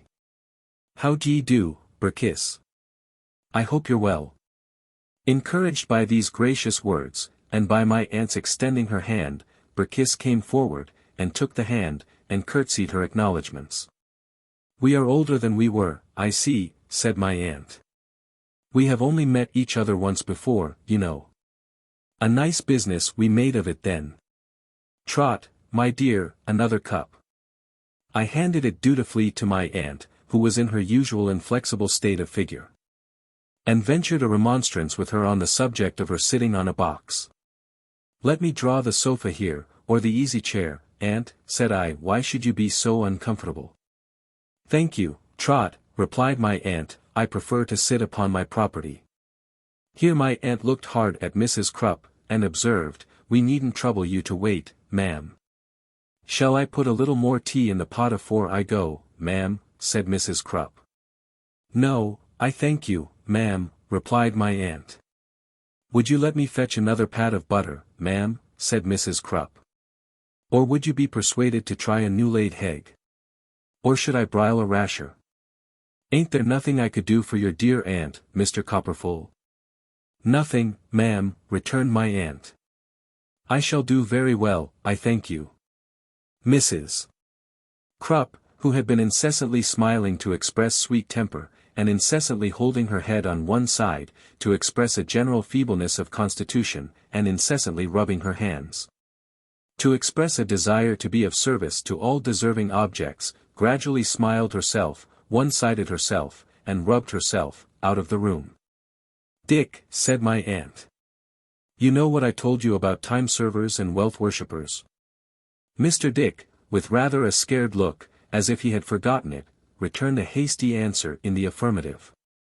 Mrs. Krupp is one of them, said my aunt. Berkiss, I'll trouble you to look after the tea, and let me have another cup, for I don't fancy that woman's pouring out. I knew my aunt sufficiently well to know that she had something of importance on her mind, and that there was far more matter in this arrival than a stranger might have supposed. I noticed how her eye lighted on me, when she thought my attention otherwise occupied, and what a curious process of hesitation appeared to be going on within her, while she preserved her outward stiffness and composure. I began to reflect whether I had done anything to offend her, and my conscience whispered me that I had not yet told her about Dora. Could it by any means be that, I wondered? As I knew she would only speak in her own good time, I sat down near her, and spoke to the birds, and played with the cat, and was as easy as I could be. But I was very far from being really easy, and I should still have been so, even if Mr. Dick, leaning over the great kite behind my aunt, had not taken every secret opportunity of shaking his head darkly at me, and pointing at her. Trot, said my aunt at last, when she had finished her tea, and carefully smoothed down her dress, and wiped her lips, you needn't go, Berkiss. Trot, have you got to be firm and self-reliant? I hope so, aunt. What do you think? Inquired Miss Betsy. I think so, aunt. Then why, my love, said my aunt, looking earnestly at me, why do you think I prefer to sit upon this property of mine tonight? I shook my head, unable to guess. Because, said my aunt, it's all I have. Because I'm ruined, my dear.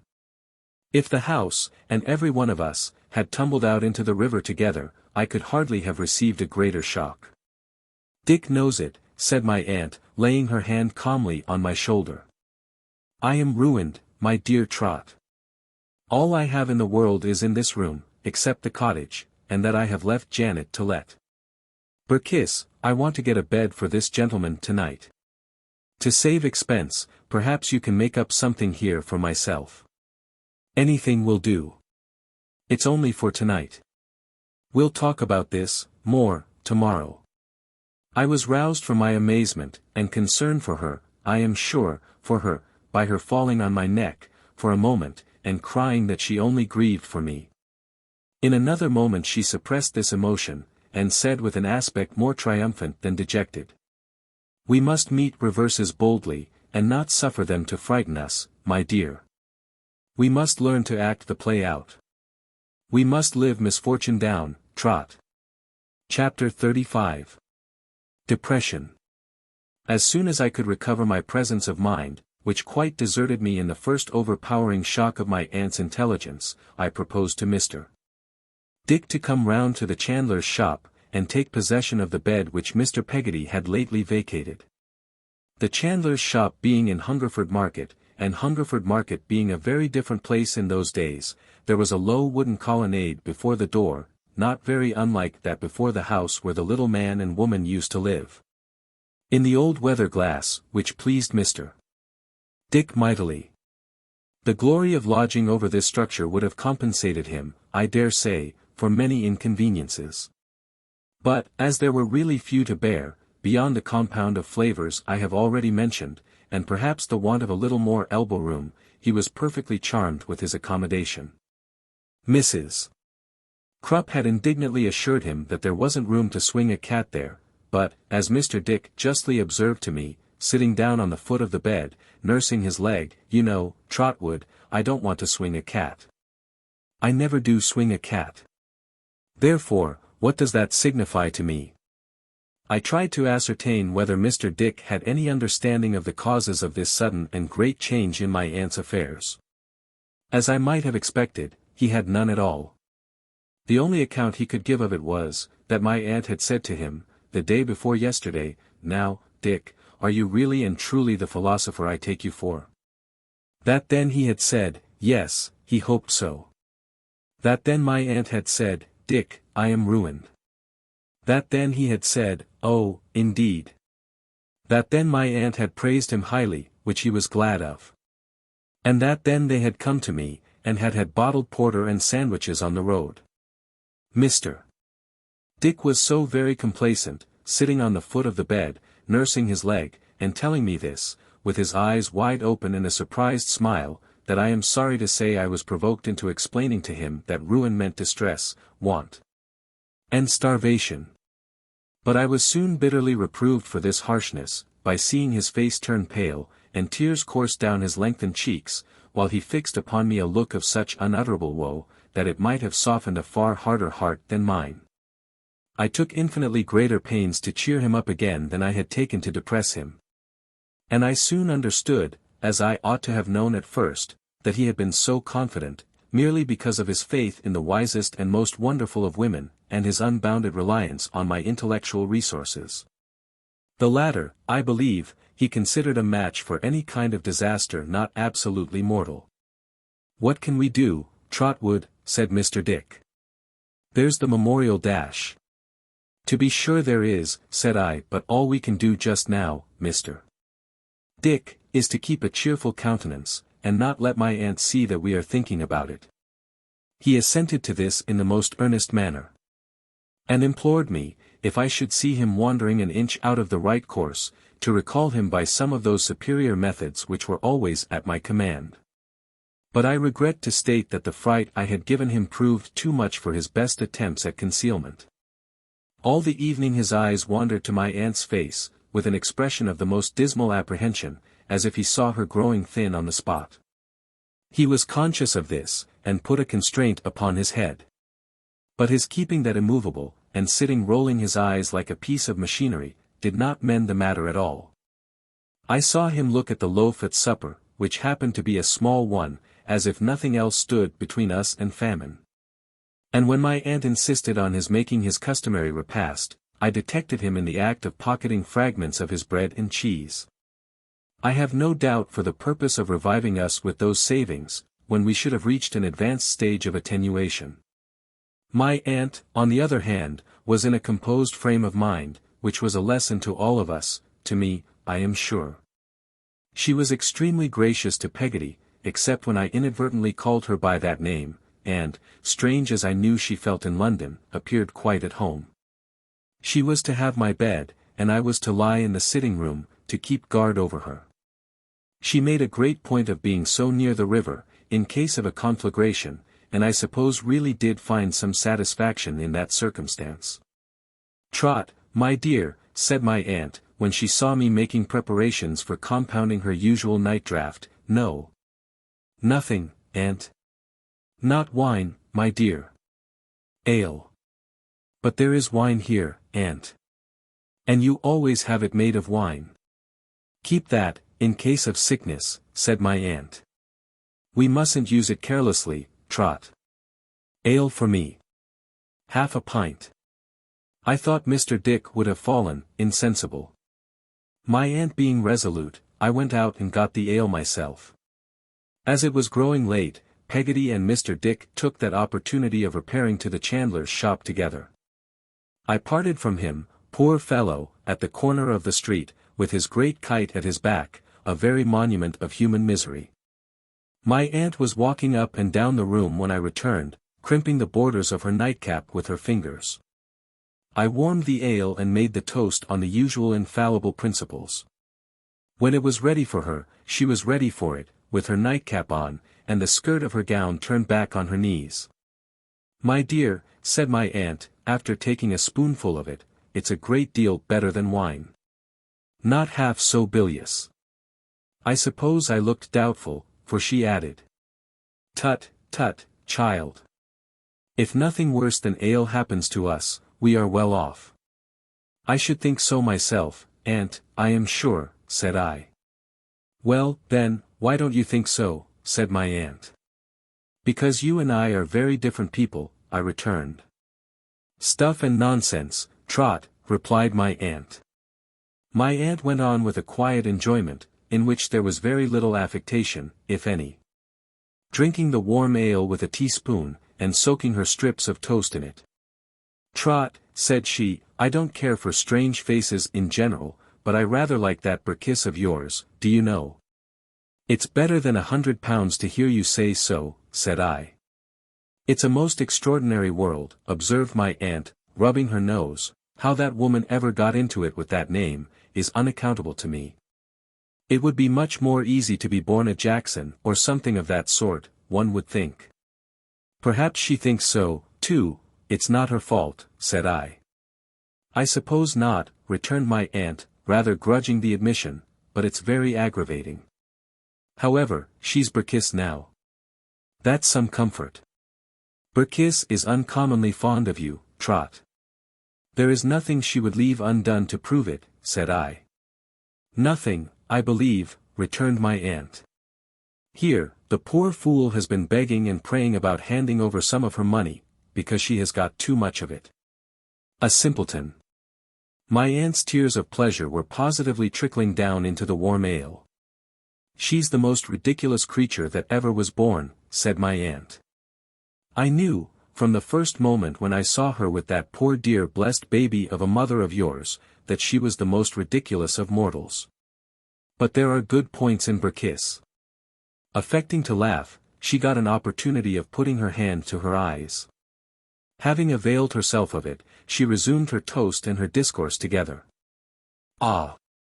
Mercy upon us," sighed my aunt. "I know all about it, Trot. Burkiss and myself had quite a gossip while you were out with Dick. I know all about it. I don't know where these wretched girls expect to go to, for my part. I wonder they don't knock out their brains against mantelpieces," said my aunt, an idea which was probably suggested to her by her contemplation of mine. "Poor Emily," said I. "Oh, don't talk to me about poor," returned my aunt. "She should have thought of that, before she caused so much misery. Give me a kiss, Trot." I am sorry for your early experience. As I bent forward, she put her tumbler on my knee to detain me, and said, "Oh, Trot, Trot. And so you fancy yourself in love. Do you?" "Fancy, Aunt," I exclaimed, as red as I could be. "I adore her with my whole soul." "Dora, indeed," returned my aunt. "And you mean to say the little thing is very fascinating, I suppose?" "My dear aunt," I replied, "no one can form the least idea what she is." "Ah! And not silly," said my aunt. "Silly, aunt. I seriously believe it had never once entered my head for a single moment, to consider whether she was or not. I resented the idea, of course, but I was in a manner struck by it, as a new one altogether. "Not light-headed," said my aunt. "Light-headed, aunt." I could only repeat this daring speculation with the same kind of feeling with which I had repeated the preceding question. "Well, well," said my aunt. "I only ask. I don't depreciate her. Poor little couple. And so you think you were formed for one another, and are to go through a party supper table kind of life, like two pretty pieces of confectionery, do you, Trot?" She asked me this so kindly, and with such a gentle air, half playful and half sorrowful, that I was quite touched. "We are young and inexperienced, aunt, I know," I replied, "and I dare say we say and think a good deal that is rather foolish. But we love one another truly, I am sure. If I thought Dora could ever love anybody else, or cease to love me, or that I could ever love anybody else, or cease to love her, I don't know what I should do, go out of my mind, I think." "Ah, Trot," said my aunt, shaking her head, and smiling gravely, "blind, blind, blind." "Someone that I know, Trot," my aunt pursued, after a pause, though of a very pliant disposition, has an earnestness of affection in him that reminds me of poor baby. Earnestness is what that somebody must look for, to sustain him and improve him, Trot. Deep, downright, faithful earnestness. If you only knew the earnestness of Dora, aunt. I cried. "Oh, Trot," she said again, "blind, blind." And without knowing why, I felt a vague unhappy loss or want of something overshadow me like a cloud. "However," said my aunt, "I don't want to put two young creatures out of conceit with themselves, or to make them unhappy. So, though it is a girl and boy attachment, and girl and boy attachments very often, mind. I don't say always. Come to nothing, still we'll be serious about it, and hope for a prosperous issue one of these days. There's time enough for it to come to anything." This was not upon the whole very comforting to a rapturous lover, but I was glad to have my aunt in my confidence, and I was mindful of her being fatigued. So I thanked her ardently for this mark of her affection, and for all her other kindnesses towards me, and after a tender good night, she took her nightcap into my bedroom. How miserable I was, when I lay down. How I thought and thought about my being poor, in Mr. Spenlow's eyes, about my not being what I thought I was, when I proposed to Dora. About the chivalrous necessity of telling Dora what my worldly condition was, and releasing her from her engagement if she thought fit, about how I should contrive to live, during the long term of my articles, when I was earning nothing. About doing something to assist my aunt, and seeing no way of doing anything. About coming down to have no money in my pocket, and to wear a shabby coat, and to be able to carry Dora no little presents, and to ride no gallant greys, and to show myself in no agreeable light. Sordid and selfish as I knew it was, and as I tortured myself by knowing that it was, to let my mind run on my own distress so much, I was so devoted to Dora that I could not help it. I knew that it was base in me not to think more of my aunt, and less of myself, but, so far, selfishness was inseparable from Dora, and I could not put Dora on one side for any mortal creature. How exceedingly miserable I was, that night. As to sleep, I had dreams of poverty in all sorts of shapes, but I seemed to dream without the previous ceremony of going to sleep. Now I was ragged, wanting to sell Dora matches, 6 bundles for a halfpenny. Now I was at the office in a nightgown and boots, remonstrated with by Mr. Spenlow on appearing before the clients in that airy attire, now I was hungrily picking up the crumbs that fell from old Tiffy's daily biscuit, regularly eaten when as tea. Pulse struck one, now I was hopelessly endeavoring to get a license to marry Dora, having nothing but one of Uriah Heep's gloves to offer in exchange, which the whole Commons rejected. And still, more or less conscious of my own room, I was always tossing about like a distressed ship in a sea of bedclothes.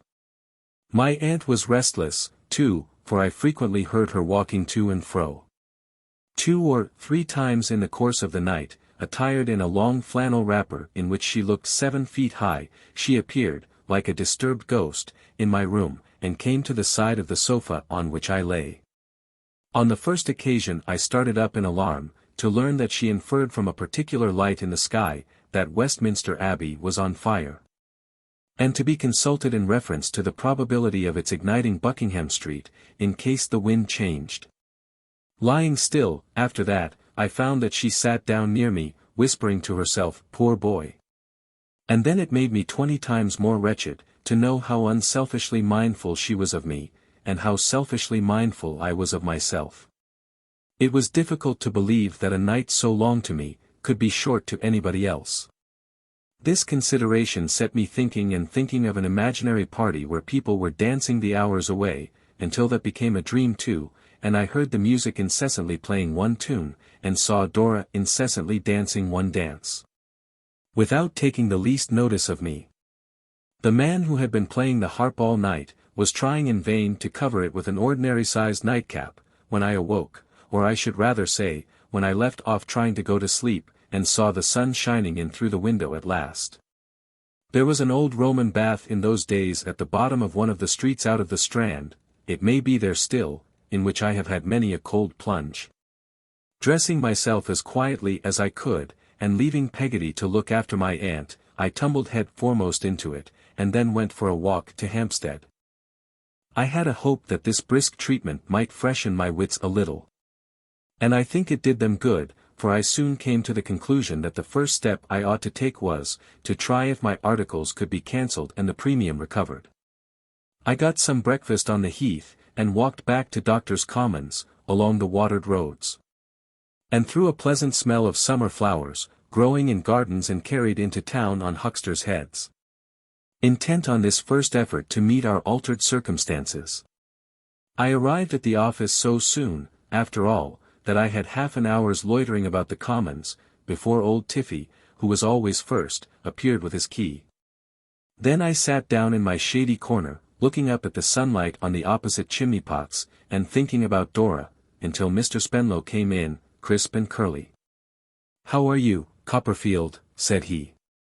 "Fine morning." "Beautiful morning, sir," said I. "Could I say a word to you before you go into court?" "By all means," said he. "Come into my room." I followed him into his room, and he began putting on his gown, and touching himself up before a little glass he had, hanging inside a closet door.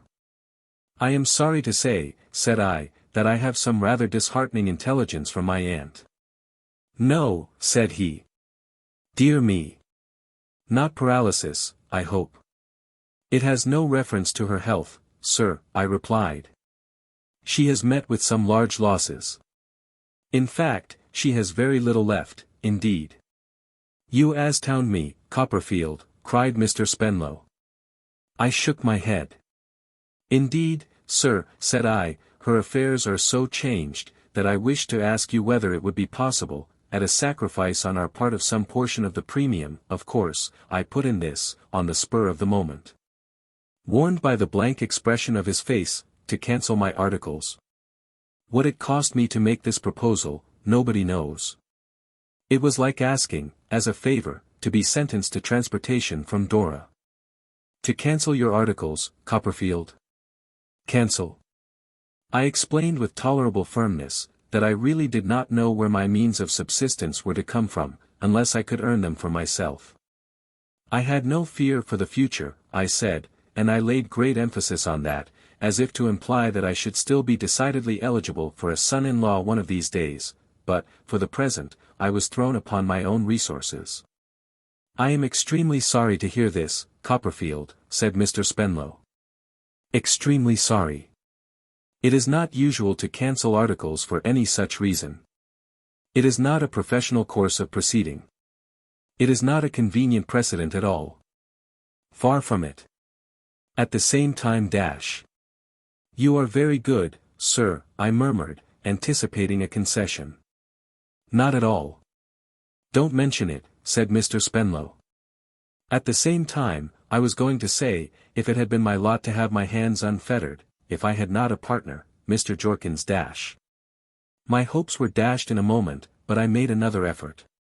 Do you think, sir, said I, if I were to mention it to Mr. Jorkins Mr. Spenlow shook his head discouragingly. Heaven forbid, Copperfield, he replied, that I should do any man an injustice, still less, Mr. Jorkins. But I know my partner, Copperfield. Mr. Jorkins is not a man to respond to a proposition of this peculiar nature.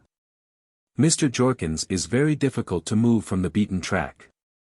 You know what he is. I am sure I knew nothing about him, except that he had originally been alone in the business, and now lived by himself in a house near Montague Square, which was fearfully in want of painting.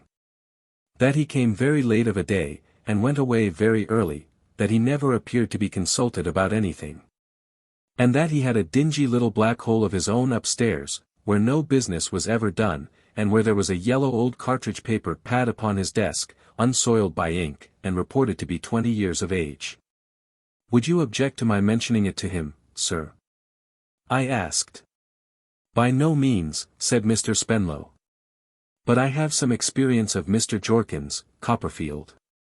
I wish it were otherwise, for I should be happy to meet your views in any respect. I cannot have the objection to your mentioning it to Mr. Jorkins, Copperfield, if you think it worth while. Availing myself of this permission, which was given with a warm shake of the hand, I sat thinking about Dora, and looking at the sunlight stealing from the chimney-pots down the wall of the opposite house, until Mr. Jorkins came. I then went up to Mr. Jorkins's room, and evidently astonished Mr. Jorkins very much by making my appearance there. Come in, Mr. Copperfield, said Mr. Jorkins. Come in. I went in, and sat down, and stated my case to Mr. Jorkins pretty much as I had stated it to Mr. Spenlow. Mr. Jorkins was not by any means the awful creature one might have expected, but a large, mild, smooth-faced man of 60, who took so much snuff that there was a tradition in the Commons that he lived principally on that stimulant. Having little room in his system for any other article of diet. You have mentioned this to Mr. Spenlow, I suppose, said Mr. Jorkins, when he had heard me, very restlessly, to an end. I answered yes, and told him that Mr. Spenlow had introduced his name. He said I should object, asked Mr. Jorkins. I was obliged to admit that Mr. Spenlow had considered it probable. I am sorry to say, Mr. Copperfield, I can't advance your object, said Mr. Jorkins, nervously. The fact is, but I have an appointment at the bank, if you'll have the goodness to excuse me. With that he rose in a great hurry, and was going out of the room, when I made bold to say that I feared, then, there was no way of arranging the matter. No, said Mr. Jorkins, stopping at the door to shake his head. Oh, no. I object, you know, which he said very rapidly, and went out. You must be aware, Mr. Copperfield, he added, looking restlessly in at the door again, if Mr. Spenlow objects Personally, he does not object, sir, said I. Oh. Personally. Repeated Mr. Jorkins, in an impatient manner. I assure you there's an objection, Mr. Copperfield. Hopeless. What you wish to be done, can't be done. I really have got an appointment at the bank. With that he fairly ran away. And to the best of my knowledge, it was 3 days before he showed himself in the Commons again. Being very anxious to leave no stone unturned, I waited until Mr. Spenlow came in, and then described what had passed. Giving him to understand that I was not hopeless of his being able to soften the adamant Jorkins, if he would undertake the task. Copperfield, returned Mr. Spenlow, with a gracious smile, you have not known my partner, Mr. Jorkins, as long as I have. Nothing is farther from my thoughts than to attribute any degree of artifice to Mr. Jorkins. But Mr. Jorkins has a way of stating his objections which often deceives people. No, Copperfield, shaking his head. Mr. Jorkins is not to be moved, believe me. I was completely bewildered between Mr. Spenlow and Mr. Jorkins, as to which of them really was the objecting partner. But I saw with sufficient clearness that there was obduracy somewhere in the firm, and that the recovery of my aunt's £1,000 was out of the question. In a state of despondency, which I remember with anything but satisfaction, for I know it still had too much reference to myself, though always in connection with Dora, I left the office, and went homeward. I was trying to familiarize my mind with the worst, and to present to myself the arrangements we should have to make for the future in their sternest aspect, when a hackney chariot coming after me, and stopping at my very feet, occasioned me to look up. A fair hand was stretched forth to me from the window. And the face I had never seen without a feeling of serenity and happiness, from the moment when it first turned back on the old oak staircase with the great broad balustrade. And when I associated its softened beauty with the stained-glass window in the church, was smiling on me. Agnes! I joyfully exclaimed. Oh, my dear Agnes, of all people in the world, what a pleasure to see you. Is it, indeed? She said, in her cordial voice. I want to talk to you so much, said I. It's such a lightening of my heart, only to look at you. If I had had a conjurer's cap, there is no one I should have wished for but you. What? Returned Agnes. Well. Perhaps Dora first, I admitted, with a blush. Certainly, Dora first, I hope, said Agnes, laughing. But you next, said I. Where are you going? She was going to my rooms to see my aunt. The day being very fine, she was glad to come out of the chariot, which smelt, I had my head in it all this time, like a stable put under a cucumber frame. I dismissed the coachman, and she took my arm, and we walked on together. She was like hope embodied, to me. How different I felt in one short minute, having Agnes at my side. My aunt had written her one of the odd, abrupt notes, very little longer than a bank note, to which her epistolary efforts were usually limited. She had stated therein that she had fallen into adversity, and was leaving Dover for good, but had quite made up her mind to it, and was so well that nobody need be uncomfortable about her. Agnes had come to London to see my aunt, between whom and herself there had been a mutual liking these many years. Indeed, it dated from the time of my taking up my residence in Mr. Wickfield's house. She was not alone, she said. Her papa was with her, and Uriah Heep. And now they are partners, said I. Confound him. Yes, said Agnes. They have some business here, and I took advantage of their coming, to come too. You must not think my visit all friendly and disinterested, Trotwood, for, I am afraid I may be cruelly prejudiced. I do not like to let papa go away alone, with him. Does he exercise the same influence over Mr. Wickfield still, Agnes? Agnes shook her head. There is such a change at home, said she, that you would scarcely know the dear old house. They live with us now. They, said I. Mr. Heep and his mother. He sleeps in your old room, said Agnes, looking up into my face. I wish I had the ordering of his dreams, said I. He wouldn't sleep there long. I keep my own little room, said Agnes, where I used to learn my lessons. How the time goes. You remember? The little panelled room that opens from the drawing room? Remember, Agnes? When I saw you, for the first time, coming out at the door, with your quaint little basket of keys hanging at your side. It is just the same, said Agnes, smiling. I am glad you think of it so pleasantly. We were very happy. We were, indeed, said I. I keep that room to myself still, but I cannot always desert Mrs. Heep, you know. And so, said Agnes, quietly, I feel obliged to bear her company, when I might prefer to be alone. But I have no other reason to complain of her.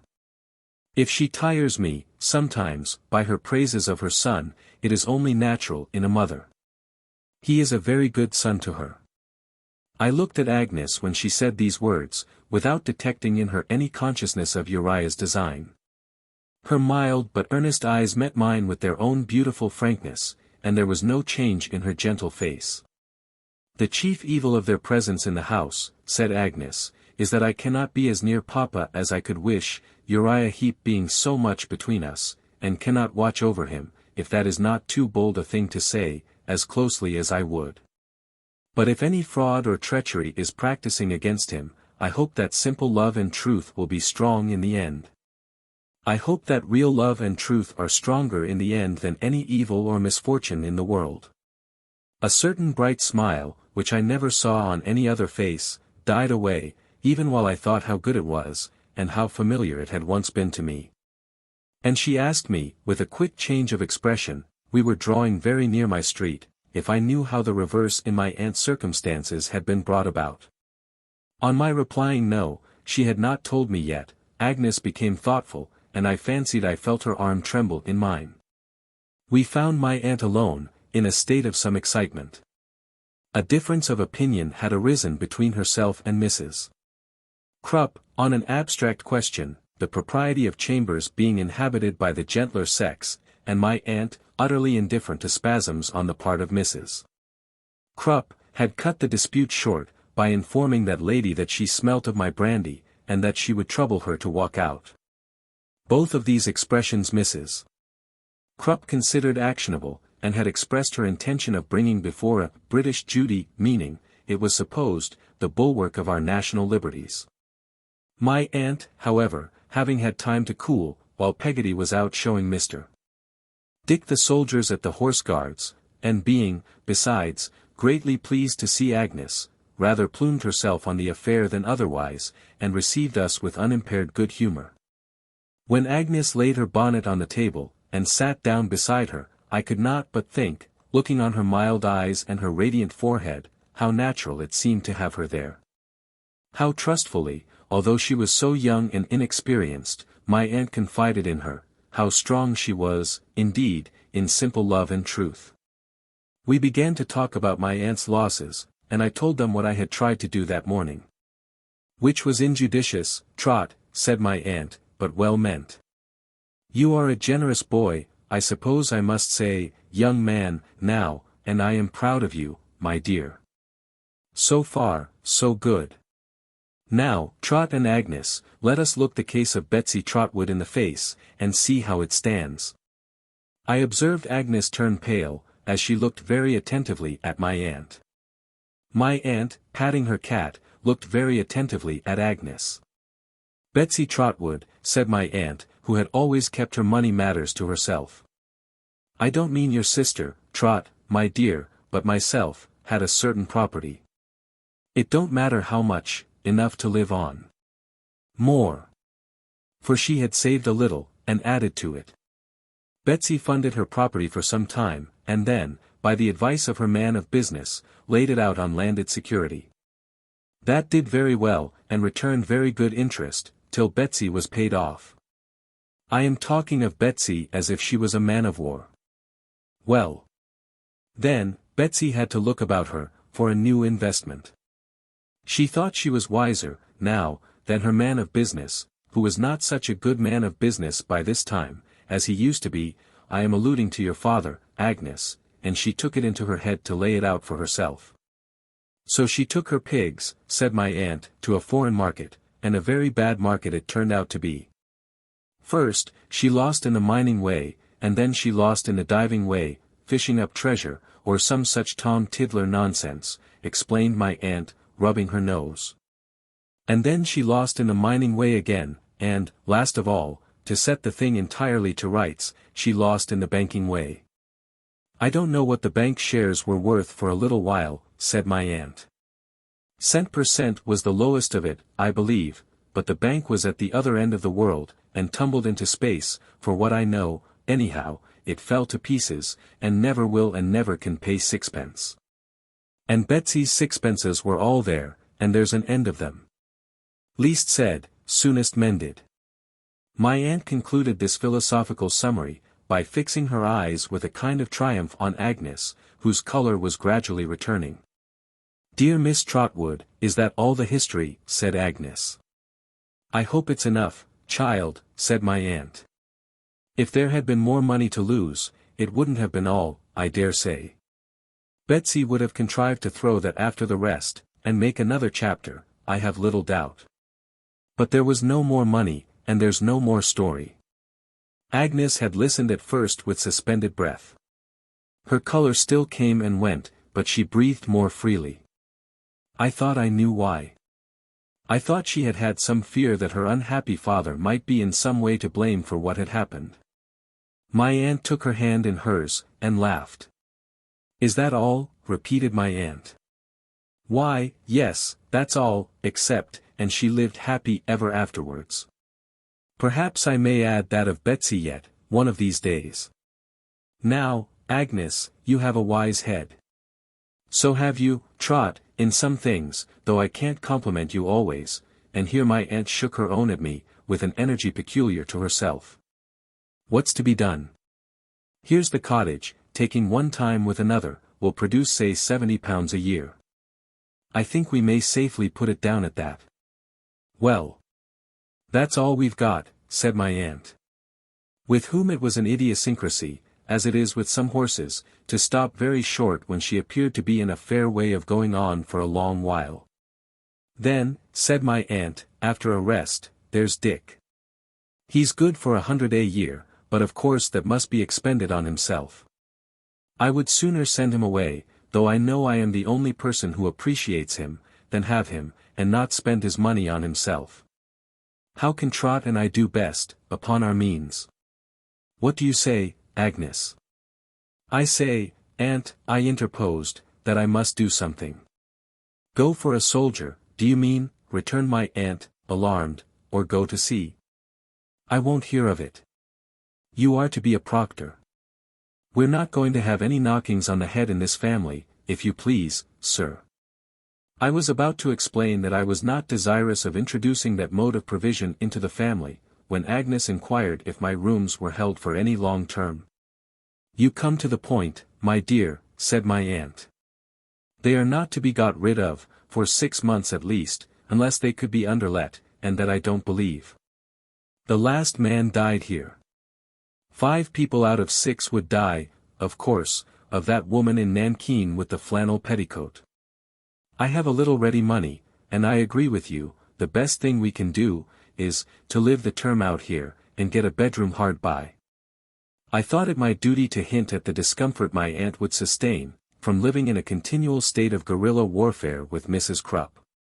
But she disposed of that objection summarily by declaring that, on the first demonstration of hostilities, she was prepared to astonish Mrs. Krupp for the whole remainder of her natural life.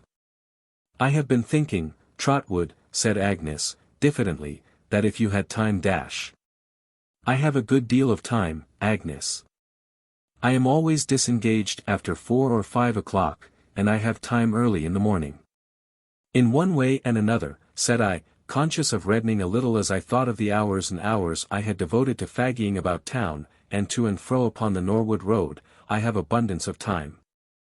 "I know you would not mind," said Agnes, coming to me, and speaking in a low voice, so full of sweet and hopeful consideration that I hear it now, "the duties of a secretary." "Mind, my dear Agnes?" "Because," continued Agnes, "Dr. Strong has acted on his intention of retiring, and has come to live in London, and he asked Papa, I know, if he could recommend him one. Don't you think he would rather have his favorite old pupil near him, than anybody else?" "Dear Agnes," said I, "what should I do without you? You are always my good angel. I told you so. I never think of you in any other light." Agnes answered with her pleasant laugh, that one good angel, meaning Dora, was enough. And went on to remind me that the doctor had been used to occupy himself in his study, early in the morning, and in the evening, and that probably my leisure would suit his requirements very well. I was scarcely more delighted with the prospect of earning my own bread, than with the hope of earning it under my old master. In short, acting on the advice of Agnes, I sat down and wrote a letter to the doctor, stating my object, and appointing to call on him next day at 10 in the forenoon. This I addressed to Highgate, for in that place, so memorable to me, he lived, and went and posted, myself, without losing a minute. Wherever Agnes was, some agreeable token of her noiseless presence seemed inseparable from the place. When I came back, I found my aunt's birds hanging, just as they had hung so long in the parlor window of the cottage, and my easy chair imitating my aunt's much easier chair in its position at the open window. And even the round green fan, which my aunt had brought away with her, screwed on to the window-sill. I knew who had done all this, by its seeming to have quietly done itself. And I should have known in a moment who had arranged my neglected books in the old order of my school days, even if I had supposed Agnes to be miles away, instead of seeing her busy with them, and smiling at the disorder into which they had fallen. My aunt was quite gracious on the subject of the Thames. It really did look very well with the sun upon it, though not like the sea before the cottage, but she could not relent towards the London smoke, which, she said, peppered everything. A complete revolution, in which Peggotty bore a prominent part, was being effected in every corner of my rooms, in regard of this pepper. And I was looking on, thinking how little even Peggotty seemed to do with a good deal of bustle, and how much Agnes did without any bustle at all, when a knock came at the door. "I think," said Agnes, turning pale, "it's Papa. He promised me that he would come." I opened the door, and admitted, not only Mr. Wickfield, but Uriah Heep. I had not seen Mr. Wickfield for some time. I was prepared for a great change in him, after what I had heard from Agnes, but his appearance shocked me. It was not that he looked many years older, though still dressed with the old scrupulous cleanliness. Or that there was an unwholesome ruddiness upon his face, or that his eyes were full and bloodshot, or that there was a nervous trembling in his hand, the cause of which I knew, and had for some years seen at work. It was not that he had lost his good looks, or his old bearing of a gentleman, for that he had not, but the thing that struck me most, was, that with the evidences of his native superiority still upon him, he should submit himself to that crawling impersonation of meanness, Uriah Heep. The reversal of the two natures, in their relative positions, Uriah's of power and Mr. Wickfield's of dependence, was a sight more painful to me than I can express. If I had seen an ape taking command of a man, should hardly have thought it a more degrading spectacle. He appeared to be only too conscious of it himself. When he came in, he stood still, and with his head bowed, as if he felt it. This was only for a moment, for Agnes softly said to him, "Papa, here is Miss Trotwood, and Trotwood, whom you have not seen for a long while," and then he approached, and constrainedly gave my aunt his hand, and shook hands more cordially with me. In the moment's pause I speak of, I saw Uriah's countenance form itself into a most ill-favoured smile. Agnes saw it too, I think, for she shrank from him. What my aunt saw, or did not see, I defy the science of physiognomy to have made out, without her own consent. I believe there never was anybody with such an imperturbable countenance when she chose. Her face might have been a dead wall on the occasion in question, for any light it threw upon her thoughts, until she broke silence with her usual abruptness. "Well, Wickfield," said my aunt, and he looked up at her for the first time. "I have been telling your daughter how well I have been disposing of my money for myself, because I couldn't trust it to you, as you were growing rusty in business matters. We have been taking counsel together, and getting on very well, all things considered. Agnes is worth the whole firm, in my opinion. If I may humbly make the remark," said Uriah Heep, with a writhe, "I fully agree with Miss Betsy Trotwood, and should be only too happy if Miss Agnes was a partner." "You're a partner yourself, you know," returned my aunt, "and that's about enough for you, I expect. How do you find yourself, sir?" In acknowledgment of this question, addressed to him with extraordinary curtness, Mr. Heep, uncomfortably clutching the blue bag he carried, replied that he was pretty well, he thanked my aunt, and hoped she was the same. "And you, master, should say, Mr. Copperfield," pursued Uriah. "I hope I see you well. I am rejoiced to see you, Mr. Copperfield, even under present circumstances." I believe that, for he seemed to relish them very much. "Present circumstances is not what your friends would wish for you, Mr. Copperfield, but it isn't money makes the man, I am really unequal with my humble powers to express what it is, said Uriah, with a fawning jerk, but it isn't money. Here he shook hands with me, not in the common way, but standing at a good distance from me, and lifting my hand up and down like a pump handle, that he was a little afraid of. And how do you think we are looking, Master Copperfield, I should say, Mr. fawned Uriah. Don't you find Mr. Wickfield blooming, sir? Years don't tell much in our firm, Master Copperfield, except in raising up the humble, namely, mother and self, and in developing, he added, as an afterthought, the beautiful, namely, Miss Agnes. He jerked himself about, after this compliment, in such an intolerable manner, that my aunt, who had sat looking straight at him, lost all patience. Deuce take the man, said my aunt, sternly, what's he about? Don't be galvanic, sir. I ask your pardon, Miss Trotwood, returned Uriah, I'm aware you're nervous. Go along with you, sir, said my aunt, anything but appeased. Don't presume to say so. I am nothing of the sort. If you're an eel, sir, conduct yourself like one.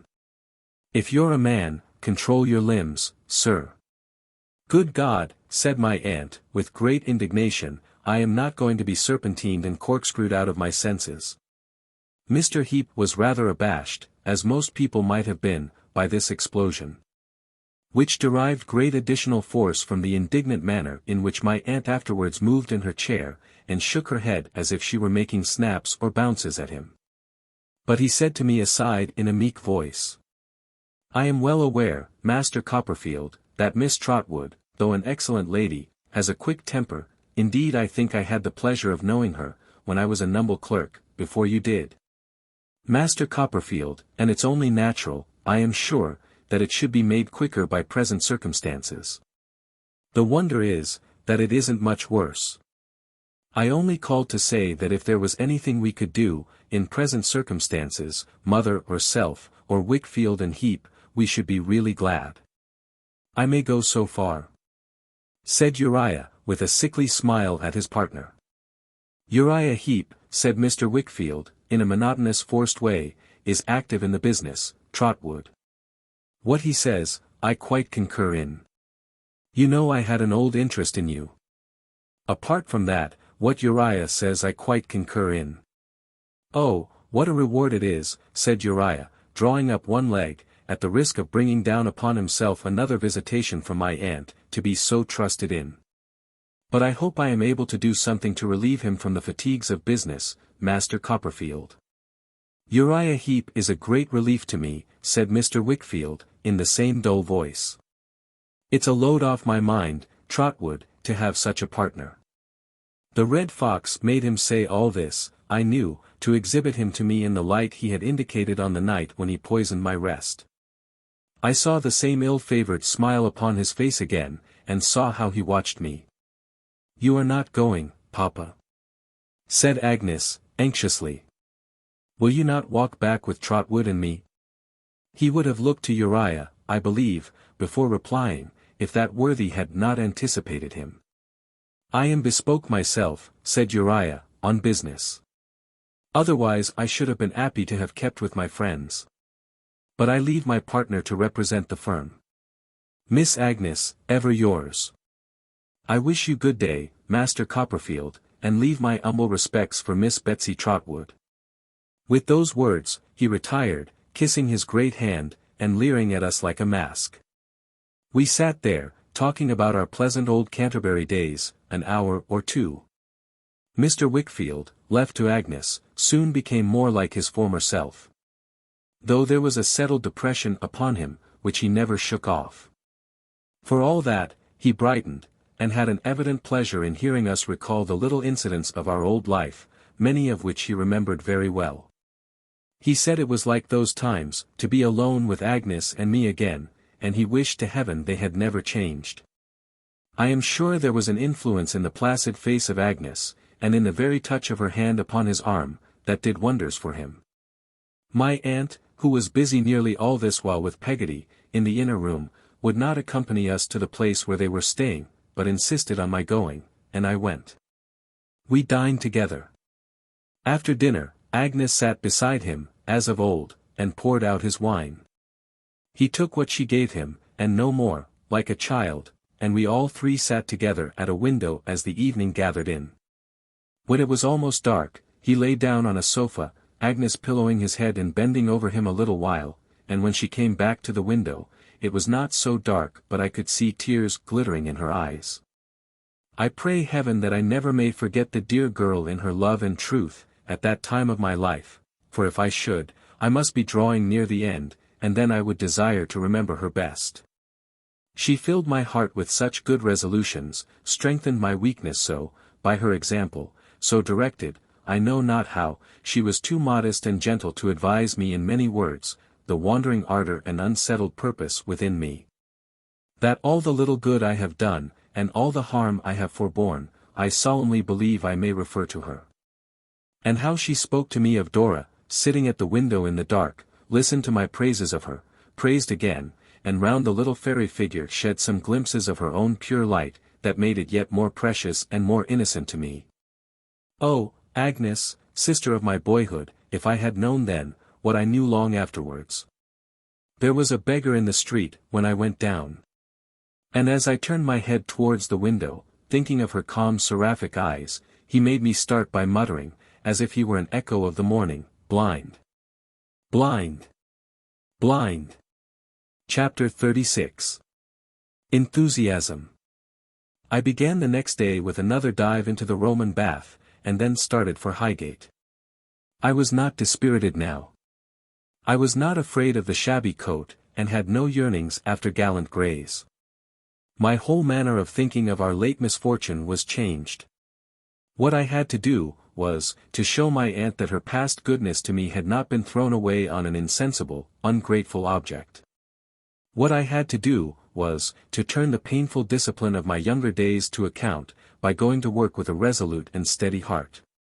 What I had to do, was, to take my woodman's axe in my hand, and clear my own way through the forest of difficulty, by cutting down the trees until I came to Dora. And I went on at a mighty rate, as if it could be done by walking. When I found myself on the familiar Highgate road, pursuing such a different errand from that old one of pleasure, with which it was associated, it seemed as if a complete change had come on my whole life. But that did not discourage me. With the new life, came new purpose, new intention. Great was the labor, priceless the reward. Dora was the reward, and Dora must be won. I got into such a transport, that I felt quite sorry my coat was not a little shabby already. I wanted to be cutting at those trees in the forest of difficulty, under circumstances that should prove my strength.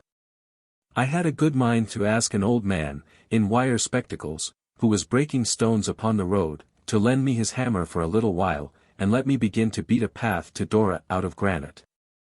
I stimulated myself into such a heat, and got so out of breath, that I felt as if I had been earning I don't know how much.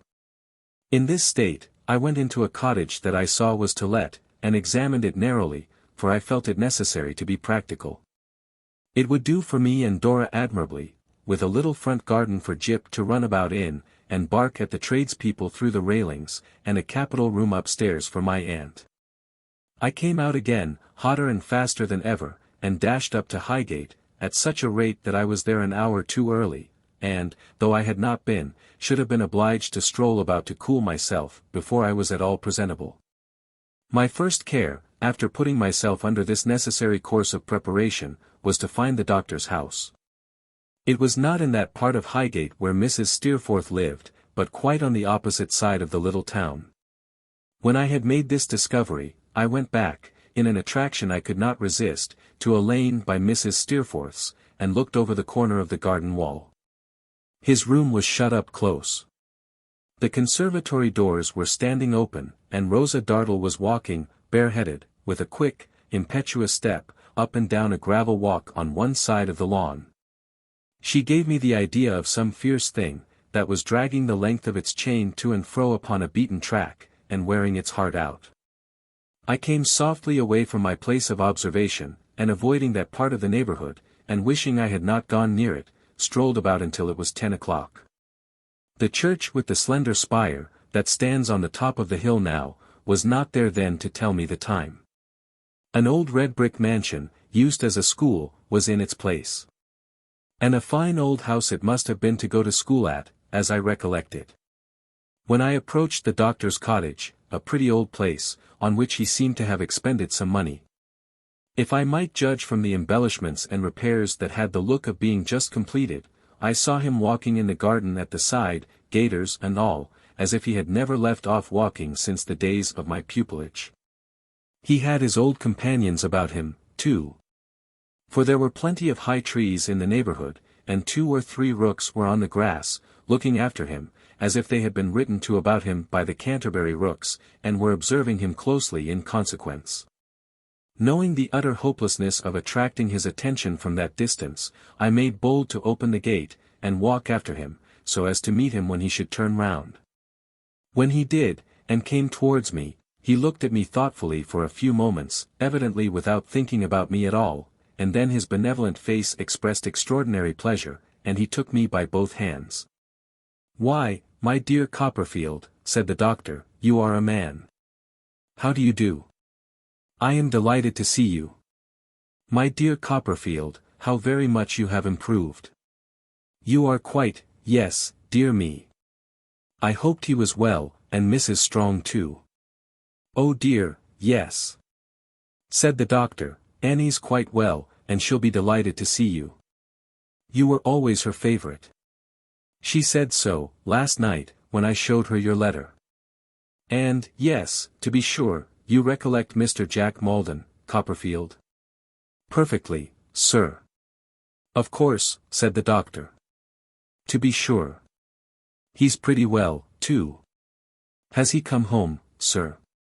I inquired. "From India?" said the doctor.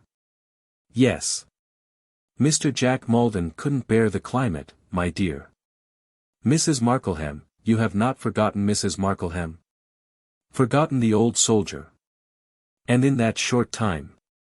Mrs. Markleham, said the doctor, was quite vexed about him, poor thing, so we have got him at home again, and we have bought him a little patent place, which agrees with him much better." I knew enough of Mr. Jack Maldon to suspect from this account that it was a place where there was not much to do, and which was pretty well paid. The doctor, walking up and down with his hand on my shoulder, and his kind face turned encouragingly to mine, went on. "Now, my dear Copperfield, in reference to this proposal of yours. It's very gratifying and agreeable to me, I am sure. But don't you think you could do better? You achieved distinction, you know, when you were with us. You are qualified for many good things. You have laid a foundation that any edifice may be raised upon. And is it not a pity that you should devote the springtime of your life to such a poor pursuit as I can offer?" I became very glowing again, and, expressing myself in a rhapsodical style, I am afraid, urged my request strongly. Reminding the doctor that I had already a profession. "Well, well," said the doctor, "that's true. Certainly, your having a profession, and being actually engaged in studying it, makes a difference. But, my good young friend, what's £70 a year?" "It doubles our income, Dr. Strong," said I. "Dear me," replied the doctor. "To think of that. Not that I mean to say it's rigidly limited to £70 a year, because I have always contemplated making any young friend I might thus employ, a present too." "Undoubtedly," said the doctor, still walking me up and down with his hand on my shoulder. "I have always taken an annual present into account." "My dear tutor," said I, now, really, without any nonsense, to whom I owe more obligations already than I ever can acknowledge. "No, no," interposed the doctor. "Pardon me. If you will take such time as I have, and that is my mornings and evenings, and can think it worth £70 a year, you will do me such a service as I cannot express." "Dear me," said the doctor, innocently. "To think that so little should go for so much. Dear, dear. And when you can do better, you will?" "On your word, now?" said the doctor, which he had always made a very grave appeal to the honor of us boys. "On my word, sir," I returned, answering in our old school manner. "Then be it so," said the doctor, clapping me on the shoulder, and still keeping his hand there, as we still walked up and down. "And I shall be 20 times happier, sir," said I, with a little, I hope innocent, flattery, "if my employment is to be on the dictionary." The doctor stopped, smilingly clapped me on the shoulder again, and exclaimed, with a triumph most delightful to behold, as if I had penetrated to the profoundest depths of mortal sagacity, "My dear young friend, you have hit it. It is the dictionary. How could it be anything else?" His pockets were as full of it as his head. It was sticking out of him in all directions. He told me that since his retirement from scholastic life, he had been advancing with it wonderfully. And that nothing could suit him better than the proposed arrangements for morning and evening work, as it was his custom to walk about in the daytime with his considering cap on. His papers were in a little confusion, in consequence of Mr.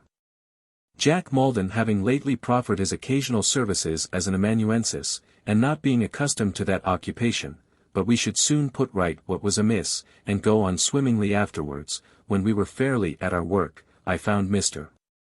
Jack Maldon's efforts more troublesome to me than I had expected, as he had not confined himself to making numerous mistakes, but had sketched so many soldiers, and ladies' heads, over the doctor's manuscript, that I often became involved in labyrinths of obscurity.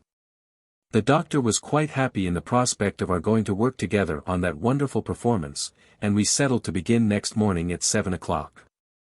We were to work 2 hours every morning, and 2 or 3 hours every night, except on Saturdays, when I was to rest. On Sundays, of course, I was to rest also, and I considered these very easy terms. Our plans being thus arranged to our mutual satisfaction, the doctor took me into the house to present me to Mrs. Strong, whom we found in the doctor's new study, dusting his books, a freedom which he never permitted anybody else to take with those sacred favorites. They had postponed their breakfast on my account, and we sat down to table together. We had not been seated long, when I saw an approaching arrival in Mrs. Strong's face, before I heard any sound of it.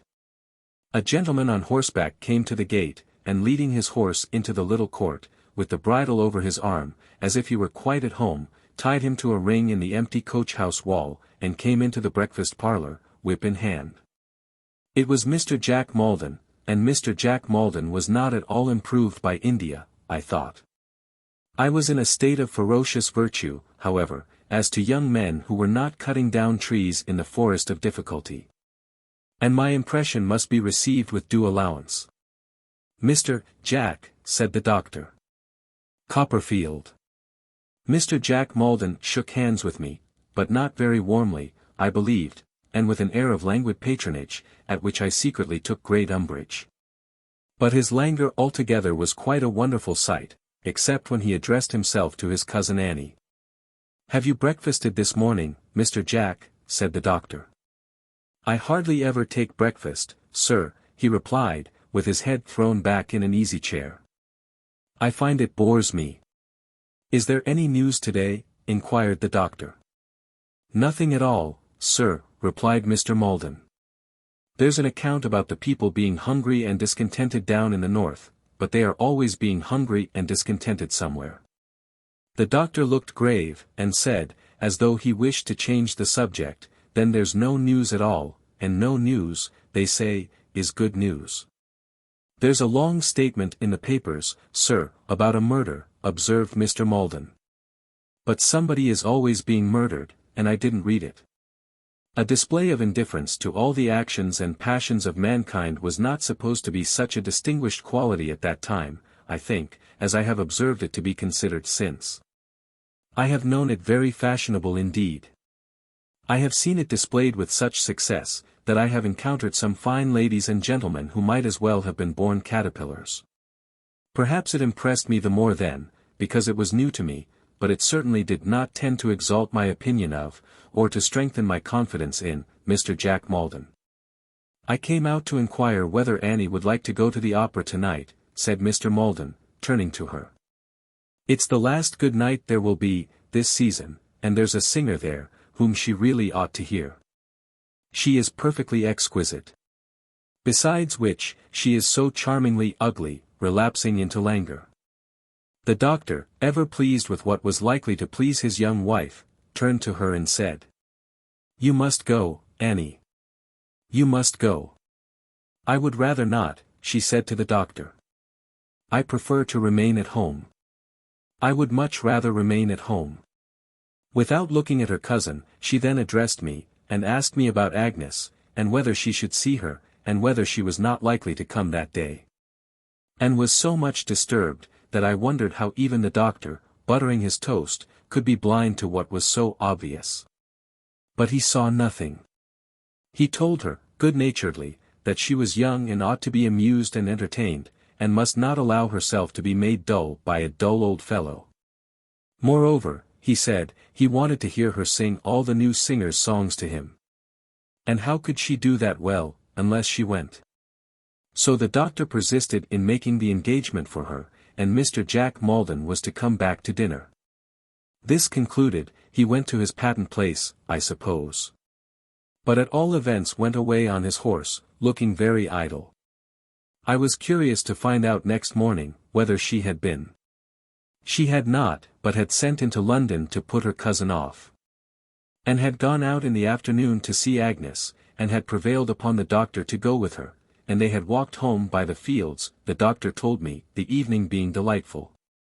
I wondered then, whether she would have gone if Agnes had not been in town, and whether Agnes had some good influence over her too.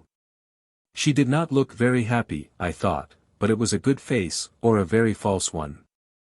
I often glanced at it, for she sat in the window all the time we were at work, and made our breakfast, which we took by snatches as we were employed.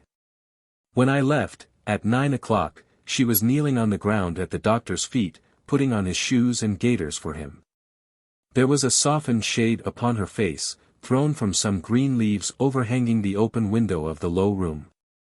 And I thought all the way to Doctors' Commons, of the night when I had seen it looking at him as he read. I was pretty busy now, up at 5 in the morning, and home at 9 or 10 at night. But I had infinite satisfaction in being so closely engaged, and never walked slowly on any account, and felt enthusiastically that the more I tired myself, the more I was doing to deserve Dora.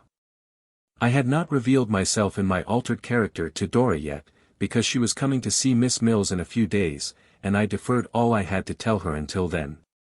Merely informing her in my letters, all our communications were secretly forwarded through Miss Mills, that I had much to tell her.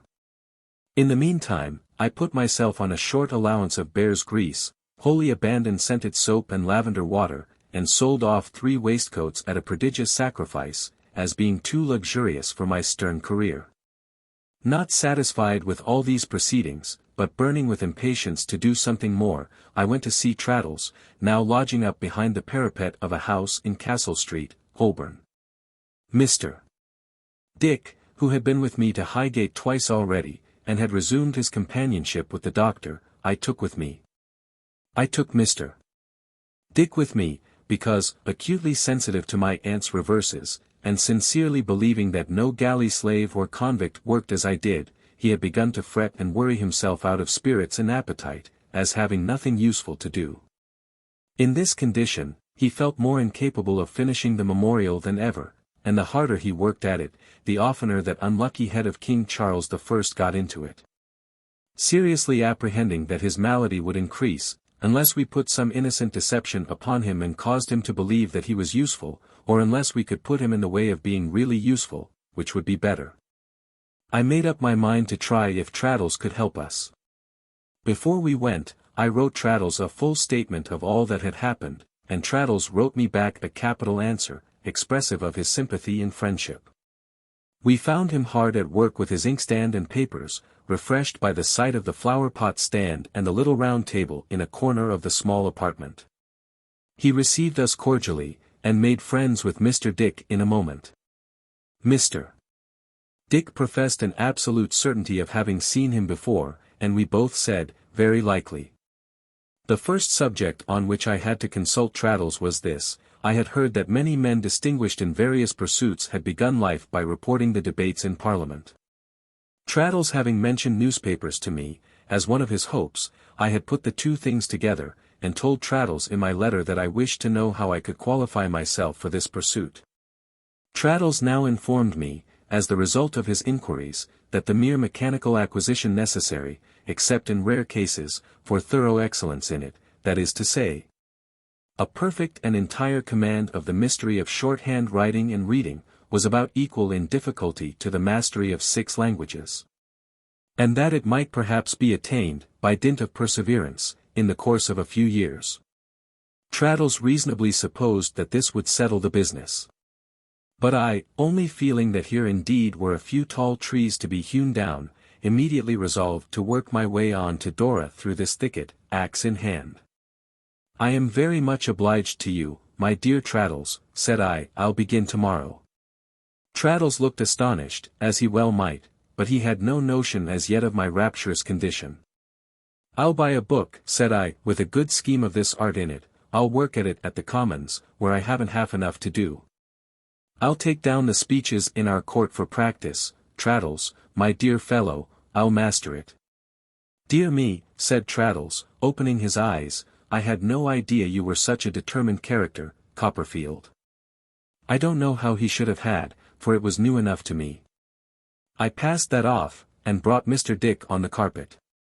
"You see," said Mr. Dick, wistfully, "if I could exert myself, Mr. Traddles, if I could beat a drum or blow anything." Poor fellow! I have little doubt he would have preferred such an employment in his heart to all others. Traddles, who would not have smiled for the world, replied composedly. "But you are a very good penman, sir. You told me so, Copperfield." "Excellent," said I. And indeed he was. He wrote with extraordinary neatness. "Don't you think," said Traddles, "you could copy writings, sir, if I got them for you?" Mr. Dick looked doubtfully at me. Trotwood?" I shook my head. Mr. Dick shook his, and sighed. "Tell him about the memorial," said Mr. Dick. I explained to Traddles that there was a difficulty in keeping King Charles I out of Mr. Dick's manuscripts, Mr. Dick in the meanwhile looking very deferentially and seriously at Traddles, and sucking his thumb. "But these writings, you know, that I speak of, are already drawn up and finished," said Traddles after a little consideration. "Mr. Dick has nothing to do with them." "Wouldn't that make a difference, Copperfield? At all events, wouldn't it be well to try?" This gave us new hope. Traddles and I laying our heads together apart, while Mr. Dick anxiously watched us from his chair, we concocted a scheme in virtue of which we got him to work next day, with triumphant success. On a table by the window in Buckingham Street, we set out the work Traddles procured for him, which was to make, I forget how many copies of a legal document about some right-of-way, and on another table we spread the last unfinished original of the great memorial. Our instructions to Mr. Dick were that he should copy exactly what he had before him, without the least departure from the original. And that when he felt it necessary to make the slightest allusion to King Charles I, he should fly to the memorial. We exhorted him to be resolute in this, and left my aunt to observe him. My aunt reported to us, afterwards, that, at first, he was like a man playing the kettle drums, and constantly divided his attentions between the two.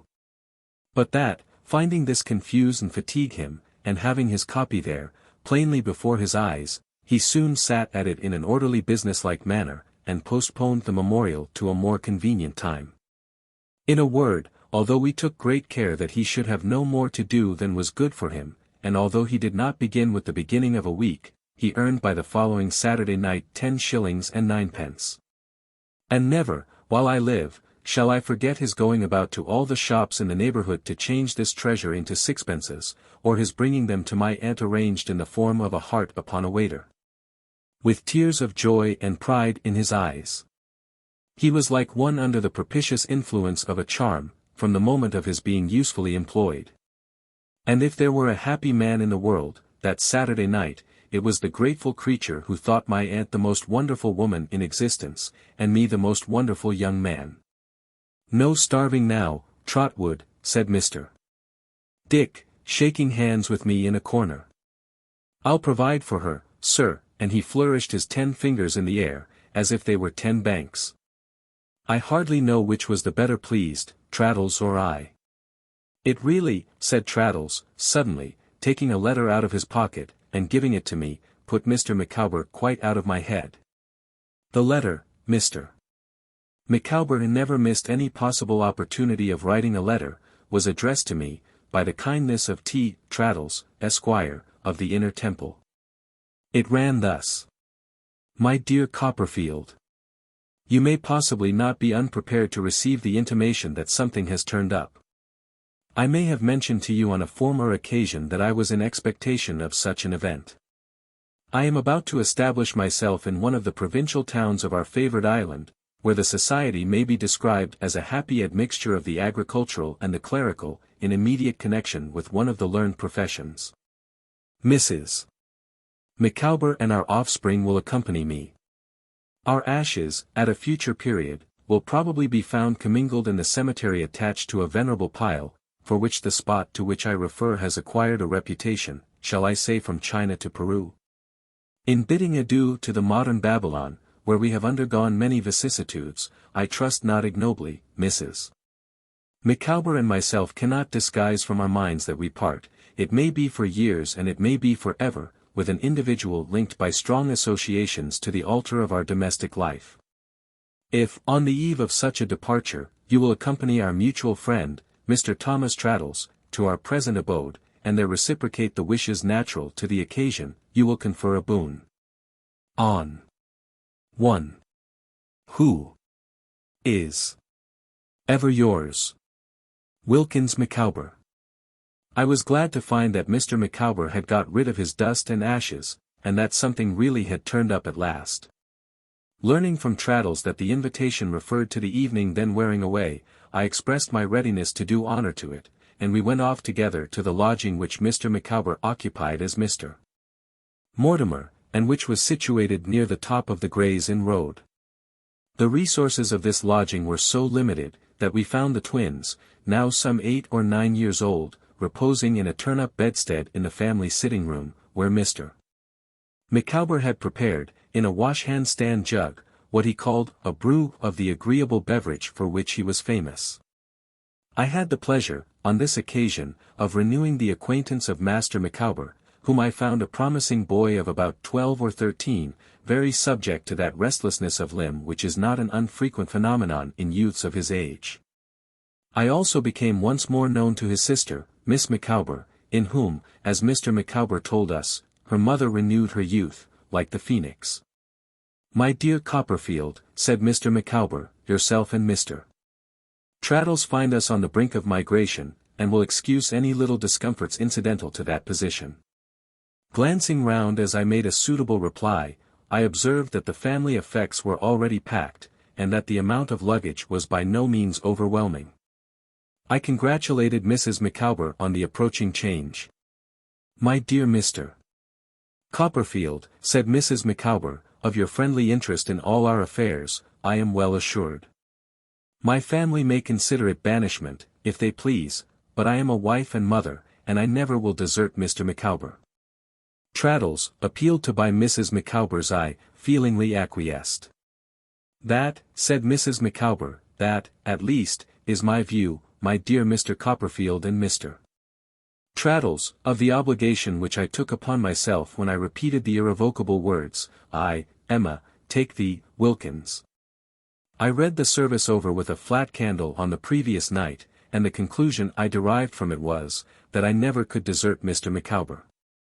And, said Mrs. Micawber, though it is possible I may be mistaken in my view of the ceremony, I never will.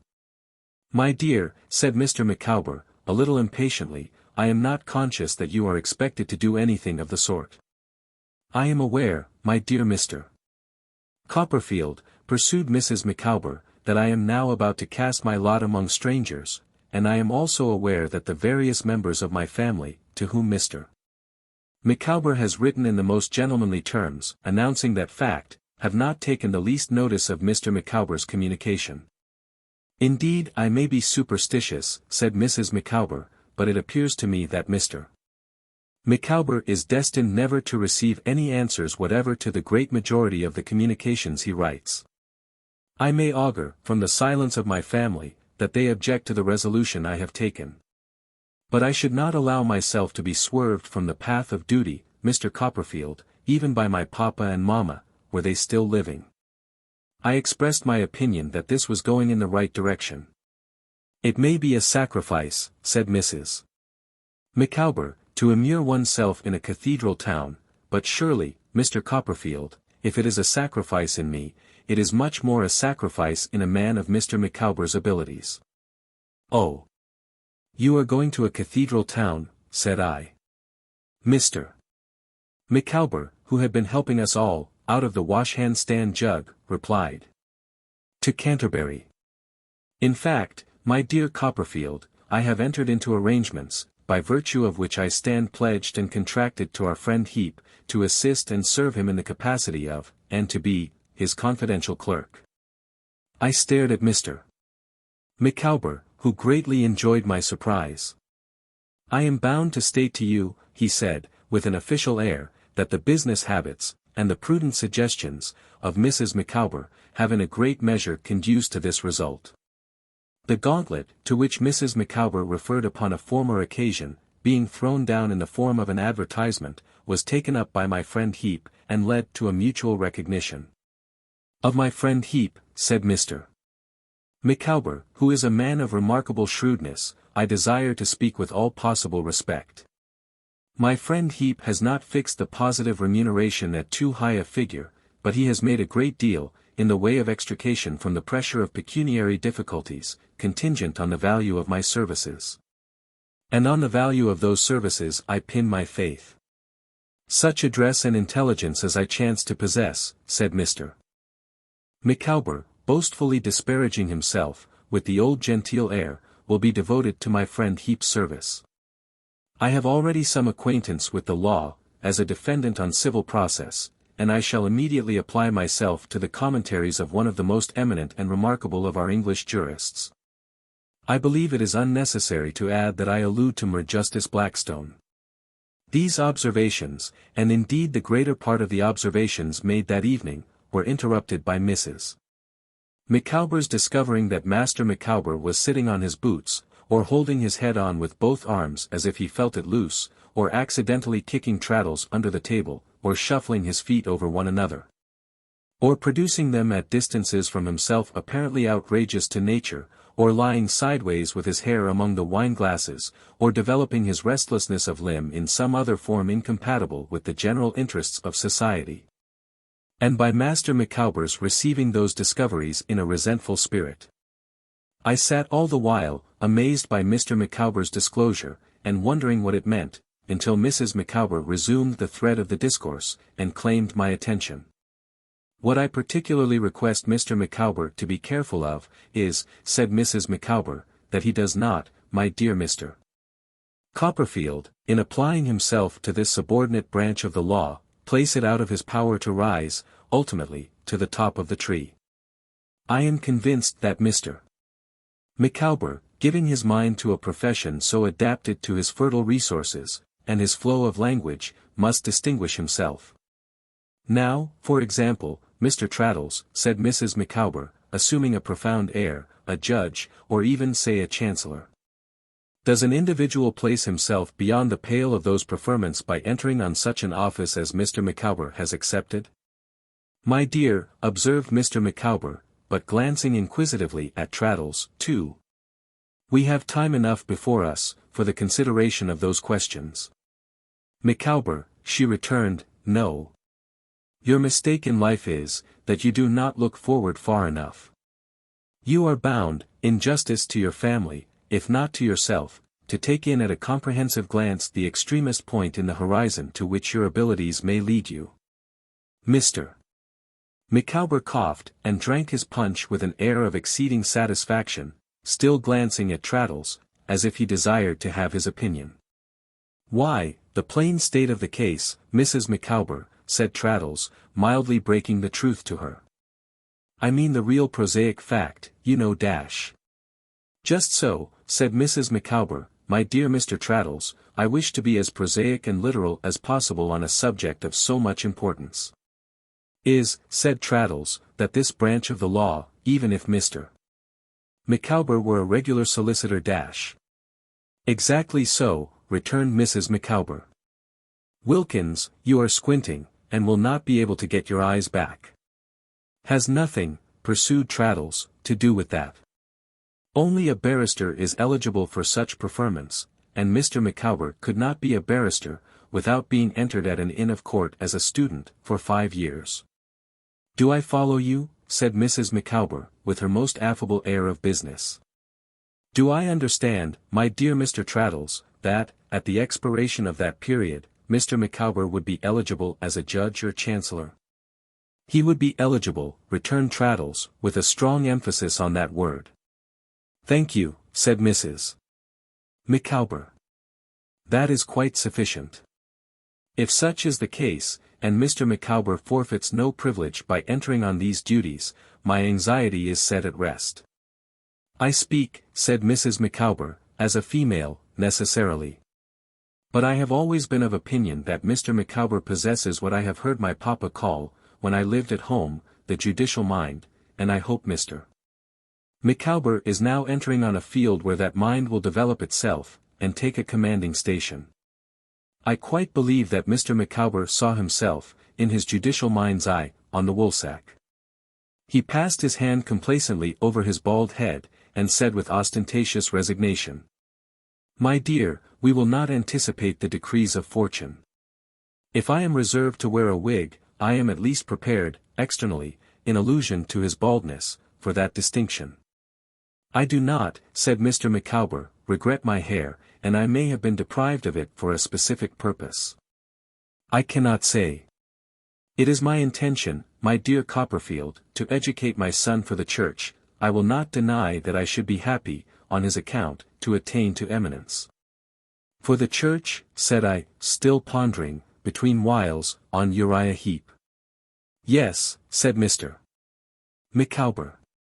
He has a remarkable head voice, and will commence as a chorister.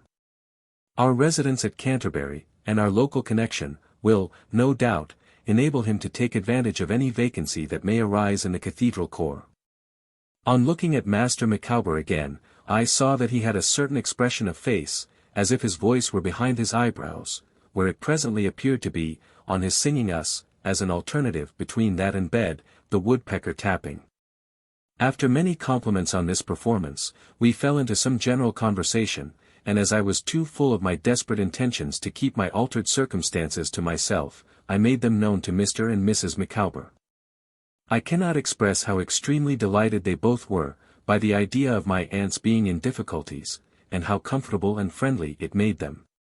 When we were nearly come to the last round of the punch, I addressed myself to Traddles, and reminded him that we must not separate, without wishing our friends health, happiness, and success in their new career. I begged Mr. Micawber to fill us bumpers, and proposed the toast in due form, shaking hands with him across the table, and kissing Mrs. Micawber, to commemorate that eventful occasion.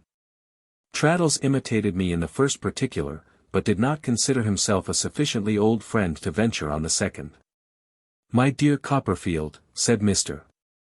Micawber, rising with one of his thumbs in each of his waistcoat pockets, the companion of my youth, if I may be allowed the expression, and my esteemed friend Traddles, if I may be permitted to call him so, will allow me, on the part of Mrs. Micawber, myself, and our offspring, to thank them in the warmest and most uncompromising terms for their good wishes. It may be expected that on the eve of a migration which will consign us to a perfectly new existence, Mr. Micawber spoke as if they were going 500,000 miles, I should offer a few valedictory remarks to two such friends as I see before me. But all that I have to say in this way, I have said. Whatever station in society I may attain, through the medium of the learned profession of which I am about to become an unworthy member, I shall endeavor not to disgrace, and Mrs. Micawber will be safe to adorn. Under the temporary pressure of pecuniary liabilities, contracted with a view to their immediate liquidation, but remaining unliquidated through a combination of circumstances. I have been under the necessity of assuming a garb from which my natural instincts recoil, I allude to spectacles, and possessing myself of a cognomen, to which I can establish no legitimate pretensions. All I have to say on that score is, that the cloud has passed from the dreary scene, and the God of day is once more high upon the mountain tops. On Monday next, on the arrival of the 4 o'clock afternoon coach at Canterbury, my foot will be on my native heath, my name, Micawber. Mr. Micawber resumed his seat on the close of these remarks, and drank 2 glasses of punch in grave succession. He then said with much solemnity, "One thing more I have to do, before this separation is complete, and that is to perform an act of justice. My friend Mr. Thomas Traddles has, on 2 several occasions, put his name, if I may use a common expression, to bills of exchange for my accommodation. On the first occasion Mr. Thomas Traddles was left, let me say, in short, in the lurch. The fulfillment of the second has not yet arrived. The amount of the first obligation, here Mr. Micawber carefully referred to papers, was, I believe, 23, 4, 9 1/2, of the second, according to my entry of that transaction, 18, 6, 2. These sums, united, make a total, if my calculation is correct, amounting to 41, 10, 11 1/2. My friend Copperfield will perhaps do me the favor to check that total. I did so and found it correct. To leave this metropolis, said Mr. Micawber, and my friend Mr. Thomas Traddles, without acquitting myself of the pecuniary part of this obligation, would weigh upon my mind to an insupportable extent. I have, therefore, prepared for my friend Mr. Thomas Traddles, and I now hold in my hand, a document, which accomplishes the desired object. I beg to hand to my friend Mr. Thomas Traddles my IOU. For 41, 10, 11 1/2, and I am happy to recover my moral dignity, and to know that I can once more walk erect before my fellow man. With this introduction, which greatly affected him, Mr. Micawber placed his IOU in the hands of Traddles, and said he wished him well in every relation of life. I am persuaded, not only that this was quite the same to Mr. Micawber as paying the money, but that Traddles himself hardly knew the difference until he had had time to think about it. Mr. Micawber walked so erect before his fellow man, on the strength of this virtuous action, that his chest looked half as broad again when he lighted us downstairs. We parted with great heartiness on both sides.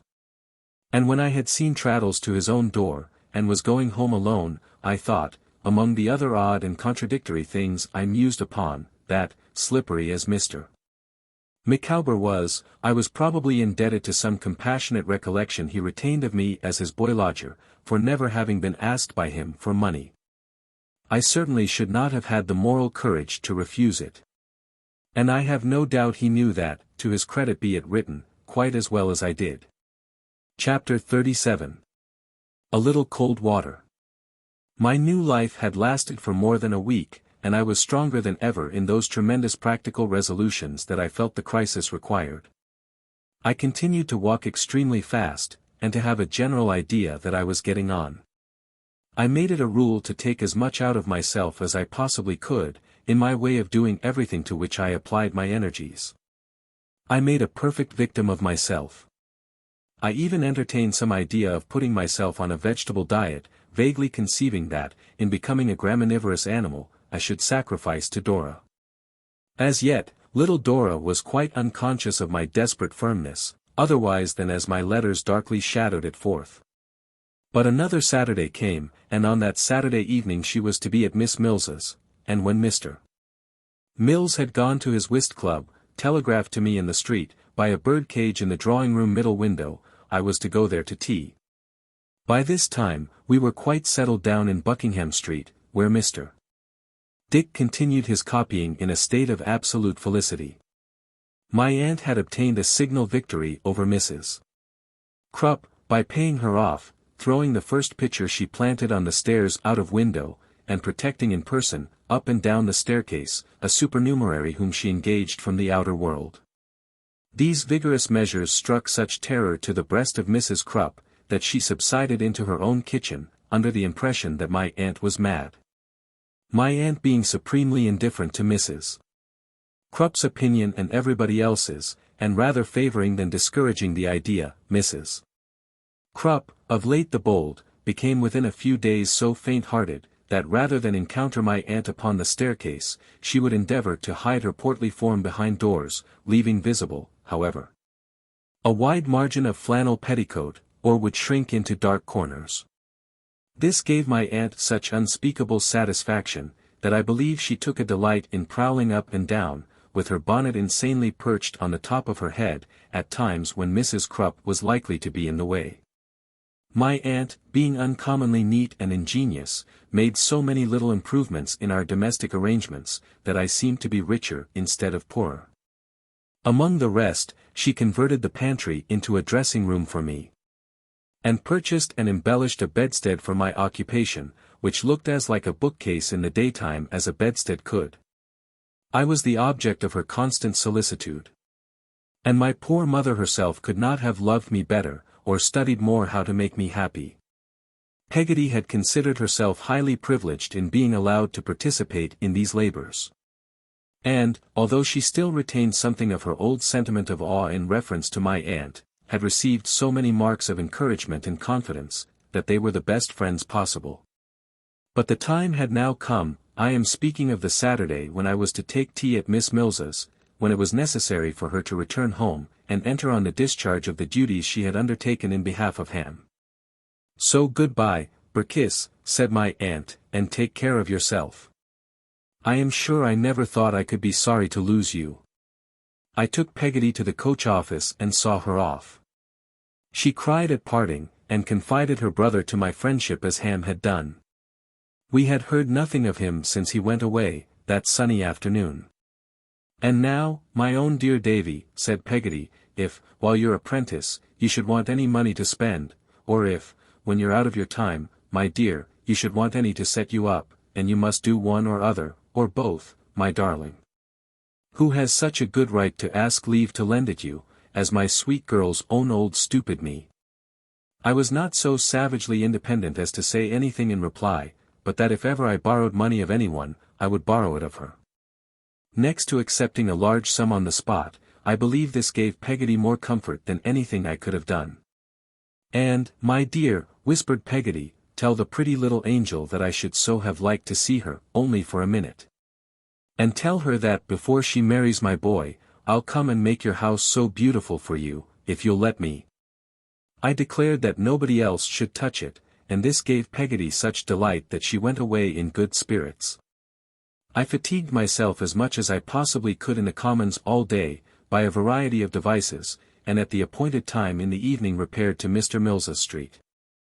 Mr.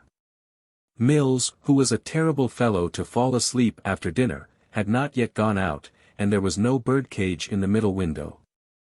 He kept me waiting so long, that I fervently hoped the club would fine him for being late. At last he came out. And then I saw my own Dora hang up the bird-cage, and peep into the balcony to look for me, and run in again when she saw I was there, while Jip remained behind, to bark injuriously at an immense butcher's dog in the street. Who could have taken him like a pill?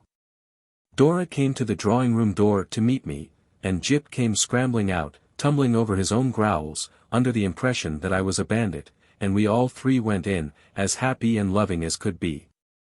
I soon carried desolation into the bosom of our joys, not that I meant to do it, but that I was so full of the subject, by asking Dora, without the smallest preparation, if she could love a beggar.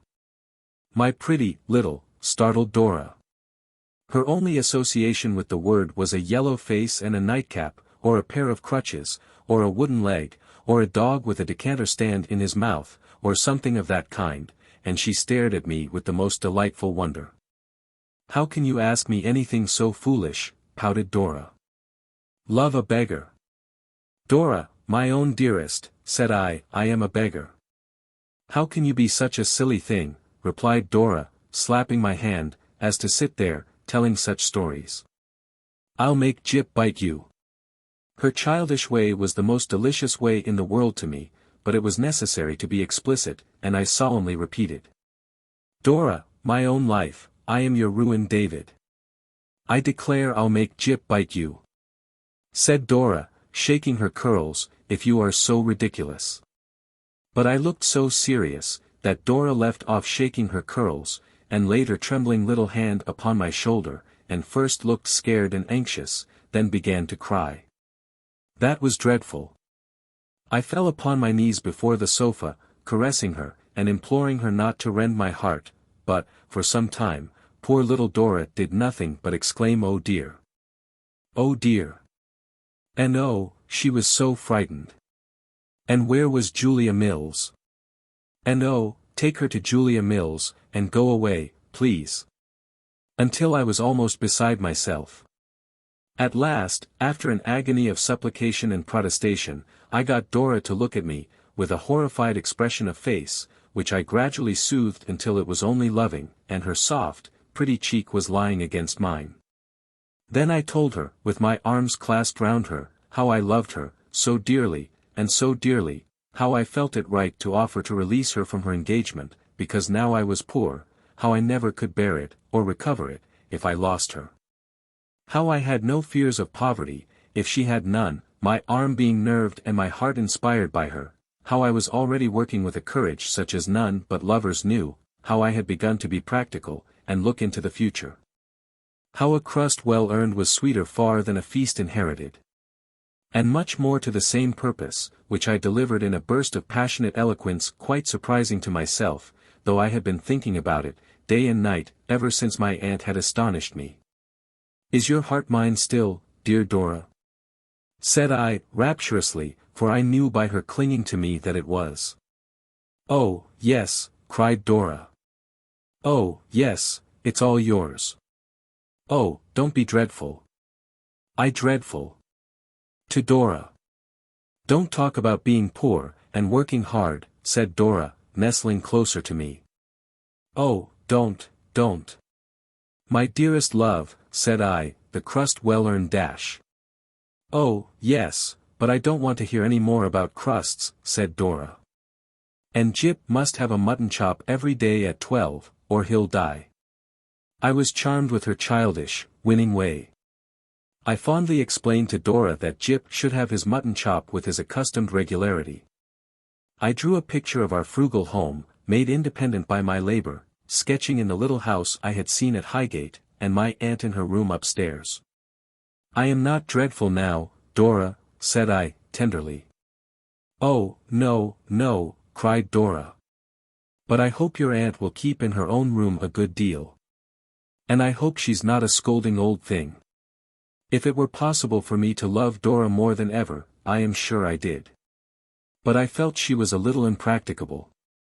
It damped my newborn ardor, to find that ardor so difficult of communication to her. I made another trial.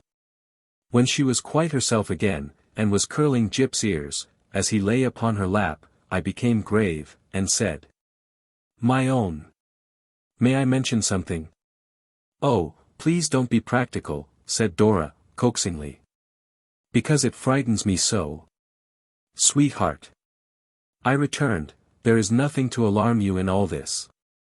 I want you to think of it quite differently. I want to make it nerve you, and inspire you, Dora." "Oh, but that's so shocking," cried Dora. "My love, no. Perseverance and strength of character will enable us to bear much worse things." "But I haven't got any strength at all," said Dora, shaking her curls. "Have I, Jip?" "Oh, do kiss Jip, and be agreeable." It was impossible to resist kissing Jip, when she held him up to me for that purpose, putting her own bright, rosy little mouth into kissing form, as she directed the operation, which she insisted should be performed symmetrically. On the center of his nose. I did as she bade me, rewarding myself afterwards for my obedience, and she charmed me out of my graver character for I don't know how long. "But, Dora, my beloved," said I, at last resuming it, "I was going to mention something. The judge of the prerogative court might have fallen in love with her, to see her fold her little hands and hold them up, begging and praying me not to be dreadful any more. Indeed I am not going to be, my darling," I assured her. "But, Dora, my love, if you will sometimes think, not despondingly, you know, far from that. But if you will sometimes think, just to encourage yourself, that you are engaged to a poor man dash. Don't. Pray don't, cried Dora. "It's so very dreadful." "My soul, not at all," said I, cheerfully. "If you will sometimes think of that, and look about now and then at your papa's housekeeping, and endeavor to acquire a little habit of accounts. For instance, Poor little Dora received this suggestion with something that was half a sob and half a scream. "It would be so useful to us afterwards," I went on, "and if you would promise me to read a little cookery book that I would send you, it would be so excellent for both of us." "For our path in life, my Dora," said I, warming with the subject, "is stony and rugged now, and it rests with us to smooth it. We must fight our way onward. We must be brave. There are obstacles to be met, and we must meet, and crush them." I was going on at a great rate, with a clenched hand, and a most enthusiastic countenance, but it was quite unnecessary to proceed. I had said enough. I had done it again. Oh, she was so frightened. Oh, where was Julia Mills? Oh, take her to Julia Mills, and go away, please.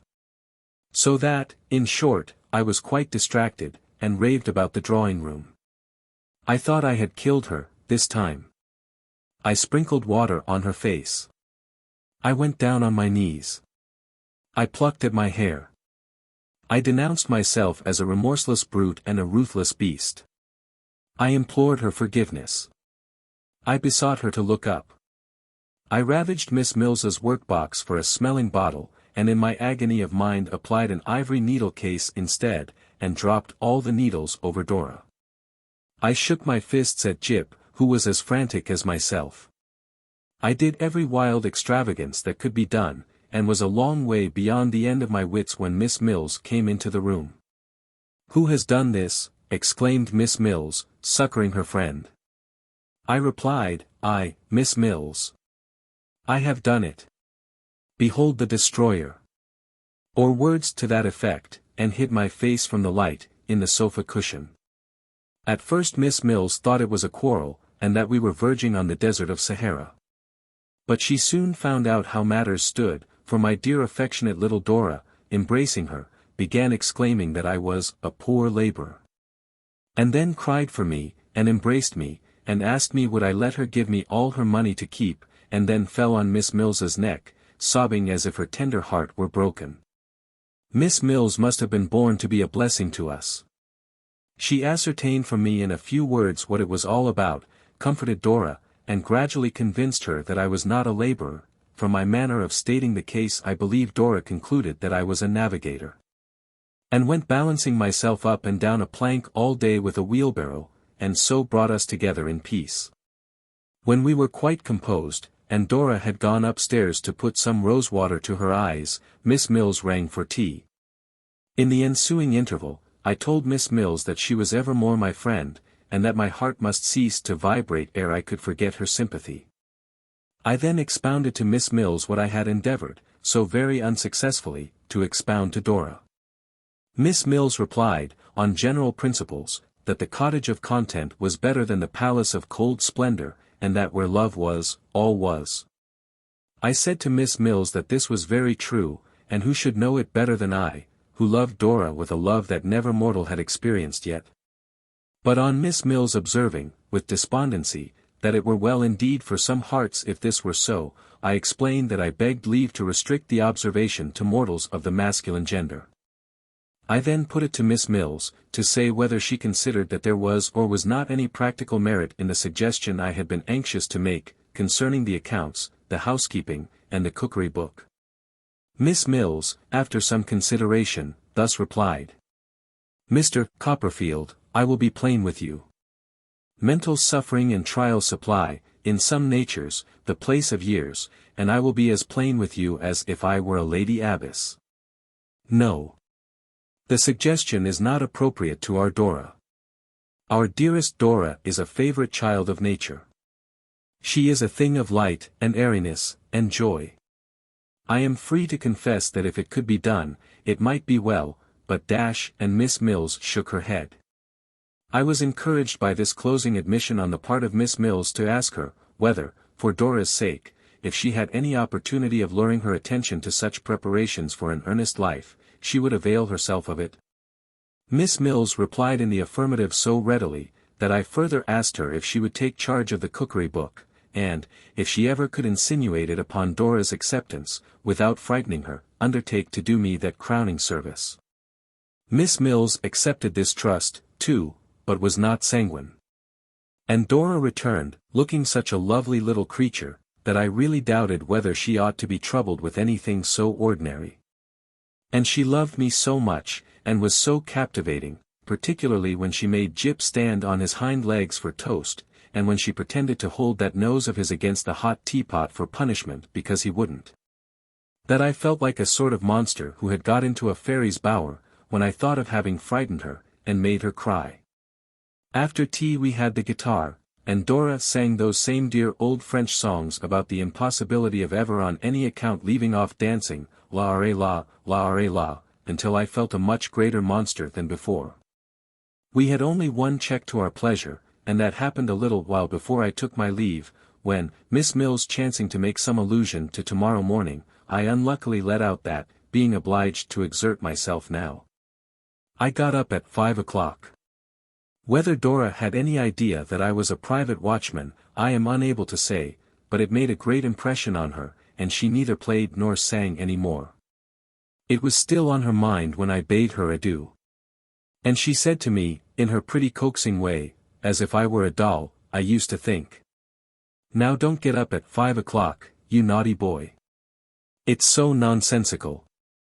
My love, said I have work to do. But don't do it, returned Dora. Why should you? It was impossible to say to that sweet little surprised face, otherwise than lightly and playfully, that we must work to live. Oh! How ridiculous, cried Dora. How shall we live without, Dora, said I. How? Anyhow, said Dora. She seemed to think she had quite settled the question, and gave me such a triumphant little kiss, direct from her innocent heart, that I would hardly have put her out of conceit with her answer, for a fortune. Well. I loved her, and I went on loving her, most absorbingly, entirely, and completely. But going on, too, working pretty hard, and busily keeping red-hot all the irons I now had in the fire, I would sit sometimes of a night, opposite my aunt, thinking how I had frightened Dora that time. And how I could best make my way with a guitar case through the forest of difficulty, until I used to fancy that my head was turning quite grey. Chapter 38. A Dissolution of Partnership. I did not allow my resolution, with respect to the parliamentary debates, to cool. It was one of the irons I began to heat immediately, and one of the irons I kept hot, and hammered at, with a perseverance I may honestly admire. I bought an approved scheme of the noble art and mystery of stenography, which cost me 10 and 6 pence, and plunged into a sea of perplexity that brought me, in a few weeks, to the confines of distraction. The changes that were rung upon dots, which in such a position meant such a thing, and in such another position something else, entirely different, the wonderful vagaries that were played by circles. The unaccountable consequences that resulted from marks like flies' legs, the tremendous effects of a curve in a wrong place, not only troubled my waking hours, but reappeared before me in my sleep. When I had groped my way, blindly, through these difficulties, and had mastered the alphabet, which was an Egyptian temple in itself, there then appeared a procession of new horrors, called arbitrary characters. The most despotic characters I have ever known, who insisted, for instance, that a thing like the beginning of a cobweb, meant expectation, and that a pen and ink skyrocket, stood for disadvantageous. When I had fixed these wretches in my mind, I found that they had driven everything else out of it, then, beginning again, I forgot them, while I was picking them up, I dropped the other fragments of the system. In short, it was almost heartbreaking. It might have been quite heartbreaking, but for Dora, who was the stay and anchor of my tempest-driven bark. Every scratch in the scheme was a gnarled oak in the forest of difficulty, and I went on cutting them down, one after another, with such vigor, that in 3 or 4 months I was in a condition to make an experiment on one of our crack speakers in the Commons. Shall I ever forget how the crack speaker walked off from me before I began, and left my imbecile pencil staggering about the paper as if it were in a fit? This would not do, it was quite clear. I was flying too high, and should never get on, so. I resorted to Traddles for advice, who suggested that he should dictate speeches to me, at a pace, and with occasional stoppages, adapted to my weakness. Very grateful for this friendly aid, I accepted the proposal. And night after night, almost every night, for a long time, we had a sort of private parliament in Buckingham Street, after I came home from the doctor's. I should like to see such a parliament anywhere else. My aunt and Mr. Dick represented the government or the opposition, as the case might be, and Traddles, with the assistance of Enfield speakers, or a volume of parliamentary orations, thundered astonishing invectives against them. Standing by the table, with his finger in the page to keep the place, and his right arm flourishing above his head, Traddles, as Mr. Pitt, Mr. Fox, Mr. Sheridan, Mr. Burke, Lord Castlereagh, Viscount Sidmouth, or Mr. Canning, would work himself into the most violent heats, and deliver the most withering denunciations of the profligacy and corruption of my aunt and Mr. Dick. While I used to sit, at a little distance, with my notebook on my knee, fagging after him with all my might and main. The inconsistency and recklessness of Traddles were not to be exceeded by any real politician. He was for any description of policy, in the compass of a week, and nailed all sorts of colours to every denomination of mast. My aunt, looking very like an immovable Chancellor of the Exchequer, would occasionally throw in an interruption or two, as here, or no, or oh, when the text seemed to require it, which was always a signal to Mr. Dick, a perfect country gentleman, to follow lustily with the same cry. But Mr. Dick got taxed with such things in the course of his parliamentary career, and was made responsible for such awful consequences, that he became uncomfortable in his mind sometimes. I believe he actually began to be afraid he really had been doing something, tending to the annihilation of the British Constitution, and the ruin of the country. Often and often we pursued these debates until the clock pointed to midnight, and the candles were burning down. The result of so much good practice was, that by and by I began to keep pace with Traddles pretty well, and should have been quite triumphant if I had had the least idea what my notes were about. But, as to reading them after I had got them, I might as well have copied the Chinese inscriptions of an immense collection of tea chests, or the golden characters on all the great red and green bottles in the chemists' shops. There was nothing for it, but to turn back and begin all over again. It was very hard, but I turned back, though with a heavy heart, and began laboriously and methodically to plod over the same tedious ground at a snail's pace. Stopping to examine minutely every speck in the way, on all sides, and making the most desperate efforts to know these elusive characters by sight wherever I met them. I was always punctual at the office. At the doctor's too, and I really did work, as the common expression is, like a cart horse. One day, when I went to the Commons as usual, I found Mr. Spenlow in the doorway looking extremely grave, and talking to himself. As he was in the habit of complaining of pains in his head, he had naturally a short throat, and I do seriously believe he overstarched himself. I was at first alarmed by the idea that he was not quite right in that direction. But he soon relieved my uneasiness. Instead of returning my good morning with his usual affability, he looked at me in a distant, ceremonious manner, and coldly requested me to accompany him to a certain coffee-house, which, in those days, had a door opening into the Commons. Just within the little archway in St. Paul's churchyard. I complied, in a very uncomfortable state, and with a warm shooting all over me, as if my apprehensions were breaking out into buds. When I allowed him to go on a little before, on account of the narrowness of the way, I observed that he carried his head with a lofty air that was particularly unpromising, and my mind misgave me that he had found out about my darling Dora. If I had not guessed this, on the way to the coffee-house, I could hardly have failed to know what was the matter when I followed him into an upstairs room, and found Miss Murdstone there, supported by a background of sideboard, on which were several inverted tumblers sustaining lemons, and two of those extraordinary boxes, all corners and flutings, for sticking knives and forks in, which, happily for mankind, are now obsolete. Miss Murdstone gave me her chilly fingernails, and sat severely rigid. Mr. Spenlow shut the door, motioned me to a chair, and stood on the hearthrug in front of the fireplace. "Have the goodness to show Mr. Copperfield," said Mr. Spenlow, "what you have in your reticule, Miss Murdstone." I believe it was the old identical steel-clasped reticule of my childhood, that shut up like a bite. Compressing her lips, in sympathy with the snap, Miss Murdstone opened it, opening her mouth a little at the same time, and produced my last letter to Dora, teeming with expressions of devoted affection. "I believe that is your writing, Mr. Copperfield," said Mr. Spenlow. I was very hot, and the voice I heard was very unlike mine, when I said, "It is, sir." "If I am not mistaken," said Mr. Spenlow, as Miss Murdstone brought a parcel of letters out of her reticule, tied round with the dearest bit of blue ribbon, "those are also from your pen, Mr. Copperfield." I took them from her with a most desolate sensation. And, glancing at such phrases at the top, as, "my ever dearest and own Dora, my best beloved angel, my blessed one for ever," and the like, blushed deeply, and inclined my head. "No, thank you," said Mr.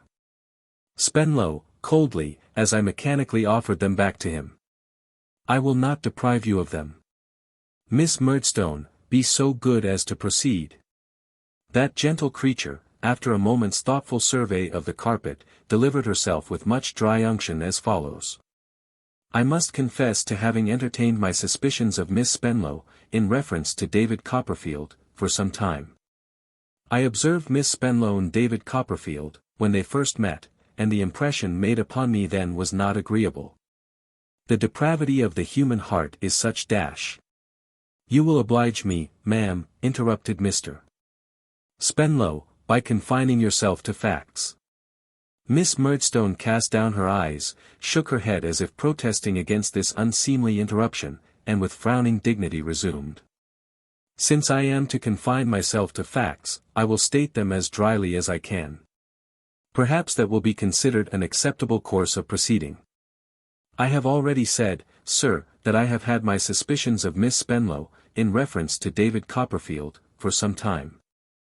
I have frequently endeavored to find decisive corroboration of those suspicions, but without effect. I have therefore forborne to mention them to Miss Spenlow's father. Looking severely at him, knowing how little disposition there usually is in such cases, to acknowledge the conscientious discharge of duty." Mr.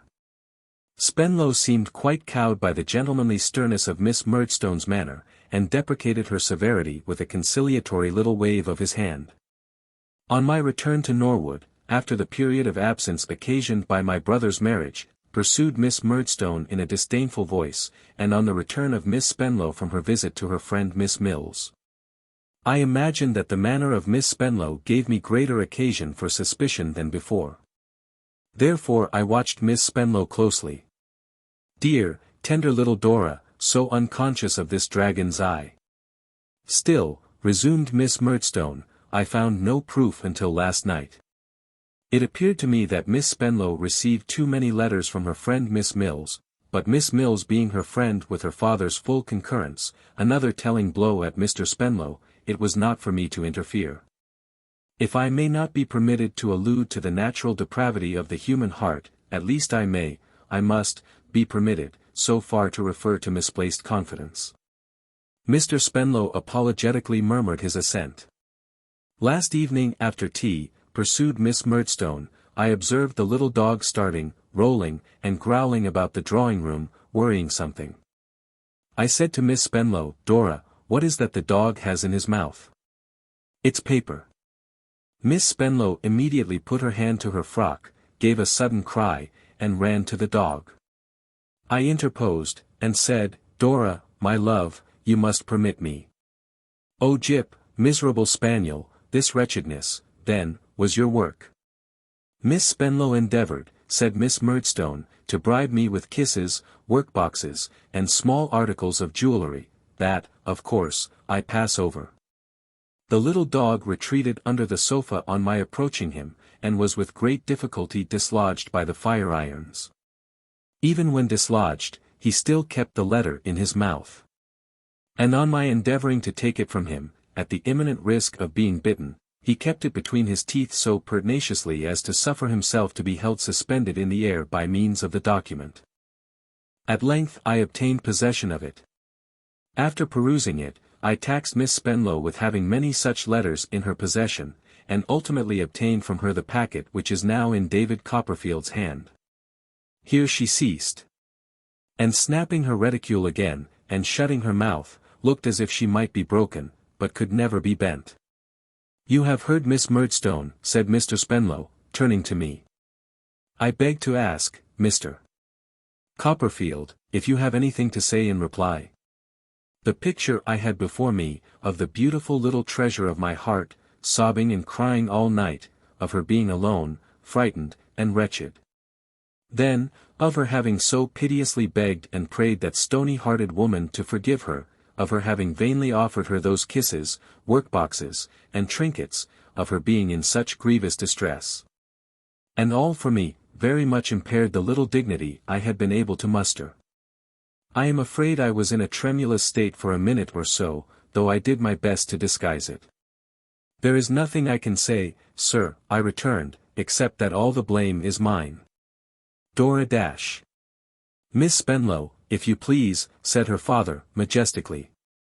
"Was induced and persuaded by me," I went on, swallowing that colder designation, "to consent to this concealment, and I bitterly regret it." "You are very much to blame, sir," said Mr.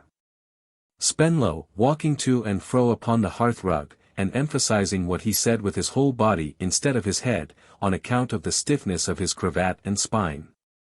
"You have done a stealthy and unbecoming action, Mr. Copperfield. When I take a gentleman to my house, no matter whether he is 19, 29, or 90, I take him there in a spirit of confidence. If he abuses my confidence, he commits a dishonorable action, Mr. Copperfield." "I feel it, sir, I assure you," I returned. "But I never thought so, before. Sincerely, honestly, indeed, Mr. Spenlow, I never thought so, before. I love Miss Spenlow to that extent dash." "Pooh! Nonsense," said Mr. Spenlow, reddening. "Pray don't tell me to my face that you love my daughter, Mr. Copperfield." "Could I defend my conduct if I did not, sir?" I returned, with all humility. "Can you defend your conduct if you do, sir?" said Mr. Spenlow, stopping short upon the hearth-rug. "Have you considered your years, and my daughter's years, Mr. Copperfield? Have you considered what it is to undermine the confidence that should subsist between my daughter and myself? Have you considered my daughter's station in life, the projects I may contemplate for her advancement, the testamentary intentions I may have with reference to her? Have you considered anything, Mr. Copperfield?" "Very little, sir, I am afraid," I answered, speaking to him as respectfully and sorrowfully as I felt, "but pray believe me, I have considered my own worldly position. When I explained it to you, we were already engaged dash." "I beg," said Mr. Spenlow, more like Punch than I had ever seen him, as he energetically struck one hand upon the other, "I could not help noticing that even in my despair, that you will not talk to me of engagements, Mr. Copperfield." The otherwise immovable Miss Murdstone laughed contemptuously in one short syllable. "When I explained my altered position to you, sir," I began again, substituting a new form of expression for what was so unpalatable to him, "this concealment, into which I am so unhappy as to have led Miss Spenlow, had begun. Since I have been in that altered position, I have strained every nerve, I have exerted every energy, to improve it. I am sure I shall improve it in time. Will you grant me time, any length of time? We are both so young, sir, dash." "You are right," interrupted Mr. Spenlow, nodding his head a great many times, and frowning very much, "you are both very young. It's all nonsense. Let there be an end of the nonsense. Take away those letters, and throw them in the fire. Give me Miss Spenlow's letters to throw in the fire. And although our future intercourse must, you are aware, be restricted to the commons here, we will agree to make no further mention of the past. Come, Mr. Copperfield, you don't want sense, and this is the sensible course." "No. I couldn't think of agreeing to it. I was very sorry, but there was a higher consideration than sense. Love was above all earthly considerations, and I loved Dora to idolatry, and Dora loved me. I didn't exactly say so. I softened it down as much as I could, but I implied it, and I was resolute upon it. I don't think I made myself very ridiculous, but I know I was resolute. "Very well, Mr. Copperfield," said Mr. Spenlow, "I must try my influence with my daughter." Miss Murdstone, by an expressive sound, a long-drawn respiration, which was neither a sigh nor a moan, but was like both, gave it as her opinion that he should have done this at first. "I must try," said Mr. Spenlow, confirmed by this support, "my influence with my daughter. Do you decline to take those letters, Mr. Copperfield?" For I had laid them on the table. "Yes." I told him I hoped he would not think it wrong, but I couldn't possibly take them from Miss Murdstone. "Nor from me," said Mr. Spenlow.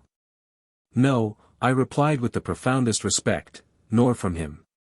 "Very well," said Mr. Spenlow. A silence succeeding, I was undecided whether to go or stay.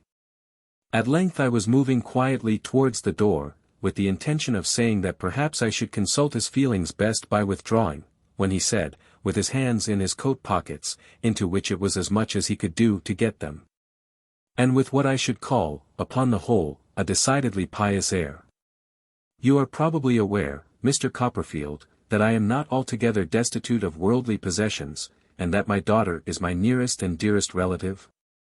I hurriedly made him a reply to the effect, that I hoped the error into which I had been betrayed by the desperate nature of my love, did not induce him to think me mercenary too. "I don't allude to the matter in that light," said Mr. Spenlow. "It would be better for yourself, and all of us, if you were mercenary, Mr. Copperfield, I mean, if you were more discreet and less influenced by all this youthful nonsense." "No. I merely say, with quite another view, you are probably aware I have some property to bequeath to my child." "I certainly supposed so." "And you can hardly think," said Mr. Spenlow, "having experience of what we see, in the Commons here, every day, of the various unaccountable and negligent proceedings of men, in respect of their testamentary arrangements, of all subjects. The one on which perhaps the strangest revelations of human inconsistency are to be met with, but that mine are made." I inclined my head in acquiescence. "I should not allow," said Mr. Spenlow, with an evident increase of pious sentiment, and slowly shaking his head as he poised himself upon his toes and heels alternately, "my suitable provision for my child to be influenced by a piece of youthful folly like the present. It is mere folly. Mere nonsense. In a little while, it will weigh lighter than any feather. But I might, if this silly business were not completely relinquished altogether, be induced in some anxious moment to guard her from, and surround her with protections against, the consequences of any foolish step in the way of marriage. Now, Mr. Copperfield, I hope that you will not render it necessary for me to open, even for a quarter of an hour, that closed page in the book of life, and unsettle, even for a quarter of an hour, grave affairs long since composed."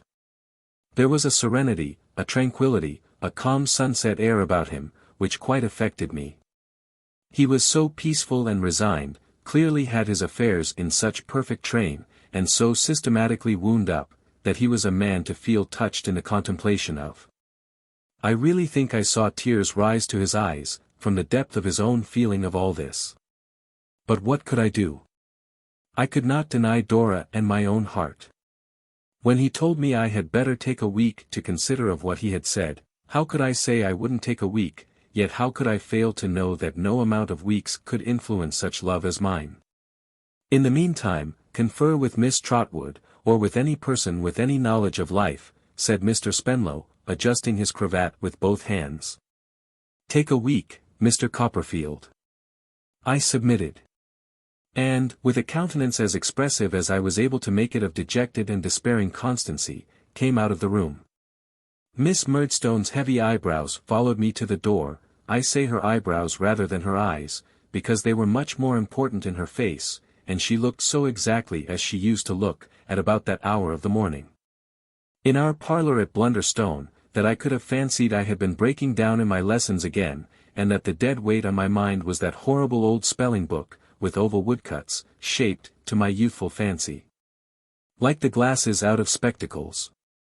When I got to the office, and, shutting out old Tiffy and the rest of them with my hands, sat at my desk, in my own particular nook, thinking of this earthquake that had taken place so unexpectedly, and in the bitterness of my spirit cursing Jip, I fell into such a state of torment about Dora, that I wonder I did not take up my hat and rush insanely to Norwood.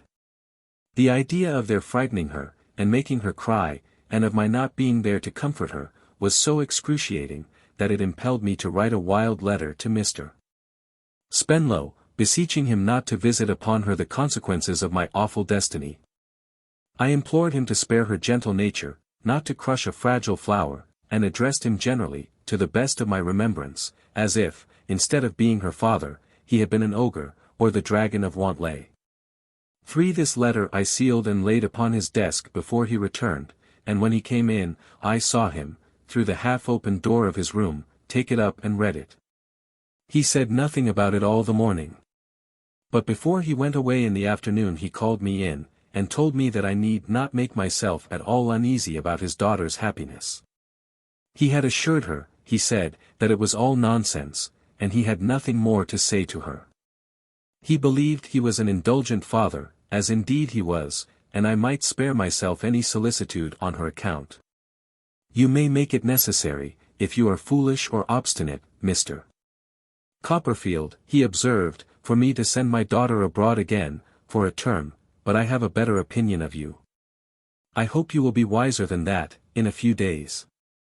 As to Miss Murdstone, for I had alluded to her in the letter, I respect that lady's vigilance, and feel obliged to her, but she has strict charge to avoid the subject. All I desire, Mr. Copperfield, is, that it should be forgotten. All you have got to do, Mr. Copperfield, is to forget it. All. In the note I wrote to Miss Mills, I bitterly quoted this sentiment. All I had to do, I said, with gloomy sarcasm, was to forget Dora. That was all, and what was that? I entreated Miss Mills to see me, that evening. If it could not be done with Mr. Mills's sanction and concurrence, I besought a clandestine interview in the back kitchen where the mangle was. I informed her that my reason was tottering on its throne, and only she, Miss Mills, could prevent its being deposed. I signed myself, hers distractedly. And I couldn't help feeling, while I read this composition over, before sending it by a porter, that it was something in the style of Mr. Micawber. However, I sent it. At night I repaired to Miss Mills's street, and walked up and down, until I was stealthily fetched in by Miss Mills's maid, and taken the area way to the back kitchen. I have since seen reason to believe that there was nothing on earth to prevent my going in at the front door, and being shown up into the drawing-room, except Miss Mills's love of the romantic and mysterious. In the back kitchen, I raved as became me. I went there, I suppose, to make a fool of myself, and I am quite sure I did it. Miss Mills had received a hasty note from Dora, telling her that all was discovered, and saying, "Oh, pray come to me, Julia, do. But Miss Mills, mistrusting the acceptability of her presence to the higher powers, had not yet gone, and we were all benighted in the desert of Sahara. Miss Mills had a wonderful flow of words, and liked to pour them out. I could not help feeling, though she mingled her tears with mine, that she had a dreadful luxury in our afflictions. She petted them, as I may say, and made the most of them. A deep gulf, she observed, had opened between Dora and me, and love could only span it with its rainbow. Love must suffer in this stern world, it ever had been so, it ever would be so. No matter, Miss Mills remarked. Hearts confined by cobwebs would burst at last, and then love was avenged. This was small consolation, but Miss Mills wouldn't encourage fallacious hopes. She made me much more wretched than I was before, and I felt, and told her with the deepest gratitude, that she was indeed a friend. We resolved that she should go to Dora the first thing in the morning, and find some means of assuring her, either by looks or words, of my devotion and misery. We parted, overwhelmed with grief, and I think Miss Mills enjoyed herself completely. I confided all to my aunt when I got home, and in spite of all she could say to me, went to bed despairing. I got up despairing, and went out despairing. It was Saturday morning, and I went straight to the Commons. I was surprised, when I came within sight of our office door, to see the ticket porters standing outside talking together, and some half-dozen stragglers gazing at the windows which were shut up. I quickened my pace, and, passing among them, wondering at their looks, went hurriedly in. The clerks were there, but nobody was doing anything. Old Tiffy, for the first time in his life I should think, was sitting on somebody else's stool, and had not hung up his hat. "This is a dreadful calamity, Mr. Copperfield," said he, as I entered. "What is?" I exclaimed. "What's the matter?" "Don't you know?" cried Tiffy, and all the rest of them, coming round me. "No," said I, looking from face to face. "Mr. Spenlow," said Tiffy. "What about him?" "Dead." I thought it was the office reeling, and not I, as one of the clerks caught hold of me. They sat me down in a chair, untied my neckcloth, and brought me some water. I have no idea whether this took any time. "Dead," said I. "He dined in town yesterday, and drove down in the phaeton by himself," said Tiffy, having sent his own groom home by the coach, as he sometimes did, you know. Well, the phaeton went home without him. The horses stopped at the stable gate. The man went out with a lantern. Nobody in the carriage. Had they run away? "They were not hot," said Tiffy, putting on his glasses, "no hotter, I understand, than they would have been, going down at the usual pace. The reins were broken, but they had been dragging on the ground. The house was roused up directly, and 3 of them went out along the road. They found him a mile off." "More than a mile off, Mr. Tiffy," interposed a junior. "Was it?" "I believe you are right," said Tiffy, "more than a mile off, not far from the church, lying partly on the roadside, and partly on the path, upon his face.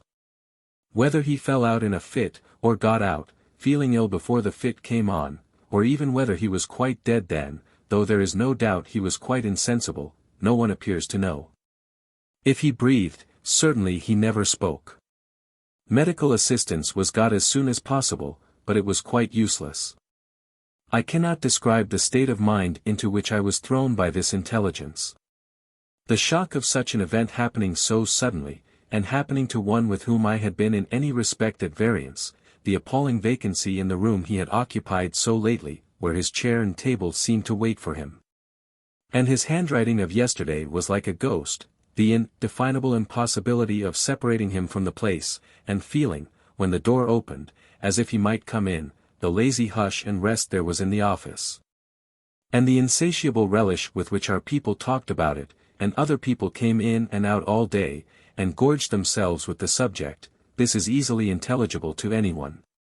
What I cannot describe is, how, in the innermost recesses of my own heart, I had a lurking jealousy even of death. How I felt as if its might would push me from my ground in Dora's thoughts. How I was, in a grudging way I have no words for, envious of her grief. How it made me restless to think of her weeping to others, or being consoled by others. How I had a grasping, avaricious wish to shut out everybody from her but myself, and to be all in all to her, at that unseasonable time of all times. In the trouble of this state of mind, not exclusively my own, I hope, but known to others, I went down to Norwood that night. And finding from one of the servants, when I made my inquiries at the door, that Miss Mills was there, got my aunt to direct a letter to her, which I wrote. I deplored the untimely death of Mr. Spenlow, most sincerely, and shed tears in doing so. I entreated her to tell Dora, if Dora were in a state to hear it, that he had spoken to me with the utmost kindness and consideration, and had coupled nothing but tenderness, not a single or reproachful word, with her name. I know I did this selfishly, to have my name brought before her, but I tried to believe it was an act of justice to his memory. Perhaps I did believe it. My aunt received a few lines next day in reply, addressed, outside, to her, within, to me. Dora was overcome by grief, and when her friend had asked her should she send her love to me, had only cried, as she was always crying, "Oh, dear papa. Oh, poor papa." But she had not said no, and that I made the most of. Mr. Jorkins, who had been at Norwood since the occurrence, came to the office a few days afterwards.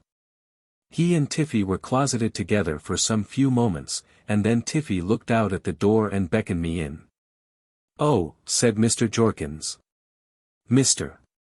Tiffy and myself, Mr. Copperfield, are about to examine the desks, the drawers, and other such repositories of the deceased, with the view of sealing up his private papers, and searching for a will.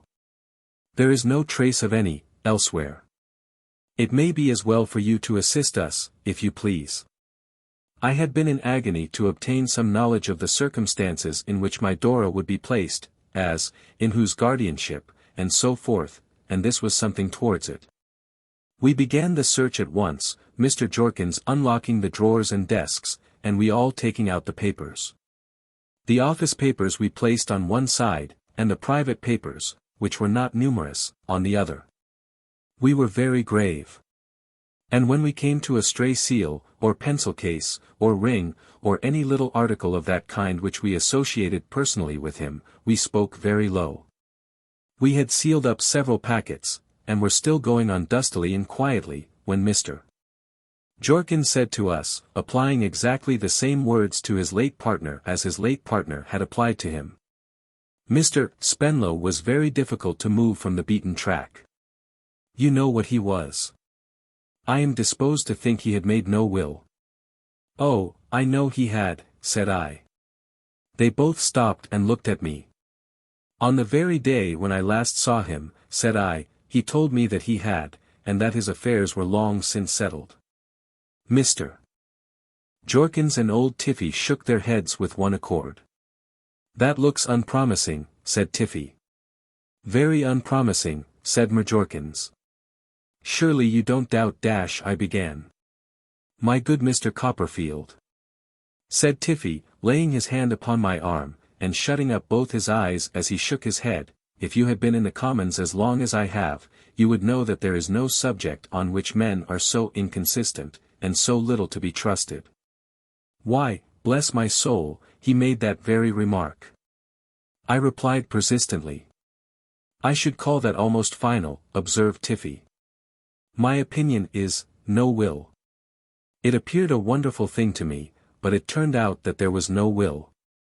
He had never so much as thought of making one, so far as his papers afforded any evidence, for there was no kind of hint, sketch, or memorandum, of any testamentary intention whatever.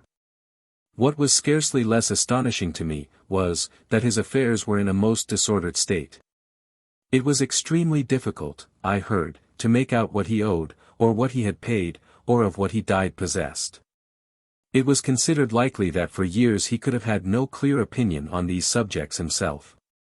By little and little it came out, that, in the competition on all points of appearance and gentility then running high in the Commons, he had spent more than his professional income, which was not a very large one, and had reduced his private means. If they ever had been great, which was exceedingly doubtful, to a very low ebb indeed. There was a sale of the furniture and lease, at Norwood.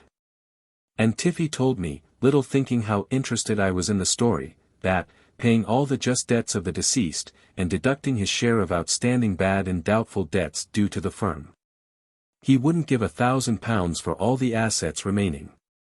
This was at the expiration of about 6 weeks. I had suffered tortures all the time, and thought I really must have laid violent hands upon myself, when Miss Mills still reported to me, that my broken-hearted little Dora would say nothing, when I was mentioned, but "Oh, poor papa. Oh, dear papa." Also, that she had no other relations than 2 aunts, maiden sisters of Mr. Spenlow, who lived at Putney, and who had not held any other than chance communication with their brother for many years. Not that they had ever quarrelled, Miss Mills informed me.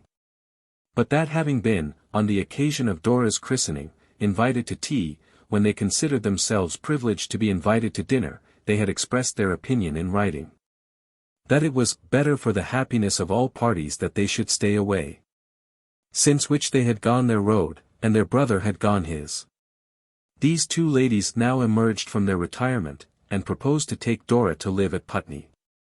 Dora, clinging to them both, and weeping, exclaimed, "Oh yes, aunts. Please take Julia Mills and me and Jip to Putney." So they went, very soon after the funeral. How I found time to haunt Putney, I am sure I don't know, but I contrived, by some means or other, to prowl about the neighborhood pretty often.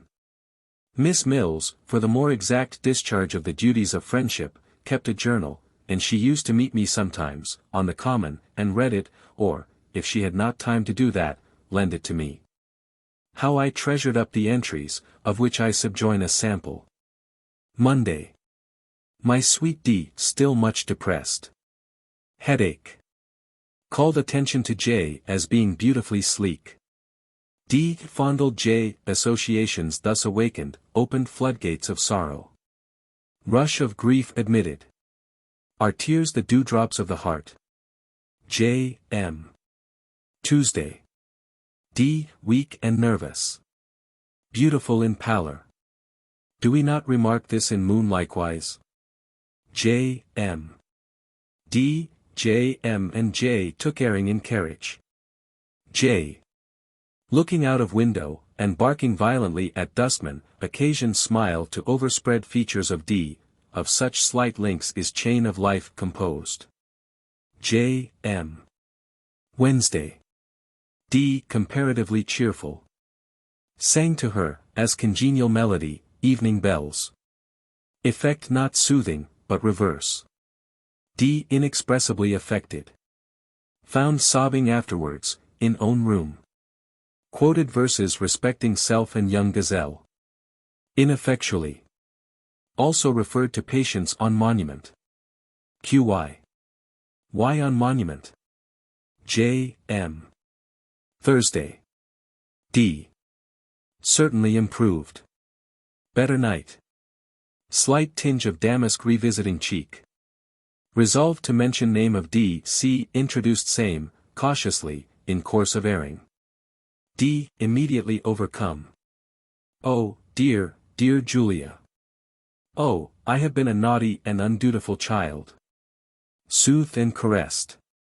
Drew ideal picture of D. C. on verge of tomb. D. Again overcome. Oh, what shall I do, what shall I do? Oh, take me somewhere. Much alarmed. Fainting of D. And glass of water from public house. Poetical affinity. Checkered sign on doorpost, checkered human life. Alas. J. M. Friday. Day of incident. Man appears in kitchen, with blue bag, for lady's boots left out to heel. Cook replies, no such orders. Man argues point. Cook withdraws to inquire, leaving man alone with J. On cook's return, man still argues point, but ultimately goes. J. Missing. D. Distracted. Information sent to police. Man to be identified by broad nose, and legs like balustrades of bridge. Search made in every direction. No J. D. Weeping bitterly, and inconsolable. Renewed reference to young gazelle. Appropriate, but unavailing. Towards evening, strange boy calls. Brought into parlor. Broad nose, but no balustrades. Says he wants £1, and knows a dog. Declines to explain further, though much pressed. Pound being produced by D. Takes cook to little house, where J. Alone tied up to leg of table. Joy of D. Who dances round J. while he eats his supper. Emboldened by this happy change, mention D. C. upstairs. D. Weeps afresh, cries piteously, oh, don't. It is so wicked to think of anything but poor papa. Embraces J. and sobs herself to sleep. Must not D. C. confine himself to the broad pinions of time? J. M. Miss Mills and her journal were my sole consolation at this period. To see her, who had seen Dora but a little while before, to trace the initial letter of Dora's name through her sympathetic pages, to be made more and more miserable by her, were my only comforts. I felt as if I had been living in a palace of cards, which had tumbled down, leaving only Miss Mills and me among the ruins. I felt as if some grim enchanter had drawn a magic circle round the innocent goddess of my heart, which nothing indeed but those same strong pinions, capable of carrying so many people over so much, would enable me to enter. Chapter 39. Wickfield and Heap. My aunt, beginning, I imagine, to be made seriously uncomfortable by my prolonged dejection, made a pretence of being anxious that I should go to Dover, to see that all was working well at the cottage, which was let, and to conclude an agreement, with the same tenant, for a longer term of occupation. Janet was drafted into the service of Mrs. Strong, where I saw her every day. She had been undecided, on leaving Dover, whether or no to give the finishing touch to that renunciation of mankind in which she had been educated, by marrying a pilot, but she decided against that venture. Not so much for the sake of principle, I believe, as because she happened not to like him. Although it required an effort to leave Miss Mills, I fell rather willingly into my aunt's pretence, as a means of enabling me to pass a few tranquil hours with Agnes. I consulted the good doctor relative to an absence of 3 days. And the doctor wishing me to take that relaxation, he wished me to take more, but my energy could not bear that, I made up my mind to go. As to the Commons, I had no great occasion to be particular about my duties in that quarter. To say the truth, we were getting in no very good odor among the tip-top proctors, and were rapidly sliding down to but a doubtful position. The business had been indifferent under Mr. Jorkins, before Mr. Spenlow's time. And although it had been quickened by the infusion of new blood, and by the display which Mr. Spenlow made, still it was not established on a sufficiently strong basis to bear, without being shaken, such a blow as the sudden loss of its active manager. It fell off very much. Mr. Jorkins, notwithstanding his reputation in the firm, was an easy-going, incapable sort of man, whose reputation out of doors was not calculated to back it up. I was turned over to him now, and when I saw him take his snuff and let the business go, I regretted my aunt's £1,000 more than ever. But this was not the worst of it. There were a number of hangers-on and outsiders about the Commons, who, without being proctors themselves, dabbled in common form business, and got it done by real proctors, who lent their names in consideration of a share in the spoil. And there were a good many of these too. As our house now wanted business on any terms, we joined this noble band, and threw out lures to the hangers-on and outsiders, to bring their business to us. Marriage licenses and small probates were what we all looked for, and what paid us best, and the competition for these ran very high indeed. Kidnappers and inveiglers were planted in all the avenues of entrance to the Commons, with instructions to do their utmost to cut off all persons in mourning, and all gentlemen with anything bashful in their appearance, and entice them to the offices in which their respective employers were interested. Which instructions were so well observed, that I myself, before I was known by sight, was twice hustled into the premises of our principal opponent. The conflicting interests of these touting gentlemen being of a nature to irritate their feelings, personal collisions took place. And the Commons was even scandalized by our principal inveigler, who had formerly been in the wine trade, and afterwards in the sworn brokery line, walking about for some days with a black eye. Any one of these scouts used to think nothing of politely assisting an old lady in black out of a vehicle, killing any proctor whom she inquired for, representing his employer as the lawful successor and representative of that proctor, and bearing the old lady off, sometimes greatly affected, to his employer's office. Many captives were brought to me in this way. As to marriage licenses, the competition rose to such a pitch, that a shy gentleman in want of one, had nothing to do but submit himself to the first inveigler, or be fought for, and become the prey of the strongest. One of our clerks, who was an outsider, used, in the height of this contest, to sit with his hat on, that he might be ready to rush out and swear before a surrogate any victim who was brought in. The system of inveigling continues, I believe, to this day. The last time I was in the Commons, a civil able-bodied person in a white apron pounced out upon me from a doorway, and whispering the word marriage license in my ear, was with great difficulty prevented from taking me up in his arms and lifting me into a proctor's. From this digression, let me proceed to Dover. I found everything in a satisfactory state at the cottage, and was enabled to gratify my aunt exceedingly by reporting that the tenant inherited her feud, and waged incessant war against donkeys. Having settled the little business I had to transact there, and slept there one night, I walked on to Canterbury early in the morning. It was now winter again. And the fresh, cold windy day, and the sweeping downland, brightened up my hopes a little. Coming into Canterbury, I loitered through the old streets with a sober pleasure that calmed my spirits, and eased my heart. There were the old signs, the old names over the shops, the old people serving in them. It appeared so long, since I had been a schoolboy there, that I wondered the place was so little changed, until I reflected how little I was changed myself. Strange to say, that quiet influence which was inseparable in my mind from Agnes, seemed to pervade even the city where she dwelt. The venerable cathedral towers, and the old jackdaws and rooks whose airy voices made them more retired than perfect silence would have done. The battered gateways, one stuck full with statues, long thrown down, and crumbled away, like the reverential pilgrims who had gazed upon them, the still nooks, where the ivied growth of centuries crept over gabled ends and ruined walls. The ancient houses, the pastoral landscape of field, orchard, and garden, everywhere, on everything, I felt the same serener air, the same calm, thoughtful, softening spirit. Arrived at Mr. Wickfield's house, I found, in the little lower room on the ground floor, where Uriah Heep had been of old accustomed to sit, Mr. Micawber plying his pen with great assiduity. He was dressed in a legal-looking suit of black, and loomed, burly and large, in that small office.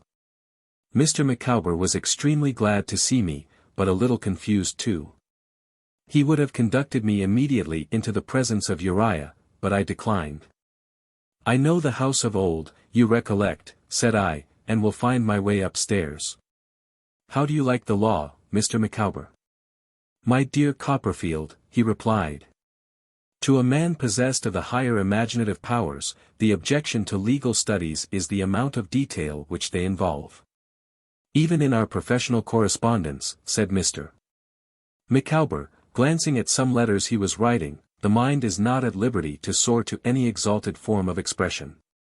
Still, it is a great pursuit. A great pursuit." He then told me that he had become the tenant of Uriah Heep's old house, and that Mrs. Micawber would be delighted to receive me, once more, under her own roof. "It is humble," said Mr. Micawber, to quote a favorite expression of my friend Heep, "but it may prove the stepping stone to more ambitious domiciliary accommodation."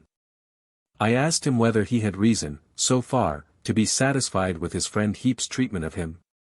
He got up to ascertain if the door were close shut, before he replied, in a lower voice, "My dear Copperfield, a man who labors under the pressure of pecuniary embarrassments, is, with the generality of people, at a disadvantage.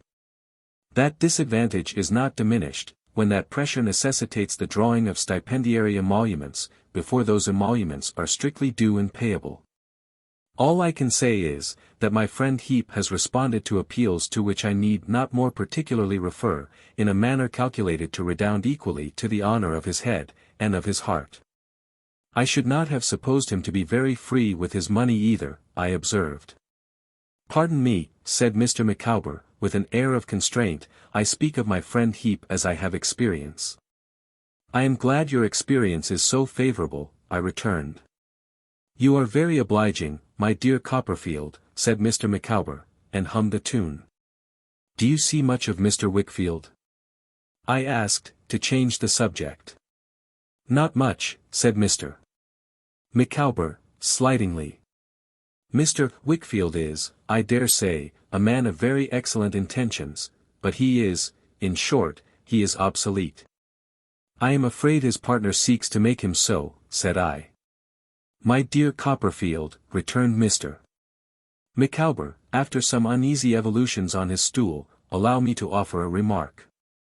I am here, in a capacity of confidence. I am here, in a position of trust. The discussion of some topics, even with Mrs. Micawber herself, so long the partner of my various vicissitudes, and a woman of a remarkable lucidity of intellect, is, I am led to consider, incompatible with the functions now devolving on me. I would therefore take the liberty of suggesting that in our friendly intercourse, which I trust will never be disturbed, we draw a line. On one side of this line, said Mr. Micawber, representing it on the desk with the office ruler, is the whole range of the human intellect, with a trifling exception, on the other, is that exception. That is to say, the affairs of Messrs. Wickfield and Heep, with all belonging and appertaining thereunto. I trust one give no offence to the companion of my youth, in submitting this proposition to his cooler judgment.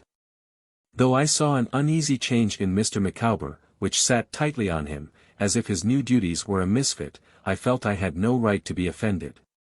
My telling him so, appeared to relieve him, and he shook hands with me.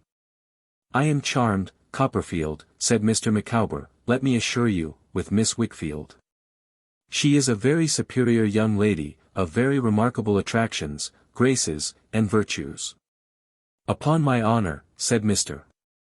Micawber, indefinitely kissing his hand and bowing with his genteelest air, I do homage to Miss Wickfield. Hem! I am glad of that, at least, said I.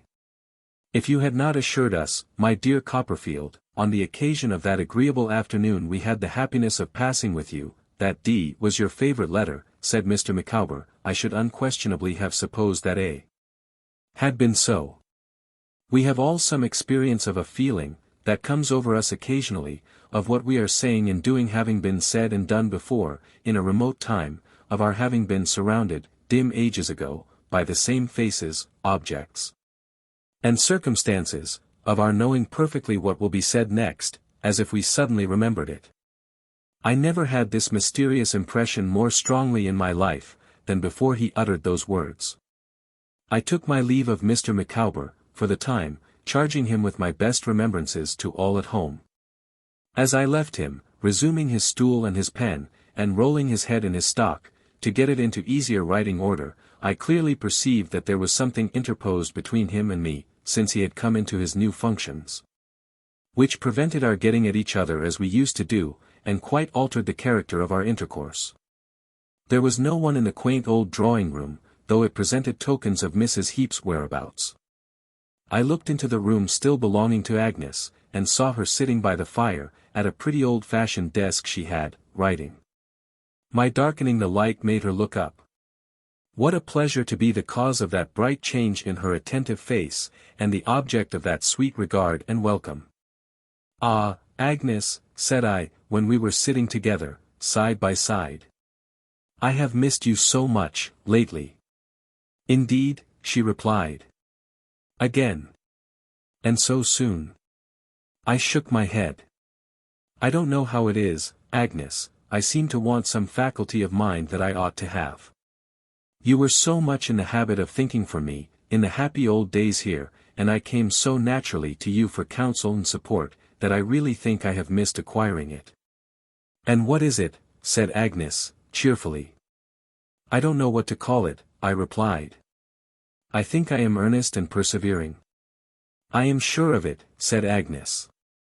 And patient, Agnes? I inquired, with a little hesitation. Yes, returned Agnes, laughing. Pretty well. And yet, said I get so miserable and worried, and am so unsteady and irresolute in my power of assuring myself, that I know I must want, shall I call it, reliance, of some kind? Call it so, if you will, said Agnes. Well. I returned. See here. You come to London, I rely on you, and I have an object in a course at once. I am driven out of it, I come here, and in a moment I feel an altered person. The circumstances that distressed me are not changed, since I came into this room. But an influence comes over me in that short interval that alters me, oh, how much for the better. What is it? What is your secret, Agnes?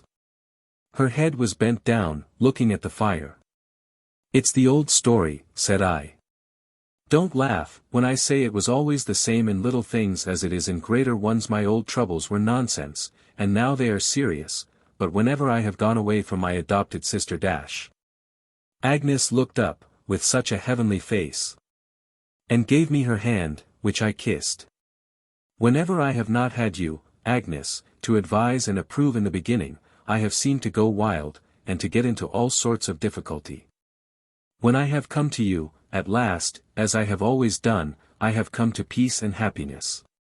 I come home, now, like a tired traveler, and find such a blessed sense of rest. I felt so deeply what I said, it affected me so sincerely, that my voice failed, and I covered my face with my hand, and broke into tears. I write the truth. Whatever contradictions and inconsistencies there were within me, as there are within so many of us, whatever might have been so different, and so much better. Whatever I had done, in which I had perversely wandered away from the voice of my own heart, I knew nothing of. I only knew that I was fervently in earnest, when I felt the rest and peace of having Agnes near me. In her placid sisterly manner. With her beaming eyes, with her tender voice, and with that sweet composure, which had long ago made the house that held her quite a sacred place to me. She soon won me from this weakness, and led me on to tell all that had happened since our last meeting. And there is not another word to tell, Agnes, said I, when I had made an end of my confidence. Now, my reliance is on you. But it must not be on me, Trotwood, returned Agnes, with a pleasant smile. It must be on someone else. On Dora, said I. Assuredly. Why, I have not mentioned, Agnes, said I, a little embarrassed, that Dora is rather difficult to, I would not, for the world, say, to rely upon. Because she is the soul of purity and truth, but rather difficult to, I hardly know how to express it, really, Agnes. She is a timid little thing, and easily disturbed and frightened. Some time ago, before her father's death, when I thought it right to mention to her, but I'll tell you, if you will bear with me, how it was. Accordingly, I told Agnes about my declaration of poverty, about the cookery book, the housekeeping accounts, and all the rest of it.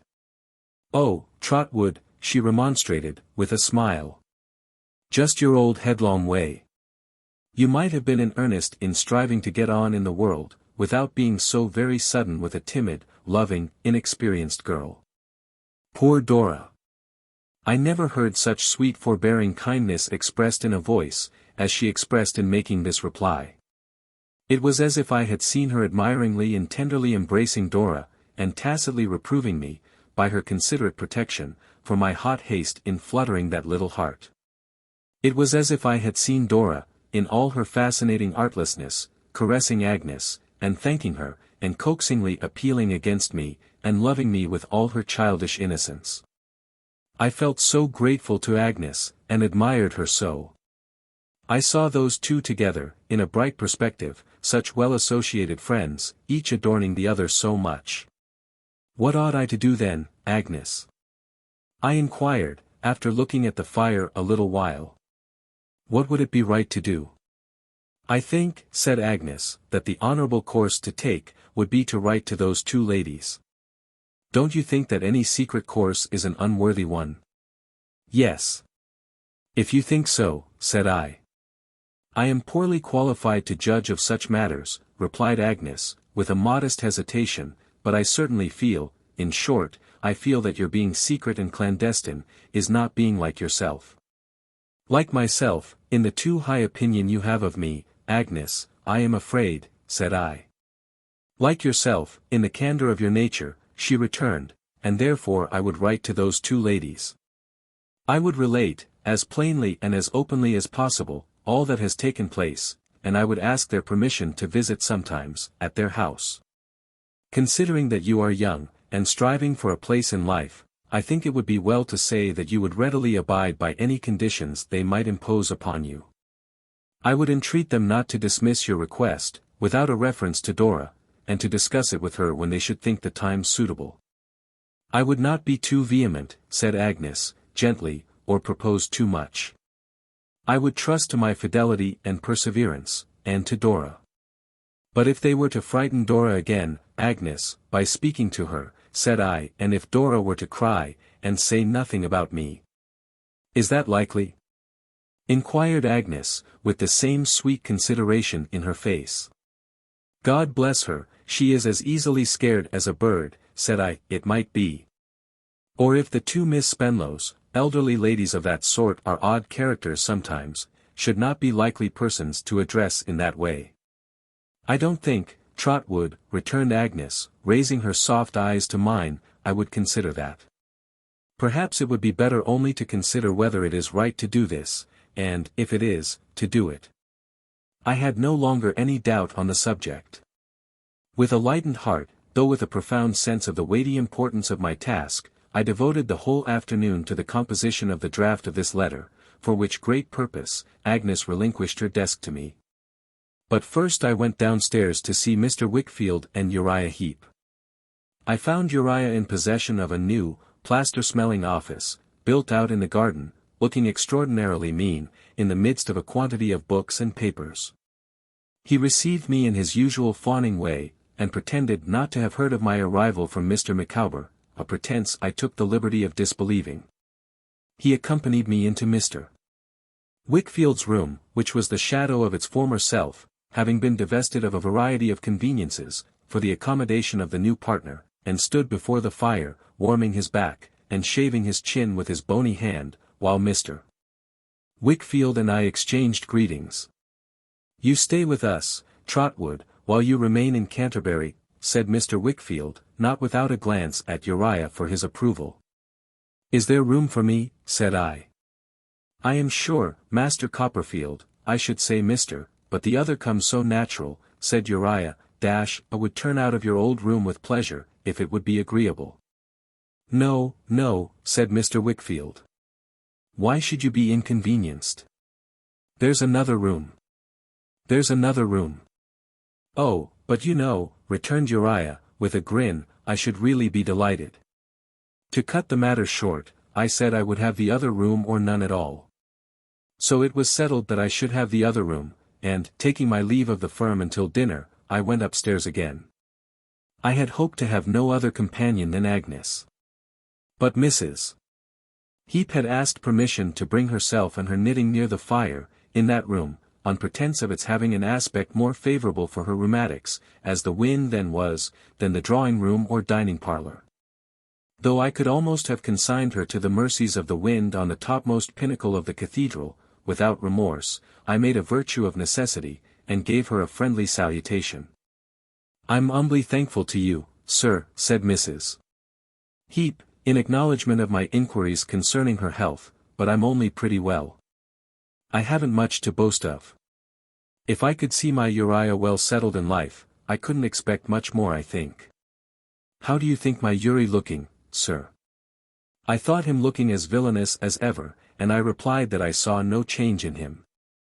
"Oh, don't you think he's changed?" said Mrs. Heep. "There I must humbly beg leave to differ from you. Don't you see a thinness in him?" "Not more than usual," I replied. "Don't you though?" said Mrs. Heep. "But you don't take notice of him with a mother's eye." His mother's eye was an evil eye to the rest of the world, I thought, as it met mine, howsoever affectionate to him. And I believe she and her son were devoted to one another. It passed me, and went on to Agnes. "Don't you see a wasting and a wearing in him, Miss Wickfield?" inquired Mrs. Heep. "No," said Agnes, quietly pursuing the work on which she was engaged. "You are too solicitous about him. He is very well." Mrs. Heep, with a prodigious sniff, resumed her knitting. She never left off, or left us for a moment. I had arrived early in the day, and we had still 3 or 4 hours before dinner. But she sat there, plying her knitting needles as monotonously as an hourglass might have poured out its sands. She sat on one side of the fire, I sat at the desk in front of it, a little beyond me, on the other side, sat Agnes. Whensoever, slowly pondering over my letter, I lifted up my eyes, and meeting the thoughtful face of Agnes, saw it clear, and beam encouragement upon me, with its own angelic expression, I was conscious presently of the evil eye passing me. And going on to her, and coming back to me again, and dropping furtively upon the knitting. What the knitting was, I don't know, not being learned in that art, but it looked like a net. And as she worked away with those Chinese chopsticks of knitting needles, she showed in the firelight like an ill-looking enchantress, balked as yet by the radiant goodness opposite, but getting ready for a cast of her net by and by. At dinner she maintained her watch, with the same unwinking eyes. After dinner, her son took his turn, and when Mr. Wickfield, himself, and I were left alone together, leered at me, and writhed until I could hardly bear it. In the drawing-room, there was the mother knitting and watching again. All the time that Agnes sang and played, the mother sat at the piano. Once she asked for a particular ballad, which she said her Uri, who was yawning in a great chair, doted on. And at intervals she looked round at him, and reported to Agnes that he was in raptures with the music. But she hardly ever spoke, I question if she ever did, without making some mention of him. It was evident to me that this was the duty assigned to her. This lasted until bedtime. To have seen the mother and son, like two great bats hanging over the whole house, and darkening it with their ugly forms, made me so uncomfortable, that I would rather have remained downstairs, knitting and all, than gone to bed. I hardly got any sleep. Next day the knitting and watching began again, and lasted all day. I had not an opportunity of speaking to Agnes, for 10 minutes. I could barely show her my letter. I proposed to her to walk out with me, but Mrs. Heap repeatedly complaining that she was worse, Agnes charitably remained within, to bear her company. Towards the twilight I went out by myself, musing on what I ought to do, and whether I was justified in withholding from Agnes, any longer, what Uriah Heep had told me in London, for that began to trouble me again, very much. I had not walked out far enough to be quite clear of the town, upon the Ramsgate road, where there was a good path, when I was hailed, through the dust, by somebody behind me. The shambling figure, and the scanty greatcoat, were not to be mistaken. I stopped, and Uriah Heep came up. "Well," said I. "How fast you walk," said he. "My legs are pretty long, but you've given them quite a job." "Where are you going?" said I. "I am going with you, Master Copperfield, if you'll allow me the pleasure of a walk with an old acquaintance." Saying this, with a jerk of his body, which might have been either propitiatory or derisive, he fell into step beside me. "Uriah," said I, as civilly as I could, after a silence. "Master Copperfield," said Uriah. "To tell you the truth, at which you will not be offended, I came out to walk alone, because I have had so much company." He looked at me sideways, and said with his hardest grin, "You mean mother?" "Why yes, I do," said I. "Ah! But you know we're so very humble," he returned.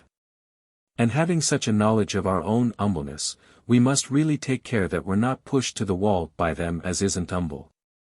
All stratagems are fair in love, sir." Raising his great hands until they touched his chin, he rubbed them softly, and softly chuckled, looking as like a malevolent baboon, I thought, as anything human could look. "You see," he said, still hugging himself in that unpleasant way, and shaking his head at me, "you're quite a dangerous rival, Master Copperfield. You always was, you know. Do you set a watch upon Miss Wickfield, and make her home no home, because of me?" said I. "Oh! Master Copperfield! Those are very harsh words," he replied. "Put my meaning into any words you like," said I.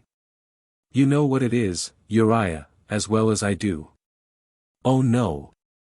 You must put it into words," he said. "Oh, really? I couldn't myself." "Do you suppose," said I, constraining myself to be very temperate and quiet with him, on account of Agnes, "that I regard Miss Wickfield otherwise than as a very dear sister?" "Well, Master Copperfield," he replied, "you perceive I am not bound to answer that question. You may not, you know. But then, you see, you may. Anything to equal the low cunning of his visage, and of his shadowless eyes without the ghost of an eyelash, I never saw." "Come then," said I, "for the sake of Miss Wickfield dash." "My Agnes," he exclaimed, with a sickly, angular contortion of himself. Would you be so good as call her Agnes, Master Copperfield? For the sake of Agnes Wickfield, heaven bless her. Thank you for that blessing, Master Copperfield, he interposed. I will tell you what I should, under any other circumstances, as soon have thought of telling to Jack Ketch. To who, sir? Said Uriah, stretching out his neck, and shading his ear with his hand. To the hangman, I returned. The most unlikely person I could think of, though his own face had suggested the allusion quite as a natural sequence. I am engaged to another young lady. I hope that contents you. Upon your soul, said Uriah. I was about indignantly to give my assertion the confirmation he required, when he caught hold of my hand, and gave it a squeeze. Oh, Master Copperfield, he said. If you had only had the condescension to return my confidence when I poured out the fullness of my art, the night I put you so much out of the way by sleeping before your sitting-room fire, I never should have doubted you. As it is, I'm sure I'll take off mother directly, and only too happy. I know you'll excuse the precautions of affection, won't you? What a pity, Master Copperfield, that you didn't condescend to return my confidence. I'm sure I gave you every opportunity. But you never have condescended to me, as much as I could have wished. I know you have never liked me, as I have liked you. All this time he was squeezing my hand with his damp fishy fingers, while I made every effort I decently could to get it away. But I was quite unsuccessful. He drew it under the sleeve of his mulberry-colored greatcoat, and I walked on, almost upon compulsion, arm in arm with him. Shall we turn? Said Uriah, by and by wheeling me face about towards the town, on which the early moon was now shining, silvering the distant windows. Before we leave the subject, you ought to understand, said I, breaking a pretty long silence, that I believe Agnes Wickfield to be as far above you, and as far removed from all your aspirations, as that moon herself. Peaceful. Ain't she? Said Uriah. Very.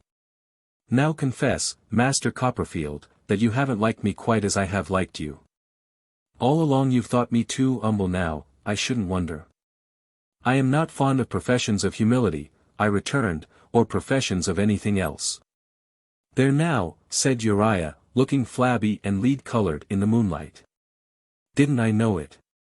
But how little you think of the rightful humbleness of a person in my station, Master Copperfield. Father and me was both brought up at a foundation school for boys. And mother, she was likewise brought up at a public, sort of charitable, establishment. They taught us all a deal of humbleness, not much else that I know of, from morning to night. We was to be humble to this person, and humble to that. And to pull off our caps here, and to make bows there, and always to know our place, and abase ourselves before our betters. And we had such a lot of betters. Father got the Monitor medal by being humble. So did I. Father got made a sexton by being humble. He had the character, among the gentlefolks, of being such a well-behaved man, that they were determined to bring him in. Be humble, Uriah, says father to me, and you'll get on. It was what was always being dinned into you and me at school, it's what goes down best. Be humble, says father, and you'll do. And really it ain't done bad. It was the first time it had ever occurred to me, that this detestable cant of false humility might have originated out of the Heap family. I had seen the harvest, but had never thought of the seed. When I was quite a young boy, said Uriah, I got to know what humbleness did, and I took to it. I ate humble pie with an appetite. I stopped at the humble point of my learning, and says I, hold hard. When you offered to teach me Latin, I knew better. People like to be above you, says father, keep yourself down. I am very humble to the present moment, Master Copperfield, but I've got a little power. And he said all this, I knew, as I saw his face in the moonlight, that I might understand he was resolved to recompense himself by using his power. I had never doubted his meanness, his craft and malice. But I fully comprehended now, for the first time, what a base, unrelenting, and revengeful spirit must have been engendered by this early, and this long, suppression. His account of himself was so far attended with an agreeable result, that it led to his withdrawing his hand in order that he might have another hug of himself under the chin. Once apart from him, I was determined to keep apart. And we walked back, side by side, saying very little more by the way.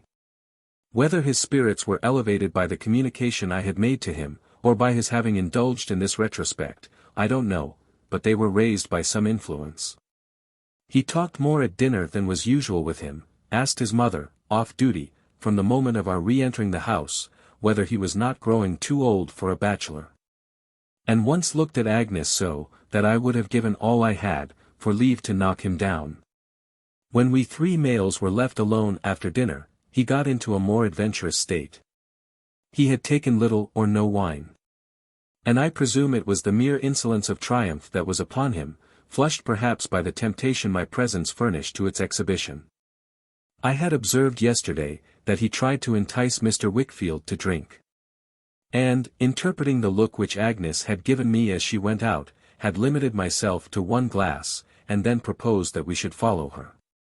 I would have done so again today, but Uriah was too quick for me. We seldom see our present visitor, sir, he said, addressing Mr. Wickfield, sitting, such a contrast to him, at the end of the table, and I should propose to give him welcome in another glass or 2 of wine, if you have no objections. Mr. Copperfield, your health and happiness.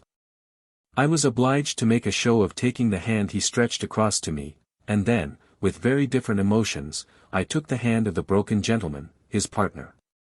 Come, fellow partner, said Uriah, if I may take the liberty, now, suppose you give us something or another appropriate to Copperfield. I pass over Mr. Wickfield's proposing my aunt, his proposing Mr. Dick, his proposing Doctor's Commons, his proposing Uriah, his drinking everything twice, his consciousness of his own weakness, the ineffectual effort that he made against it. The struggle between his shame in Uriah's deportment, and his desire to conciliate him, the manifest exultation with which Uriah twisted and turned, and held him up before me. It made me sick at heart to see, and my hand recoils from writing it. Come, fellow partner, said Uriah, at last, I'll give you another one, and I humbly ask for bumpers, seeing I intend to make it the divinest of her sex. Her father had his empty glass in his hand. I saw him set it down, look at the picture she was so like, put his hand to his forehead, and shrink back in his elbow chair. I'm an humble individual to give you her health, proceeded Uriah, but I admire, adore her. No physical pain that her father's grey head could have borne, I think, could have been more terrible to me, than the mental endurance I saw compressed now within both his hands. Agnes, said Uriah, either not regarding him, or not knowing what the nature of his action was, Agnes Wickfield is, I am safe to say, the divinest of her sex. May I speak out, among friends? To be her father is a proud distinction, but to be her husband dash.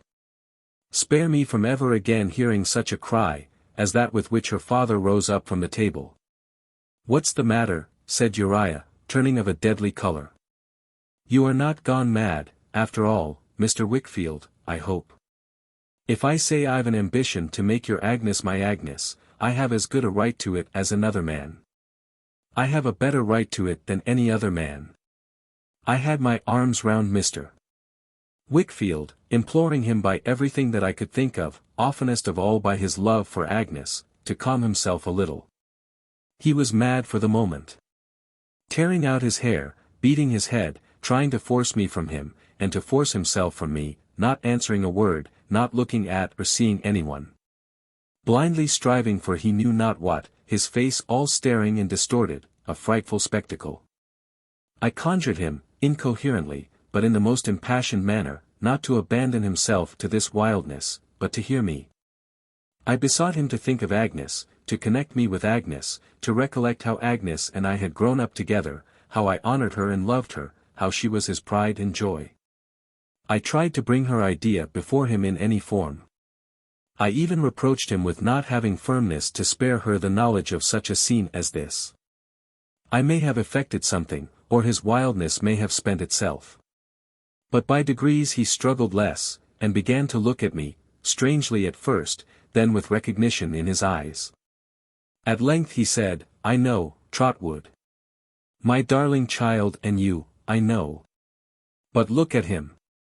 He pointed to Uriah, pale and glowering in a corner, evidently very much out in his calculations, and taken by surprise. "Look at my torturer," he replied. "Before him I have step by step abandoned name and reputation, peace and quiet, house and home. I have kept your name and reputation for you, and your peace and quiet, and your house and home too," said Uriah, with a sulky, hurried, defeated air of compromise. "Don't be foolish, Mr. Wickfield. If I have gone a little beyond what you were prepared for, I can go back, I suppose. There's no harm done." "I looked for single motives in everyone," said Mr. Wickfield, "and I was satisfied I had bound him to me by motives of interest. But see what he is, oh, see what he is."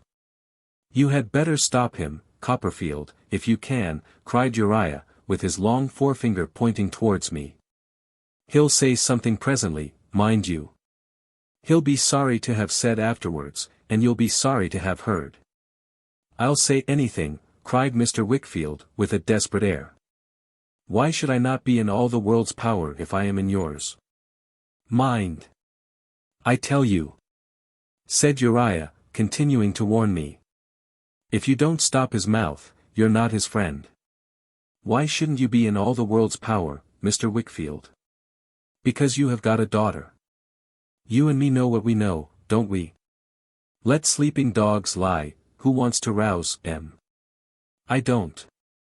Can't you see I am as humble as I can be? I tell you, if I've gone too far, I'm sorry." "What would you have, sir?" "Oh, Trotwood, Trotwood," exclaimed Mr. Wickfield, wringing his hands. "What I have come down to be, since I first saw you in this house. I was on my downward way then, but the dreary, dreary road I have traversed since. Weak indulgence has ruined me. Indulgence in remembrance, and indulgence in forgetfulness.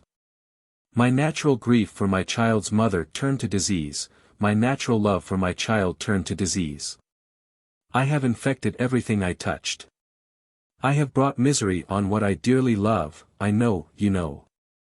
I thought it possible that I could truly love one creature in the world, and not love the rest. I thought it possible that I could truly mourn for one creature gone out of the world, and not have some part in the grief of all who mourned. Thus the lessons of my life have been perverted. I have preyed on my own morbid coward heart, and it has preyed on me. Sordid in my grief, sordid in my love, sordid in my miserable escape from the darker side of both, oh see the ruin I am, and hate me, shun me." He dropped into a chair, and weakly sobbed. The excitement into which he had been roused was leaving him. Uriah came out of his corner. "I don't know all I have done, in my fatuity," said Mr. Wickfield, putting out his hands, as if to deprecate my condemnation. "He knows best," meaning Uriah Heep, for he has always been at my elbow, whispering me. "You see the millstone that he is about my neck. You find him in my house, you find him in my business. You heard him, but a little time ago. What need have I to say more?" "You haven't need to say so much, nor half so much, nor anything at all," observed Uriah, half defiant, and half fawning.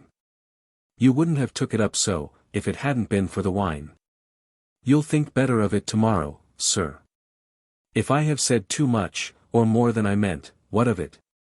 I haven't stood by it." The door opened, and Agnes, gliding in, without a vestige of color in her face, put her arm round his neck, and steadily said, "Papa, you are not well. Come with me." He laid his head upon her shoulder, as if he were oppressed with heavy shame, and went out with her. Her eyes met mine for but an instant, yet I saw how much she knew of what had passed. "I didn't expect he'd cut up so rough, Master Copperfield," said Uriah. "But it's nothing. I'll be friends with him tomorrow. It's for his good. I'm humbly anxious for his good." I gave him no answer, and went upstairs into the quiet room where Agnes had so often sat beside me at my books. Nobody came near me until late at night. I took up a book, and tried to read. I heard the clock strike 12, and was still reading, without knowing what I read, when Agnes touched me. "You will be going early in the morning, Trotwood. Let us say good-bye, now." She had been weeping, but her face then was so calm and beautiful. "Heaven bless you," she said, giving me her hand. "Dearest Agnes." I returned, "I see you ask me not to speak of tonight, but is there nothing to be done?" "There is God to trust in," she replied. "Can I do nothing, I, who come to you with my poor sorrows?" "And make mine so much lighter," she replied. "Dear Trotwood, no." "Dear Agnes," I said, "it is presumptuous for me, who am so poor in all in which you are so rich, goodness, resolution, all noble qualities, to doubt or direct you, but you know how much I love you, and how much I owe you. You will never sacrifice yourself to a mistaken sense of duty, Agnes." More agitated for a moment than I had ever seen her, she took her hands from me, and moved a step back. "Say you have no such thought, dear Agnes. Much more than sister. Think of the priceless gift of such a heart as yours, of such a love as yours. Oh! Long, long afterwards, I saw that face rise up before me, with its momentary look, not wondering, not accusing, not regretting. Oh, long, long afterwards, I saw that look subside, as it did now, into the lovely smile, with which she told me she had no fear for herself, I need have none for her, and parted from me by the name of brother, and was gone. It was dark in the morning, when I got upon the coach at the inn door. The day was just breaking when we were about to start, and then, as I sat thinking of her, came struggling up the coach side, through the mingled day and night, Uriah's head. "Copperfield," said he, in a croaking whisper, as he hung by the iron on the roof, "I thought you'd be glad to hear before you went off, that there are no squares broke between us. I've been into his room already, and we've made it all smooth. Why, though I'm humble, I'm useful to him, you know, and he understands his interest when he isn't in liquor. What an agreeable man he is, after all, Master Copperfield." I obliged myself to say that I was glad he had made his apology. "Oh, to be sure," said Uriah. "When a person's humble, you know, what's an apology? So easy. I say. I suppose, with a jerk, you have sometimes plucked a pear before it was ripe, Master Copperfield?" "I suppose I have," I replied. "I did that last night," said Uriah, "but it'll ripen yet. It only wants attending to. I can wait." Profuse in his farewells, he got down again as the coachman got up. For anything I know, he was eating something to keep the raw morning air out. But he made motions with his mouth as if the pear were ripe already, and he were smacking his lips over it. Chapter 40. The Wanderer. We had a very serious conversation in Buckingham Street that night, about the domestic occurrences I have detailed in the last chapter. My aunt was deeply interested in them, and walked up and down the room with her arms folded, for more than 2 hours afterwards. Whenever she was particularly discomposed, she always performed one of these pedestrian feats. And the amount of her discomposure might always be estimated by the duration of her walk. On this occasion she was so much disturbed in mind as to find it necessary to open the bedroom door, and make a course for herself, comprising the full extent of the bedrooms from wall to wall, and while Mr. Dick and I sat quietly by the fire, she kept passing in and out, along this measured track, at an unchanging pace, with the regularity of a clock pendulum. When my aunt and I were left to ourselves by Mr. Dick's going out to bed, I sat down to write my letter to the 2 old ladies. By that time she was tired of walking, and sat by the fire with her dress tucked up as usual. But instead of sitting in her usual manner, holding her glass upon her knee, she suffered it to stand neglected on the chimney-piece, and, resting her left elbow on her right arm, and her chin on her left hand, looked thoughtfully at me. As often as I raised my eyes from what I was about, I met hers. "I am in the lovingest of tempers, my dear," she would assure me with a nod, "but I am fidgeted and sorry." I had been too busy to observe, until after she was gone to bed, that she had left her night mixture, as she always called it, untasted on the chimney-piece. She came to her door, with even more than her usual affection of manner, when I knocked to acquaint her with this discovery, but only said, "I have not the heart to take it, Trot, tonight," and shook her head, and went in again. She read my letter to the two old ladies, in the morning, and approved of it. I posted it, and had nothing to do then, but wait, as patiently as I could, for the reply. I was still in this state of expectation, and had been, for nearly a week. When I left the doctor's one snowy night, to walk home. It had been a bitter day, and a cutting northeast wind had blown for some time. The wind had gone down with the light, and so the snow had come on. It was a heavy, settled fall, I recollect, in great flakes, and it lay thick. The noise of wheels and tread of people were as hushed, as if the streets had been strewn that depth with feathers. My shortest way home, and I naturally took the shortest way on such a night, was through St. Martin's Lane. Now, the church which gives its name to the lane, stood in a less free situation at that time. There being no open space before it, and the lane winding down to the Strand. As I passed the steps of the portico, I encountered, at the corner, a woman's face. It looked in mine, passed across the narrow lane, and disappeared. I knew it. I had seen it somewhere. But I could not remember where. I had some association with it, that struck upon my heart directly, but I was thinking of anything else when it came upon me, and was confused. On the steps of the church, there was the stooping figure of a man, who had put down some burden on the smooth snow, to adjust it. My seeing the face, and my seeing him, were simultaneous. I don't think I had stopped in my surprise. But, in any case, as I went on, he rose, turned, and came down towards me. I stood face to face with Mr. Peggotty. Then I remembered the woman. It was Martha, to whom Emily had given the money that night in the kitchen. Martha and Dell, side by side, with whom he would not have seen his dear niece, Ham had told me, for all the treasures wrecked in the sea. We shook hands heartily. At first, neither of us could speak a word. "Mas'r Davy," he said, gripping me tight, "it do my 'art good to see you, sir." "Well met, well met." "Well met, my dear old friend," said I. "I had my thoughts coming to make inquiration for you, sir, tonight," he said, "but knowing as your aunt was living along you, for I've been down yonder, Yarmouth way, I was afeard it was too late. I should have come early in the morning, sir, afore going away." "Again?" said I. "Yes, sir," he replied, patiently shaking his head, "I'm away tomorrow." "Where were you going now?" I asked.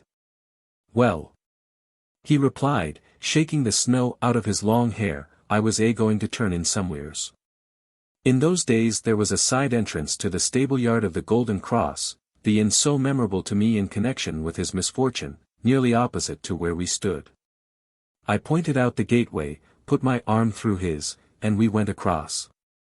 2 or 3 public rooms opened out of the stable-yard, and looking into one of them, and finding it empty, and a good fire burning, I took him in there.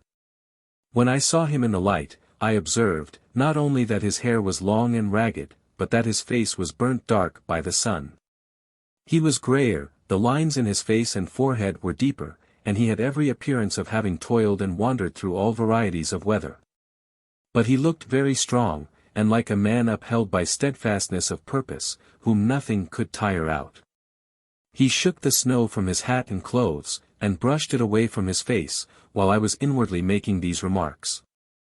As he sat down opposite to me at a table, with his back to the door by which we had entered, he put out his rough hand again, and grasped mine warmly.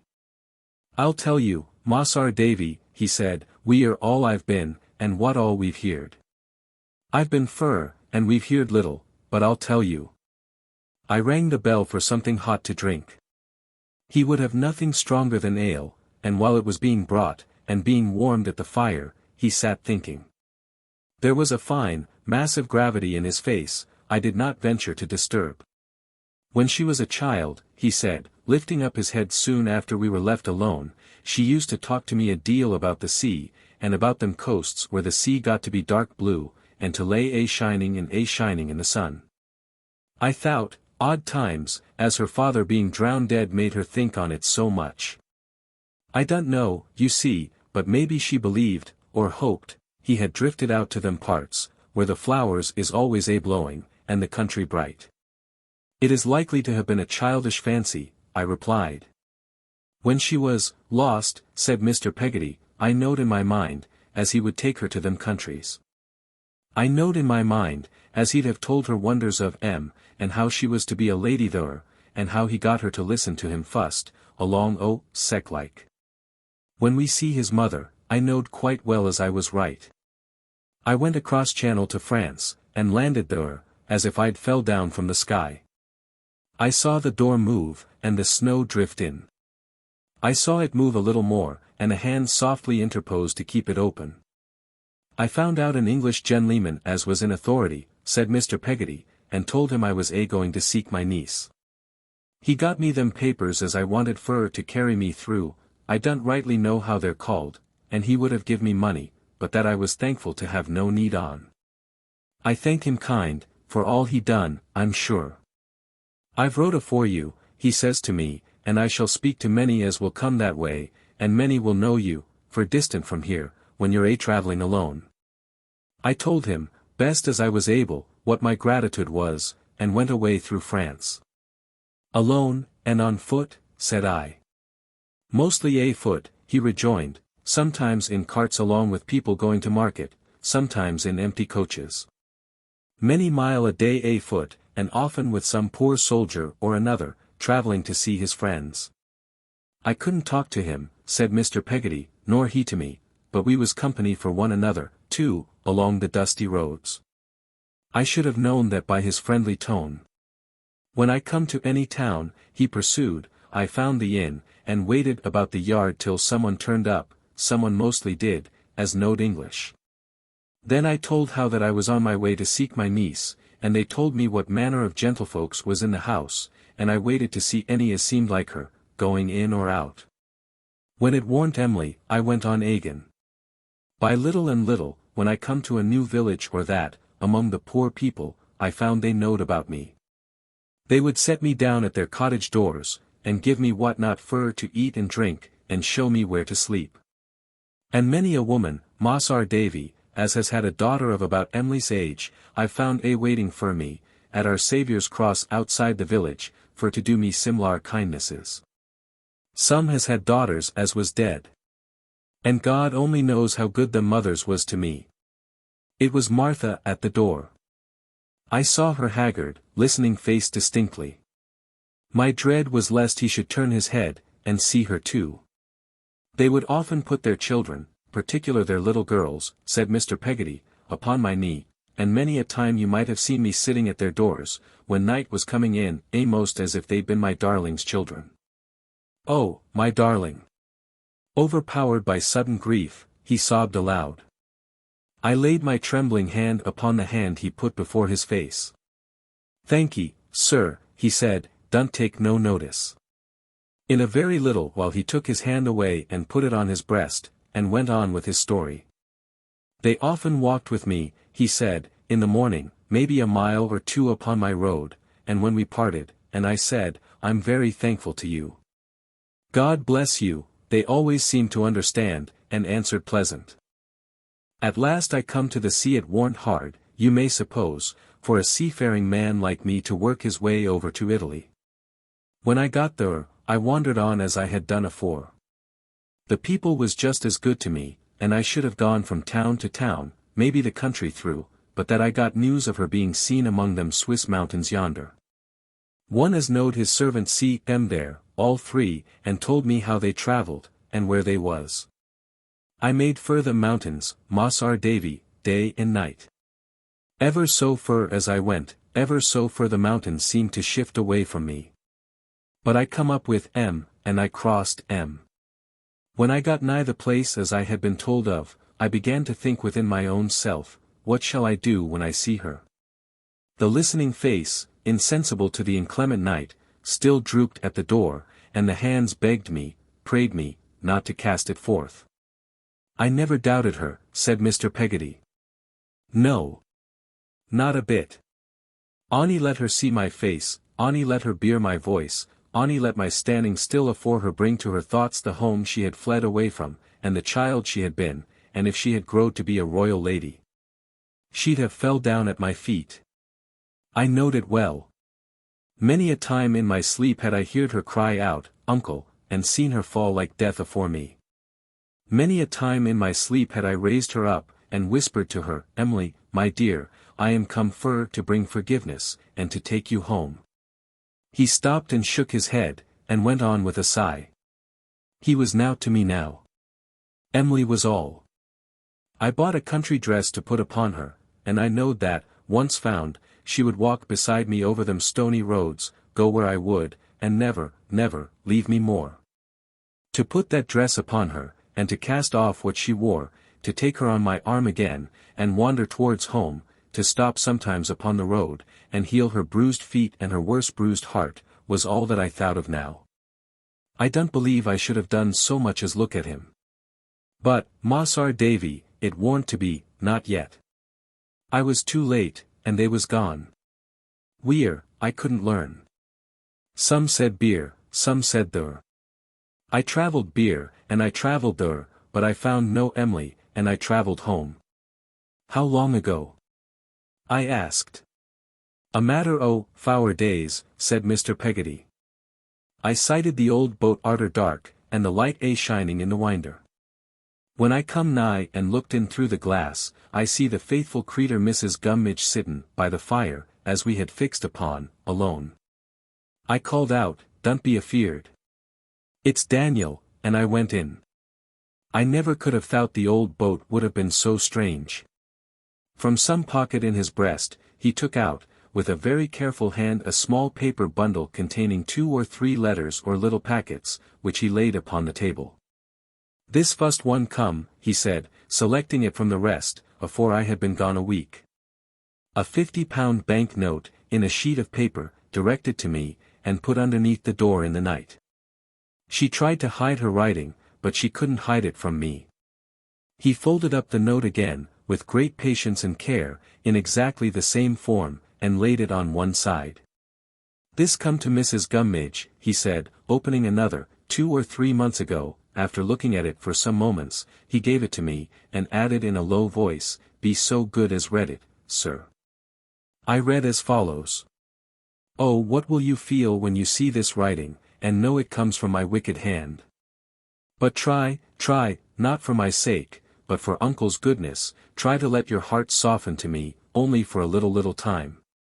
Try, pray do, to relent towards a miserable girl, and write down on a bit of paper whether he is well, and what he said about me before you left off ever naming me among yourselves, and whether, of a night, when it is my old time of coming home, you ever see him look as if he thought of one he used to love so dear. Oh, my heart is breaking when I think about it. I am kneeling down to you, begging and praying you not to be as hard with me as I deserve, as I well, know I deserve, but to be so gentle and so good, as to write down something of him, and to send it to me.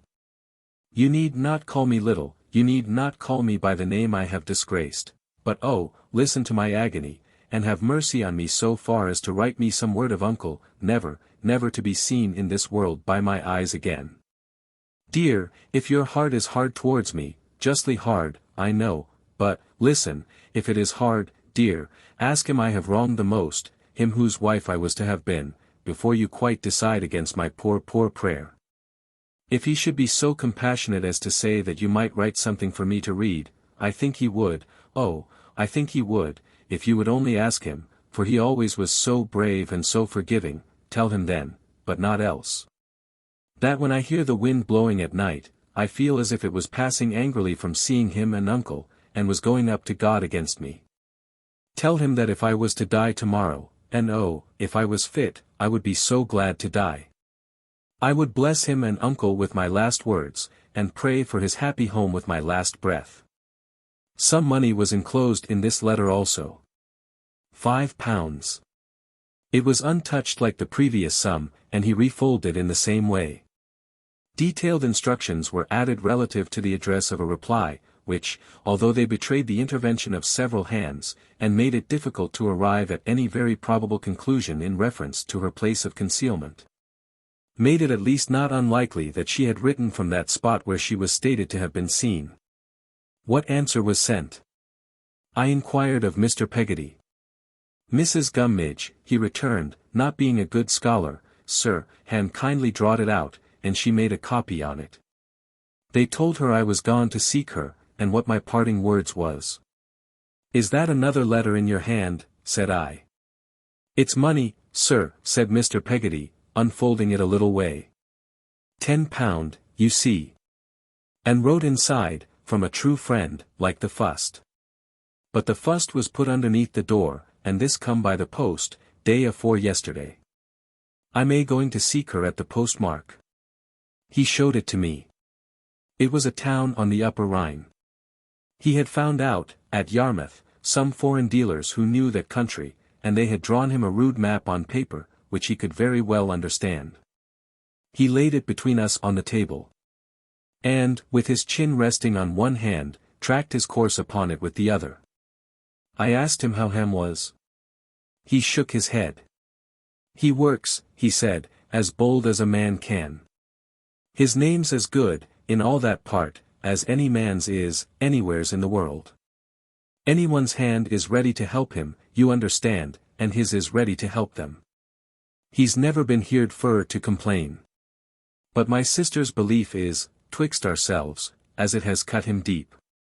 Poor fellow, I can believe it. He ain't no care, Mossar Davy, said Mr. Peggotty in a solemn whisper, kinder no care nohow for his life. When a man's wanted for rough sarvice in rough weather, he's there. When there's hard duty to be done with danger in it, he steps for'ard afore all his mates. And yet he's as gentle as any child. There ain't a child in Yarmouth that don't know him.